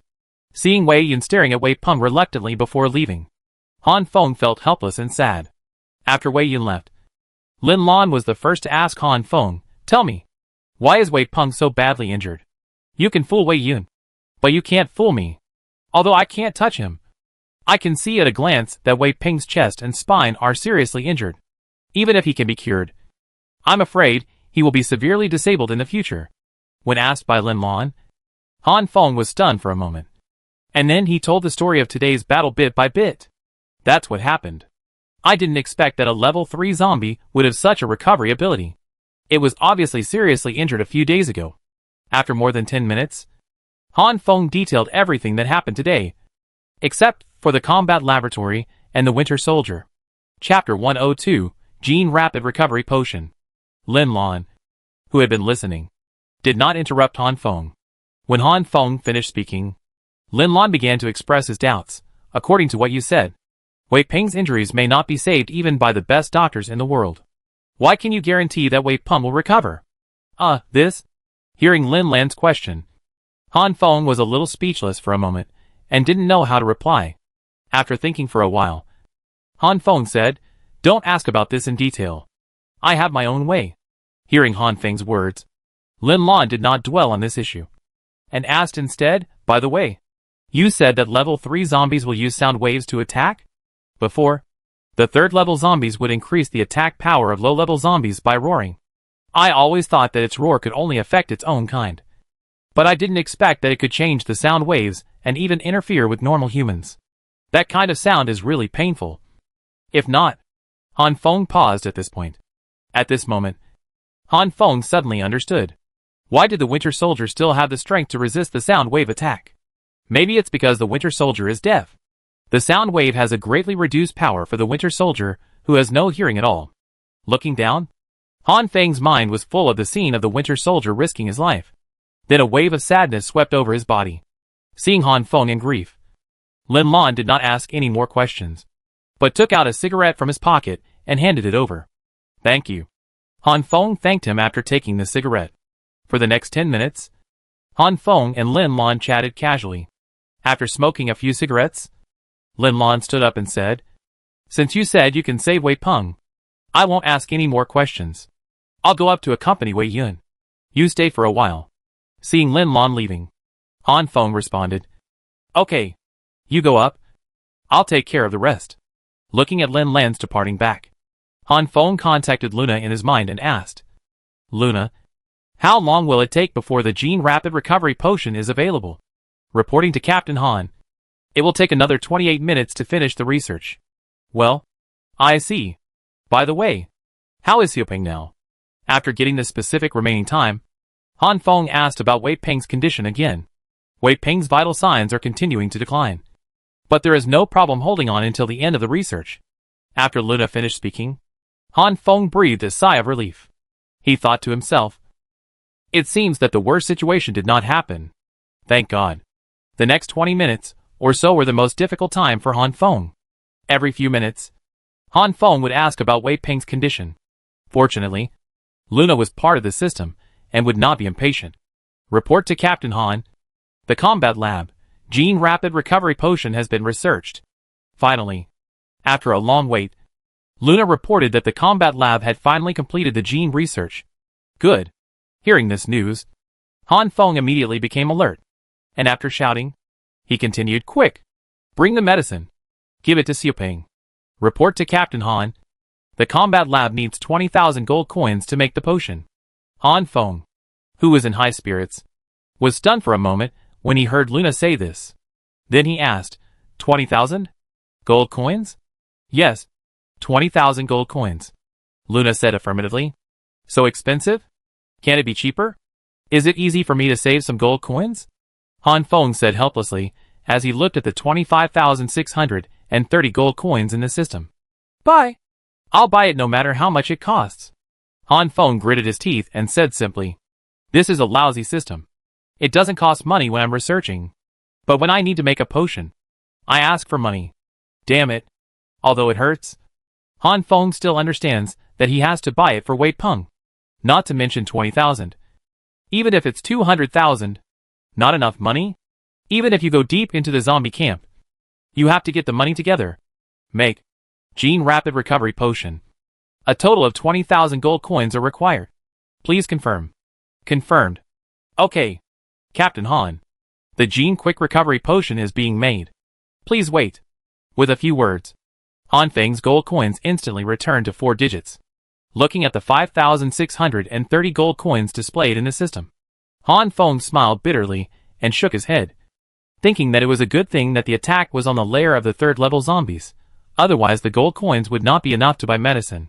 In less than a minute, an American soldier ran towards Han Feng with a small box. Report to Captain Han. Gene Quick Recovery Potion. The American soldier ran to Han Feng, saluted, and then handed the box to Han Feng. When handing over the box, the American soldier did not forget to introduce it. After Han Feng took the box, he first observed it. A silver-white box, about the size of a makeup box. The surface of the box was smooth, with nothing on it. Even the weight was very light.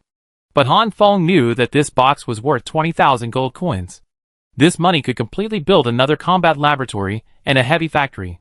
This was the most precious thing Han Feng had bought since he had the system. Nothing else. With a pop sound, Han Feng gently pressed the button on the box. After slowly opening the box, Han Feng saw the medicine in the black sponge interlayer, which should be an injection to be precise. In a thin needle tube, there is a medicine with green fluorescence. Is this the medicine worth 20,000? Oh no. An injection? Han Feng asked, looking at the injection in the box. Yes. This is the Gene Rapid Recovery medicine. In the form of an injection, Luna explained. After hearing Luna's answer, Han Feng frowned and asked, where should I inject this? Buttocks? It's alright. As long as it's under the skin. Push it all in. The dosage of this injection is to save Wei Peng. After Luna finished explaining the method of use, Han Feng asked again, how long will it take for this medicine to take effect after entering Wei Peng's body? Report to Captain Han. This injection will take effect instantly after entering Wei Peng's body. Wei Peng will recover as fast and as strong as the original blood owner. The strength of recovery will not exceed that of the original blood owner. Hearing Luna's explanation, Han Feng understood and asked, so, Wei Peng will have the superpower of fast recovery in the future? Han Feng was instantly excited when he thought that Wei Peng would have such a superpower in the future. If possible, then buy a few more of this injection in the future. Then give one to each of Lin Lan, Lu Rui and others. In this way, you don't have to worry about getting injured in the future. Even if you get injured in the future, as long as you don't die, you will recover in no time. Report to Captain Han. This injection will not bring permanent quick recovery to Wei Peng. The amount of medicine in this injection is only enough for Wei Peng to recover. Damn, swindlers. Han Feng muttered softly after hearing Luna's words. I thought that the system is still the system. The trap is still the same trap. But this time it has changed the trap method. Okay. As long as Wei Peng can be saved. Han Feng took out the injection and said silently. Then he took the injection and walked towards the armored vehicle where Wei Peng was. After boarding the armored vehicle, Han Feng squatted down, gently picked up Wei Peng's right arm, and inserted the needle of the injection into Wei Peng's body. At this moment, Han Feng was extremely nervous. After taking a deep breath, he pushed the medicine in with force between his fingers. Although Han Feng believed in the system, Wei Peng was seriously injured. Whether he could really recover, and whether there would be any sequelae after recovery, Han Feng had no idea. To put it bluntly, Han Feng was gambling, betting that this injection could completely restore Wei Peng. After a few seconds, the entire injection was pushed out. After pulling out the needle, Han Feng was sweating profusely. After putting the empty injection aside, Han Feng began to stare at Wei Peng. 1 second. 2 seconds. 3 seconds. Hey. It's moving. It's moving.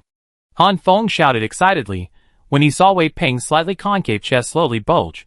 10 minutes later, Wei Peng's chest was basically the same as that of an ordinary person. There was no sign of any dent or injury. Han Feng, who was slightly relieved, said to himself, it's okay this time. It's okay.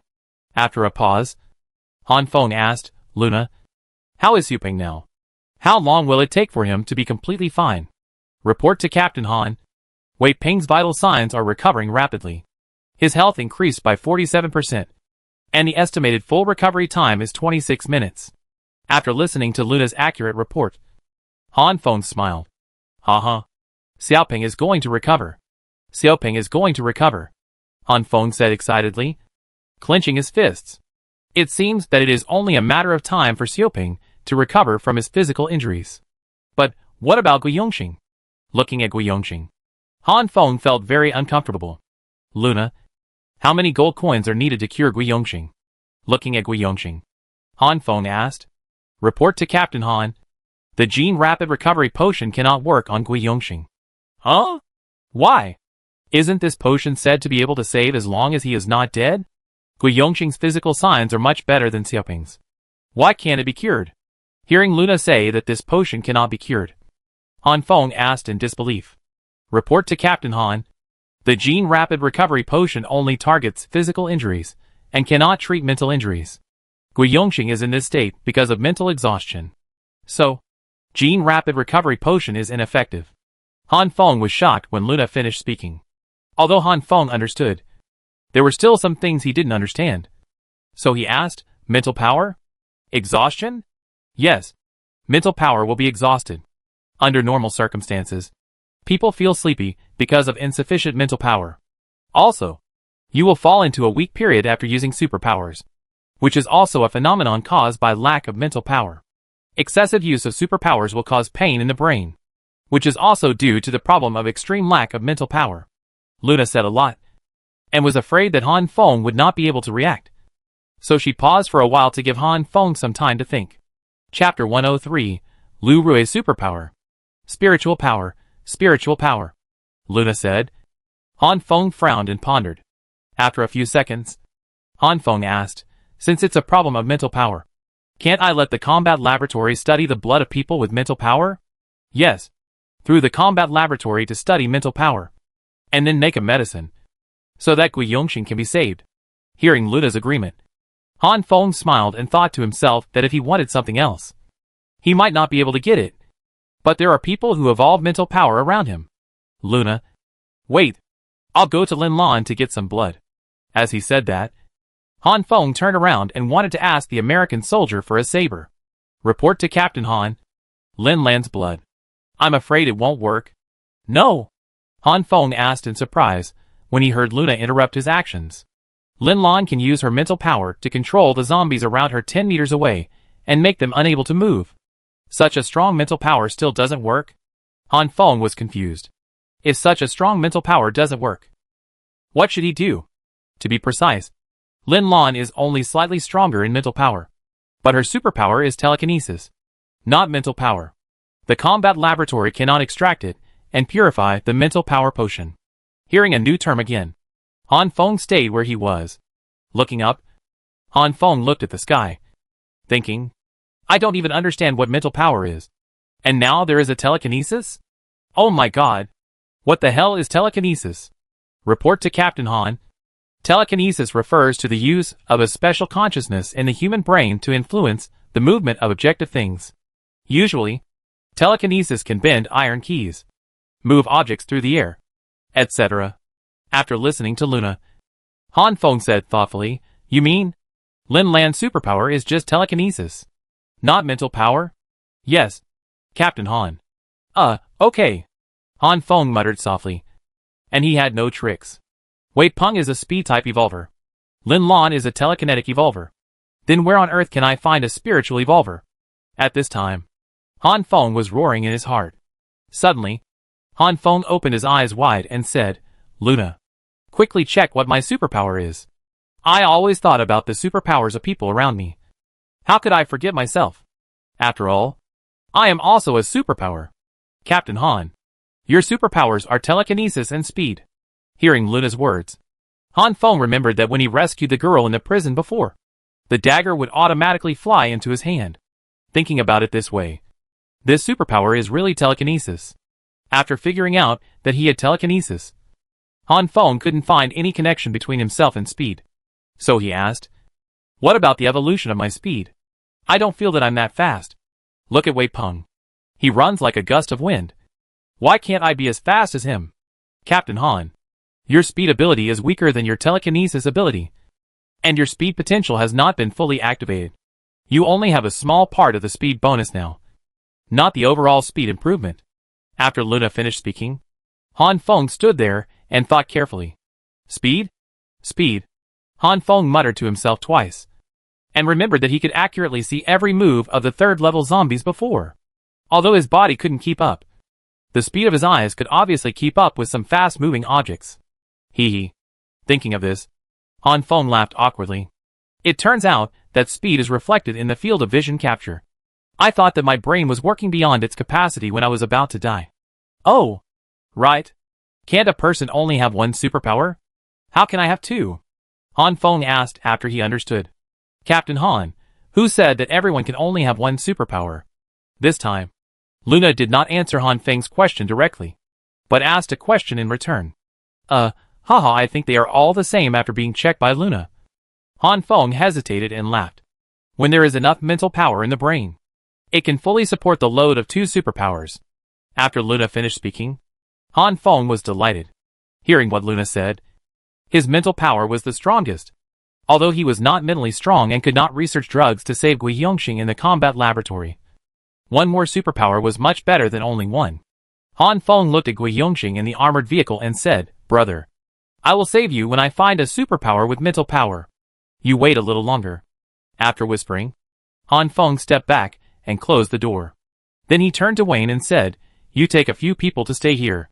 And no unauthorized person can approach. Violators will be killed on the spot." "Yes, Captain Han."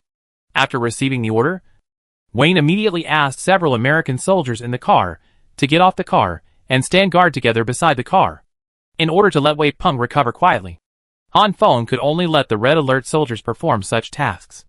Seeing that everything was arranged properly, Han Feng turned and walked into the building. Upstairs, Han Feng found Lin Lan and Wei Yun and said, "Xiao Peng has taken medicine now, and he will be much better in a while. Don't disturb him now." After speaking, Han Feng suddenly thought of Lu Rui, who was unconscious before, and then asked, "By the way, where is Lu Rui? Is he better?" After Han Feng finished speaking, Lin Lan replied, "Lu Rui is in the room opposite, still unconscious. There shouldn't be any big problems." "Okay, I'll go see him." After saying that, Han Feng turned and walked towards the opposite room. After opening the door, Han Feng found that Lu Rui had woken up. At this time, he was leaning on the head of the bed, looking at something unknown. Seeing someone coming in, Lu Rui asked first without waiting for Han Feng to speak, "Where is Wei Peng? Is that kid okay?" Hearing Lu Rui's question, Han Feng smiled and said, "He will be fine. Don't worry. By the way, how do you feel now? Is Wei Peng really injured?" Lu Rui ignored Han Feng's question, but sat up straight in an instant and asked again, "Huh? What's wrong with you? Are you okay?" Seeing Lu Rui's reaction, Han Feng frowned and asked, "What did Lin Lan and Wei Yun say to you? It's really worrying, knowing that you were unconscious. They still told you this?" No, I haven't seen them today." Staring at Han Feng, Lu Rui interrupted Han Feng, who was speaking. Hearing Lu Rui's words, Han Feng thought that Lu Rui might have heard the previous conversation downstairs, so he asked this question. Just as Han Feng thought of this, Lu Rui suddenly said, "Where is Gui Yongxing? When will he wake up?" Hearing Lu Rui's words, Han Feng's hand in the air seemed to be frozen. "Impossible. Why do you know?" At this time, Han Feng suddenly thought that the room where Lu Rui was on the other side of the building. The armored vehicle could not be seen from the window at all. At such a long distance, it was impossible to hear the previous conversation. What's even more bizarre is, Han Feng didn't mention Gui Yongxing at all in his previous conversation with Lin Lan and Wei Yun. So, how did Lu Rui know about Gui Yongxing's coma? How did you? Staring at Lu Rui, Han Feng asked in shock. "Winter Soldier is dead. Don't be too sad." Lu Rui still didn't answer Han Feng's question, but said something that shocked Han Feng even more. "Why? Why did he know about Winter Soldier?" "You know, in the eyes of others, mobilized soldiers are exactly the same. Not to mention others. I can't tell them apart. They just have different code names. And I never told anyone about Winter Soldier's death. Even when I talked to Lin Lan about the battle, I didn't mention Winter Soldier's death at all." At this moment, Han Feng was very surprised. "How did you know?" Han Feng emphasized his tone and repeated, "I didn't tell anyone that Winter Soldier was dead. How did you know? If I say I saw it, will you believe me?" Lu Rui said solemnly, staring at Han Feng's eyes. Han Feng was also looking at Lu Rui's eyes. From Lu Rui's eyes, Han Feng could not see any mischief. On the contrary, Lu Rui's eyes were firm and indifferent. After a few seconds, Han Feng said, "I believe." After speaking, Han Feng took a deep breath, calmed down his emotions, and continued to ask, "How did you see it? Today's battlefield is more than 10 kilometers away from here. How do you know that Wei Peng is seriously injured? What about the news that Gui Yongxing is in a coma and Winter Soldier is dead? In a dream? In a dream?" "Yes, in a dream." Lu Rui's answer made Han Feng confused. You mean, you can see the battle 10 kilometers away in your dream?" "The picture I saw was very short and not coherent. Sometimes, it was just a flash of the picture." After Lu Rui finished speaking, Han Feng wanted to ask something, but felt hesitant. Looking at Han Feng, who was hesitant to speak, Lu Rui said to himself, "The reason I wanted to find you last night was that I dreamed that Wei Peng was seriously injured and dying when I was sleeping. Gui Yongxing was in a coma and never woke up, and about the Winter Soldier. I dreamed about it after I fell into a coma." Another blockbuster was thrown by Lu Rui. Hearing this, Han Feng's eyes widened instantly, and he said intermittently, I. What the hell is wrong with you? Why did you know what happened yesterday? Lu Rui went to find Han Feng in the middle of the night. Before 4 in the morning.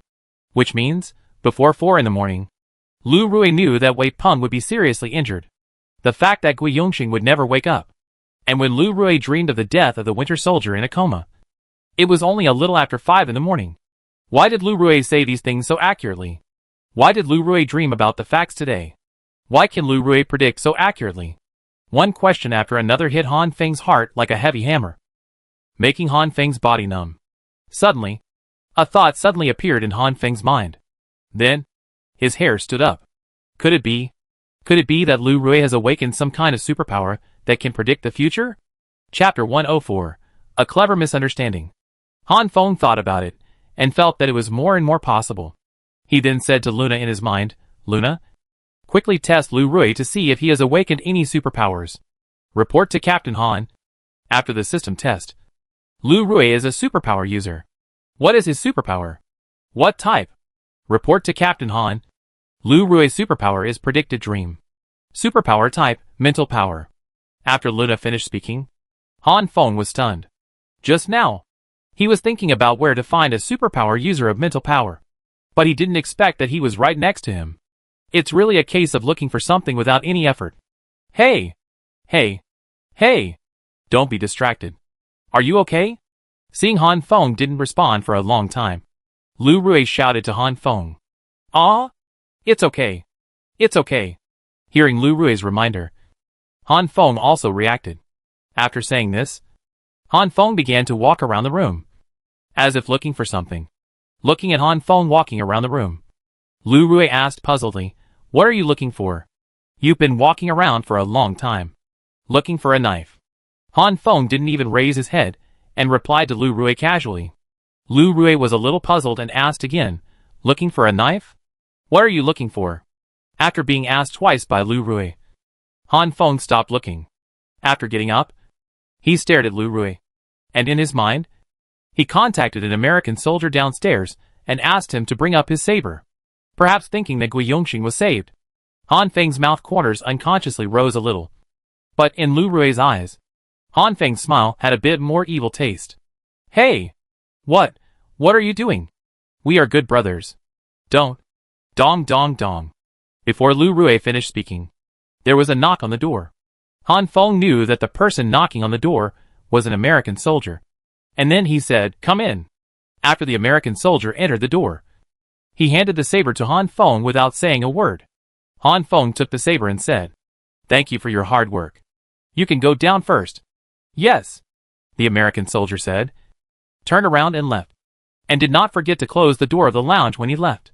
Holding the knife, Han Feng walked slowly towards Lu Rui. Fearing that Lu Rui would misunderstand, Han Feng smiled and whispered, "Don't worry. It will be quick.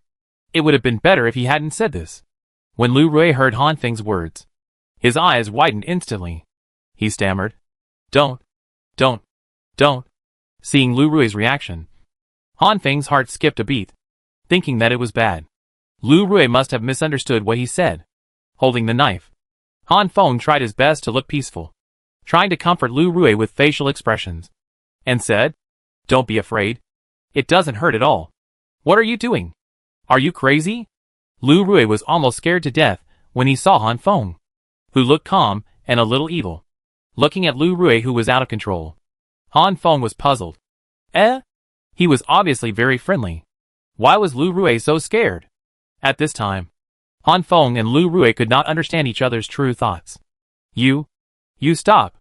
Don't come over. If you come over again, I will call someone." Lu Rui, who was lying on the bed and unarmed, threatened, "Are you fucking sick? I just want some blood from you. Do you have to?" At this time, Han Feng stopped pretending and directly told the reason why he took the knife. After hearing what Han Feng said, Lu Rui's tense body gradually relaxed. And he said, "You are sick. You wanted my blood. Why did you make it so scary?" "Then what should I say? Say I'll find a knife to bleed you?"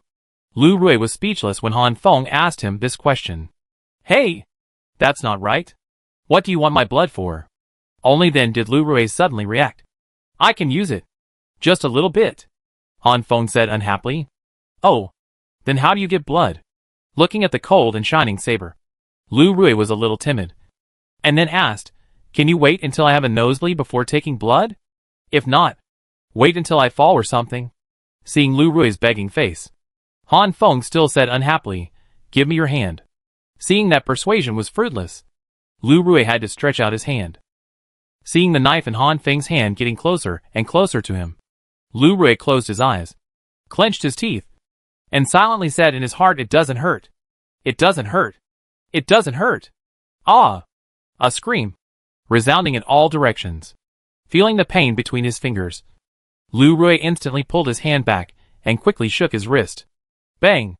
As soon as Lu Rui's scream sounded, Lin Lan, who reacted quickly, rushed over in a few seconds, kicked the door of the lounge open, and broke in. In Lin Lan's perspective, Lu Rui was lying on the bed, and Han Feng was holding a knife in his hand. Coincidentally, Lu Rui shook his injured hand, causing blood to splatter everywhere. There were spots of blood on the wall, the floor, the bed, and even on Han Feng and Lu Rui's faces. Han Feng, who was frightened by the sound of the door being kicked, quickly turned around and saw Lin Lan rushing in. His heart sank again. It's over. It's completely over this time. In this situation, it's really a mess. It's shit. The most critical point. It's Han Feng's self-protection consciousness that made the saber in his hand involuntarily point directly at Lin Lan, who suddenly broke in. Seeing this scene, Lin Lan was slightly stunned. He thought that maybe Han Feng had suffered from battlefield syndrome because of the battle in the morning. He no longer distinguished between enemies and friends, because in Lin Lan's worldview, sabers and guns can never be pointed at comrades. Without waiting for Han Feng to explain, Lin Lan took the lead in using his superpowers. Han Feng, holding a knife, was instantly imprisoned in place, unable to move. Seeing Han Feng being suppressed by himself, Lin Lan rushed up worriedly, wanting to knock Han Feng out with a knife first, and then tie him up and wait and see what happens. Seeing Lin Lan's knife slashing at his neck, Han Feng was also anxious, but his body was imprisoned, and he couldn't move at all, and couldn't speak. Seeing that Lin Lan's knife was about to fall, Han Feng was anxious, and the same superpower as Lin Lan flashed instantly. Lin Lan was also imprisoned by Han Feng. At this time, there was a sound of running outside the door, and the voice heard before seeing the person shouted, "Brother Han. Brother Lu. Are you okay?" It was Wei Yun's voice. Wei Yun, who was not as fast as Lin Lan, arrived only after more than 10 seconds. "Ah!" Wei Yun, who rushed over, saw the scene in the house and screamed instantly. From Wei Yun's perspective, Lu Rui was lying on the bed looking at the two people who were motionless next to him.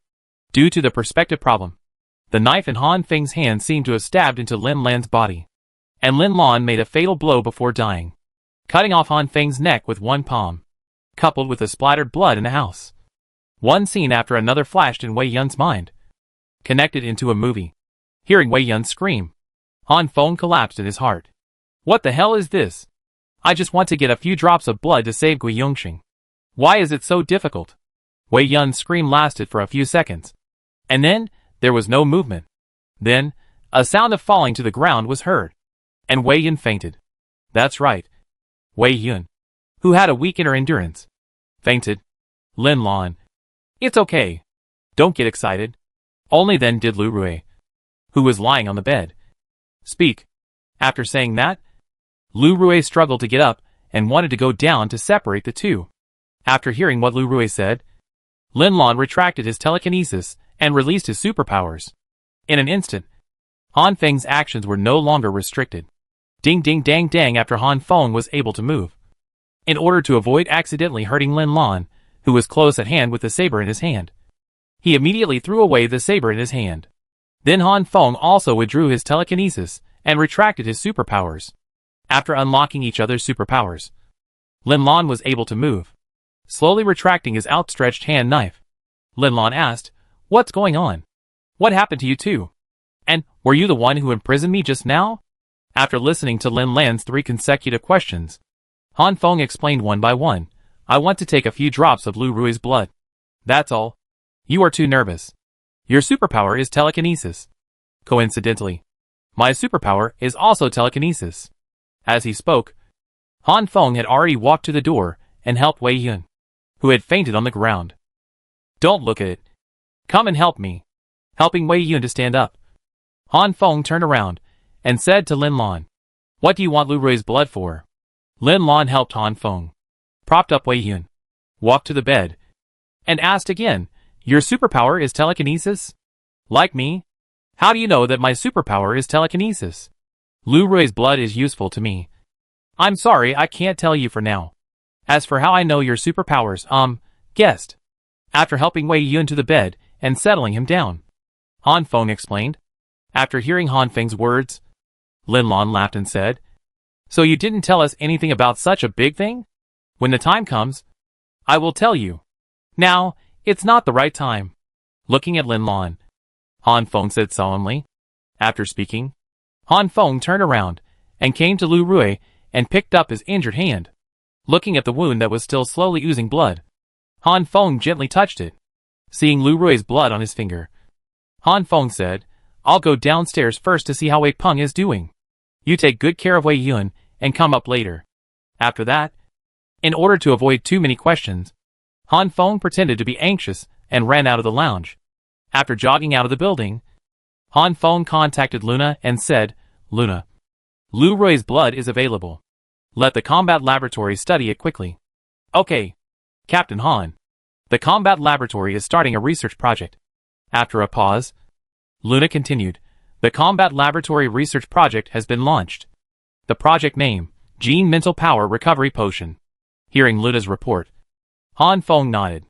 Because he knew that the research project in the combat laboratory would take time, he immediately asked in his mind, "Luna, how long will this research take?"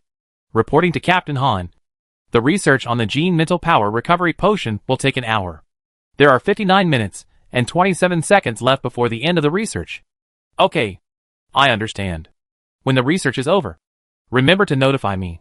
"Yes, Captain Han." Chapter 105, New Combat Unit. After instructing Luna, Han Feng estimated that the time was almost up. So he asked, "How is Xiaoping?" "It's been 20 minutes. He should be fine." "Right. Report to Captain Han. Wei Peng's body functions have fully recovered." "Oh, really?" Hearing Luna say that Xiaoping was fine, Han Feng hurriedly quickened his pace.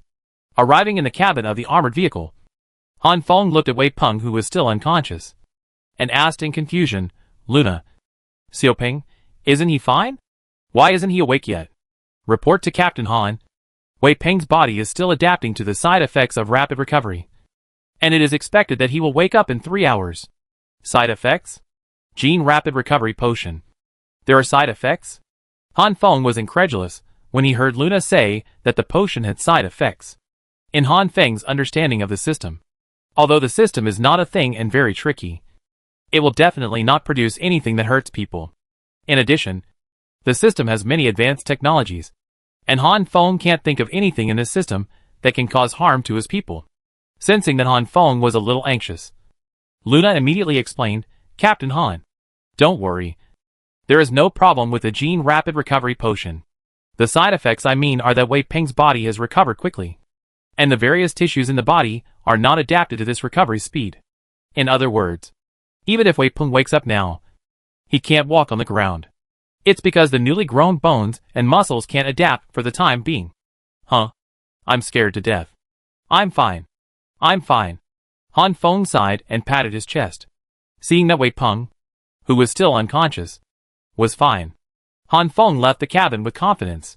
Outside, Han Feng took out a cigarette, lit it, and started to stroll around. "Luna, what is the combat laboratory for?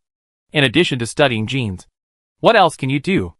Exhaling a puff of smoke, Han Feng remembered that since he had the combat laboratory, he had not studied it carefully, what this building was for, and then asked Luna, "Report to Captain Han.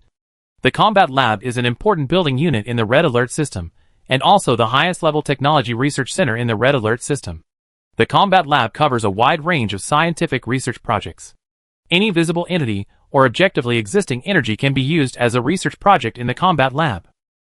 After listening to Luna's preliminary introduction, Han Feng responded casually, "Oh, it's a place to research things?" After listening to Han Feng's indifferent reply, Luna continued, "Not only that, the Combat Lab can also provide 3 new summoning units for the barracks, namely heavy soldiers, snipers, and magnetic infantry. Since you, Captain Han, have not built a heavy factory, the newly added vehicles cannot be displayed for the time being." "Oh my gosh! Can I summon new combat units?" Han Feng exclaimed upon hearing this news. All along, Han Feng could only summon 4 types of personnel: mobilized soldiers, American soldiers, engineers, and police dogs. With the upgrade of zombies, Han Feng's combat effectiveness has been seriously reduced. A single level 3 zombie can give Han Feng a headache. In the future, as time goes by, the number of level 3 zombies will definitely increase. Han Feng can't use human lives every time to pile them up. Right? This time, the completion of the combat laboratory has given Han Feng the authority to summon heavy soldiers, snipers, and magnetic infantry. Just hearing the names, they all sound like tough guys. After Han Feng got the news, he quickly entered the system summon interface, eager to know the details of these 3 combat units.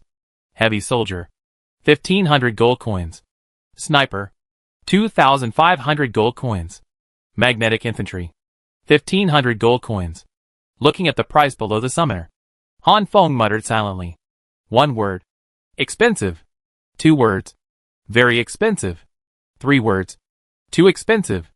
This was Han Feng's first reaction when he saw the price required for the summon. Oh my! Luna, why does it take so many gold coins to summon these people? Seeing that he was only left with 5,630 gold coins, Han Feng asked Luna in his mind with a sad face. Sorry, Captain Han, because the above-mentioned personnel either have strong combat capabilities or strong combat awareness. At the same time, this is also the system's pricing. After listening to Luna's explanation, Han Feng felt a little better. Strong combat capabilities, strong combat awareness. Han Feng muttered. Then how many mobilized soldiers can a heavy armored soldier face at the same time? And how many mobilized soldiers can he kill?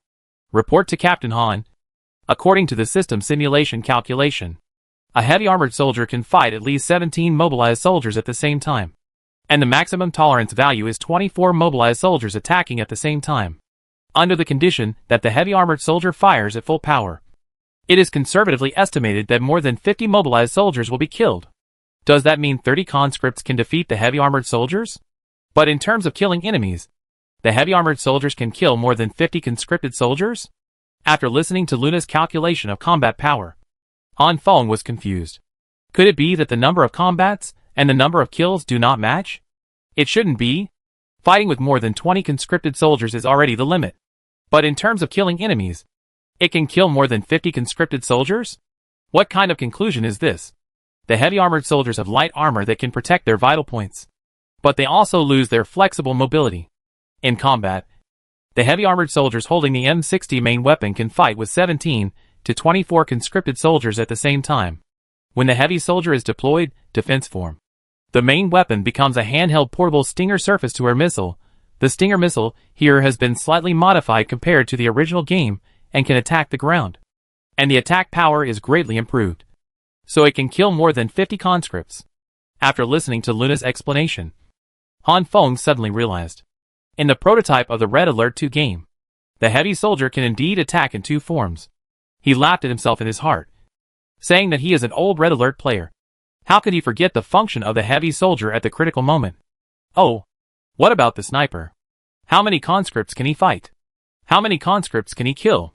Who is better between him and the heavy soldier?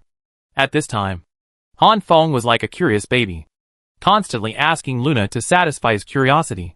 Report to Captain Han. According to the simulation calculation of the system, at close range, a sniper can fight with 10 conscripts at the same time at most. But at long range and with sufficient ammunition, there is no upper limit to the number of kills in theory. As for who is more powerful, Snipers or heavy soldiers, it's hard to say, because their attack directions are completely different. After Luna finished speaking, Han Feng became excited. Han Feng knew that snipers were powerful, but he didn't expect them to be so powerful. There is no theoretical upper limit to killing the enemy at a long distance. Haha. Good. Good.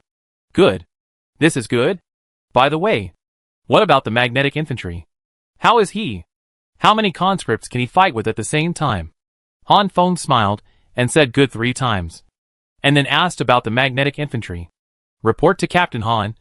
The magnetic infantry cannot fight against the conscripted soldiers, because the conscripted soldiers' range far exceeds the magnetic infantry's attack range. But the magnetic infantry's defensive armor can withstand the simultaneous attack of less than 20 conscripted soldiers. The magnetic infantry uses powerful magnetic energy waves as a means of attack, which are generated by the portable magnetic coils on the magnetic infantry. Its main function is to counter armor. That is, to attack enemy vehicles.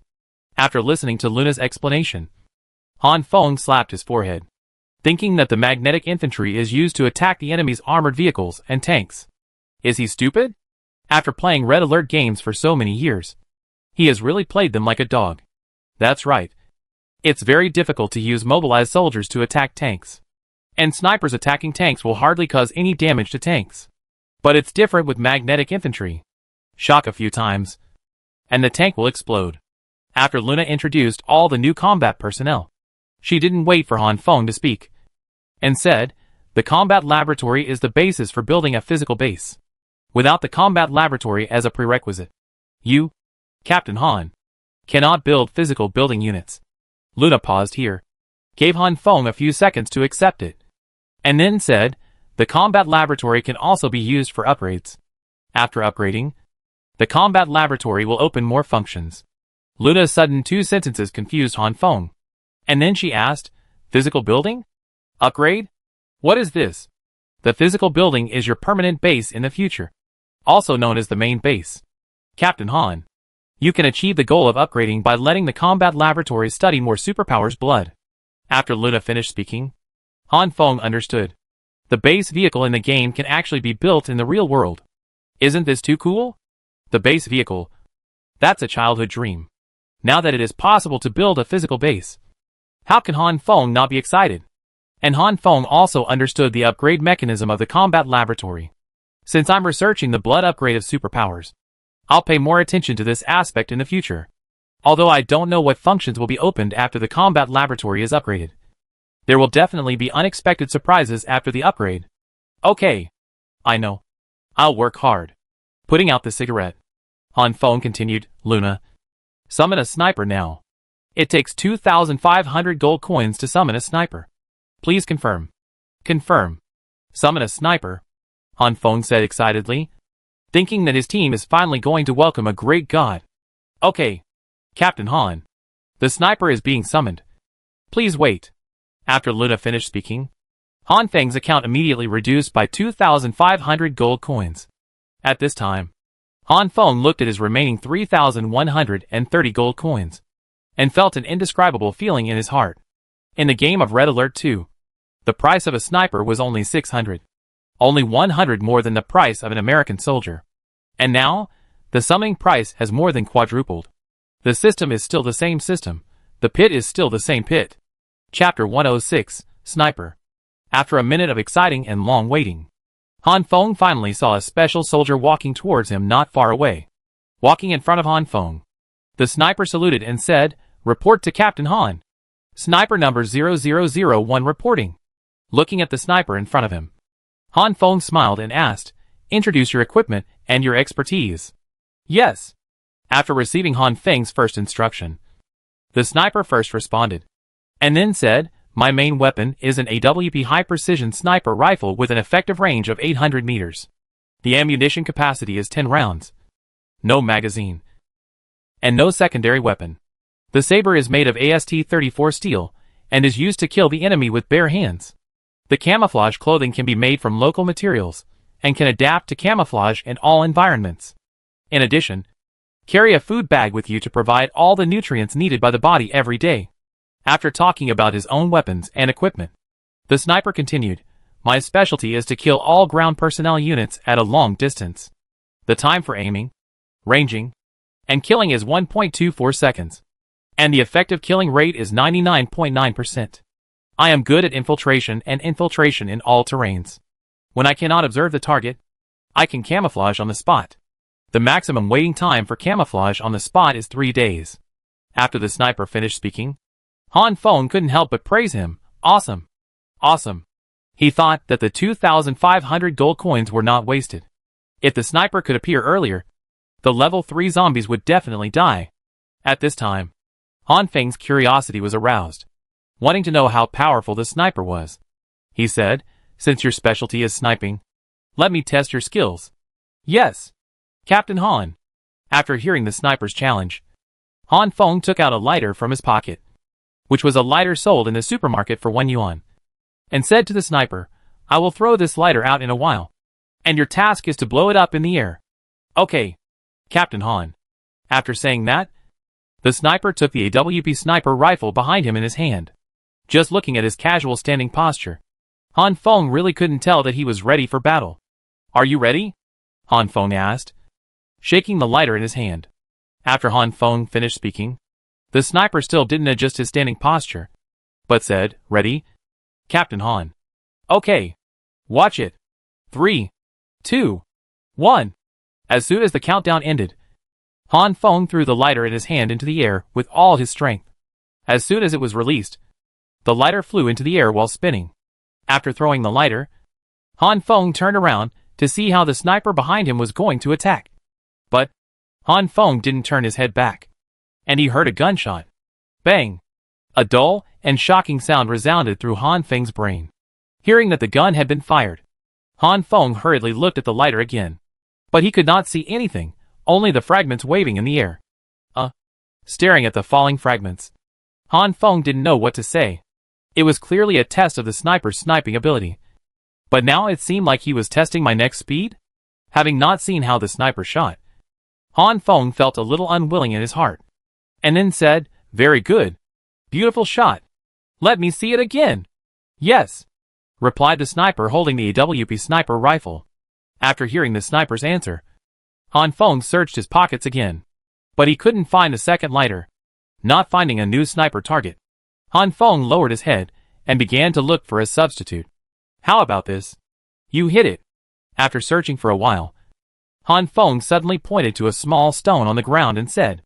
After that, Han Feng walked over, bent down, picked up the stone, and weighed it in his hand. This is an ordinary stone the size of a water bottle cap, with no big bumps on the surface, which is relatively smooth. Get ready. 3, 2, 1.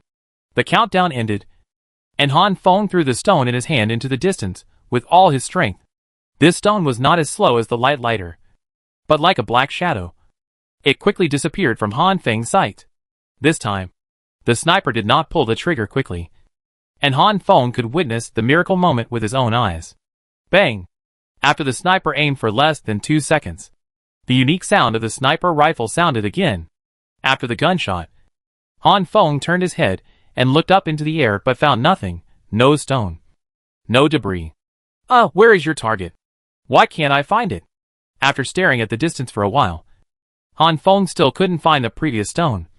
So he asked casually. After listening to Han Feng, the sniper ran in the direction where the stone flew. A minute later, the sniper came back with the small stone from before and handed it to Han Feng. After taking the stone, Han Feng took a look and found that the stone in his hand was not broken. Then he smiled and looked at the sniper and said, "You can't do it either. I thought you could hit it." After Han Feng finished speaking, the sniper didn't say anything. The two stood there and looked at each other for a long time. A few seconds passed, and Han Feng saw that the sniper didn't react. So he picked up the stone and observed it carefully. When Han Feng turned the stone in his hand over, he saw that the originally smooth surface had a white scratch, and the edge of the stone showed signs of breaking. It turned out that the sniper's bullet did hit the stone. Although it didn't explode, it definitely completed the sniper mission. "Oh my," Han Feng said in disbelief, and then continued, "This little thing flies so fast. I can't even see it clearly. How did you hit it?" After Han Feng finished speaking, the sniper did not reply, but just kept smiling. It was not until this time that Han Feng discovered another secret of the sniper. That is, his behavior is even more intelligent than that of American soldiers. That's right. As the cheapest summon combatants, the mobilized soldiers behave more like robots. They will not discuss tactics with you, nor will they communicate with you like normal human thinking. The mobilized soldiers with rigid behavior also rely on human tactics to fight. American soldiers are more active than mobilized soldiers, and will take some actions that are beneficial to the development of the war, such as Wayne. Before this sniper, among Han Feng's summoned personnel, American soldiers were the smartest and most flexible combatants. But this sniper in front of him, he was actually laughing at his ignorance. My God, could it be that the sniper's emotional intelligence and IQ have reached such a high level? Han Feng was excited when he thought of this. American soldiers are more active than mobilized soldiers, and their combat awareness is higher than that of mobilized soldiers. Then the sniper's performance is much better than that of the American soldier. Can it be said that his combat awareness is more comprehensive? Thinking of this question, Han Feng asked the sniper in front of him, "How is your combat awareness? How about your command ability?" Report to Captain Han. Combat awareness can only be seen on the battlefield. Believe me, I won't let you down. As for command ability, it depends on the combat mission. Under normal circumstances, there is no problem in commanding a dozen combatants. If it involves ambushes, trap making, etc., the number of people can be even greater. After listening to the sniper, Han Feng felt more and more that he had picked up a treasure. Ambush, trap making. Oh my God, I had no idea about this before. Although Lin Lan is the chief instructor of the special police, his combat awareness and combat ability are very strong. But they only face people in the city, and had never been on a real battlefield. The Red Alert soldiers Han Feng summoned were all good at the battlefield. In terms of battlefield awareness, the sniper could obviously kill everyone in seconds. Luna, how many people do we have now? Thinking of the command issue, Han Feng first asked Luna, wanting to know how many soldiers he had. Report to Captain Han. We currently have 110 personnel. They are 76 mobilized soldiers, 31 American soldiers, 1 police dog, 1 engineer, and 1 sniper. Oh my, so many people? Han Feng exclaimed after listening to Luna's report of the number of people. I didn't expect that I have so many combatants now. What about the star rating? How many people are there? After understanding the number of people, Han Feng asked about the number of stars of the Red Alert soldiers. Report to Captain Han. The Red Alert soldiers currently have 21 star mobilized soldiers, and 12 one-star American soldiers. After Luna finished speaking, Han Feng was stunned for a moment. I didn't expect that there would be so many one-star soldiers. After thinking for a while, Han Feng decided to divide them into groups, and said, now there are so many people. Let them divide into teams according to the previous team formation.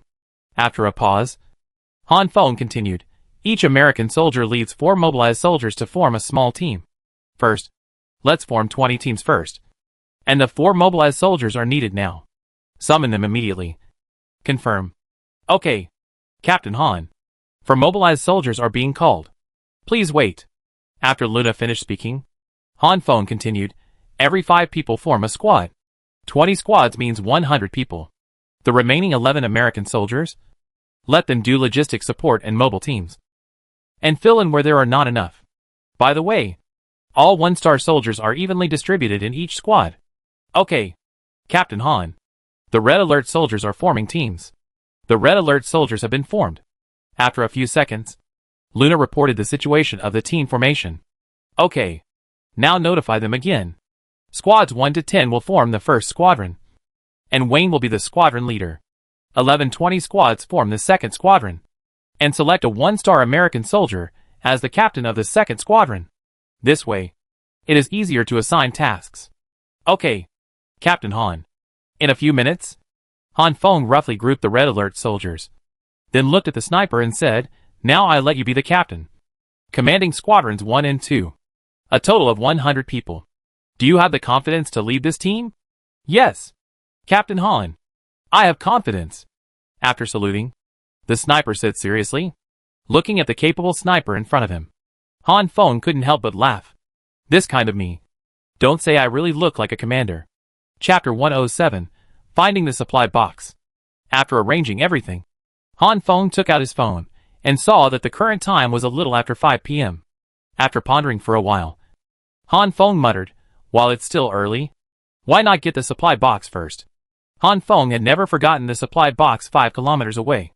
It's just that the things around him were dragging on, and he couldn't get the time to get it. Now that everything is arranged, hurry up and get the supply box back. What if a base car is driven out directly? Hee hee. Thinking of this, Han Feng smiled foolishly. Luna, let the first squadron prepare. We will go to get the supply box later. The second squadron will stay here to ensure all matters in the prison, and the command power will be transferred to Lin Lan a little bit. Okay, Captain Han. After giving the order, Han Feng turned around and said to the sniper, "Get ready, and follow me later." "Yes, Captain Han." The sniper responded and put the sniper rifle back on his back.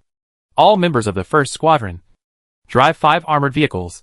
Each armored vehicle has a maximum capacity of 8 people. And then drive 3 off-road vehicles to the ammunition depot to replenish ammunition.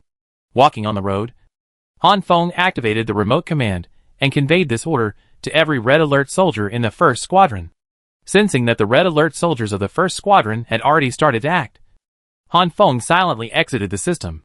Walking downstairs, Han Feng turned around and said to the sniper, "Wait for me here."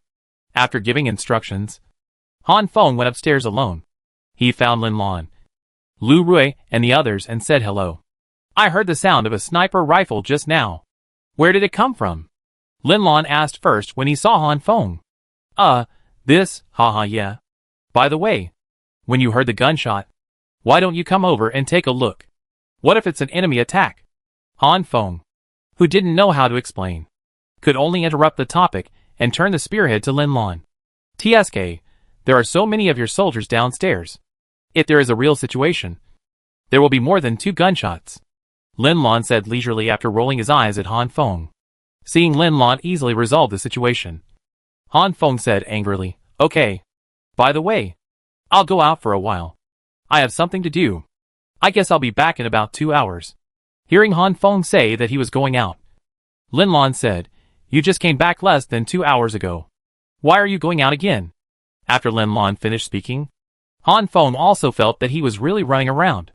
After thinking for a while, Han Feng scratched the back of his head and said, "I'm going out to find something, and I'll be back soon. Do you want me to go with you?" No. You just stay and take care of them. You just need to guard the prison. I left some soldiers for you. If there is any danger, you can call them at any time." Looking at the unconscious and disabled on the bed, Han Feng stopped Lin Lan's thoughts. "Okay. Don't worry here. I'm here.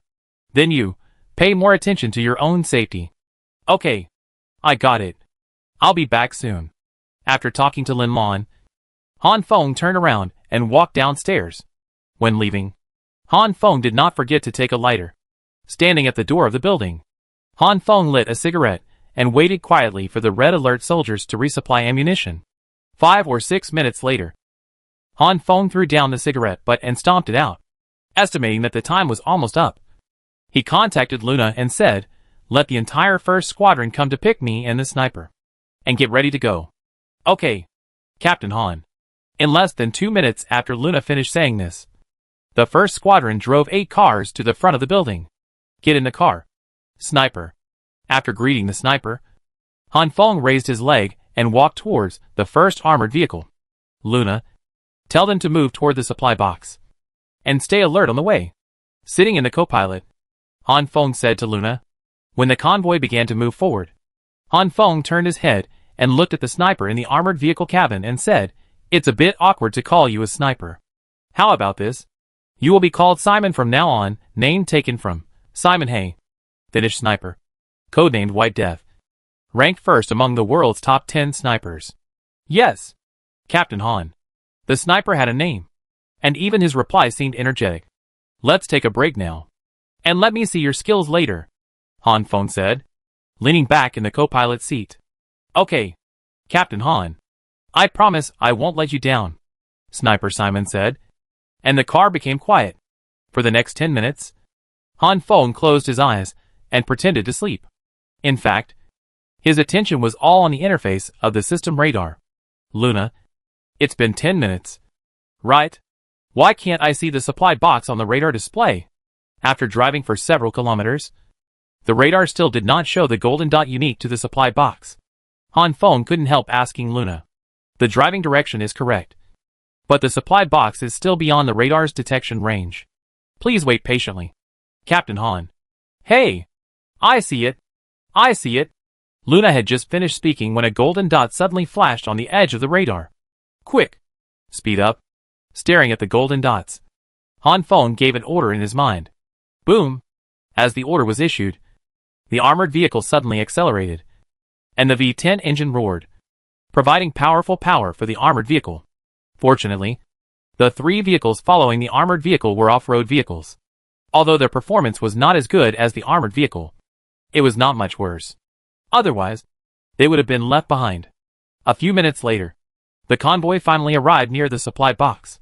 According to the radar display, the supply box was in the elementary school in front of them. Looking at the closed school gate, and then looking at the zombies wandering in the school, Han Feng turned to Simon and said, Simon, it's time for you to go on stage.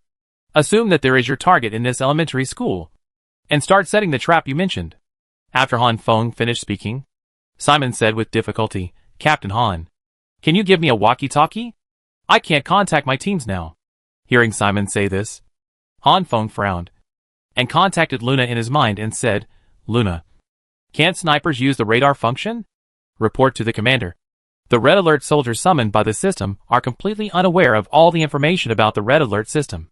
After hearing Luna's words, Han Feng understood. After summoning the mobilized soldiers for the first time, Winter Soldier told him that he didn't know what the Red Alert system was. All along, Han Feng always felt that the mobilized soldiers did not have enough authority. But he didn't expect that even the existence of snipers didn't know that they were summoned. Is this also the protection mechanism of the Red Alert system? Han Feng asked after thinking for a while. That's right, Captain Han. In order to protect the confidentiality of the system, all summoners have no relevant memories in this regard. After Luna finished speaking, Han Feng pondered for a few seconds, and then asked, then can I let the sniper participate in remote orders? Or just give orders for him directly after he says something? Yes, I can give him all the orders within his authority. After Luna finished speaking, Han Feng breathed a sigh of relief, and then said to Simon, no need for intercom. Your small group will know what you say. Really? You don't have to do anything. Just give the order directly. Sniper Simon said doubtfully while looking at Han Feng. Looking at Simon with a puzzled look on his face, Han Feng said, no problem. Just do as I say. Okay. Although Simon didn't understand clearly, he still gave the order to himself. All vehicles should be parked in secret, and squads 1 and 2 should hide in the bushes 10 meters away from the school gate. Squads 3, 4 and 5, you go to block and clear the zombies on the road. And after clearing them, you should be on guard on the spot and provide support at any time after the battle starts. Squad 6, 7 and 8, you block the roads connecting various parts of the school, and make sure to cut off any enemy support. Squadron 90, you are responsible for guarding the vehicles. If you encounter any emergency, be ready to attack and retreat at any time. The captain of the 1st Squadron, accompany the 90th Squad. Everyone check the equipment and prepare for action. When the last order was issued, the whole convoy started moving. First, they found a hidden place to park the 8 vehicles, and then began to move according to Simon's instructions. Seeing that every soldier acted according to his instructions, Simon turned around and stared at Han Feng with an unbelievable look. Ahem. You will get used to it in the future. Patting Simon on the shoulder, Han Feng said earnestly. Seeing Simon was about to ask more questions, Han Feng interrupted him and asked, oh, by the way, what about you? What are you going to do? Me? Of course I'm going to the high ground, Simon said, pointing to the residential building behind him. Okay, Wayne, you and Simon go. There might be zombies in the corridor. You two can clean it up together. Yes. After Han Feng finished speaking, Wayne responded. Then, the two quickly ran into the corridor. After Simon and Wayne left, Han Feng said to Luna, Luna, connect to Simon. I want to see how he gives orders. Okay, Captain Han. After speaking, Han Feng's brain was connected to Simon. so that Han Feng could know every word Simon said. Han Feng knew that his command ability was a weakness. With such an experienced sniper by his side, Han Feng did not want to miss this opportunity to learn. Duh. A burst of gunfire came from a distance, and Han Feng knew that the red alert soldiers who were clearing the zombies had begun to move. Han Feng took out an assault rifle from the car with several spare magazines. Then he slowly walked to a hidden observation point, listening to Simon's orders while observing the battle situation in the elementary school. When the zombies on the road were about to be cleared, a level 3 zombie suddenly flew out of the school over the wall. Although the level 3 zombie was only the size of an elementary school student, its speed of action was not inferior to that of a level 3 zombie worn by an adult. Seeing the level 3 zombie, Han Feng's heart sank immediately. He thought it was over. It was so hard to fight a level 3 zombie the size of an adult. This one is smaller this time. It must be more flexible. I didn't bring enough soldiers. Bang! Just when Han Feng regretted not bringing enough soldiers, the unique sound of a sniper rifle firing rang out. Chapter 108, for level 3 zombies. At this moment, Han Feng saw the level 3 zombie flying towards the red alert soldier's body, and suddenly flying diagonally backward. It was as if there was a heavy axe in the air, hammering hard on the level 3 zombie's body. On the ground, the level 3 zombie's body slid several meters away under the force of inertia. After stopping sliding, Han Feng saw that the level 3 zombie's head was shot by Simon. Staring at the body of the level 3 zombie, Han Feng swallowed his saliva. From the level 3 zombie rushing out to being killed, it took less than 2 seconds. Fast. Too fast. Han Feng had seen the speed of the level 3 zombie's movement, and even his body could not react in time. That is, his eyes could barely see the movements of the level 3 zombie.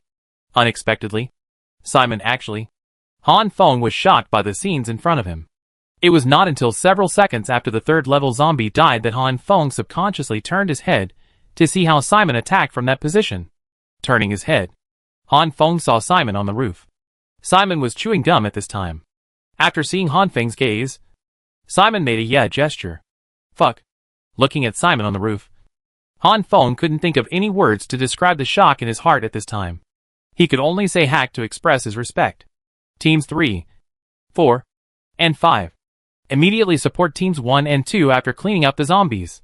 Teams 6, 7, and 8 continue to intercept the zombies at the intersection. Duh. After Simon gave the order, the red alert soldiers responsible for clearing the road accelerated the clearing speed. At this moment, the zombies in the school are rushing towards the gate. Looking at the dense zombies, Han Feng has a long-lost feeling. Teams 1 and 2, hold your position. Don't rush forward. Wait for support. Simon gave orders on the rooftop, and Han Feng stood in a hidden place to observe and learn. A minute later, the zombies in the school had approached the locked gate, and Teams 3, 4, and 5 also finished clearing the zombies on the road and came to support. Teams 1 to 5. All mobilized soldiers. Prepare grenades. Attack target. Zombies inside the gate. Attack method, carpet bombing. Start. After Simon gave the bombing order, 20 mobilized soldiers took out grenades and threw them into the school gate. Grenades were scattered from the gate to the area within a dozen meters. Boom! Boom! In an instant, 20 grenades exploded almost at the same time. This kind of intensive bombing was the first time Han Feng had ever seen such a dense bombing since he started fighting. Although the power of grenades was not as strong as high explosive grenades, how could the zombies' bodies resist such a dense attack?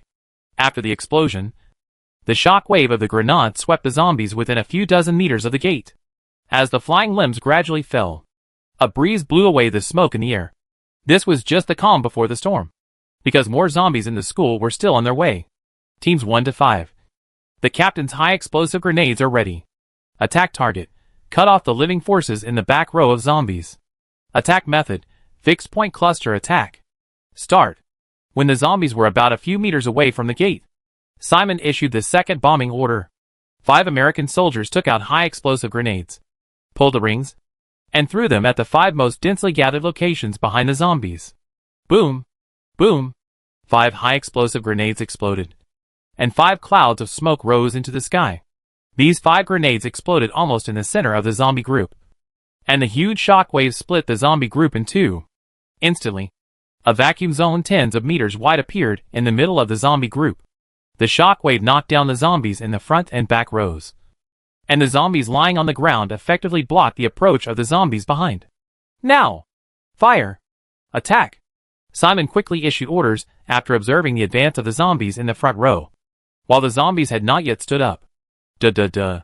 5 M60 machine guns that had been set up and 20 AK-47s fired at the same time.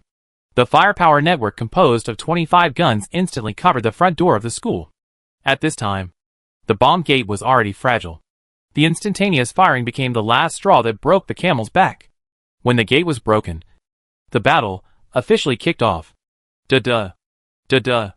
After 2 minutes of fighting, the 25 Red Alert soldiers from the 1st to 5th squads had successfully killed the zombies in the front row.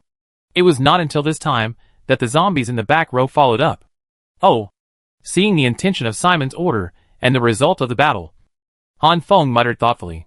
Squads 1 to 5. Use the fastest speed to use up the ammunition in your hands. Duh.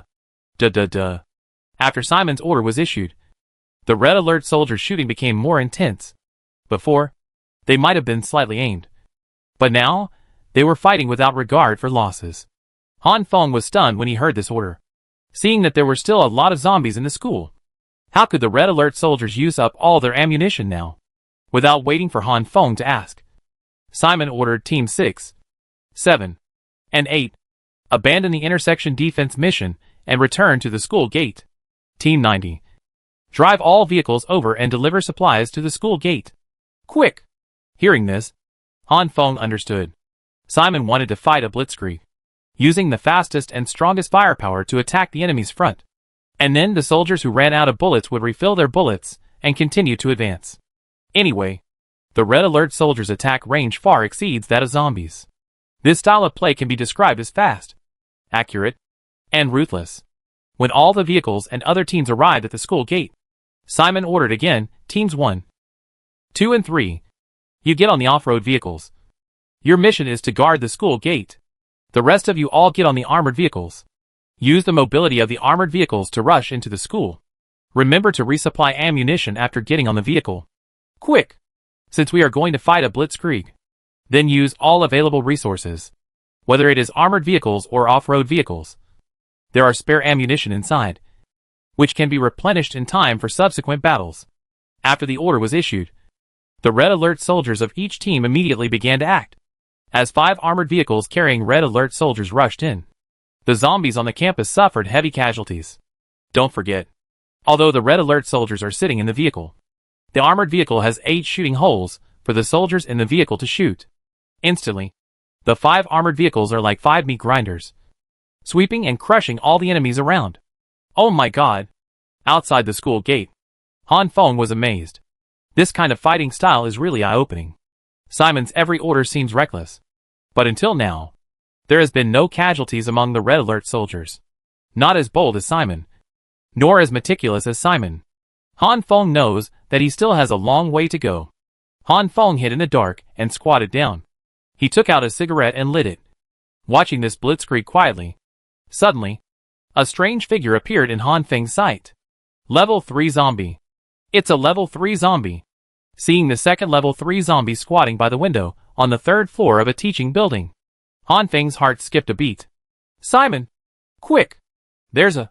Bang! Before Han Feng finished his emergency reminder, the sniper Simon had already shot the squatting level 3 zombie in 1 second. Still 1 shot to death. Still 1 shot to the head. Captain Han? What did you say just now? Han Feng was still surprised, and Simon's voice came from his mind. It's okay. There was a bird flying over the sky just now. It was ugly. Seeing that the level 3 zombie had been solved by Simon, Han Feng didn't want to say a word. Oh, you mean that bird? I've been watching it squatting by the window for a long time. I wanted to wait for it to jump down and snipe it in midair, but my patience ran out, so I shot it in advance. You didn't just see it, did you? When Simon said this, Han Feng could still hear the sound of him chewing gum. How could it be I saw it a long time ago? I just thought you didn't see it, haha. Han Feng said with a smile while scratching the back of his head. Oh, really? Then look at the direction of your 11 o'clock. About 200 yards, about 182.88 meters, away from you. On the 4th floor of the building. Do you see it? When Simon finished speaking, Han Feng looked up in the direction Simon pointed. Sure enough. Level 3 zombies. There is another level 3 zombie. Bang! The sniper rifle went off. Under Han Feng's gaze, the third level 3 zombie was killed by a headshot. How can there be so many?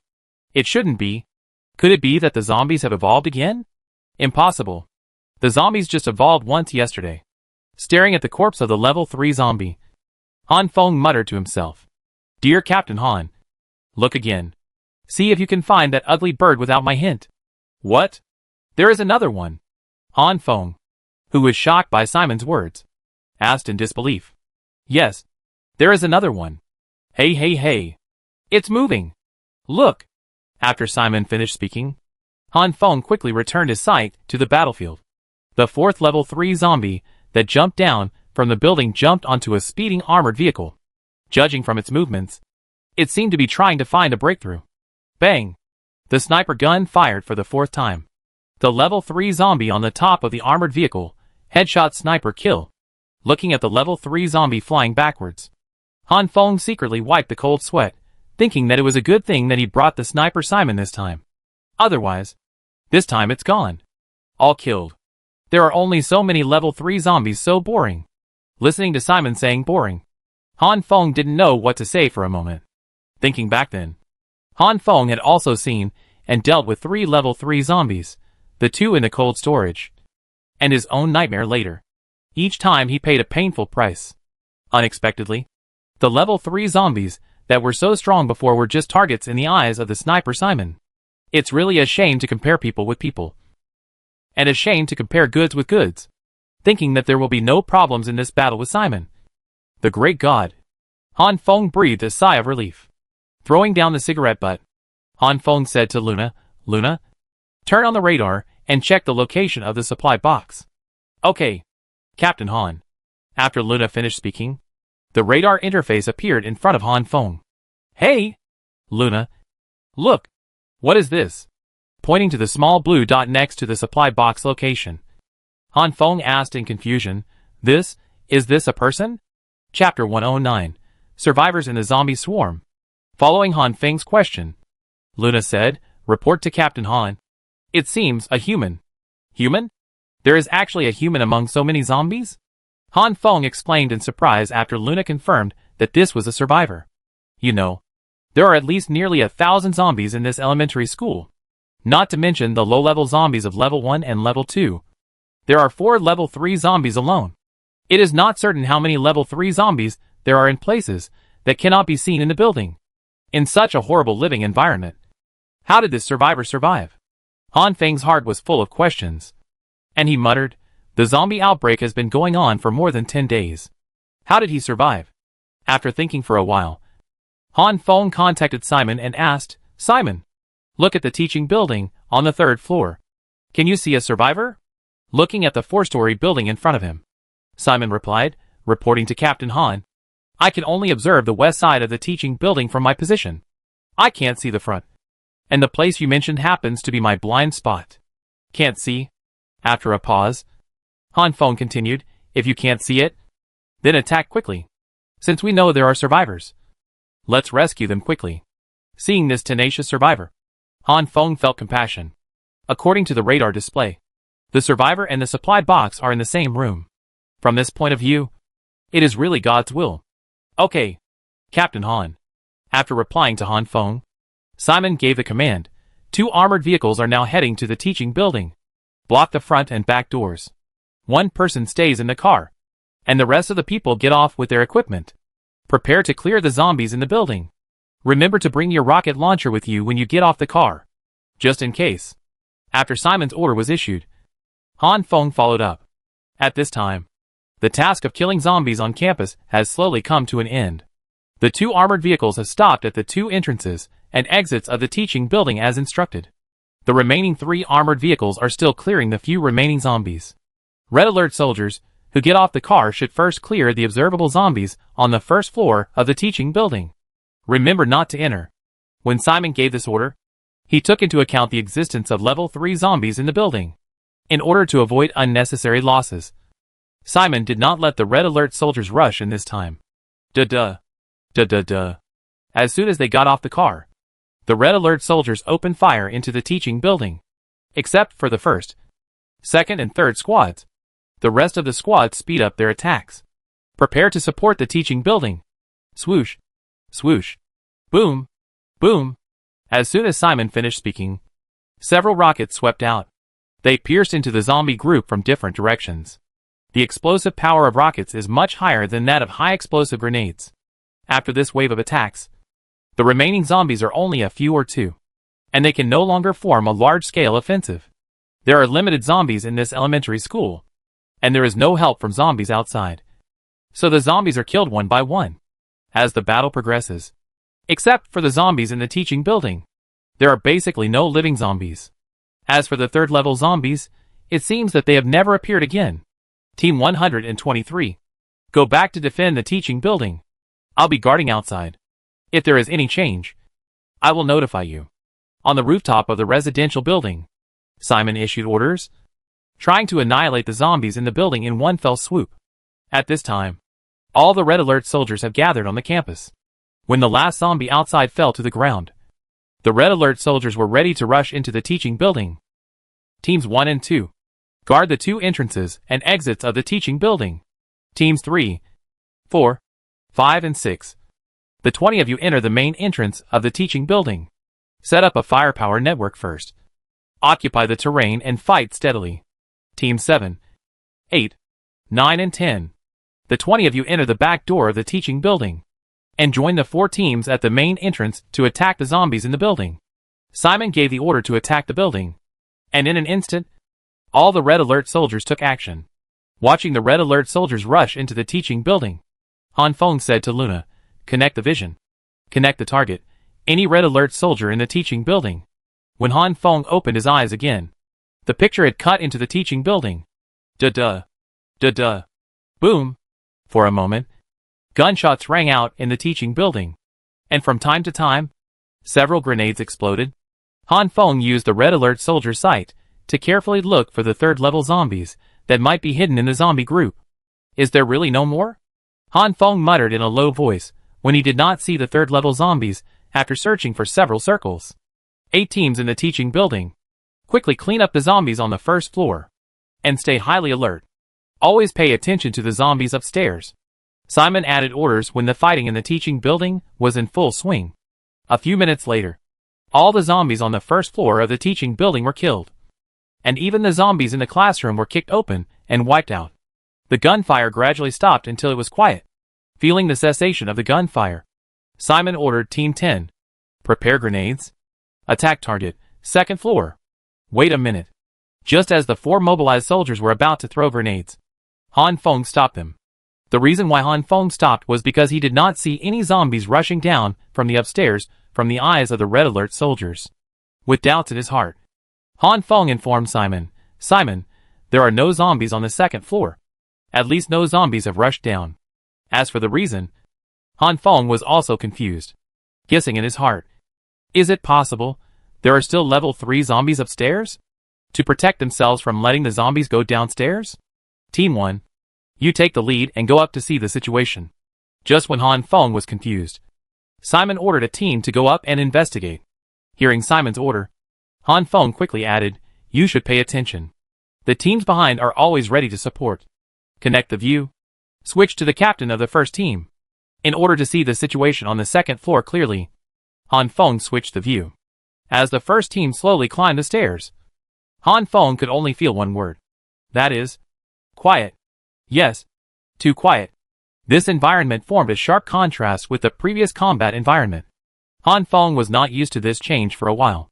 Until the first team climbed to the second floor, Han Feng still did not find anything. Calculating the time, Simon ordered, "The rest of the squads follow up. Prepare for battle. And stay alert." When all the red alert soldiers went upstairs, Han Feng instructed one of the mobilized soldiers, "Open the classroom door." According to Han Feng's instructions, the mobilized soldier went forward and opened the door of the first classroom. Empty. looking at the mess and mottled blood in the classroom. Han Feng ordered, "Continue." When the door of the second classroom was opened, Han Feng still did not find any zombies. There were only scattered desks and knowledge points written on the blackboard. Something is wrong. Han Feng felt that this scene was familiar with him. Sweating. The third-level zombies in the large supermarkets had played such tricks before. Every store was empty. The purpose was to lure Han Feng to go deeper, relax his vigilance, and then the zombies would come back crazily. Thinking of this possibility, Han Feng immediately said to Simon, "Simon, you stand higher and see farther. Have you found anything? Report to Captain Han. There is no discovery. Everything is normal." After listening to Simon's report, Han Feng frowned. After thinking for a while, Han Feng ordered, "Open all the classrooms on the second floor." As the doors opened one by one, Han Feng's frown tightened. There was not a single zombie on the entire second floor. The first team goes to the third floor. Seeing this situation, Han Feng directly ordered the first team to go upstairs again. When they came to the corridor on the third floor of the teaching building, Han Feng still saw an empty corridor. "The rest of you follow up to the third floor. Team 1. You guys go to the fourth floor. It must be on the fourth floor. It must be on the fourth floor." Han Feng gritted his teeth and muttered outside the school.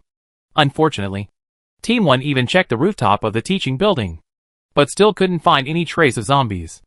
Watching Team 1 coming down from the rooftop, Han Feng ordered, "Check all the rooms on the fourth floor." Han Feng, who was waiting for a surprise like opening a gift, miscalculated this time. The fourth floor was empty. Could it be that the zombies were on the third floor? Thinking of this, Han Feng raised his legs and walked towards the school. On the way, Han Feng ordered, "Except for the classroom where the supply box is, open all other rooms." After this order was issued, the conclusion was that the entire teaching building, except for the supply box and the classroom where the survivor was empty. Until Han Feng went upstairs, Han Feng still hadn't solved this problem in his mind. Standing in front of the last unopened classroom in the teaching building, Han Feng gently turned the handle. After gently pushing open the door, Han Feng looked at the scene inside. Still the messy desks.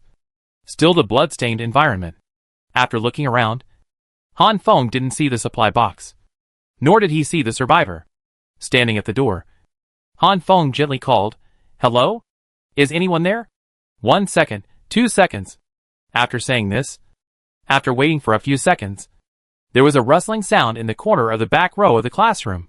Under Han Feng's gaze, a little head popped out. It was a beautiful and pure little girl. Her hair was a little messy, and there were 2 black stains on her fair face. Because of lack of water, the little girl's lips were a little pale. Her dark and bright little eyes stared at Han Feng. She was the first to break the calm and asked timidly, Are you here to catch me?" Puff, hearing the little girl ask such a question, Han Feng laughed out loud instantly, and then said, "Haha, we are here to save you." After listening to Han Feng, the little girl slowly stood up. She pushed the desk in front of her away and walked towards Han Feng. Without the obstruction, Han Feng could see the whole face of the little girl. Under the ill-fitting school uniform was a white dress, which Han Feng had never seen before, but the material seemed to be silk. She was wearing 2 different shoes on her feet, which seemed to be lost because of running. Chapter 110, Fox Fox. You are here to save me?" The little girl asked Han Feng in a defensive manner, folding her arms. Looking at the little girl's vigilant eyes, Han Feng suddenly felt a sharp pain in his heart. This child who looked like a teenager had survived until now, and he didn't know what she had experienced. After recovering his emotions, Han Feng said in a gentle voice, "Yes, we are here to save you. Don't worry. You are safe with us. You don't have to worry anymore." When saying this, Han Feng slowly squatted down. He stretched out his arms to the little girl and looked at her with a smile. The little girl felt Han Feng's tenderness and couldn't hold back her tears. The little girl cried and threw herself into Han Feng's arms. Feeling the little girl sobbing in his arms, Han Feng's heart melted instantly. "Don't be afraid. I'm here." Holding the little girl in his arms, Han Feng gently touched her hair. After a few minutes, seeing that the little girl's emotions were under control, Han Feng asked softly, "What's your name?" "My name is Hu." "Hu?" The little girl choked at first and spoke intermittently, but later, Her eyes showed a trace of confusion and struggle. Seeing her expression like this, Han Feng thought maybe she had experienced so many tragic things, and her brain was stimulated.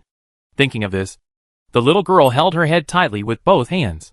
Her body trembled slightly, and she murmured, Who? As soon as he found that the little girl was not in a good condition, Han Feng quickly ordered Luna, test her brain. She looks like she is in pain. Report to Captain Han. Her brain waves are extremely unstable at this time. According to her current performance, she should be temporarily amnesia. After Luna's report, Han Feng was stunned for a moment, then reached out and gently touched the little girl's head. And after checking it, he said, temporary amnesia? Why? There is no wound on her head. Han Feng's understanding of amnesia, apart from Alzheimer's disease, is a severe head injury. Now the little girl has no scars on her head. Han Feng is a little confused. Report to Captain Han. Temporary amnesia usually occurs when people are under severe social and psychological pressure, and their personal consciousness, identity or behavior coordination suddenly changes temporarily, which can easily cause physical and mental collapse. If the consciousness changes, they can't remember important personal events, and psychogenic amnesia occurs. And excessive tension can also cause temporary amnesia. This time, Luna explained more comprehensively. At this time, the little girl in Han Feng's arms was still trying her best to think of her name. No matter how she thought, she could only think of one surname, which was Hu. Okay. Let's not think about it anymore. We don't want to think about it anymore. Holding the little girl, Han Feng touched her hair comfortingly, and then said, since your surname is Hu, and you are so cute, why don't I call you Hu first? Hu? Huh? Raising her little head, the little girl's eyes flashed with joy. Okay, big brother. I don't want to think about it anymore. Then I'll be called Hu. With a laugh, Hu decided on this temporary name that belonged to her. Although Hu said that she no longer wanted to think about her name, her little mouth still persistently murmured, still trying to remember her original name. Seeing that this quirky Hu was still struggling, Han Feng was afraid that she would suffer because of the forced recollection. So he quickly asked, by the way, Hu, how did you survive these days? These days? As expected, Hu's mind was simple and cute, and Han Feng's question diverted her mind from the previous tangled questions. I don't remember. I can't remember. Hu frowned and said seriously. Then what do you remember? Can you remember anything? I remember. I remember a lot of people. With a thoughtful look in her eyes, Hu tried her best to think about what she could remember. They want to catch me. There was a ringing sound. Very urgent. Otherwise, I can't remember. I'm sorry, big brother. Hu can't remember. Feeling that she didn't help Han Feng, Hu said aggrievedly, and her body began to tremble again. Feeling Hu's fear, Han Feng quickly comforted her. It's okay. Big brother is here. Don't be afraid. It hurts. It hurts so much. Hu. Suddenly, Hu struggled in Han Feng's arms. Luna. What's wrong with her? Is she hurt? Han Feng knew that he didn't hurt her or hurt her. Faced with the sudden situation, Han Feng quickly contacted Luna. Report to Captain Han. Fox is currently recalling painful memories, which has triggered her body's perception. In other words, her brain thinks she is being attacked, so she perceives pain that does not exist. Fox, look at me! It's safe now. Relax. After Luna explained, Han Feng, who understood, immediately shouted at Fox, trying to pull Fox out of her painful memories. Big brother. Fox was in so much pain just now. With a crying voice, Fox hugged Han Feng and sobbed. They are all bad guys. And my brother is a special person who beats bad guys. As long as I am here, they can't hurt you. The bell you just said you heard was just the bell in the school, and it won't hurt you. As Han Feng comforted her over and over again, Hu slowly accepted Han Feng's words and nodded gently. Maybe she didn't get enough rest these days, or her previous behavior made Hu tired. At this time, Hu in Han Feng's arms gently closed her eyes, and after a while, she began to snore softly. Looking at Hu who had fallen asleep, Han Feng kissed Hu's forehead distressfully. After holding Hu and slowly getting up, Han Feng looked around and said, look for the supply box. Remember to be a little gentle when searching. Don't make too much noise. Han Feng was afraid that the sound of the red alert soldiers rummaging would disturb Hu, so he gave a special instruction. After saying that, Han Feng held Hu and left the classroom. Looking at the messy corridors around him, and smelling the bloody smell in the air, Han Feng felt distressed. This little girl had been hiding in such an environment for more than 10 days. Looking at the quiet Hu in his arms again, Han Feng's eyes were red. Report to the Han team.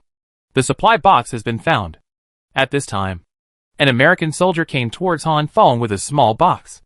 Looking at the box in his hand, Han Feng ordered, "Let's go home." Yes. The more important thing now than opening the box is to bring Hu back to prison safely. Let Hu have a full meal, and take a hot bath is more important than anything else. After leaving the teaching building, Han Feng contacted Simon and told him that the mission was over and everyone was going home. About half an hour later, Han Feng's convoy returned to the prison. In this operation, although facing 4 level 3 zombies and nearly 1,000 low-level zombies, the Red Alert soldiers did not suffer any casualties. Not only did they retrieve the supply box, but they also rescued a cute little girl. This operation can be described as perfect. Lin Lan. Lin Lan. As soon as the car stopped downstairs, Han Feng ran upstairs holding Hu. Seeing Han Feng holding a little girl, Lin Lan asked in surprise, "Who is this? Are you going out to find her?" "Oh, this is a long story. I'll tell you when I have time. Please help take care of her first. When she wakes up, let her eat something first, and then let her take a bath. It's hard for a grown man to take care of her, so please take more care." Licking his face, Han Feng smiled and handed the fox in his arms to him. Taking the comatose fox, Lin Lan said, "By the way, Wei Yun and Wei Peng are awake. You are so amazing. Wei Peng is actually fine now." "Haha, of course. If I say it's fine, I will definitely say that it's okay if he doesn't praise her. Once he praises her, Han Feng will have a headache." Seeing that Hu and Wei Peng are fine, Han Feng said tremblingly. However, Lin Lan's words also reminded Han Feng that there was still a coma. Thinking that Gui Yongxing had not been rescued yet, Han Feng turned and ran downstairs, shouting to Lin Lan behind him, "Leave it to you. I have something to do downstairs." On the way, Han Feng asked Luna, "Luna, has the genetic mental power recovery potion been successfully developed?" Report to Captain Han. The genetic mental power recovery potion has been developed. Okay. Make the potion. Hearing that the research was completed, Han Feng did not hesitate. Report to Captain Han. The genetic mental power recovery potion requires 10,000 gold coins to make. Fuck. Hearing Luna's reply, Han Feng subconsciously cursed. After being busy all afternoon, Han Feng forgot that gold coins were needed to make potions in the combat laboratory. With a swearing mentality, Han Feng looked at his gold coin reserves. 6,874 gold coins. It's over. Not enough money. Can't afford it. Seeing the number of gold coins, Han Feng muttered.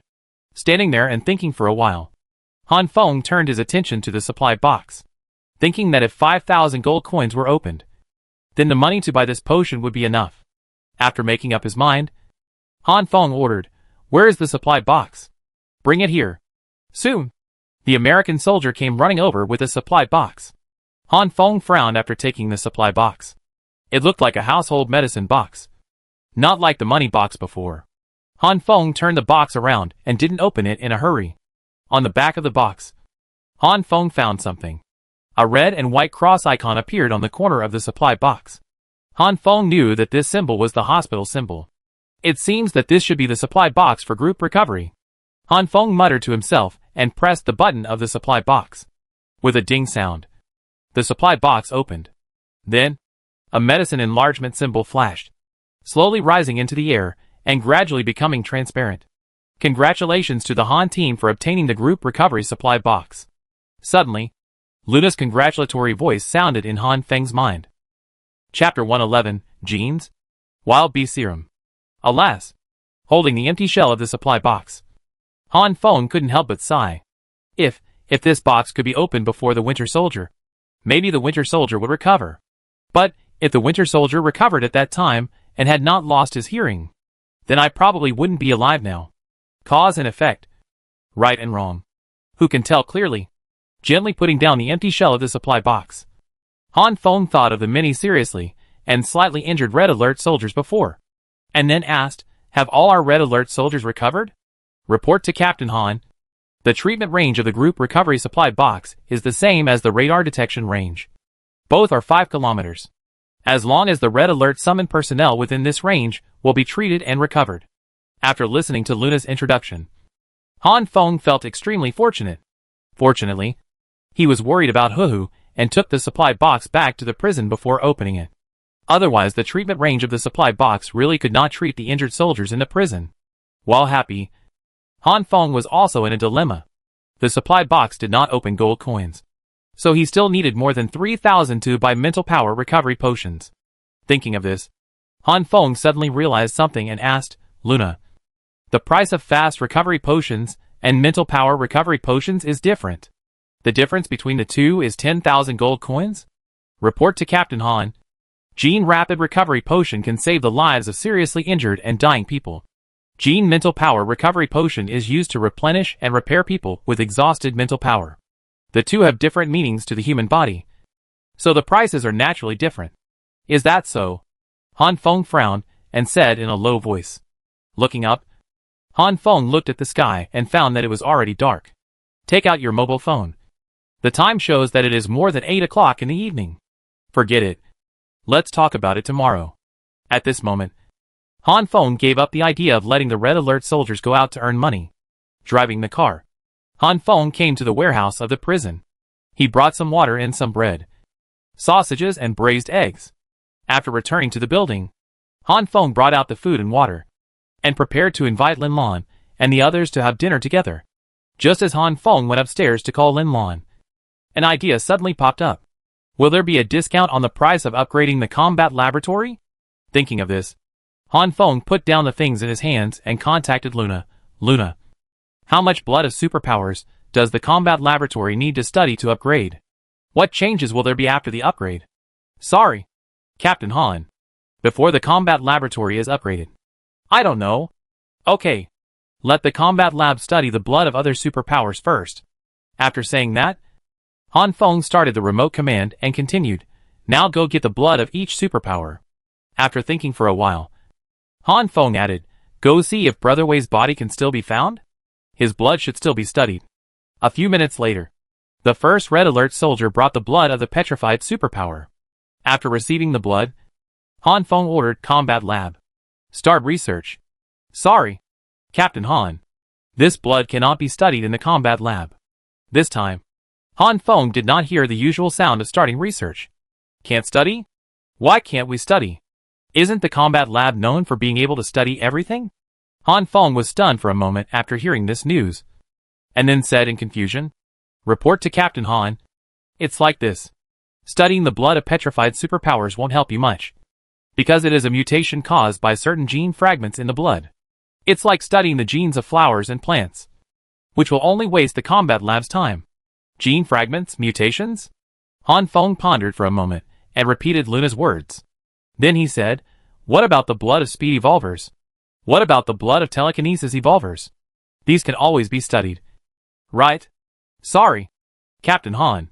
This blood cannot be studied. I am also a genetic mutation? Han Feng was furious when he heard that his blood was worthless to study. Telekinesis, speed, petrification and other evolutionary directions are all caused by genetic anomalies.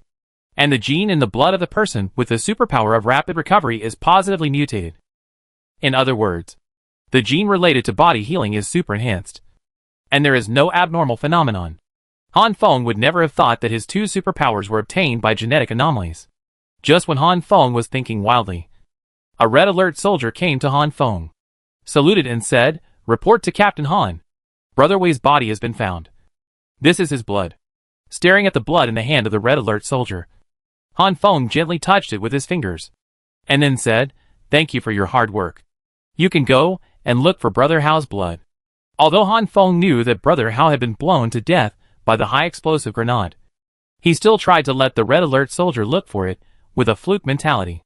Han Feng didn't want to give up this ability to travel instantly. Yes. After answering, the Red Alert soldier turned around and left to carry out this difficult task. Luna, Can this blood be studied? Han Feng asked angrily, staring at the blood on his fingertips. Brother Wei's superpower is to transform into a huge muscle monster. In Han Feng's eyes, this is definitely a genetic mutation, whose genes can turn into a monster. Report to Captain Han. This blood can be studied. May I ask if the combat laboratory can start the research project now? Please confirm. After listening to Luna's report, Han Feng was stunned. He thought that this superpower that can turn people into monsters is not a genetic mutation. Start research. Confirm. Although Han Feng was deeply puzzled by this, Luna said that the combat laboratory could study this blood. So let him study it. As for the end of the research, what results can be obtained depends on God's will. Okay, Captain Han. We are researching the gene of the wild beast serum. Please wait. After Luna's report that the research was started, Han Feng was stunned for a moment. After a few seconds, he asked in confusion, Wild beast? Serum? This time it's serum? Not potion? After asking this question, Han Feng asked again, without waiting for Luna's answer, what is the relationship between wild beast serum and wild beast men? Han Feng knew that the Red Alert system he had was improved based on Red Alert 2, Glory of the Republic. The problem is that the wild beast men, a summoning unit, is a character in the Red Alert Yuri's Revenge version. Did the Red Alert system add the option of Yuri's country? That doesn't make sense. So far, the system has not given any options or instructions about the construction or summoning of Yuri's country. Han Feng was stunned by the sudden appearance of the word beast with a strong flavor of Yuri. Report to Captain Han. The Gene B serum is not a medicine, since it cannot repair human damage. It can only exist in the form of serum. After answering Han Feng's first question, Luna continued, what is the relationship between the Gene B serum and the beast men? We can only give a conclusion after the combat laboratory has completed the research. You know the beast men? You know Yuri? When Han Feng heard Luna say the word beast men, he was instantly excited. You know that the technology of Yuri is not worse than that of the Allied forces and the Soviet Union. Virus Sniper, Wild Orc, Yuri Clone, Yuri X. How could Han Feng not be excited when he thought about these types of soldiers that he could summon in the future?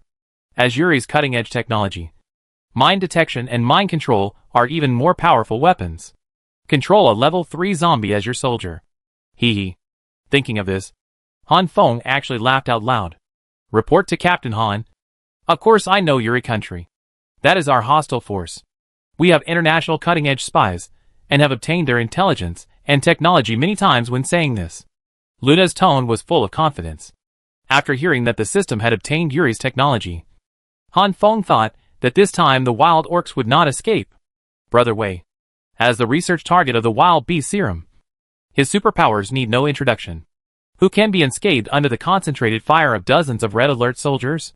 Who can withstand the bombardment of several high-explosive grenades and be immortal? Recalling the scene of the battle with Brother Wei that day, Han Feng became more and more excited when he thought that he would have a wild beastman as powerful as Brother Wei by his side in the future. A huge sense of security instantly wrapped Han Feng tightly. If the wild beastman and the third-level zombie had a contest, I guess the third-level zombie would be torn to pieces. At this time, Han Feng smiled foolishly, and the scene of the battle between the wild beastman and the third-level zombie began in his mind. Captain Han? Captain Han? Are you okay? Feeling that Han Feng was immersed in his own world, Luna couldn't help but remind him. No, I'm fine. By the way, how long will it take to complete the research on the Gene Mad Beast serum? Han Feng couldn't wait to ask about the research time after his fantasy was interrupted by Luna. Report to Captain Han. The Gene Mad Beast serum will take 24 hours to study in the combat laboratory. Ah, so long. Hearing that he had to wait for a day for this research project, Han Feng wilted. Don't say a day. He has to wait for a week. Not only for the mad beasts, but also for a stronger individual combat capability. After making up his mind, Han Feng started to think again. Now the blood of telekinesis, speed, and petrification cannot be studied. The blood of recovery and mental power has been studied. The blood of Wei Ji's wild beast serum is being studied. As for Hao Ji's blood, it has not been found yet. So now, there is still the blood of the last superpower who has not been determined. That is Gui Yongxing, who is in a coma. Disappeared in an instant. And even the system could not find it after using so many tools. Just based on this ability to come and go without a trace. It is simply the most unprecedented superpower now. No one else. If Gui Yongqing's blood can be studied. Hee. Chapter 112, Unknown Nothingness. Decide on the idea in your mind and do it. Gui Yongqing was still unconscious in the armored vehicle in front of the building at this time. And Han Feng arrived after a few steps. After getting in the car, Han Feng took the saber of an American soldier in the car. When he was about to take blood, Han Feng hesitated. Luna, what is Gui Yongqing's superpower called? Disappear? Come and go without a trace? Stick chopsticks in your head at any time? No. Can his blood be studied? Holding the knife, Han Feng asked Luna several questions in a row. Report to Captain Han. Judging from the appearance of Gui Yongqing's superpower, it is more like the superpower of nothingness. The ability to escape into the void or enter another dimension. As for his blood, it's hard to say whether it has research value. A few seconds after Luna finished speaking, Han Feng did not speak again. At this time, Han Feng kept thinking about Luna's words just now. What does it mean to be hard to say whether it has research value? Since Han Feng had the red alert system, no matter what the question is, the system will give a definite answer such as yes or no. Even if the system cannot answer the question, it is because of insufficient authority or the lack of relevant buildings. For such an ambiguous answer, Han Feng heard it for the first time. After pondering for a while, Han Feng asked, Luna, if we study Gui Yongqing's blood, what can we research? Medicine or serum? Can you give me a general direction? I'm sorry, Captain Han. Before the research results came out, I really didn't know. Luna apologized first, then explained, human hair color, skin color, pupil color, and even height and weight are all determined by gene fragments. Each gene fragment is in charge of a human construction program. But what? But no set of gene fragments will determine that the human body will disappear. Super strong recovery ability can quickly heal body wounds. And super strong mental brain waves can communicate the future. The answers to these questions can be found in gene fragments. But Gui Yongqing's performance is really unheard of. Hearing Luna's amazed and puzzled tone, Han Feng stopped asking questions, then let the operations room study it. After muttering to himself, Han Feng held a knife and gently cut Gui Yongqing's index finger. After catching 2 drops of blood, Han Feng said, Operation Laboratory. Start the research project on this blood. Okay, Captain Han. Since the direction and results of this project are unknown, please name the project for this research. Me? I name it? Since Gui Yongqing's superpower is nothingness, then this research project will be called The 10 Unsolved Mysteries of the Universe, the Magical Disappearance of the Human Body. How about it? After thinking for a long time, Han Feng came up with a name that was both crazy and extremely childish, and used it as the research topic for this project. Hearing Han Feng say this, Luna was speechless. Her tone was trembling when she replied. After calming down for a few seconds, Luna asked, Captain Han, are you sure you want to use the 10 Unsolved Mysteries of the Universe, the Magical Disappearance of the Human Body, as the project name? Isn't it crazy? Crazy. Isn't it cool? Cool. Isn't it novel and eye-catching? Okay. I'll listen to you. With Han Feng's mysterious smile and Luna's amazement, the name of this research project was indeed decided on this amazing name. Report to Captain Han. The Combat Laboratory has started the research of the 10 Unsolved Mysteries of the Universe, the Magical Disappearance of the Human Body. After the Combat Laboratory started the research, Luna reported to Han Feng. Not bad, very good. By the way, Luna, how long will this research take? Report to Captain Han. The research time of this combat laboratory is unknown. After Luna finished speaking, Han Feng curled his lips and said, It's really nothing. I don't know anything. Sorry, Han. Okay. I don't blame you. Just let me know when the research results come out. To be honest, I'm still curious about what this combat laboratory can research. Hearing Luna was about to say sorry, Han Feng quickly interrupted the topic. After finishing, Han Feng carried Gui Yongqing on his back and walked out of the armored vehicle. Going to the lounge upstairs, Han Feng put Gui Yongqing on the bed. Staring at Gui Yongqing's closed eyes, Han Feng said, Thank you for your hard work, brother. Just wait a minute. Tomorrow I will make a potion that can restore you. Potion? What potion? Oh shit! Han Feng, squatting on the bed, did not notice Lin Lan at the door behind him. He was startled by Lin Lan's sudden voice and instantly collapsed to the ground. Then he subconsciously uttered a sweet word to express his panic. Are you sick? You don't use your feet to walk. There is no sound at all? You are sick. Who knew that you have such a poor sense of self-defense? If I were your enemy, you would be lying on the ground now. Han Feng sat on the ground, and his hand pointing at Lin Lan began to tremble. Oh, what? Are you hatching eggs? Come and eat. When turning around to leave, Lin Lan did not forget to turn around and shout to Han Feng. Han Feng sat on the ground and took a few deep breaths. After calming down, he stood up and patted the dust on his body, and then walked out of the lounge. Who said I have a poor sense of self-defense? The whole prison belongs to me, and all the entrances and exits are staffed by my soldiers. I am absolutely safe in this prison. Who would have thought that you would hide behind me and suddenly scare me, and then laugh at me after that? Following behind Lin Lan, Han Feng rolled his eyes. Do you know what enemy infiltration is? If I were your enemy, I could easily kill you in such an environment, let alone the special forces. Remember, no matter how safe the environment is, it can't beat a heart that is always vigilant. Looking at Lin Lan, who walked in front without looking back, Han Feng felt that this special police chief instructor was online, and he was a rookie, listening to professional combat knowledge. Oh, I see. Eat? Oh, by the way, there's water and bread downstairs. Han Feng realized after accepting it humbly. He still had some food that he hadn't brought up. Hey, stop. Stop. I brought your stuff up for you. You can't even take care of your own things. Lin Lan's words stopped Han Feng from running downstairs. Hearing that the water and food had been brought up, Han Feng grinned. Although he was a little embarrassed, he didn't have to run a trip. That was good. Following Lin Lan to another room, Han Feng saw a few dishes on the table. At the table, Lu Rui and the Wei brothers and sisters were all there. How do you feel? Are you feeling uncomfortable anywhere? Staring at Wei Peng, Han Feng asked first. I feel good. Nothing is wrong. You scared me to death, brother-in-law. I thought I was going to die. Fortunately, you are here. Fearing that Wei Yun would think too much, Han Feng quickly said, you just used your superpowers too much. Just take a break. Don't scare yourself in the future. Having a laugh with everyone, Han Feng also sat down at the table and picked up the bowl and chopsticks. Smelling the tempting fragrance in the air, Han Feng suddenly asked, Hey? Isn't that right? Who made this? Who cooked this table of food? Opposite Han Feng sat Wei Yun, and the gauze on her hands had not been removed at this time.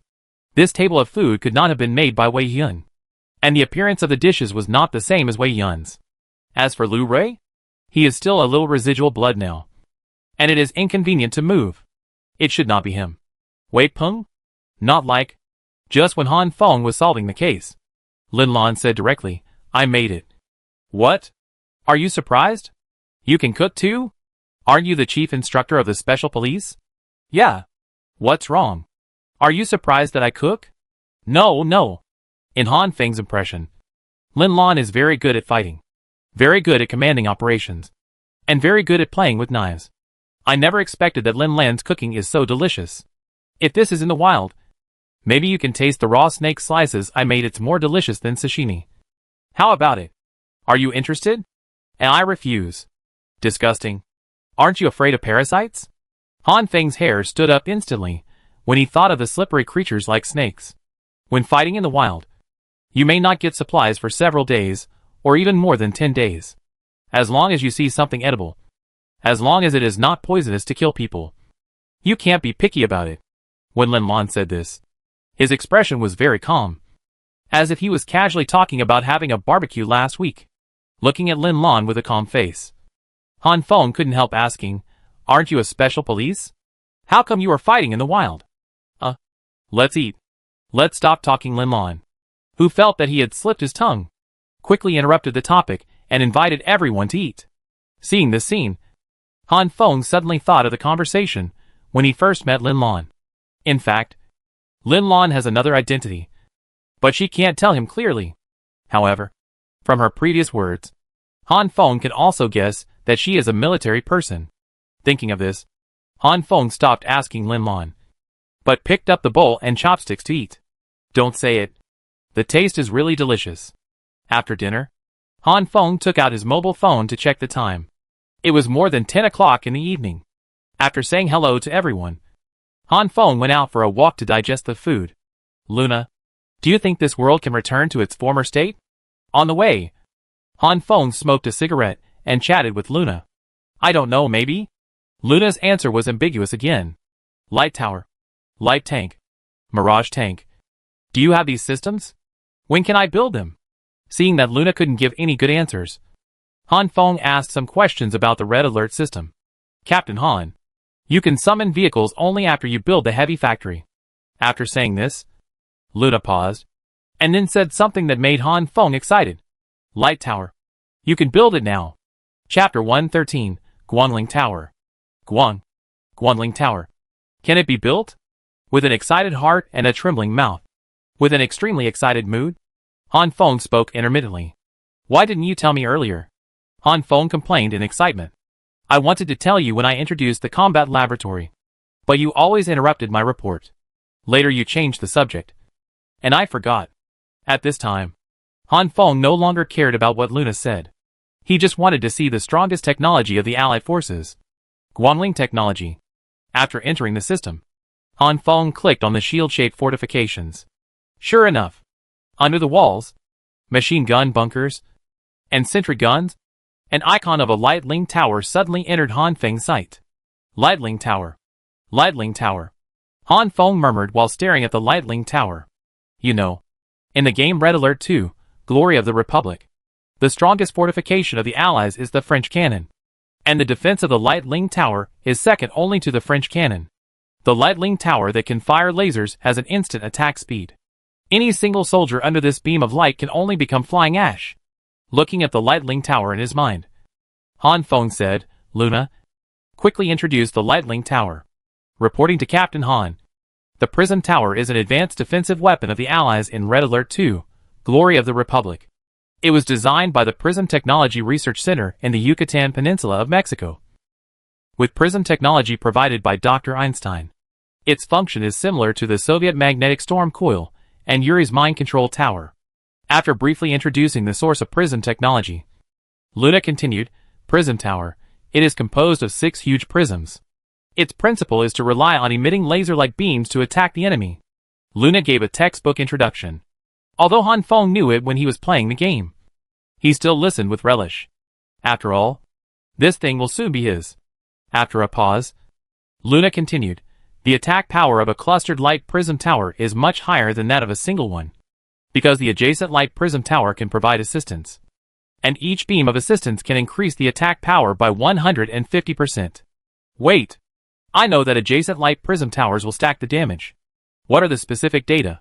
Hearing this, Han Feng, a hardcore player of the Red Alert game, was also confused. He only knew that the light prism tower would transfer energy to attack. But Han Feng didn't know more specific data. Continuing Han Feng's question, Luna explained, the attack of a single light prism tower is only 120 points, which means that the damage caused by using assistance is greater than that caused by several light prism towers attacking separately. This kind of assistance can be provided by up to 8 light prism towers. So theoretically the attack can reach 1560 points. Even the Soviet Apocalypse tank with the highest armor cannot withstand such a powerful attack. The attack of a single light prism tower. 120 points? What unit is this 120 points? Joule? Kilojoule? Or pulse or something? Han Feng was confused even after hearing the previous question. And he didn't understand the attack value Luna mentioned this time. It's more troublesome to explain this attack value. Generally speaking, it is the total damage to the enemy unit. The calculation method for calculating our attack strength. How about asking the combat laboratory to produce a very specific damage value calculation sheet, in order to make Han Feng understand it simply and clearly? Luna explained it in a complicated and simplified way. No. I understand. Although he still had some doubts in his heart, Han Feng still reluctantly understood. Then he said, Luna, please continue to introduce. Okay, Captain Han. Once the Guanling Tower is built, it cannot be moved, and the power consumption is extremely high. When not attacking, the Guanling Tower will automatically enter the shallow low-energy mode. consuming 30 degrees per hour. It can also enter the attack mode under the instruction of Captain Han. In the attack mode, the power consumption is 100 degrees per attack.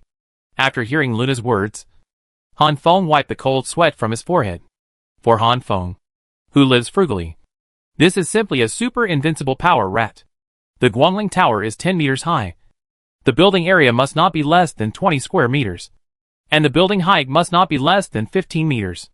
The distance between buildings cannot exceed 1 kilometer from the main base or temporary base. Are there any more? Han Feng continued to ask after listening to the building requirements. The Guangling Tower construction time is 30 minutes. And 8,000 gold coins are required. No more. Captain Han. With Luna's closing remarks, Han Feng's previous excitement also fell to a trough. 8,000 gold coins. How rich do I have to be to build this big guy? Han Feng said depressedly with his head down. At this time, Han Feng only had 6,874 gold coins. Not to mention building a heavy factory that can make tanks. Even the money for the gene medicine to save Gui Yongxing was not enough. Alas, there is a long way to go.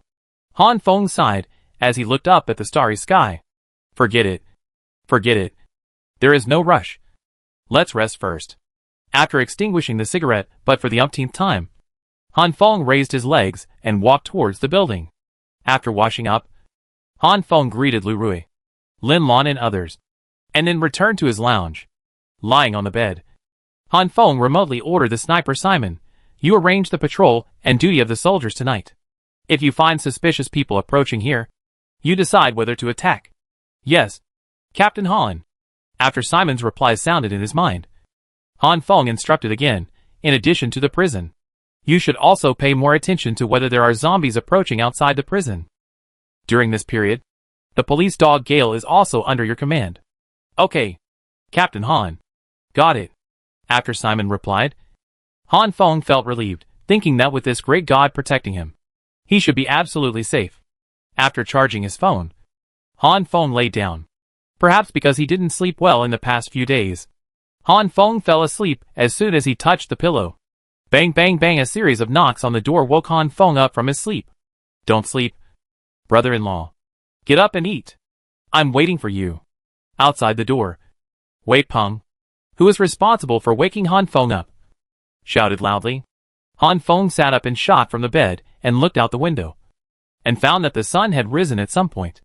The bright light illuminated the earth. Okay. Okay. I'm up. I'm up. Han Feng hurriedly responded to Wei Peng outside the door, and then he got out of bed, picking up the fully charged mobile phone. Han Feng saw that the time displayed on the phone was more than 10 o'clock, and the signal was still empty.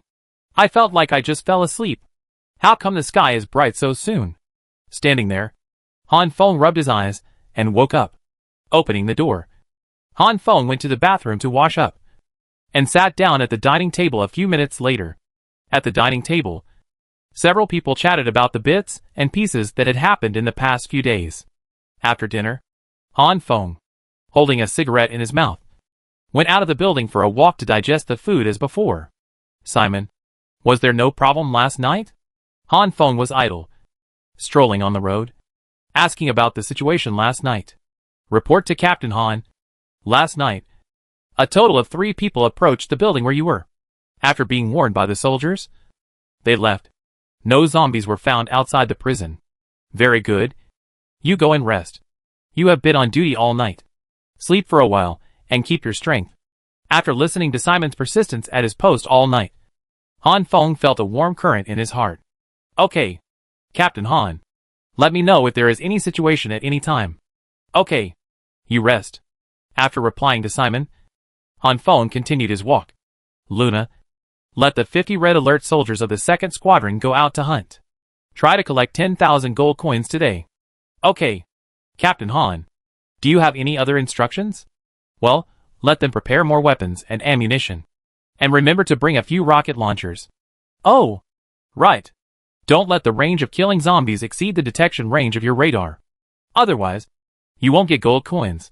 Also, if you see a level 3 zombie, or there are too many zombies to deal with, immediately ask nearby soldiers to support, or hurry back to the prison.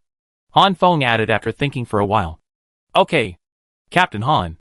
The second squadron will go out to carry out the task of killing zombies after they are ready. On this day, Han Feng did not go out with the Red Alert soldiers, but stayed in the comfortable nest with Lu Rui, Lin Lan and others. Of course, there is also a new member. Looking at the time, I found that I had been strolling for more than half an hour. I didn't see Hoo for breakfast. This little lazy bug must still be sleeping. On the way back, Han Feng thought of this cute little smart guy. Hee. Sister, you are so awesome. So awesome. As soon as he entered the building, Han Feng heard Hoo's voice coming from upstairs. This little girl is awake? After muttering, Han Feng quickened his pace upstairs. Following the sound of Hoo's laughter, Han Feng came to a door. Pushing the door open, Han Feng saw Hoo sitting on a stool. In front of her, Lin Lan showed off her knife skills and cut fruit. Who would have thought that Lin Lan would use her amazing knife skills to make Hoo happy? Ahem. Standing at the door, Han Feng coughed lightly a few times, attracting the attention of the two people in the room. Wow! Big brother, you're back? Hearing the movement at the door, Hoo saw that it was Han Feng. So she happily jumped off the stool and ran towards Han Feng. Slow down. Don't fall. Seeing Hoo running towards him, Han Feng quickly squatted down and stretched out his hands to greet him. Holding the little fox, Han Feng looked up at Lin Lan and asked, "When did Fox wake up? Why didn't you call me? You went out after dinner. And she just woke up. Who is she to you? She was clamoring to see you as soon as she woke up. Where did you go? Big brother? Fox didn't see you when she woke up." As soon as Lin Lan finished speaking, Fox began to question Han Feng. Seeing Fox asking him, Han Feng said softly, "I went out for something, sorry to worry you. By the way, have you eaten?" "Who has eaten? And this sister was cutting fruit for me just now. Look, this is a little rabbit. And this is a little swallow." While talking, Fox ran to the table, holding a few sliced fruits in her hand, and came to Han Feng to show off. Chapter 114. The Mystery of Fox's Amnesia. Your sister Lin Lan is amazing, isn't she? She can not only cut small animals, but also castles, attics, rockets. Han Feng's eyes seemed to be looking at Fox, but his eyes were looking at Lin Lan. I have said so many difficult things. Even if you have good knife skills, you can't handle it. Let you show off. Han Feng smiled mysteriously. You are really trying to embarrass me, right? Come on. Here, give you the knife. Cut out Lu Rui for me. Who did you say she was just now? Han Feng did not respond to Lin Lan's move, but looked at Lin Lan seriously, and then continued, she was rescued by me from elementary school. Can you imagine? In an environment full of zombies, she can actually survive until now. After a pause, Han Feng added, there were 4 level 3 zombies in the school at that time. Oh my god, you. When Han Feng finished speaking, Lin Lan also looked at Hoo with an unbelievable look, and continued, what have you eaten and drunk these days? How did you? There is a bucket behind our classroom, which is used to wash mops. The water has just been changed, so it is not dirty. If you eat snacks hidden by classmates, eat. At this point, Hoo fell into deep thought again. The frowned brows showed an extremely uncomfortable expression. Hoo. Seeing Hoo like this, Han Feng's heart skipped a beat. He thought it was bad. Hoo must have lost her memory before, and now she is forcing her memory. Hoo is stimulated by the zombies, so she can't remember anything now. Don't ask her about the previous questions in the future. Han Feng's words showed unprecedented seriousness. Then if you don't tell me clearly, I don't know. Seeing Hoo's uncomfortable look, the female policewoman Lin Lan also wilted. Hoo is fine. Hoo is fine. It just hurts a little. Big brother, please don't be mean to me. Hoo rubbed her head with her hands and pleaded with Han Feng in a pleading tone. Why are you so silly? Hoo, I'm not mean to me. You have a headache, right? Let's go back and rest for a while, and then go out to play. Okay? Faced with such a cute little loli, Han Feng's heart melted. Worried about Hoo's headache, Han Feng decided to let Hoo rest first.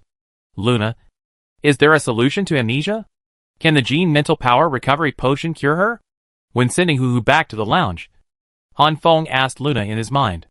Reporting to Captain Han, amnesia is not strictly a problem of mental exhaustion. After systematic testing, Her mental strength is completely fine. What we need to worry about most now is her mental health. As I said before, she has been too stimulated. After listening to Luna's explanation, Han Feng gave up the idea of using mental drugs to treat Huhu. Then, is there any other way? Sorry, Captain Han. The combat laboratory cannot study human mental illness or psychological trauma. After the Han team builds the hospital building, the hospital's medical team can start research. Huh? Hospital? I can build a hospital? When Han Feng heard Luna say to build a hospital, he was stunned for a moment. Is this still the Red Alert game he played back then? Due to insufficient authority, the commander cannot answer the commander's question. Please ask the commander to build a heavy factory. Suddenly, the system's mechanical sound rang. Bending over and supporting Fox, Han Feng recalled the plot of the game. In Red Alert 2, Glory of the Republic, engineers can enter the hospital building. Once an engineer enters the hospital will become a building of your own color. And the passive skill is to continuously restore the health of your own soldiers. But the hospital building cannot be built by yourself? Since the system can build a hospital, what about the oil well? Can the oil well that a nod is 50 gold coins also be built? Thinking of this, Han Feng thought more and more that it was possible. A few steps away, Han Feng had already gently carried Huhu to the bed and said to Huhu, lie down for a while. I'll talk to your sister Lin Lan at the door. If you feel uncomfortable, call me. Do you hear me? Yeah. Huhu nodded and hummed in response. So good. After stroking Huhu's little head, Han Feng got up and walked out, and did not forget to close the door when he went out. What should I do? Do you have any way to deal with a situation like Huhu? After finding Lin Lan, Han Feng asked in an anxious tone. In Han Feng's opinion, Lin Lan must have fought in the war, and one of the compulsory courses for today's soldiers is to treat problems such as battlefield syndrome. Especially since Lin Lan is an instructor-level figure. He must be much better than a novice like me. Are you talking about Huhu's amnesia? Not entirely. Think about it. In an environment full of zombies, blood, hunger, water shortages, lack of sleep, etc. Oh! After you fight and kill people, you must have something wrong with your mind. After talking for a long time, Han Feng found that Lin Lan's eyes were getting more and more confused. Anxious, Han Feng began to forcefully explain without thinking. You have a mental problem. Han Feng talked for a long time. It seems that Lin Lan only understood this sentence. After swearing back at Han Feng, Lin Lan rolled her eyes and said, You mean post-war syndrome? Okay. Okay. They're all the same. Almost the same? Much different. At this time, Lin Lan finally waited for her counterattack. Do you know the difference between amnesia caused by post-war syndrome, traumatic dissociative amnesia, and mental health amnesia? Almost the same? Much different. Would you dare to take the medicine I prescribed for you? Staring at Han Feng, Lin Lan's words were like bullets from a machine gun, hitting Han Feng's illiterate heart one by one. How would I know? Yeah. How would I know? Obviously. Lin Lan's words were revenge for Han Feng not telling her about Huhu's amnesia. And by the way, she also avenged Han Feng for being violent just now, finding that he couldn't win the argument with Lin Lan. Han Feng said, I'm sorry. I was wrong. What should I do now? Can I just watch Huhu suffer? She is so cute. So sensible. So, shoo. Stop talking. You are the only one who talks too much. Wait. Let me think about it. After saying this, Lin Lan sat down and started playing with the fruit knife in his hand. But his eyes were full of contemplation. Not really like. What's not like? A few minutes later, Han Feng heard Lin Lan's murmur and hurriedly asked. Raising his head, Lin Lan looked at Han Feng and said, The closed environment. Blood, zombies, hunger, lack of water, and no rest.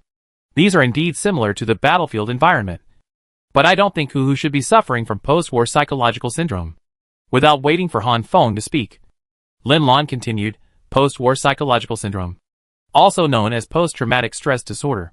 The clinical manifestations of this disease are nightmares, personality changes, emotional separation and numbness, insomnia, avoiding things that trigger traumatic memories, irritability, hypervigilance, amnesia, and easy to be frightened. However, for normal people, the symptoms will fade away after a few months. And psychological counseling and psychotherapy can alleviate most of them. Well, then what? Han Feng interrupted while Lin Lan was talking. Then can you see that Hu has a big change in personality? Emotional separation, numbness, escape, and other problems? Han Feng was asked by Lin Lan, and thought for a while and said, no. She is a normal little girl. Right? Although she is a little clingy. I think it's because she was used to being afraid. Now that she has a safe environment, of course she feels more secure by sticking to her lifesaver. Right? Yes. I didn't find Hu having nightmares last night. That's why I thought Hu didn't have such a problem. Lin Lan explained herself angrily. Since it's not this battle syndrome, what about the other two? Hearing that Hu should not belong to this disease, Han Feng began to ask about the other two diseases. Psychological traumatic dissociative amnesia refers to the extreme trauma caused by a special event that leads to lacunar amnesia. People with this disease will only lose their memory of a certain situation, but remember everything else. This disease can be improved through psychological counseling or self-adjustment.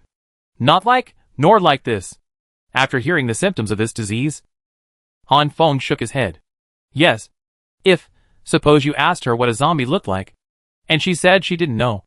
It might still be this disease. But now she has even forgotten what she ate in the past few days. Following Han Feng's words, Lin Lan also expressed her confusion. This is not it. The next one. As for mental health amnesia, it's more complicated to explain. You can imagine a person with misophobia and obsessive-compulsive disorder, who suddenly forgets that he is a misophobic person one day, and starts not to take a bath, and not pay attention to hygiene. Or there is something in your heart that you hate extremely, but suddenly one day you no longer hate it, and forget that you once hated it. Maybe that's it.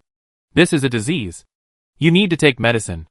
After listening to Lin Lan's third amnesia, Han Feng thought about it, and shook his head.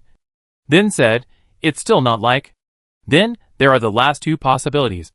And they are also the last few amnesia conditions I know. When saying this, Lin Lan's eyes flashed with a strange light. There are two more possibilities? Tell me which two? Looking at Han Feng, Lin Lan said word by word, Alzheimer's disease and pretending to lose memory. Ah? You said who is? Hearing the last two possibilities, Han Feng's eyes widened. Alzheimer's? Absolutely impossible. How young is Hu? She looks like a teenager. And Hu's speech and behavior cannot be the manifestation of Alzheimer's disease. Hu is pretending to have amnesia. Why? Chapter 115, Prison Power Outage. At this time, Han Feng and Lin Lan looked at each other, trying to find the answer from each other's eyes. Does she have some intention? Lin Lan asked Han Feng with a suspicious look. Before Han Feng could speak, Lin Lan said to himself, it's impossible. What intentions can she have when she is so young? I think you are really suspicious. After saying this, Han Feng turned away from Lin Lan and walked gently to the half-open door of Hu. Through the crack in the door, Han Feng looked at Hu sleeping on the bed. Seeing this scene, Han Feng felt extremely guilty. This is clearly an ordinary little girl. I actually doubted her just now. What a piece of shit. Luna, check her to see if she has a superpower. Although he cursed himself secretly, every word of the conversation with Lin Lan just now was still fresh in his mind. In order to prove Hu's innocence, Han Feng asked the system to start the test to determine whether Hu is a superpower. If so, report to Captain Han. After the system test, it can be determined that Hu is not a superpower. Just when Han Feng was thinking about it, Luna gave a definite answer. This is just a cute little girl, and any assumptions such as intentions are all empty. Well, I'm really nothing. After confirming that Hu was an ordinary little girl, Han Feng also confirmed the fact that he was not a thing. After gently lifting his legs and leaving, Han Feng found Lin Lan again. I just checked Hu, and now I am very sure of one thing. She absolutely has no problems. I guarantee this. Standing in front of Lin Lan, Han Feng said, looking at Han Feng. Lin Lan also echoed, alas. Maybe we think too much. How could a teenage girl approach you with a purpose? Yes. I found her myself. And she didn't find her herself. After thinking through these points, Han Feng and Lin Lan laughed at each other, trying to skip this embarrassing plot. A few hours later, Hu woke up. Little lazy boy. Are you awake? Seeing Hu open her eyes, Han Feng, who was sitting next to her, came over and said, Hu is not a little lazy boy. Hu is just tired. Hu, lying in the quilt on the bed, rubbed her eyes and explained. Get up quickly. You didn't catch up with lunch. I'll go heat it up for you. Come and eat. Yeah. Big brother is the best. Hu heard about food and immediately ran down from the bed happily. This little loli is a real foodie. While Hu was eating, Lu Rui and the Wei siblings also came over to see who this cute little princess Han Feng mentioned was. However, in order to prevent the same problem as Lin Lan from happening again, Han Feng told the three people in advance that they should not ask Hu about her past, in case Hu felt uncomfortable because she could not remember things. After the three people agreed, Han Feng asked them to follow him into the restaurant. Wow! So cute! Wei Yun exclaimed with his hands covering his mouth when he saw Hu. Before, Hu felt dirty because she had not been washed for more than 10 days. Until last night, after Lin Lan gave her a bath, the delicate and cute little girl appeared in front of everyone. But Han Feng, who was a bit nervous, didn't feel anything. Everyone had a lot of fun playing with this new kid. There were a few moments when Han Feng forgot that he was still in the end of the world. Happy times are short and fast. And the whole afternoon passed quietly like this. At 8 o'clock in the evening, Lin Lan prepared a table of food for everyone, which attracted Hu to eat a mouthful of oil. After the meal, Han Feng went out for a walk to digest the food. After paying attention to the system, Han Feng found that his gold coins had accumulated to 10,867.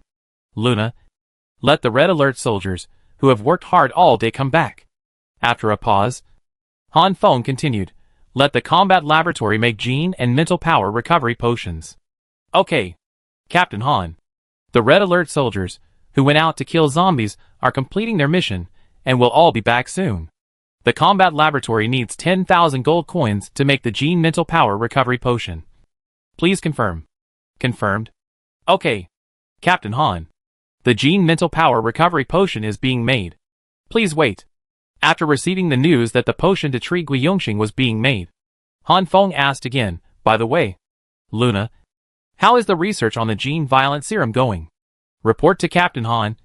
The combat laboratory is researching the gene violent serum, and the end time is unknown. Okay. Try to be as fast as possible if possible. Okay, Captain Han. After a brief exchange, Han Feng took out a cigarette and started smoking. Fearing that Hu would hate the smell of cigarettes, Han Feng endured not smoking for a day. When the cigarette was half burned, Han Feng saw a Red Alert soldier carrying a small medicine box walking towards him. Thank you. Give me the box. You continue to work. Thank you for your hard work. Seeing that the Red Alert soldier saluted and was about to speak, Han Feng quickly spoke. Yes. The Red Alert soldier handed over the medicine box, throwing down the cigarette butt and stamping it out. Han Feng reached out to take the medicine box. After the Red Alert soldier walked away, Han Feng gently opened the medicine box in his hand under the light of the street lamp. Like the box of the Gene Quick Recovery Potion, there is also a thin syringe inside, but the color is different. The color of this Gene Mental Power Recovery Potion is a faint blue fluorescence. Picking up the injection, Han Feng stared at it for a long time and asked Luna, is it mental power inside? How did the combat laboratory put mental power into the syringe? Forget it. I guess you don't know either. Without waiting for Luna to speak, Han Feng interrupted his previous question. After putting the Gene Mental Power Recovery Potion back into the medicine box, Han Feng carried it back.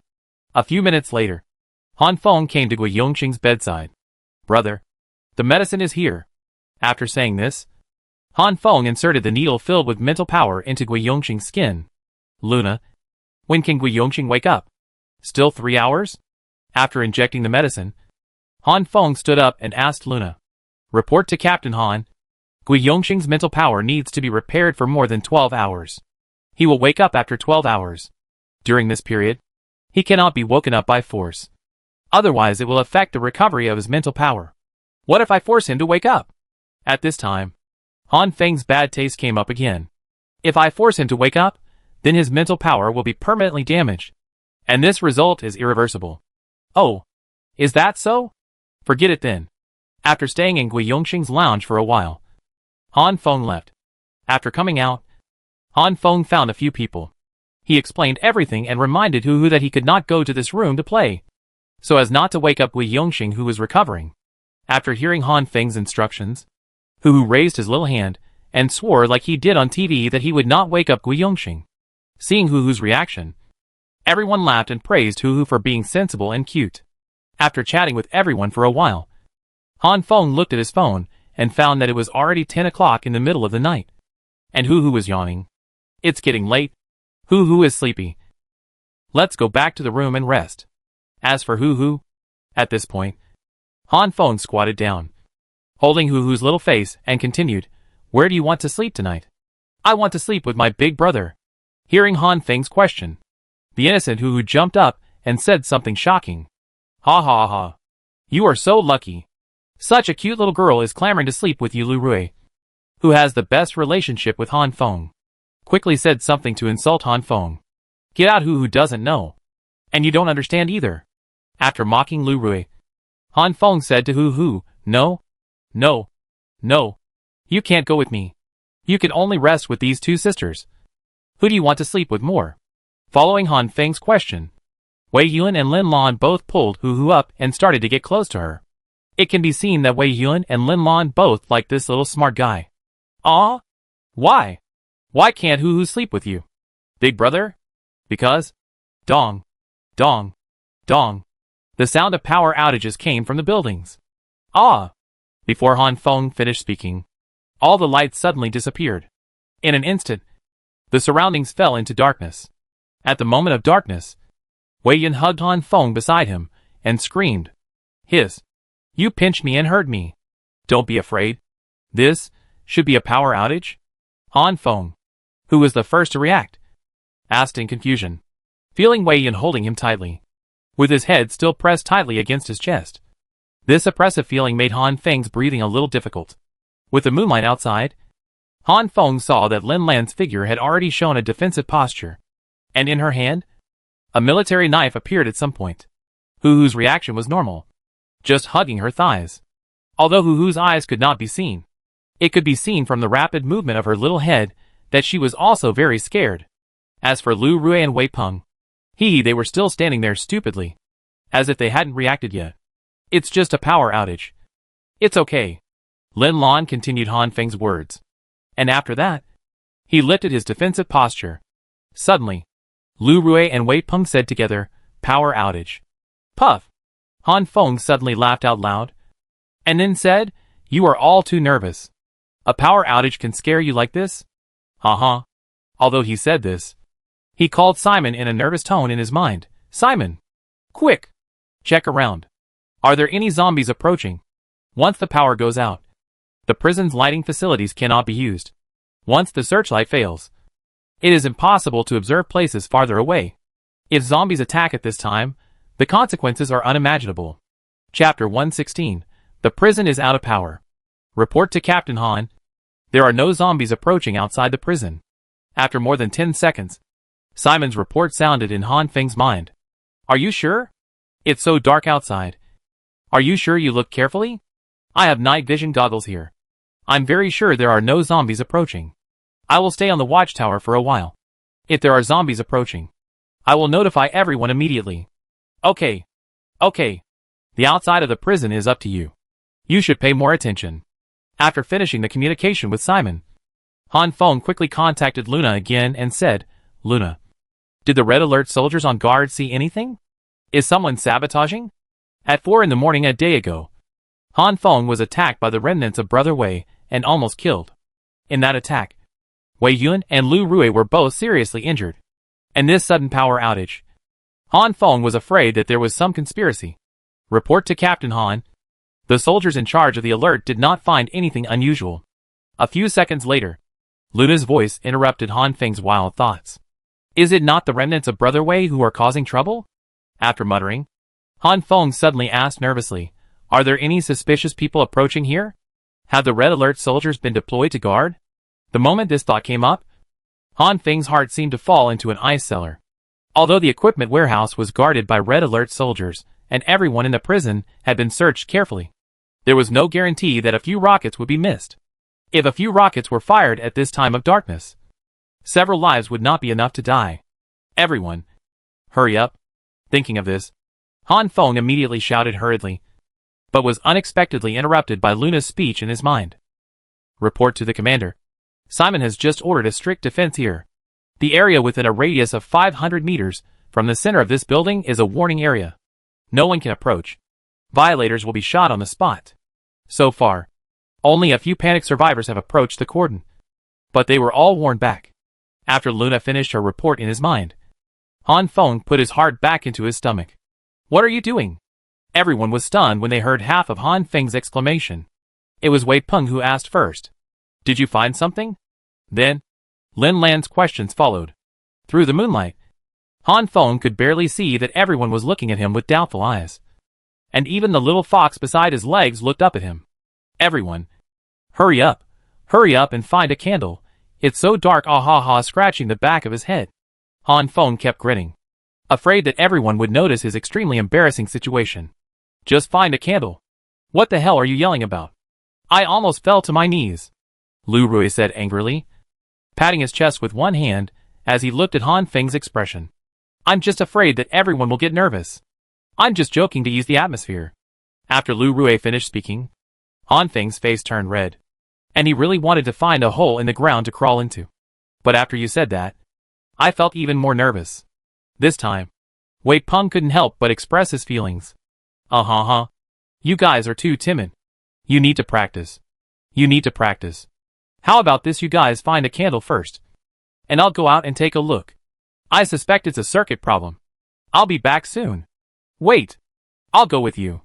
Hearing Han Feng say that he was leaving, Lin Lan quickly asked to go with him. You stay here with everyone. With you. They have a backbone. Besides, I won't leave the prison. What danger can I have in it after saying that?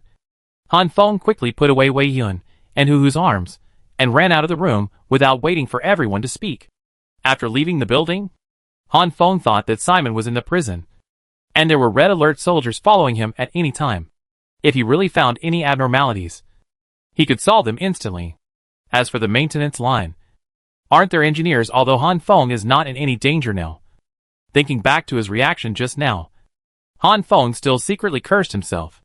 Why is the sense of danger so poor? What if it is really an attack? He stood stupidly in the room for half a minute before he realized that he had to arrange for the red alert soldiers to go out for defense. But what reassured Han Feng was that Simon was there. That's right. At the moment of the power outage, Simon issued one order after another, in order to protect the area where Han Feng was. Simon directly transferred all the soldiers of the 1st Squadron plus the police dog Gale.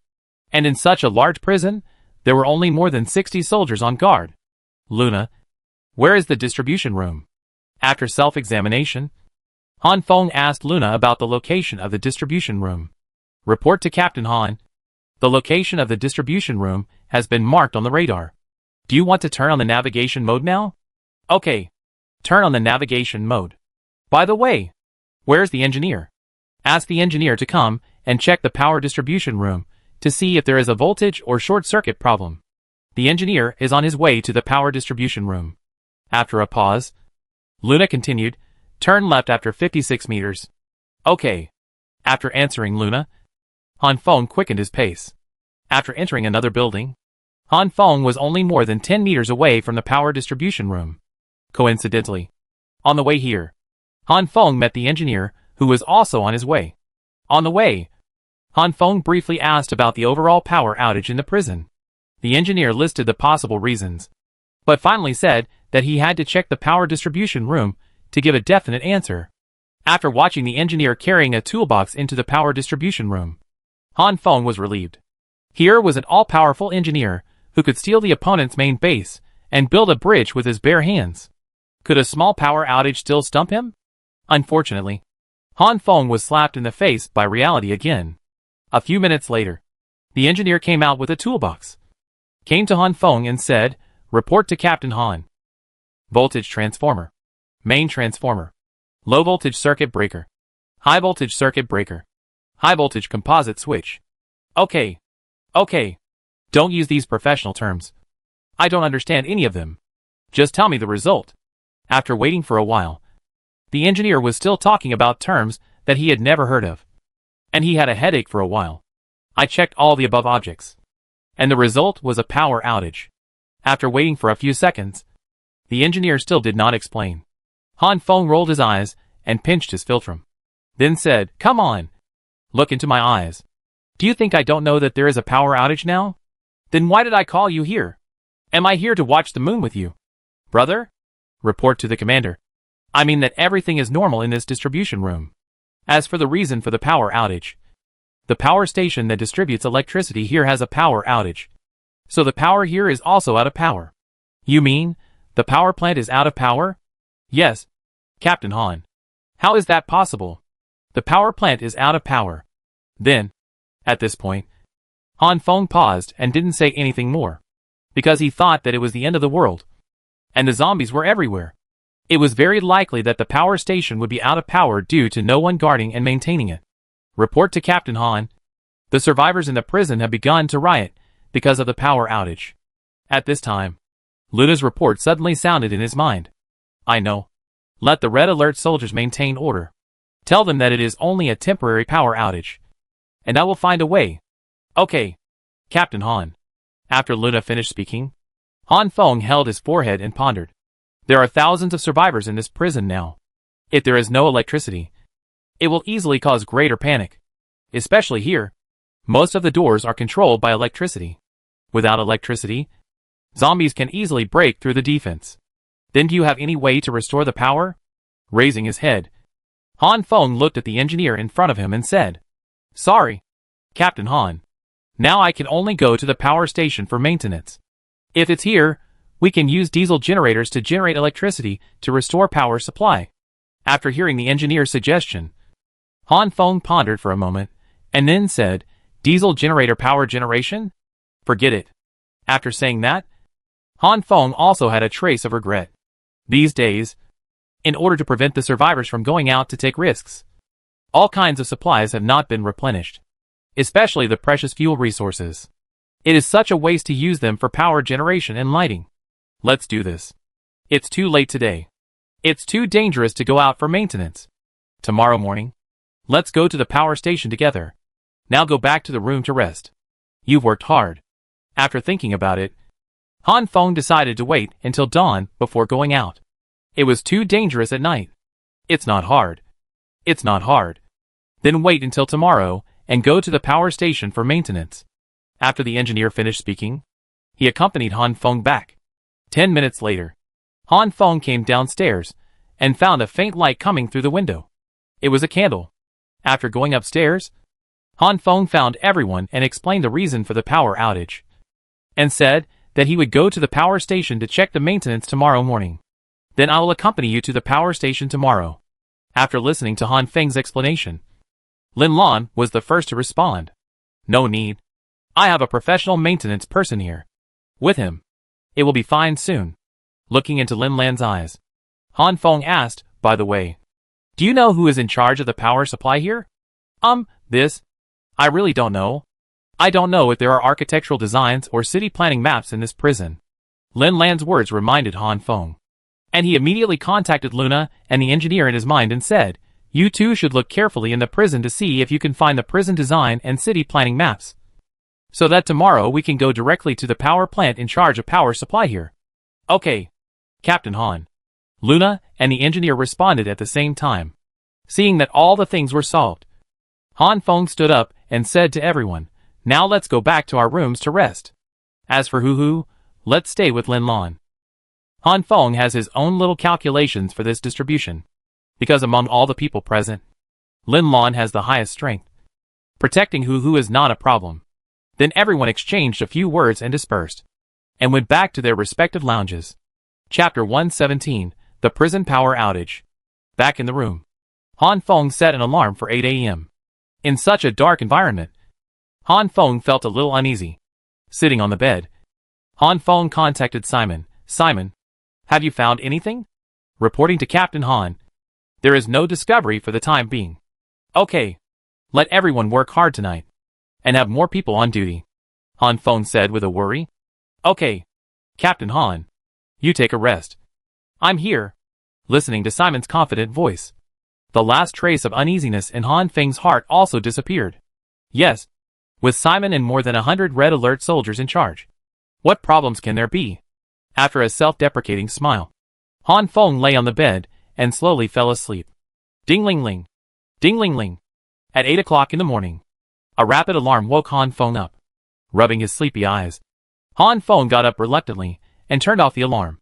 While washing up, Han Feng contacted Luna and Simon and asked, "Did anything happen last night?"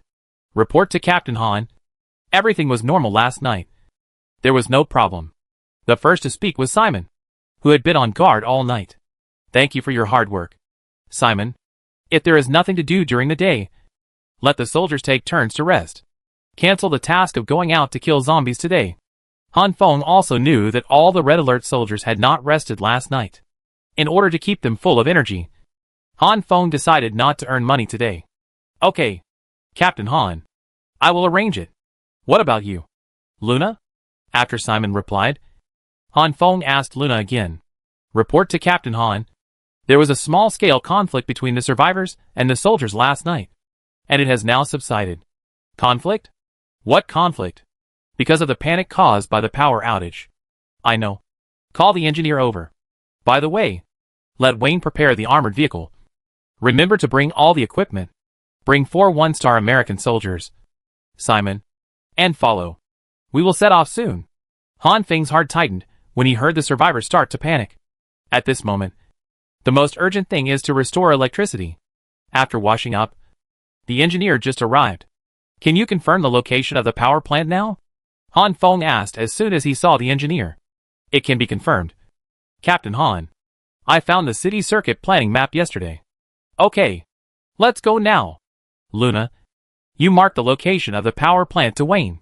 "Okay, Captain Han. Wayne is downstairs. Let's go." Hearing that the car had arrived downstairs, Han Feng called the engineer to go downstairs together. Along the way, Han Feng told Wayne to try to avoid zombies.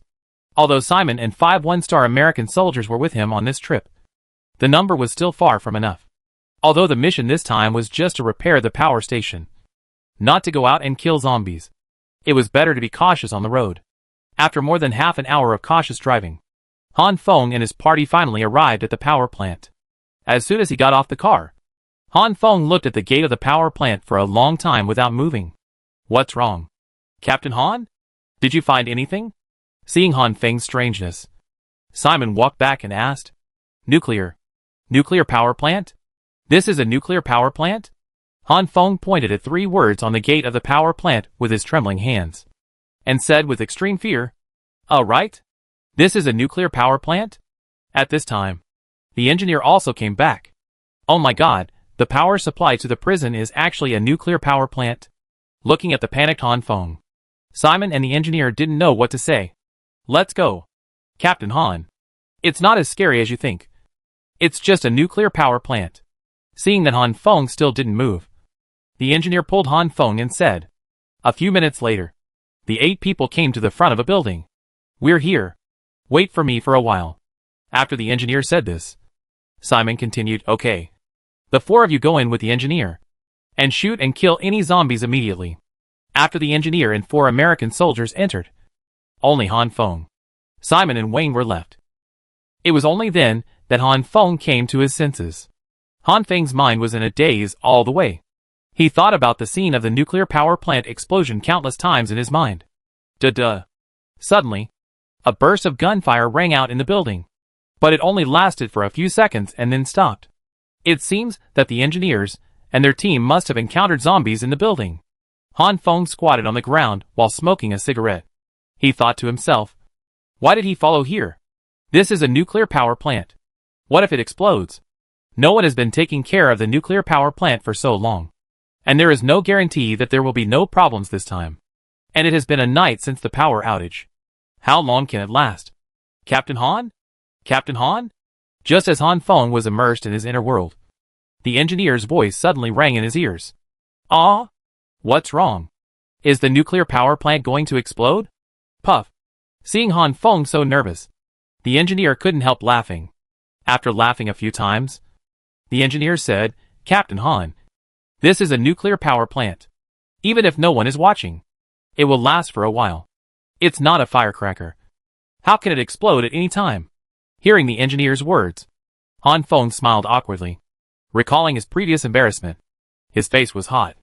Han Feng had seen a movie Chernobyl before, which tells the story of a nuclear power plant leaking, and the situation was very serious. Thinking of the nuclear power plant that has not been maintained for so long, Han Feng, as an ordinary citizen, is also worried about leaks and explosions. Looking at the relaxed engineer, Han Feng asked, has the power been restored? What's the situation inside? Report to Captain Han. The situation inside is not optimistic. When saying this, the engineer's face gradually became heavy. What do you mean by not optimistic? Could it really explode?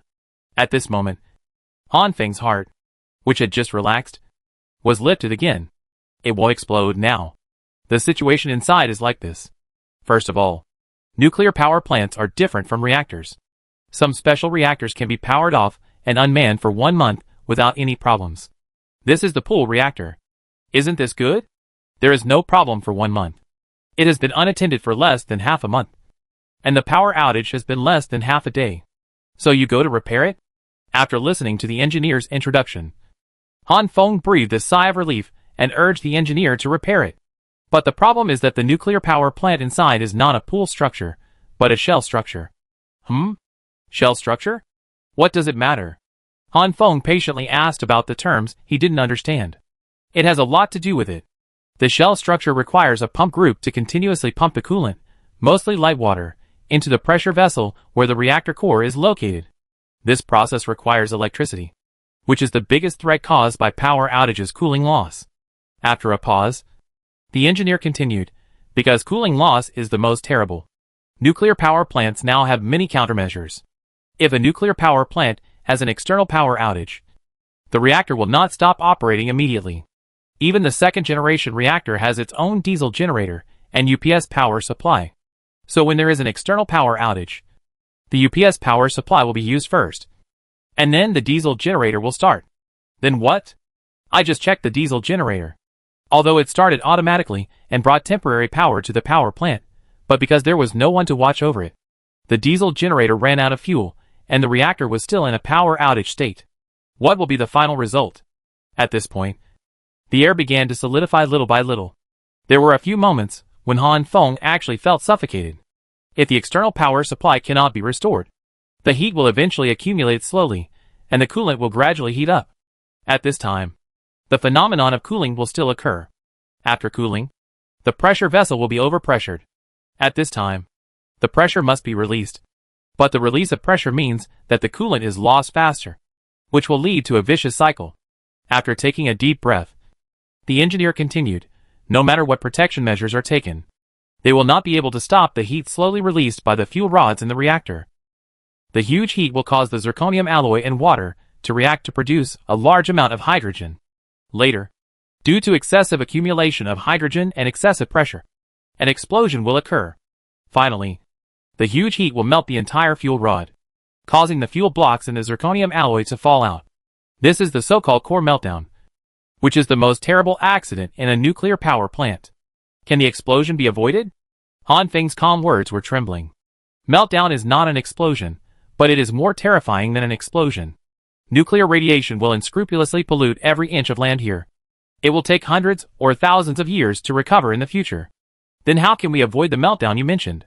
Sorry, Captain Han. I have no way. The cooling has already begun. After saying this, the engineer slowly lowered his head. The meltdown of the nuclear power plant reactor will take about 48 hours. And it will not happen within 36 hours at least. I am sure of this. Suddenly, the engineer raised his head and said firmly. This sentence gave Han Feng a hard shot. Then he said, does it mean that we have less than 2 days to evacuate? Yes. Okay. Go back. Go back and notify everyone to evacuate. After saying this, Han Feng raised his legs and walked towards the gate of the nuclear power plant. On the way, Han Feng asked the engineer, how far do we need to evacuate? What is the radius of the leaked nuclear radiation? Strictly speaking, there is no such thing as a radius for nuclear radiation. After the radioactive material enters the atmosphere, it will spread rapidly with the wind and other climatic conditions. However, since the explosion site is the source of the radiation, The radiation site is most seriously affected. After thinking for a while, the engineer continued, according to my estimation, if a nuclear power plant leaks, the area within 30 kilometers is extremely dangerous. 100 kilometers is a buffer zone. Although this distance is dangerous, the danger is not too serious. If you want to completely avoid the nuclear pollution here, you need to evacuate at least 150 to 200 kilometers away from here. Chapter 118. Preparing to evacuate. Sitting in the armored vehicle, Han Feng thought all the way. Seeing that his life had just improved, relying on the prison's solid defense, he could be protected from the attacks of the zombies. It was also a considerable income to have red alert soldiers go out to kill zombies every day, but these would no longer belong to him. Han Feng had a headache when he thought about evacuating to a place 200 kilometers away, let alone where to take refuge. The biggest problem was whether he could adapt to the new environment. Displaced, frightened, these new problems made Han Feng's brows unsettled for a long time. Half an hour later, the armored vehicle returned to the prison, and Han Feng entered the building with a sad face. Hey, brother-in-law, you're back? So soon? Hasn't the power plant been repaired? Why is there no electricity now? Wei Peng, who happened to meet Han Feng going upstairs in the corridor, asked first. Call everyone over. I'll wait for you in the restaurant and tell you something. Han Feng did not answer Wei Peng's question, but asked him to run an errand. Seeing Han Feng's dull face, Wei Peng said nothing more and disappeared without a trace. A few minutes later, Lin Lan, Lu Rui and others entered the restaurant one after another. Of course, excluding Hu Hu, who was still sleeping in. The nuclear power plant is going to leak. Let's discuss and prepare to run away. When everyone was still laughing, Han Feng shocked everyone by directly stating the crisis of the nuclear power plant. The nuclear power plant is going to leak. What about you? Are you okay? After Han Feng finished speaking, Lin Lan was the first to react. Oh my god! The nuclear power plant is going to explode? Wei Peng exclaimed. Wei Yun and Lu Rui didn't say anything, but their expressions became more and more solemn. I'm fine. But we must evacuate the city within 48 hours, no, 36 hours. The nuclear power plant should not explode, but it will melt down, and the nuclear radiation will contaminate the land. Han Feng looked into everyone's eyes and continued, wait a moment. I'll let a professional explain it. After that, Han Feng walked to the door and pretended to call the engineer. But in fact, he had already asked the engineer to wait at the door in his mind. After the engineer came in, he didn't waste any words and directly told the problems of the nuclear power plant and the impending accident. After a few minutes of explanation, everyone was silent for a long time. Waving his hand, Han Feng signaled the engineer to go out. When the engineer left, Han Feng said, let's discuss it. What to do? Go to HS City. Go to HS City. Suddenly, Lin Lan and Wei Yun said this sentence in unison. Going to HS City is 200 kilometers away from here. And, going to HS City. You promised me. Unexpectedly. At this time, Lin Lan and Wei Yun were vying to talk about the purpose of going to HS City. Stop. Stop. Stop, one by one. Han Feng actually had some preliminary ideas about going to HS City, but he still wanted to hear the ideas of the team members. Lin Lan glanced at Wei Yun and motioned Wei Yun to speak first. Brother Han, when the virus broke out, my parents were in HS City. I was very worried about them. Since this city can't stay, isn't the distance between HS City and us good? After Wei Yun finished speaking, Han Feng probably guessed that this was the reason. He looked at Lin Lan and patted Lin Lan on the shoulder. I know the reason why you want to go to HS City. I promised you that I would go to HS with you to find clues. You don't have to worry. However, I want to hear if anyone has any other suggestions. Everyone looked at each other, then shook their heads. Han Feng sighed and said, going to HS is fine. But now there is a more difficult problem. How to transfer more than 1,000 people into prison. This is not a small number of people. It's a headache. We can see where to find some buses or coaches that can take many people. As soon as Wei Peng finished speaking, Wei Yun looked at his brother and asked, what about the key? Xiaoping? Han Feng was enlightened. It was a good idea. As for the key problem, the engineer could solve it. I have a way to start a vehicle without a key. But for 1,000 people, a bus normally takes 40 people. So 25 vehicles are needed, in addition to us and the soldiers, and some luggage. We probably need 2 or 3 more. Then you pack up first. I have to take people to get the car back. Han Feng turned around and walked quickly towards the door. Wait! Lin Lan stopped Han Feng, who was anxious to get a car, and then said, I suggest you talk to the survivors in the prison first and listen to their ideas. Not so many people are willing to go with you. Han Feng was puzzled. The city was facing the crisis of nuclear radiation leakage in more than 30 hours. Looking at Han Feng's puzzled eyes, Lin Lan sighed and looked at Han Feng. As long as you put yourself in their situation, as an ordinary person who doesn't know much about the situation, you will understand that they are not willing to take the risk of leaving the prison. Yes, these survivors used to go out to collect supplies under the management of Brother Wei, risking their lives every day, and there was no guarantee that they could come back. After Han Feng defeated Brother Wei, he never let them go out to take risks again. After tasting the sweetness brought by the prison, this solid fortress, it is indeed possible that some people are unwilling to leave. No matter what, I have to give it a try. It's better to save as many people as possible. Lin Lan didn't say anything more after hearing Han Feng's firm words. After that, Han Feng walked out the door and left a sentence before leaving. I'll take care of these things. You guys hurry up and pack your things. After all, we don't have much time left. Coming downstairs, Han Feng wanted to call the engineer to go to the bus terminal together and drive some buses back. But on second thought, what Lin Lan said made sense. If some people were unwilling to take risks with him, wouldn't the extra buses be wasted? Luna, let the Red Alert soldiers notify all survivors to gather in the square. I have something to say to everyone. After thinking carefully, Han Feng decided to notify all the survivors before making a decision. Okay, Captain Han. After listening to Luna's answer, Han Feng contacted the engineer in his mind again. You go and start the diesel generator to supply the normal use of the broadcast in the square. Okay, Captain Han. The broadcast power is expected to be restored in 5 minutes. Okay. Thank you for your hard work. After replying to the engineer, Han Feng began to walk towards the square. A few minutes later, Han Feng arrived in the square.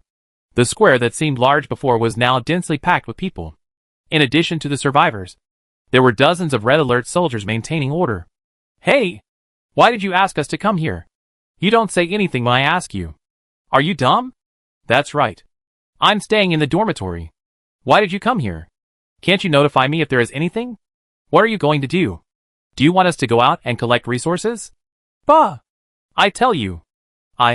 Walking on the edge of the square, Han Feng heard many survivors arguing with the Red Alert soldiers who were maintaining order. Taking out his mobile phone, Han Feng calculated the time when the power would be restored, and then walked to the podium. Hey! Everyone be quiet. Everyone be quiet. First, he gently called a few times, and after hearing the sound of the broadcast, Han Feng asked the survivors to be quiet. Who are you? What do you do? Shoo! Stop arguing.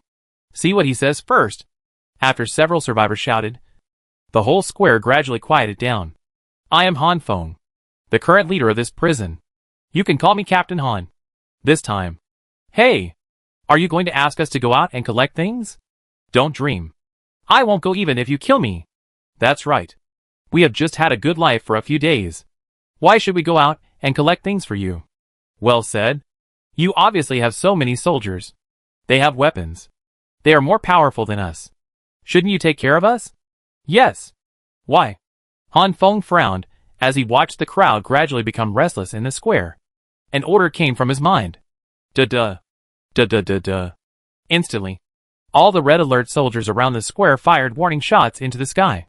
Sure enough, after the gunshots, the survivors in the square quieted down. Feeling the pin drop silence, Han Feng was very satisfied. Remember, my patience has its limits. Whoever dares to interrupt again will never have to speak again in his life.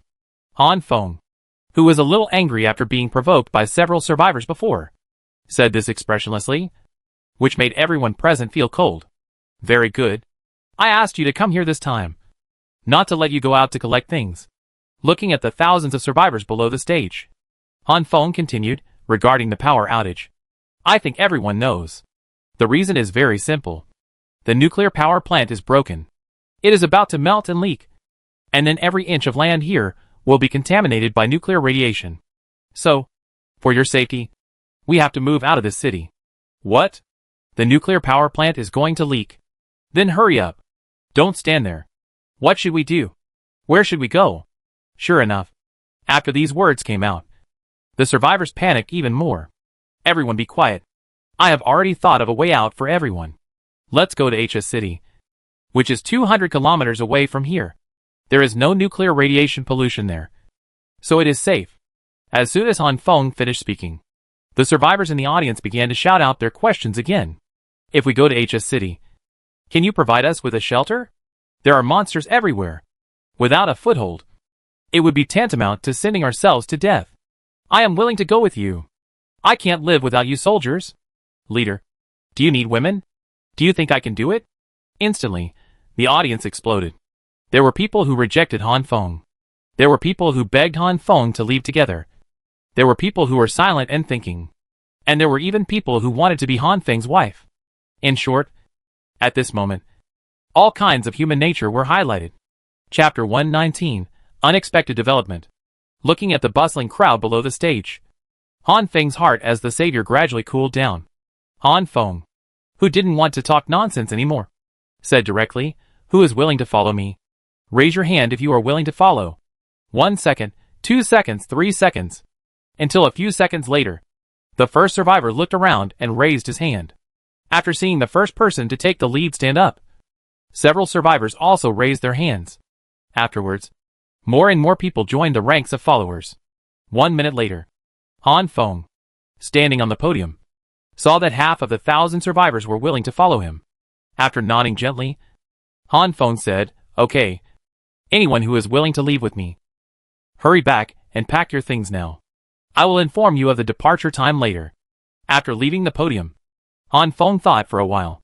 Then he contacted Luna. "Luna, call Lu Run and Ma Zhenfa over. I will assign them some tasks." "Okay, Captain Han." Less than 5 minutes later, 2 red alert soldiers found the 2 in the crowd and brought them to Han Feng. "Hey, Captain Han." "Ha ha ha. I didn't expect you to be the leader." "Oh, I am short-sighted and have offended you in the past. You are magnanimous. But, okay. Stop doing useless things. I called you 2 here for no other reason than to assign you 2 some tasks." Seeing Lu Run's endless nonsense, Han Feng couldn't help but interrupt. Okay, Captain Han." "No, Commander. You say?" "We 2 promised to complete the task." Seeing Lu Run patting his chest and swearing, Han Feng pursed his lips and said with a hint of disgust, "I will send 2 soldiers to cooperate with you later. Your task is to mobilize those who don't want to leave with me. Let them go with me. After all, it's not safe here. Do you understand?" I understand. Don't worry. Then, we 2 will go now. Isn't there much time left? Go ahead. The more you can take, the better." Looking at Lu Run's face, Han Feng, who was already a little upset by the survivors, felt an indescribable disgust in his heart. "Okay. Then we'll go. Oh, by the way, Chief, I have something to tell you. Can you give us a position or something? We also want to lead a few soldiers." "Not yet. It depends on your performance. If you perform well, we'll decide." Han Feng, who wanted to reject Lu Run, suddenly remembered that Lu Run had been beaten for him and had not betrayed him. And for a moment, he no longer showed annoyance. Okay, then we'll go." Lu Run finished speaking, and Han Feng nodded gently. After watching Lu Run and Ma Zhenfa leave, Han Feng left with the engineers and dozens of American soldiers. When Han Feng left, he also took all the armored vehicles with him, just in case. After Han Feng left, Lu Run looked at the direction Han Feng left. His eyes gradually became indifferent. "You will do what I say later." Since there were 2 mobilized soldiers beside him, Lu Run could only whisper to Ma Zhenfa. With 2 mobilized soldiers, Lu Run and Ma Zhenfa ran from house to house. But before entering each house, Lu Run asked the mobilized soldiers to stand guard at the door. Since Han Feng's order was not fully issued, Lu Run took advantage of the loophole. The mobilized soldiers only knew to cooperate with Lu Run, so they did not stay with them all the time. And the accident began from this moment. In the room, Lu Run went in and asked directly if they were willing to leave. If the survivors said they did not want to leave, Lu Run would leave directly. Ma Jianfa beside him did not know why Lu Run did this. But Lu Run's fierce eyes forced Ma Jianfa to ask again. When the first survivor said he was willing to follow Han Feng, Lu Run began his persuasion. I tell you, if you follow Captain Han, can he give you a safe environment? He doesn't even know where he is going. Isn't it sending you to death? But Captain Han has soldiers who can protect me. Oh, are you stupid? Whatever Captain Han says is true. I've never heard of a nuclear power plant leaking or anything like that. He just turned off the switch. He won't let you have a good life. Hearing that some survivors were stubborn, Lu Run directly said something to discredit Han Feng. Then what can I do if I stay? Without Captain Han's protection, I'll die anyway? Although the survivor said firm words, his tone had begun to compromise. With the strong protection of the prison, what danger can you have? Let's split into 2 groups from now on. You go out to find food today, and I go out to find food tomorrow. Besides, the monsters outside are also human. They can't stand not eating for 10 days or half a month. After a pause, Lu Run continued, when the world is peaceful, we will be safe. The country will not forget us, and will definitely rescue us. Captain Han and his private armed forces. Wait until the country recovers and don't deal with him. Think about it. You will be a traitor by then. Seeing the survivor's eyes begin to flicker, Lu Run directly released the big move and directly put the big hat of a traitor on him. Why don't you follow me? Let's conquer the world together.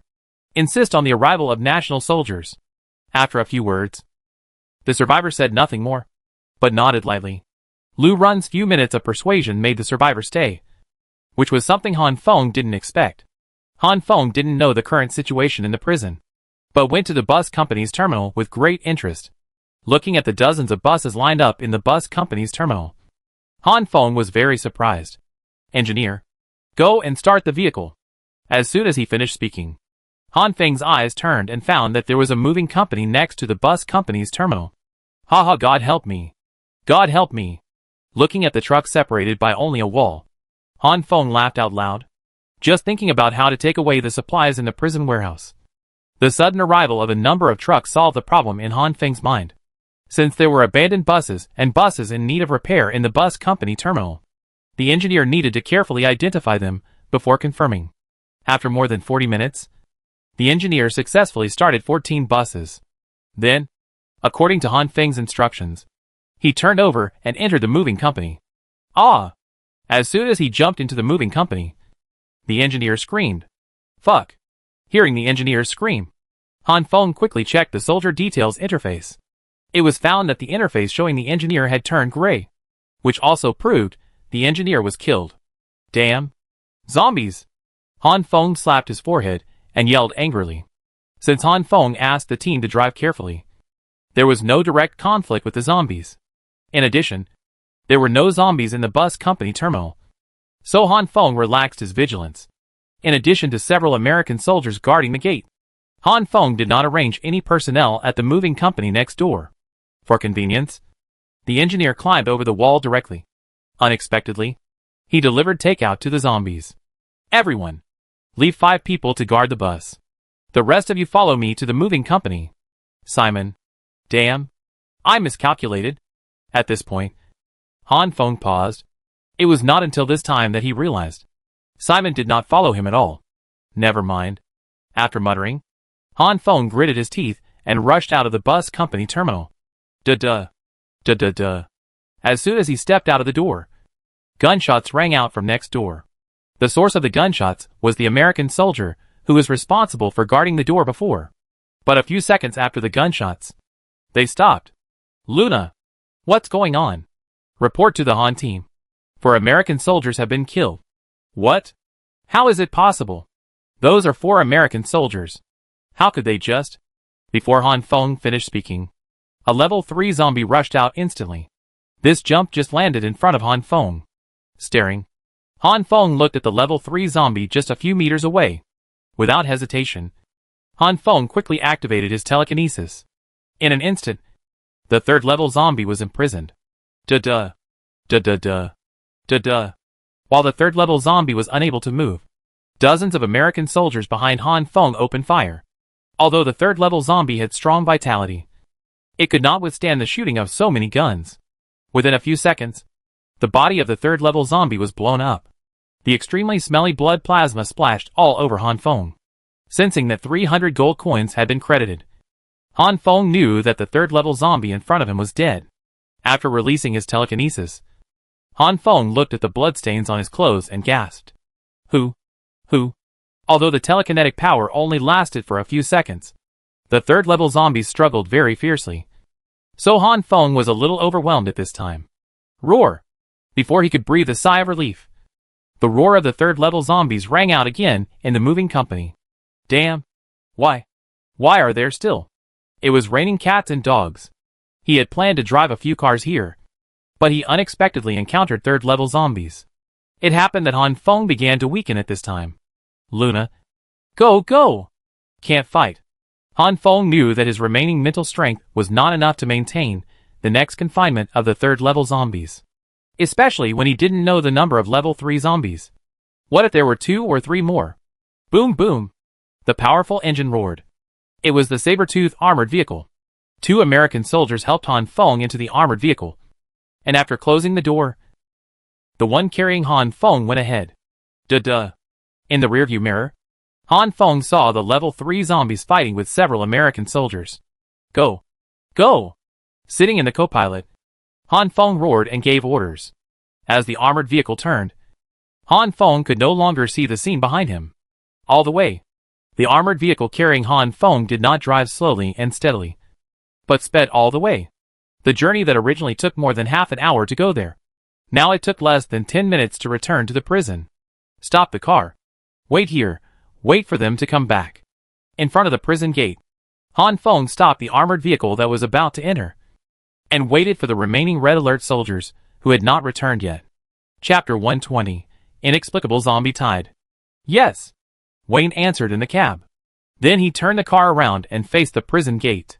The prison gate was now open, so even if a large number of zombies followed, Wayne could reverse and escape from danger in an instant. Next to the armored vehicle, more than 20 mobilized soldiers arrived one after another. Through the glass of the armored vehicle, Han Feng also saw several mobilized soldiers carrying rocket launchers on their shoulders.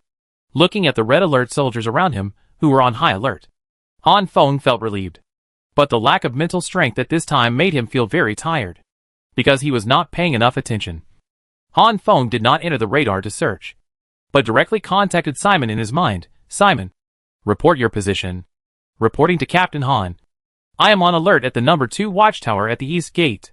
Behind you at 2 o'clock. Report completed. Did you find anything? Reporting to Captain Han. There is nothing found at this time. Okay, notify me immediately if you see zombies. After instructing Simon, Han Feng contacted Luna again. Luna, does the radar have their information? Reporting to Captain Han. The remaining 5 armored vehicles and 8 American soldiers are on their way here, and are expected to arrive here in 3 minutes and 47 seconds. After listening to Luna's report, Han Feng fell silent. When he left the prison before, he brought 18 American soldiers with him. Unexpectedly. But now, the only good news is that not all American soldiers were killed, and all the armored vehicles have returned. Han Feng, who was slightly relieved, lay on the co-pilot seat, quietly waiting for the return of the soldiers. 1 minute later. Bang! The unique sound of the sniper rifle suddenly shook the 4 directions. Even Han Feng, who was dazed sitting in the armored vehicle, was startled. Simon, is it? Bang! Before Han Feng finished speaking, the sound of the sniper rifle sounded again. Report to Captain Han. I saw them in the sniper scope. Before Han Feng finished asking, Simon's report sounded first in his mind. Sensing that the number of gold coins suddenly increased by 600, Han Feng knew that Simon's 2 shots just now killed 2 level 3 zombies in seconds. After a few seconds, Han Feng did not hear the sniper rifle sound again. So he asked, Simon, how many zombies are there? Are there still many? There is no need to waste your bullets on low-level zombies. Report to Captain Han. The 2 tails of the enemy have been successfully cut off by me. At present, there should be no more. Okay. Just in case, you keep an eye on it for a while. Although Han Feng guessed that there should be no zombies following, for safety reasons, it's better to let Simon work harder. Okay. Captain Han. I got it.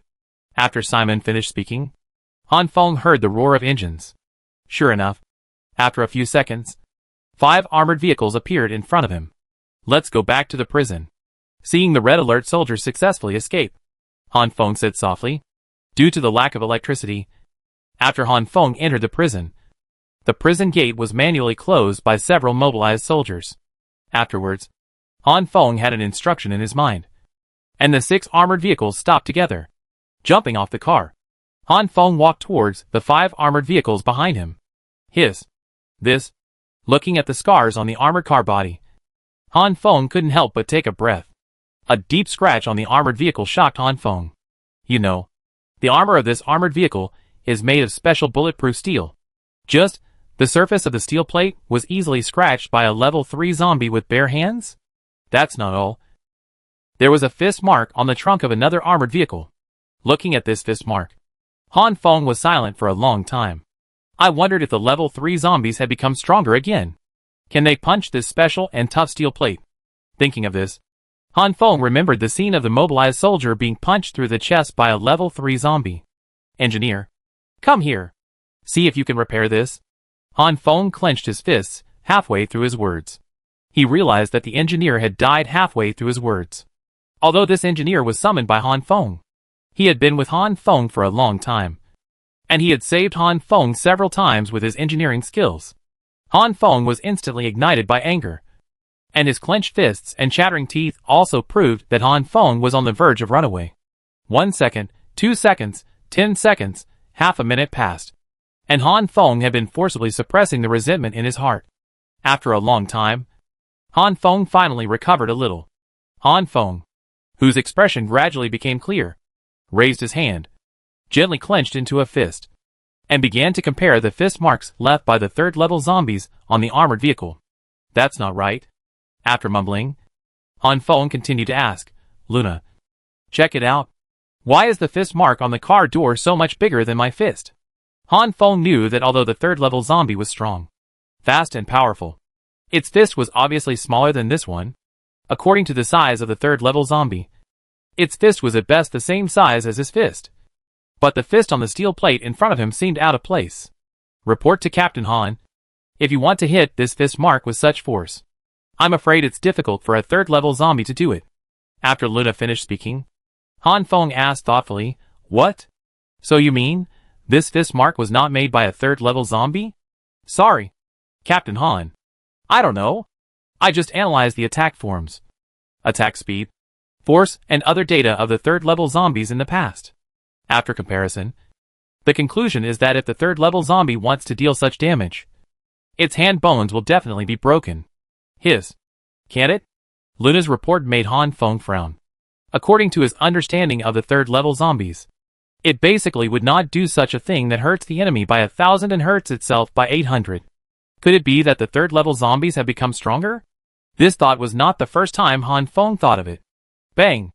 Less than 10 minutes after entering the prison, the sound of a sniper rifle suddenly rang out again.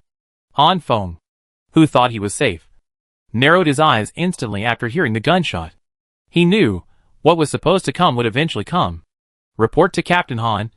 The zombies are coming. After that, another gunshot was heard. After hearing the gunshot, Han Feng quickly looked at the gold coins, and another 600 gold coins were credited. Han Feng was not happy about the 600 gold coins, because this also indirectly confirmed that the one who came was not kind. Simon killed 2 level 3 zombies in just 2 seconds. And what about the follow-up? Bang! The sniper gun fired again, bringing Han Feng another 300 gold coins. This gunshot shocked Han Feng. I was just going to the bus company terminal. Why did so many level 3 zombies come? Simon killed 5 level 3 zombies plus the level 3 zombies killed by the American soldiers before, and killed 6 in less than an hour? Oh my god! Seeing the system display 2,667 gold coins in the gold coin column, Han Feng's heart became colder. Simon, what's the situation on your side? Keeping his composure, Han Feng asked Simon on the watchtower. Report to Captain Han. I can handle it. Although Simon's answer was relaxed, Han Feng still heard a hint of caution. Luna. Vision connection. Target Simon. Without further nonsense, Han Feng directly activated the vision connection function in the radar and focused his sight on Simon. Shit! When Han Feng opened his eyes again, the perspective had changed to Simon. Through the scope of Simon's AWP sniper rifle, Han Feng saw a different type of zombies. The scope alone could not contain these zombies.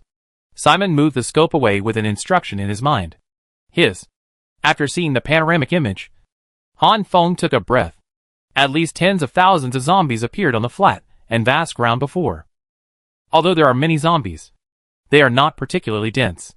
You know, the prison is not the city center. Especially this BT prison, which is located in a remote area and is desolate everywhere.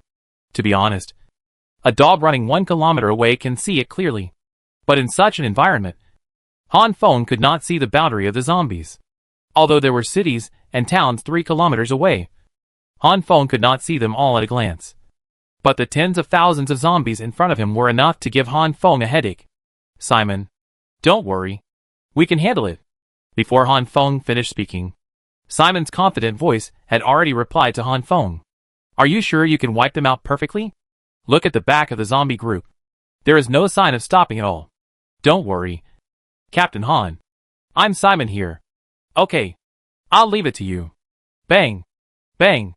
As soon as Han Feng finished speaking, Simon fired 2 shots in succession. Each shot would inevitably take the life of a level 3 zombie. At this time, Han Feng's gold coins have accumulated to 3,267.